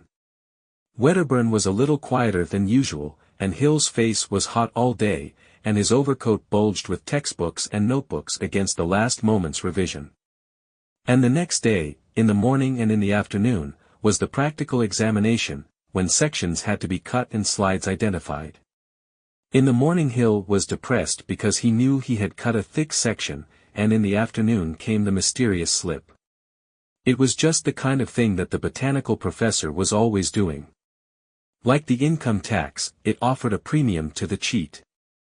It was a preparation under the microscope, a little glass slip, held in its place on the stage of the instrument by light steel clips, and the inscription set forth that the slip was not to be moved. Each student was to go in turn to it, sketch it, write in his book of answers what he considered it to be, and return to his place. Now, to move such a slip is a thing one can do by a chance movement of the finger, and in a fraction of a second. The professor's reason for decreeing that the slip should not be moved depended on the fact that the object he wanted identified was characteristic of a certain tree stem. In the position in which it was placed it was a difficult thing to recognize, but once the slip was moved so as to bring other parts of the preparation into view, its nature was obvious enough. Hill came to this, flushed from a contest with staining reagents, sat down on the little stool before the microscope, turned the mirror to get the best light, and then, out of sheer habit, shifted the slips. At once he remembered the prohibition, and, with an almost continuous motion of his hands, moved it back, and sat paralyzed with astonishment at his action. Then, slowly, he turned his head. The professor was out of the room, the demonstrator sat aloft on his impromptu rostrum, reading the Q. Jour, Misai, the rest of the examinees were busy, and with their backs to him. Should he own up to the accident now? He knew quite clearly what the thing was. It was a lenticelle, a characteristic preparation from the elder tree. His eyes roved over his intent fellow students, and Wedderburn suddenly glanced over his shoulder at him with a queer expression in his eyes. The mental excitement that had kept Hill at an abnormal pitch of vigor these 2 days gave way to a curious nervous tension. His book of answers was beside him. He did not write down what the thing was, but with one eye at the microscope he began making a hasty sketch of it. His mind was full of this grotesque puzzle in ethics that had suddenly been sprung upon him. Should he identify it? Or should he leave this question unanswered? In that case Wedderburn would probably come out first in the second result. How could he tell now whether he might not have identified the thing without shifting it? It was possible that Wedderburn had failed to recognize it, of course. Suppose Wedderburn too had shifted the slide? He looked up at the clock. There were 15 minutes in which to make up his mind. He gathered up his book of answers and the colored pencils he used in illustrating his replies and walked back to his seat. He read through his manuscript, and then sat thinking and gnawing his knuckle. It would look queer now if he owned up. He must beat Wedderburn. He forgot the examples of those starry gentlemen, John Burns and Bradlaugh. Besides, he reflected, the glimpse of the rest of the slip he had had was, after all, quite accidental, forced upon him by chance, a kind of providential revelation rather than an unfair advantage. It was not nearly so dishonest to avail himself of that as it was of Broom, who believed in the efficacy of prayer, to pray daily for a first class. 5 minutes more, said the demonstrator, folding up his paper and becoming observant. Hill watched the clock hands until 2 minutes remained, then he opened the book of answers, and, with hot ears and an affectation of ease, gave his drawing of the lenticelle its name. When the second pass list appeared, the previous positions of Wedderburn and Hill were reversed, and the spectacled girl in green, who knew the demonstrator in private life, where he was practically human, said that in the result of the 2 examinations taken together Hill had the advantage of a mark, 167 to 166 out of a possible 200. Everyone admired Hill in a way, though the suspicion of mugging clung to him. But Hill was to find congratulations and Miss Haseman's enhanced opinion of him, and even the decided decline in the crest of Wedderburn, tainted by an unhappy memory. He felt a remarkable access of energy at first, and the note of a democracy marching to triumph returned to his debating society speeches. He worked at his comparative anatomy with tremendous zeal and effect, and he went on with his aesthetic education. But through it all, a vivid little picture was continually coming before his mind's eye, of a sneakish person manipulating a slide. No human being had witnessed the act, and he was cocksure that no higher power existed to see it, but for all that it worried him. Memories are not dead things but alive, they dwindle in disuse, but they harden and develop in all sorts of queer ways if they are being continually fretted. Curiously enough, though at the time he perceived clearly that the shifting was accidental, as the days wore on, his memory became confused about it, until at last he was not sure, although he assured himself that he was sure, whether the movement had been absolutely involuntary. Then it is possible that Hill's dietary was conducive to morbid conscientiousness, a breakfast frequently eaten in a hurry, a midday bun, and, at such hours after 5 as chanced to be convenient, such meat as his means determined, usually in a chop-house in a back street off the Brompton Road. Occasionally he treated himself to threepenny or ninepenny classics, and they usually represented a suppression of potatoes or chops. It is indisputable that outbreaks of self-abasement and emotional revival have a distinct relation to periods of scarcity. But apart from this influence on the feelings, there was in Hill a distinct aversion to falsity that the blasphemous Landport cobbler had inculcated by strap and tongue from his earliest years. Of one fact about professed atheists I am convinced: they may be, they usually are, fools, void of subtlety, revilers of holy institutions, brutal speakers, and mischievous knaves, but they lie with difficulty. If it were not so, if they had the faintest grasp of the idea of compromise, they would simply be liberal churchmen. And, moreover, this memory poisoned his regard for Miss Haseman. For she now so evidently preferred him to Wedderburn that he felt sure he cared for her, and began reciprocating her attentions by timid marks of personal regard. At one time he even bought a bunch of violets, carried it about in his pocket, and produced it, with a stumbling explanation, withered and dead, in the gallery of old iron. It poisoned, too, the denunciation of capitalist dishonesty that had been one of his life's pleasures. And, lastly, it poisoned his triumph in Wedderburn. Previously he had been Wedderburn's superior in his own eyes, and had raged simply at a want of recognition. Now he began to fret at the darker suspicion of positive inferiority. He fancied he found justifications for his position in Browning, but they vanished on analysis. At last, moved, curiously enough, by exactly the same motive forces that had resulted in his dishonesty, he went to Professor Bindon, and made a clean breast of the whole affair. As Hill was a paid student, Professor Bindon did not ask him to sit down, and he stood before the professor's desk as he made his confession. "It's a curious story," said Professor Bindon, slowly realizing how the thing reflected on himself, and then letting his anger rise, "a most remarkable story. I can't understand your doing it, and I can't understand this avowal. You're a type of student, Cambridge men would never dream. I suppose I ought to have thought, why did you cheat?" "I didn't cheat," said Hill. "But you have just been telling me you did." "I thought I explained. Either you cheated or you did not cheat. I said my motion was involuntary. I am not a metaphysician, I am a servant of science, of fact. You were told not to move the slip. You did move the slip. If that is not cheating." "If I was a cheat," said Hill, with the note of hysterics in his voice, "should I come here and tell you?" "Your repentance, of course, does you credit," said Professor Bindon, "but it does not alter the original facts." "No, sir," said Hill, giving in utter self-abasement. "Even now you cause an enormous amount of trouble. The examination list will have to be revised." "I suppose so, sir." "Suppose so. Of course it must be revised. And I don't see how I can conscientiously pass you. Not pass me, said Hill. Fail me. It's the rule in all examinations.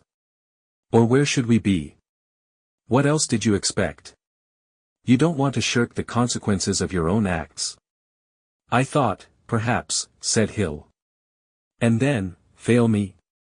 I thought, as I told you, you would simply deduct the marks given for that slip. Impossible, said Bindon. Besides, it would still leave you above Wedderburn. Deduct only the marks. Preposterous. The departmental regulations distinctly say. But it's my own admission, sir. The regulations say nothing whatever of the manner in which the matter comes to light. They simply provide. It will ruin me. If I fail this examination, they won't renew my scholarship. You should have thought of that before.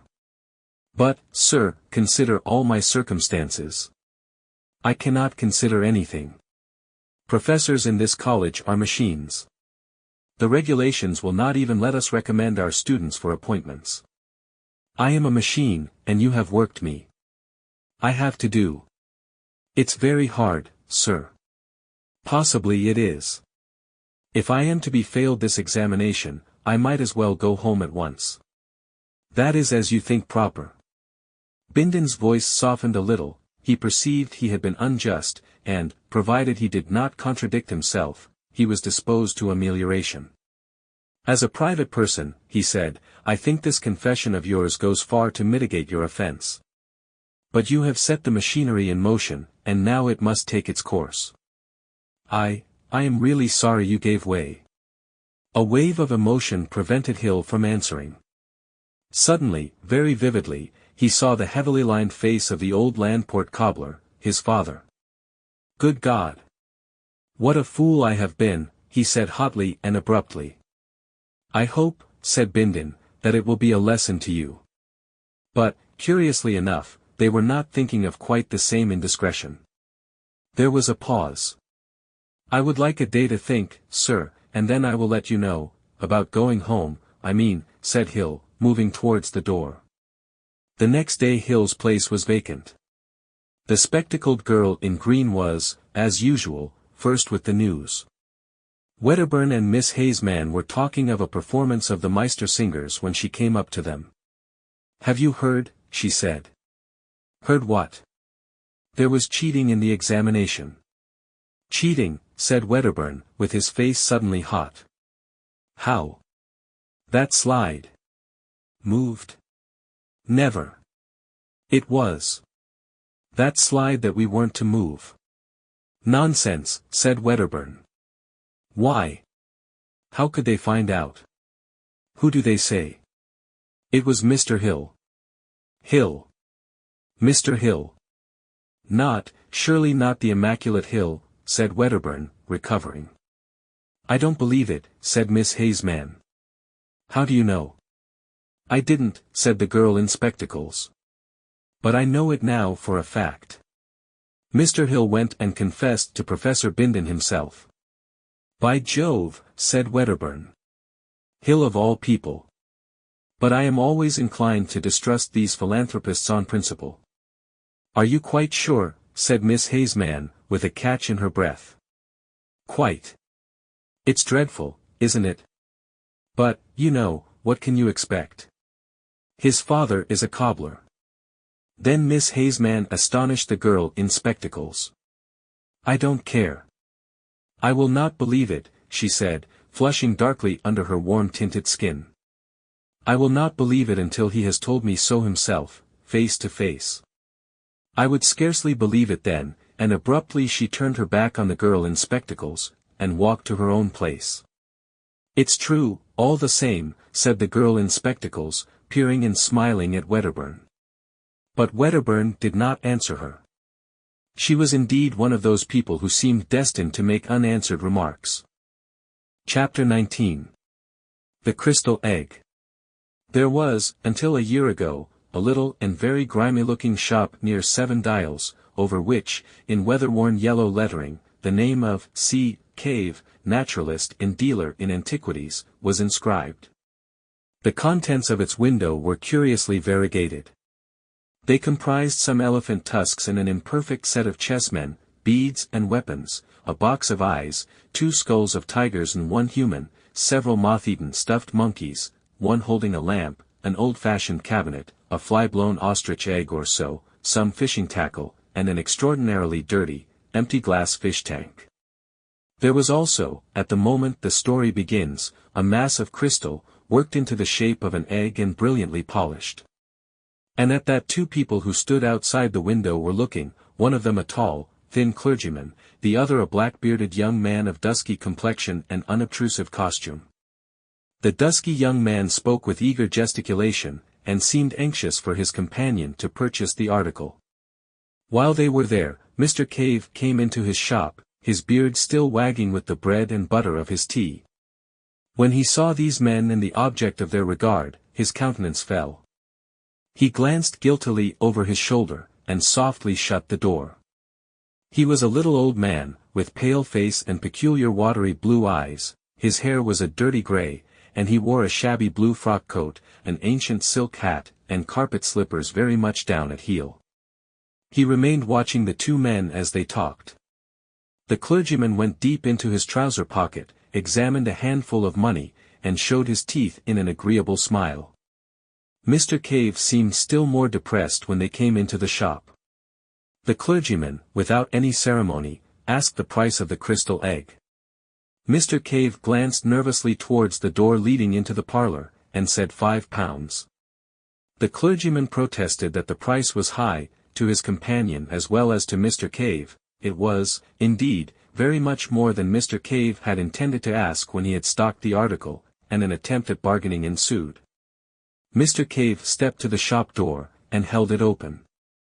£5 is my price, he said, as though he wished to save himself the trouble of unprofitable discussion.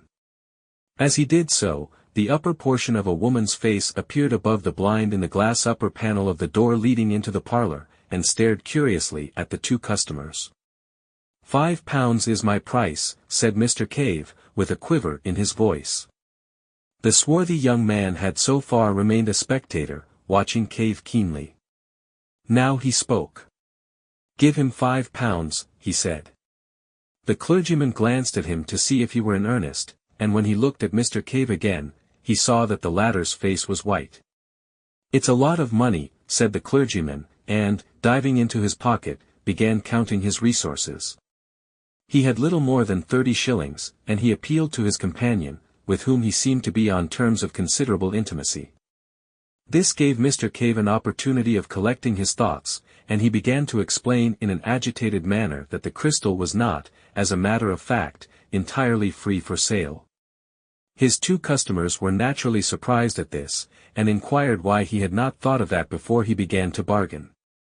Mr. Cave became confused, but he stuck to his story, that the crystal was not in the market that afternoon, that a probable purchaser of it had already appeared. The 2, treating this as an attempt to raise the price still further, made as if they would leave the shop. But at this point the parlour door opened, and the owner of the dark fringe and the little eyes appeared. She was a coarse-featured, corpulent woman, younger and very much larger than Mr. Cave. She walked heavily, and her face was flushed. That crystal is for sale, she said. And £5 is a good enough price for it. I can't think what you're about, Cave, not to take the gentleman's offer. Mr. Cave, greatly perturbed by the eruption, looked angrily at her over the rims of his spectacles, and, without excessive assurance, asserted his right to manage his business in his own way. An altercation began. The 2 customers watched the scene with interest and some amusement, occasionally assisting Mrs. Cave with suggestions. Mr. Cave, hard-driven, persisted in a confused and impossible story of an inquiry for the crystal that morning, and his agitation became painful. But he stuck to his point with extraordinary persistence. It was the young Oriental who ended this curious controversy. He proposed that they should call again in the course of 2 days, so as to give the alleged inquirer a fair chance. And then we must insist, said the clergyman. £5. Mrs. Cave took it on herself to apologize for her husband, explaining that he was sometimes a little odd, and as the two customers left, the couple prepared for a free discussion of the incident in all its bearings. Mrs. Cave talked to her husband with singular directness. The poor little man, quivering with emotion, muddled himself between his stories, maintaining on the one hand that he had another customer in view, and on the other asserting that the crystal was honestly worth 10 guineas. "Why did you ask £5? Said his wife. "Do let me manage my business my own way," said Mr. Cave. Mr. Cave had living with him a step-daughter and a step-son, and at supper that night the transaction was rediscussed. None of them had a high opinion of Mr. Cave's business methods, and this action seemed a culminating folly. "It's my opinion he's refused that crystal before," said the step-son, a loose-limbed lout of 18. "But £5, said the step-daughter, an argumentative young woman of 26. Mr. Cave's answers were wretched. He could only mumble weak assertions that he knew his own business best. They drove him from his half-eaten supper into the shop, to close it for the night, his ears aflame and tears of vexation behind his spectacles. Why had he left the crystal in the window so long? The folly of it. That was the trouble closest in his mind. For a time he could see no way of evading sale. After supper his step-daughter and step-son smartened themselves up and went out, and his wife retired upstairs to reflect upon the business aspects of the crystal, over a little sugar and lemon and so forth in hot water. Mr. Cave went into the shop and stayed there until late, ostensibly to make ornamental rockeries for goldfish cases, but really for a private purpose that will be better explained later. The next day Mrs. Cave found that the crystal had been removed from the window, and was lying behind some second-hand books on angling. She replaced it in a conspicuous position. But she did not argue further about it, as a nervous headache disinclined her from debate. Mr. Cave was always disinclined. The day passed disagreeably. Mr. Cave was, if anything, more absent-minded than usual, and uncommonly irritable withal. In the afternoon, when his wife was taking her customary sleep, he removed the crystal from the window again. The next day Mr. Cave had to deliver a consignment of dogfish at one of the hospital schools, where they were needed for dissection. In his absence Mrs. Cave's mind reverted to the topic of the crystal, and the methods of expenditure suitable to a windfall of £5. She had already devised some very agreeable expedients, among others a dress of green silk for herself and a trip to Richmond, when a jangling of the front door bell summoned her into the shop. The customer was an examination coach who came to complain of the non-delivery of certain frogs asked for the previous day. Mrs. Cave did not approve of this particular branch of Mr. Cave's business, and the gentleman, who had called in a somewhat aggressive mood, retired after a brief exchange of words, entirely civil, so far as he was concerned. Mrs. Cave's eye then naturally turned to the window, for the sight of the crystal was an assurance of the £5 and of her dreams. What was her surprise to find it gone? She went to the place behind the locker on the counter, where she had discovered it the day before. It was not there, and she immediately began an eager search about the shop. When Mr. Cave returned from his business with the dogfish, about 1:45 in the afternoon, he found the shop in some confusion, and his wife, extremely exasperated and on her knees behind the counter, routing among his taxidermic material. Her face came up hot and angry over the counter, as the jangling bell announced his return, and she forthwith accused him of hiding it. "Hid what?" asked Mr. Cave. "The crystal." At that Mr. Cave, apparently much surprised, rushed to the window. "Isn't it here?" he said. "Great heavens! What has become of it?" Just then Mr. Cave's stepson re-entered the shop from the inner room. He had come home a minute or so before Mr. Cave, and he was blaspheming freely. He was apprentice to a second-hand furniture dealer down the road, but he had his meals at home, and he was naturally annoyed to find no dinner ready. But when he heard of the loss of the crystal, he forgot his meal, and his anger was diverted from his mother to his stepfather. Their first idea, of course, was that he had hidden it. But Mr. Cave stoutly denied all knowledge of its fate, freely offering his bedabbled affidavit in the matter, and at last was worked up to the point of accusing, first, his wife and then his stepson of having taken it with a view to a private sale. So began an exceedingly acrimonious and emotional discussion, which ended for Mrs. Cave in a peculiar nervous condition midway between hysterics and amuck, and caused the stepson to be half an hour late at the furniture establishment in the afternoon.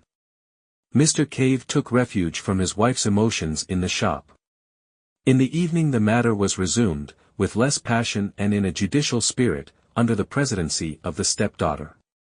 The supper passed unhappily and culminated in a painful scene. Mr. Cave gave way at last to extreme exasperation, and went out banging the front door violently. The rest of the family, having discussed him with the freedom his absence warranted, hunted the house from garret to cellar, hoping to light upon the crystal. The next day the two customers called again. They were received by Mrs. Cave almost in tears. It transpired that no one could imagine all that she had stood from Cave at various times in her married pilgrimage. She also gave a garbled account of the disappearance. The clergyman and the Oriental laughed silently at one another, and said it was very extraordinary. As Mrs. Cave seemed disposed to give them the complete history of her life, they made to leave the shop. Thereupon Mrs. Cave, still clinging to hope, asked for the clergyman's address, so that, if she could get anything out of Cave, she might communicate it. The address was duly given, but apparently was afterwards mislaid. Mrs. Cave can remember nothing about it. In the evening of that day the Caves seemed to have exhausted their emotions, and Mr. Cave, who had been out in the afternoon, supped in a gloomy isolation that contrasted pleasantly with the impassioned controversy of the previous days. For some time matters were very badly strained in the Cave household, but neither crystal nor customer reappeared. Now, without mincing the matter, we must admit that Mr. Cave was a liar. He knew perfectly well where the crystal was. It was in the rooms of Mr. Jacoby Wass, assistant demonstrator at St. Catherine's Hospital, Westbourne Street. It stood on the sideboard partially covered by a black velvet cloth, and beside a decanter of American whiskey. It is from Mr. Wass, indeed, that the particulars upon which this narrative is based were derived. Cave had taken off the thing to the hospital hidden in the dogfish sack, and there had pressed the young investigator to keep it for him. Mr. Wass was a little dubious at first. His relationship to Cave was peculiar. He had a taste for singular characters, and he had more than once invited the old man to smoke and drink in his rooms, and to unfold his rather amusing views of life in general and of his wife in particular. Mr. Wass had encountered Mrs. Cave, too, on occasions when Mr. Cave was not at home to attend to him. He knew the constant interference to which Cave was subjected, and having weighed the story judicially, he decided to give the crystal a refuge. Mr. Cave promised to explain the reasons for his remarkable affection for the crystal more fully on a later occasion, but he spoke distinctly of seeing visions therein. He called on Mr. Wass the same evening. He told a complicated story. The crystal, he said, had come into his possession with other oddments at the forced sale of another curiosity dealer's effects, and not knowing what its value might be, he had ticketed it at 10 shillings. It had hung upon his hands at that price for some months, and he was thinking of reducing the figure, when he made a singular discovery. At that time his health was very bad, and it must be borne in mind that, throughout all this experience, his physical condition was one of ebb, and he was in considerable distress by reason of the negligence, the positive ill-treatment even, he received from his wife and stepchildren. His wife was vain, extravagant, unfeeling, and had a growing taste for private drinking. His stepdaughter was mean and overreaching, and his stepson had conceived a violent dislike for him, and lost no chance of showing it. The requirements of his business pressed heavily upon him, and Mr. Wass does not think that he was altogether free from occasional intemperance. He had begun life in a comfortable position, he was a man of fair education, and he suffered, for weeks at a stretch, from melancholia and insomnia. Afraid to disturb his family, he would slip quietly from his wife's side, when his thoughts became intolerable, and wander about the house. And about 3 o'clock one morning, late in August, chance directed him into the shop. The dirty little place was impenetrably black except in one spot, where he perceived an unusual glow of light. Approaching this, he discovered it to be the crystal egg, which was standing on the corner of the counter towards the window. A thin ray smote through a crack in the shutters, impinged upon the object, and seemed as it were to fill its entire interior. It occurred to Mr. Cave that this was not in accordance with the laws of optics as he had known them in his younger days. He could understand the rays being refracted by the crystal and coming to a focus in its interior, but this diffusion jarred with his physical conceptions. He approached the crystal nearly, peering into it and round it, with a transient revival of the scientific curiosity that in his youth had determined his choice of a calling. He was surprised to find the light not steady, but writhing within the substance of the egg, as though that object was a hollow sphere of some luminous vapor. In moving about to get different points of view, he suddenly found that he had come between it and the ray, and that the crystal none the less remained luminous. Greatly astonished, he lifted it out of the light ray and carried it to the darkest part of the shop. It remained bright for some 4 or 5 minutes, when it slowly faded and went out. He placed it in the thin streak of daylight, and its luminousness was almost immediately restored. So far, at least, Mr. Wass was able to verify the remarkable story of Mr. Cave. He has himself repeatedly held this crystal in a ray of light, which had to be of a less diameter than 1 millimeter. And in a perfect darkness, such as could be produced by velvet wrapping, the crystal did undoubtedly appear very faintly phosphorescent. It would seem, however, that the luminousness was of some exceptional sort, and not equally visible to all eyes, for Mr. Harbinger, whose name will be familiar to the scientific reader in connection with the Pasteur Institute, was quite unable to see any light whatever. And Mr. Wass's own capacity for its appreciation was out of comparison inferior to that of Mr. Cave's. Even with Mr. Cave the power varied very considerably, his vision was most vivid during states of extreme weakness and fatigue. Now, from the outset, this light in the crystal exercised a curious fascination upon Mr. Cave. And it says more for his loneliness of soul than a volume of pathetic writing could do, that he told no human being of his curious observations. He seems to have been living in such an atmosphere of petty spite that to admit the existence of a pleasure would have been to risk the loss of it. He found that as the dawn advanced, and the amount of diffused light increased, the crystal became to all appearance non-luminous. And for some time he was unable to see anything in it, except at night time, in dark corners of the shop. But the use of an old velvet cloth, which he used as a background for a collection of minerals, occurred to him, and by doubling this, and putting it over his head and hands, he was able to get a sight of the luminous movement within the crystal even in the daytime. He was very cautious lest he should be thus discovered by his wife, and he practiced this occupation only in the afternoons, while she was asleep upstairs, and then circumspectly in a hollow under the counter. And one day, turning the crystal about in his hands, he saw something. It came and went like a flash, but it gave him the impression that the object had for a moment opened to him the view of a wide and spacious and strange country, and turning it about, he did, just as the light faded, see the same vision again. Now it would be tedious and unnecessary to state all the phases of Mr. Cave's discovery from this point. Suffice that the effect was this: the crystal, being peered into at an angle of about 137 degrees from the direction of the illuminating ray, gave a clear and consistent picture of a wide and peculiar countryside. It was not dreamlike at all, it produced a definite impression of reality, and the better the light the more real and solid it seemed. It was a moving picture, that is to say, certain objects moved in it, but slowly in an orderly manner like real things, and, according as the direction of the lighting and vision changed, the picture changed also. It must, indeed, have been like looking through an oval glass at a view, and turning the glass about to get at different aspects. Mr. Cave's statements, Mr. Wass assures me, were extremely circumstantial, and entirely free from any of that emotional quality that taints hallucinatory impressions. But it must be remembered that all the efforts of Mr. Wass to see any similar clarity in the faint opalescence of the crystal were wholly unsuccessful, try as he would. The difference in intensity of the impressions received by the two men was very great, and it is quite conceivable that what was a view to Mr. Cave was a mere blurred nebulosity to Mr. Wass. The view, as Mr. Cave described it, was invariably of an extensive plain, and he seemed always to be looking at it from a considerable height, as if from a tower or a mast. To the east and to the west the plain was bounded at a remote distance by vast reddish cliffs, which reminded him of those he had seen in some picture, but what the picture was Mr. Wass was unable to ascertain.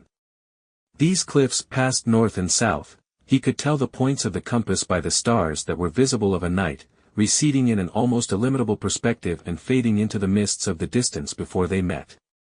He was nearer the eastern set of cliffs. On the occasion of his first vision the sun was rising over them, and black against the sunlight and pale against their shadow appeared a multitude of soaring forms that Mr. Cave regarded as birds. A vast range of buildings spread below him. He seemed to be looking down upon them, and as they approached the blurred and refracted edge of the picture they became indistinct. There were also trees curious in shape, and in coloring a deep mossy green and an exquisite grey, beside a wide and shining canal. And something great and brilliantly colored flew across the picture. But the first time Mr. Cave saw these pictures he saw only in flashes, his hands shook, his head moved, the vision came and went, and grew foggy and indistinct. And at first he had the greatest difficulty in finding the picture again once the direction of it was lost.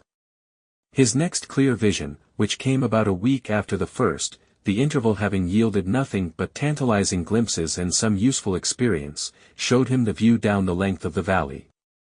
The view was different, but he had a curious persuasion, which his subsequent observations abundantly confirmed, that he was regarding the strange world from exactly the same spot, although he was looking in a different direction. The long facade of the great building, whose roof he had looked down upon before, was now receding in perspective. He recognized the roof. In the front of the facade was a terrace of massive proportions and extraordinary length, and down the middle of the terrace, at certain intervals, stood huge but very graceful masts, bearing small shiny objects which reflected the setting sun. The import of these small objects did not occur to Mr. Cave until some time after, as he was describing the scene to Mr. Wass.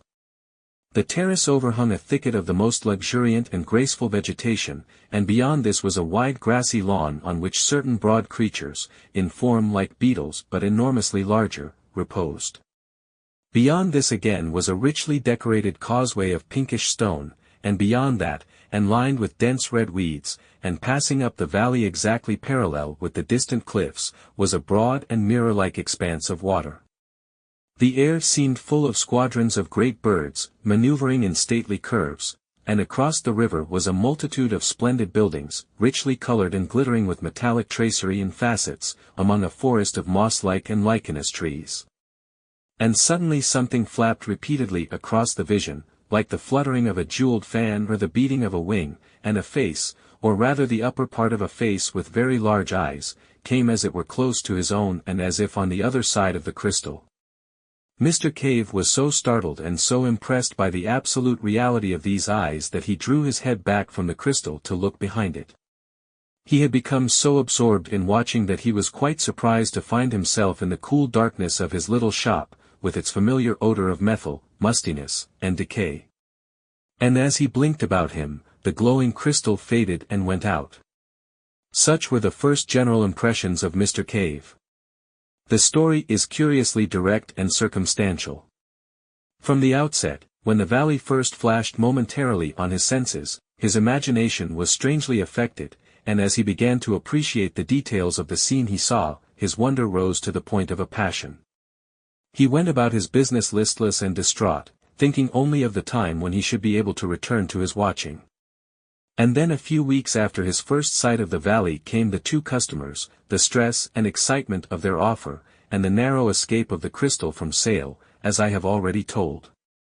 Now, while the thing was Mr. Cave's secret, it remained a mere wonder, a thing to creep to covertly and peep at, as a child might peep upon a forbidden garden. But Mr. Wass has, for a young scientific investigator, a particularly lucid and consecutive habit of mind. Directly the crystal and its story came to him, and he had satisfied himself, by seeing the phosphorescence with his own eyes, that there really was a certain evidence for Mr. Cave's statements, he proceeded to develop the matter systematically. Mr. Cave was only too eager to come and feast his eyes on this wonderland he saw, and he came every night from 8:30 until 10:30, and sometimes, in Mr. Wass's absence, during the day. On Sunday afternoons, also, he came. From the outset Mr. Wass made copious notes, and it was due to his scientific method that the relation between the direction from which the initiating ray entered the crystal and the orientation of the picture were proved.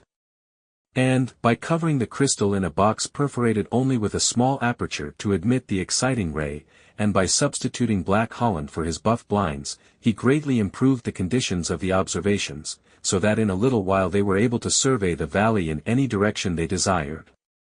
So having cleared the way, we may give a brief account of this visionary world within the crystal.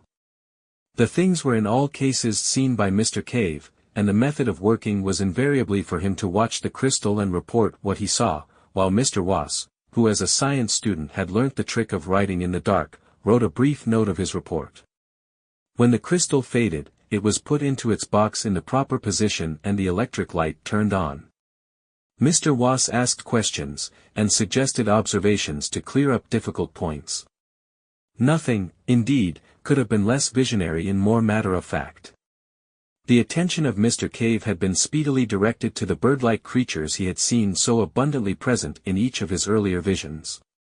His first impression was soon corrected, and he considered for a time that they might represent a diurnal species of bat. Then he thought, grotesquely enough, that they might be cherubs. Their heads were round and curiously human, and it was the eyes of one of them that had so startled him on his second observation. They had broad, silvery wings, not feathered, but glistening almost as brilliantly as new-killed fish and with the same subtle play of color, and these wings were not built on the plan of bird wing or bat, Mr. Wass learned, but supported by curved ribs radiating from the body. A sort of butterfly wing with curved ribs seems best to express their appearance. The body was small, but fitted with two bunches of prehensile organs, like long tentacles, immediately under the mouth. Incredible as it appeared to Mr. Wass, the persuasion at last became irresistible that it was these creatures which owned the great quasi-human buildings and the magnificent garden that made the broad valley so splendid. And Mr. Cave perceived that the buildings, with other peculiarities, had no doors, but that the great circular windows, which opened freely, gave the creatures egress and entrance. They would alight upon their tentacles, fold their wings to a smallness almost rod-like, and hop into the interior. But among them was a multitude of smaller winged creatures, like great dragonflies and moths and flying beetles, and across the greensward brilliantly colored gigantic ground beetles crawled lazily to and fro. Moreover, on the causeways and terraces, large-headed creatures similar to the greater winged flies, but wingless, were visible, hopping busily upon their hand-like tangle of tentacles.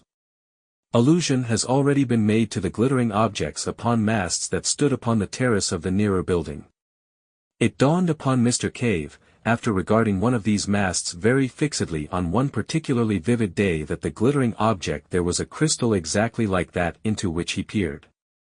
And a still more careful scrutiny convinced him that each one in a vista of nearly 20 carried a similar object. Occasionally one of the large flying creatures would flutter up to one, and folding its wings and coiling a number of its tentacles about the mast, would regard the crystal fixedly for a space, sometimes for as long as 15 minutes. And a series of observations, made at the suggestion of Mr. Wass, convinced both watchers that, so far as this visionary world was concerned, the crystal into which they peered actually stood at the summit of the endmost mast on the terrace, and that on one occasion at least one of these inhabitants of this other world had looked into Mr. Cave's face while he was making these observations. So much for the essential facts of this very singular story. Unless we dismiss it all as the ingenious fabrication of Mr. Wass, we have to believe one of two things, either that Mr. Cave's crystal was in two worlds at once, and that while it was carried about in one, it remained stationary in the other, which seems altogether absurd, or else that it had some peculiar relation of sympathy with another and exactly similar crystal in this other world, so that what was seen in the interior of the one in this world was, under suitable conditions, visible to an observer in the corresponding crystal in the other world, and vice versa. At present, indeed, we do not know of any way in which two crystals could so come en rapport, but nowadays we know enough to understand that the thing is not altogether impossible. This view of the crystals as en rapport was the supposition that occurred to Mr. Wass, and to me at least it seems extremely plausible. And where was this other world? On this, also, the alert intelligence of Mr. Wass speedily threw light. After sunset, the sky darkened rapidly, there was a very brief twilight interval indeed, and the stars shone out. They were recognizably the same as those we see, arranged in the same constellations. Mr. Cave recognized the Bear, the Pleiades, Aldebaran, and Sirius, so that the other world must be somewhere in the solar system, and, at the utmost, only a few hundreds of millions of miles from our own. Following up this clue, Mr. Wass learned that the midnight sky was a darker blue even than our midwinter sky, and that the sun seemed a little smaller. And there were 2 small moons. Like our moon but smaller, and quite differently marked, one of which moved so rapidly that its motion was clearly visible as one regarded it. These moons were never high in the sky, but vanished as they rose, that is, every time they revolved they were eclipsed because they were so near their primary planet. And all this answers quite completely, although Mr. Cave did not know it, to what must be the condition of things on Mars. Indeed, it seems an exceedingly plausible conclusion that peering into this crystal Mr. Cave did actually see the planet Mars and its inhabitants. And if that be the case, then the evening star that shone so brilliantly in the sky of that distant vision was neither more nor less than our own familiar Earth. For a time the Martians, if they were Martians, do not seem to have known of Mr. Cave's inspection. Once or twice one would come to peer, and go away very shortly to some other mast, as though the vision was unsatisfactory. During this time Mr. Cave was able to watch the proceedings of these winged people without being disturbed by their attentions, and although his report is necessarily vague and fragmentary, it is nevertheless very suggestive. Imagine the impression of humanity a Martian observer would get who, after a difficult process of preparation and with considerable fatigue to the eyes, was able to peer at London from the steeple of St. Martin's Church for stretches, at longest, of 4 minutes at a time. Mr. Cave was unable to ascertain if the winged Martians were the same as the Martians who hopped about the causeways and terraces, and if the latter could put on wings at will. He several times saw certain clumsy bipeds, dimly suggestive of apes, white and partially translucent, feeding among certain of the lichenous trees, and once some of these fled before one of the hopping, round-headed Martians. The latter caught one in its tentacles, and then the picture faded suddenly and left Mr. Cave most tantalizingly in the dark. On another occasion a vast thing, that Mr. Cave thought at first was some gigantic insect, appeared advancing along the causeway beside the canal with extraordinary rapidity. As this drew nearer Mr. Cave perceived that it was a mechanism of shining metals and of extraordinary complexity. And then, when he looked again, it had passed out of sight. After a time Mr. Wass aspired to attract the attention of the Martians, and the next time that the strange eyes of one of them appeared close to the crystal Mr. Cave cried out and sprang away, and they immediately turned on the light and began to gesticulate in a manner suggestive of signaling. But when at last Mr. Cave examined the crystal again the Martian had departed. Thus far these observations had progressed in early November, and then Mr. Cave, feeling that the suspicions of his family about the crystal were allayed, began to take it to and fro with him in order that, as occasion arose in the daytime or night, he might comfort himself with what was fast becoming the most real thing in his existence. In December Mr. Wass's work in connection with a forthcoming examination became heavy, the sittings were reluctantly suspended for a week, and for 10 or 11 days, he is not quite sure which, he saw nothing of Cave. He then grew anxious to resume these investigations, and, the stress of his seasonal labors being abated, he went down to 7 Dials. At the corner he noticed a shutter before a bird fancier's window, and then another at a cobbler's. Mr. Cave's shop was closed. He rapped and the door was opened by the stepson in black. He at once called Mrs. Cave, who was, Mr. Wass could not but observe, in cheap but ample widow's weeds of the most imposing pattern. Without any very great surprise Mr. Wass learnt that Cave was dead and already buried. She was in tears, and her voice was a little thick. She had just returned from Highgate. Her mind seemed occupied with her own prospects and the honourable details of the obsequies, but Mr. Wass was at last able to learn the particulars of Cave's death. He had been found dead in his shop in the early morning, the day after his last visit to Mr. Wass, and the crystal had been clasped in his stone-cold hands.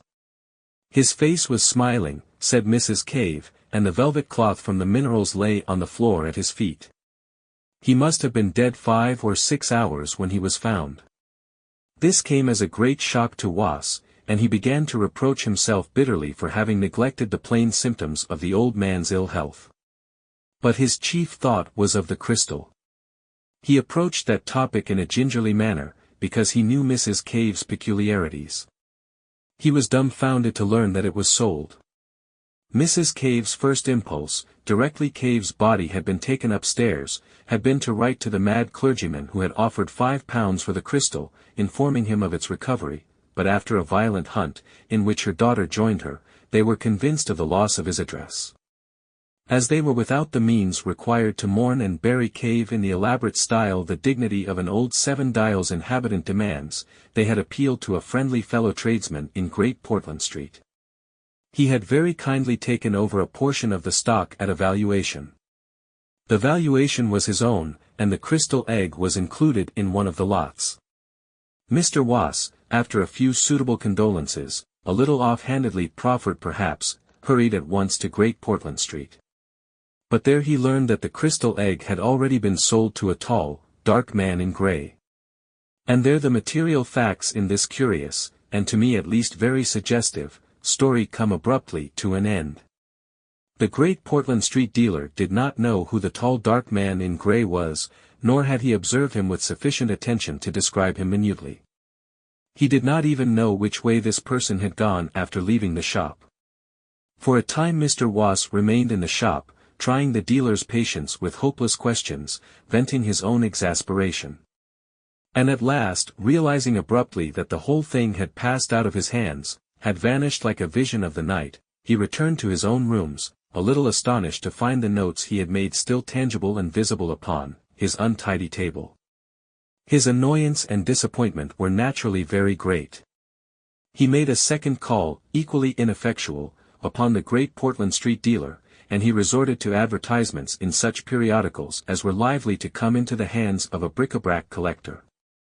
He also wrote letters to the Daily Chronicle and Nature, but both those periodicals, suspecting a hoax, asked him to reconsider his action before they printed, and he was advised that such a strange story, unfortunately so bare of supporting evidence, might imperil his reputation as an investigator.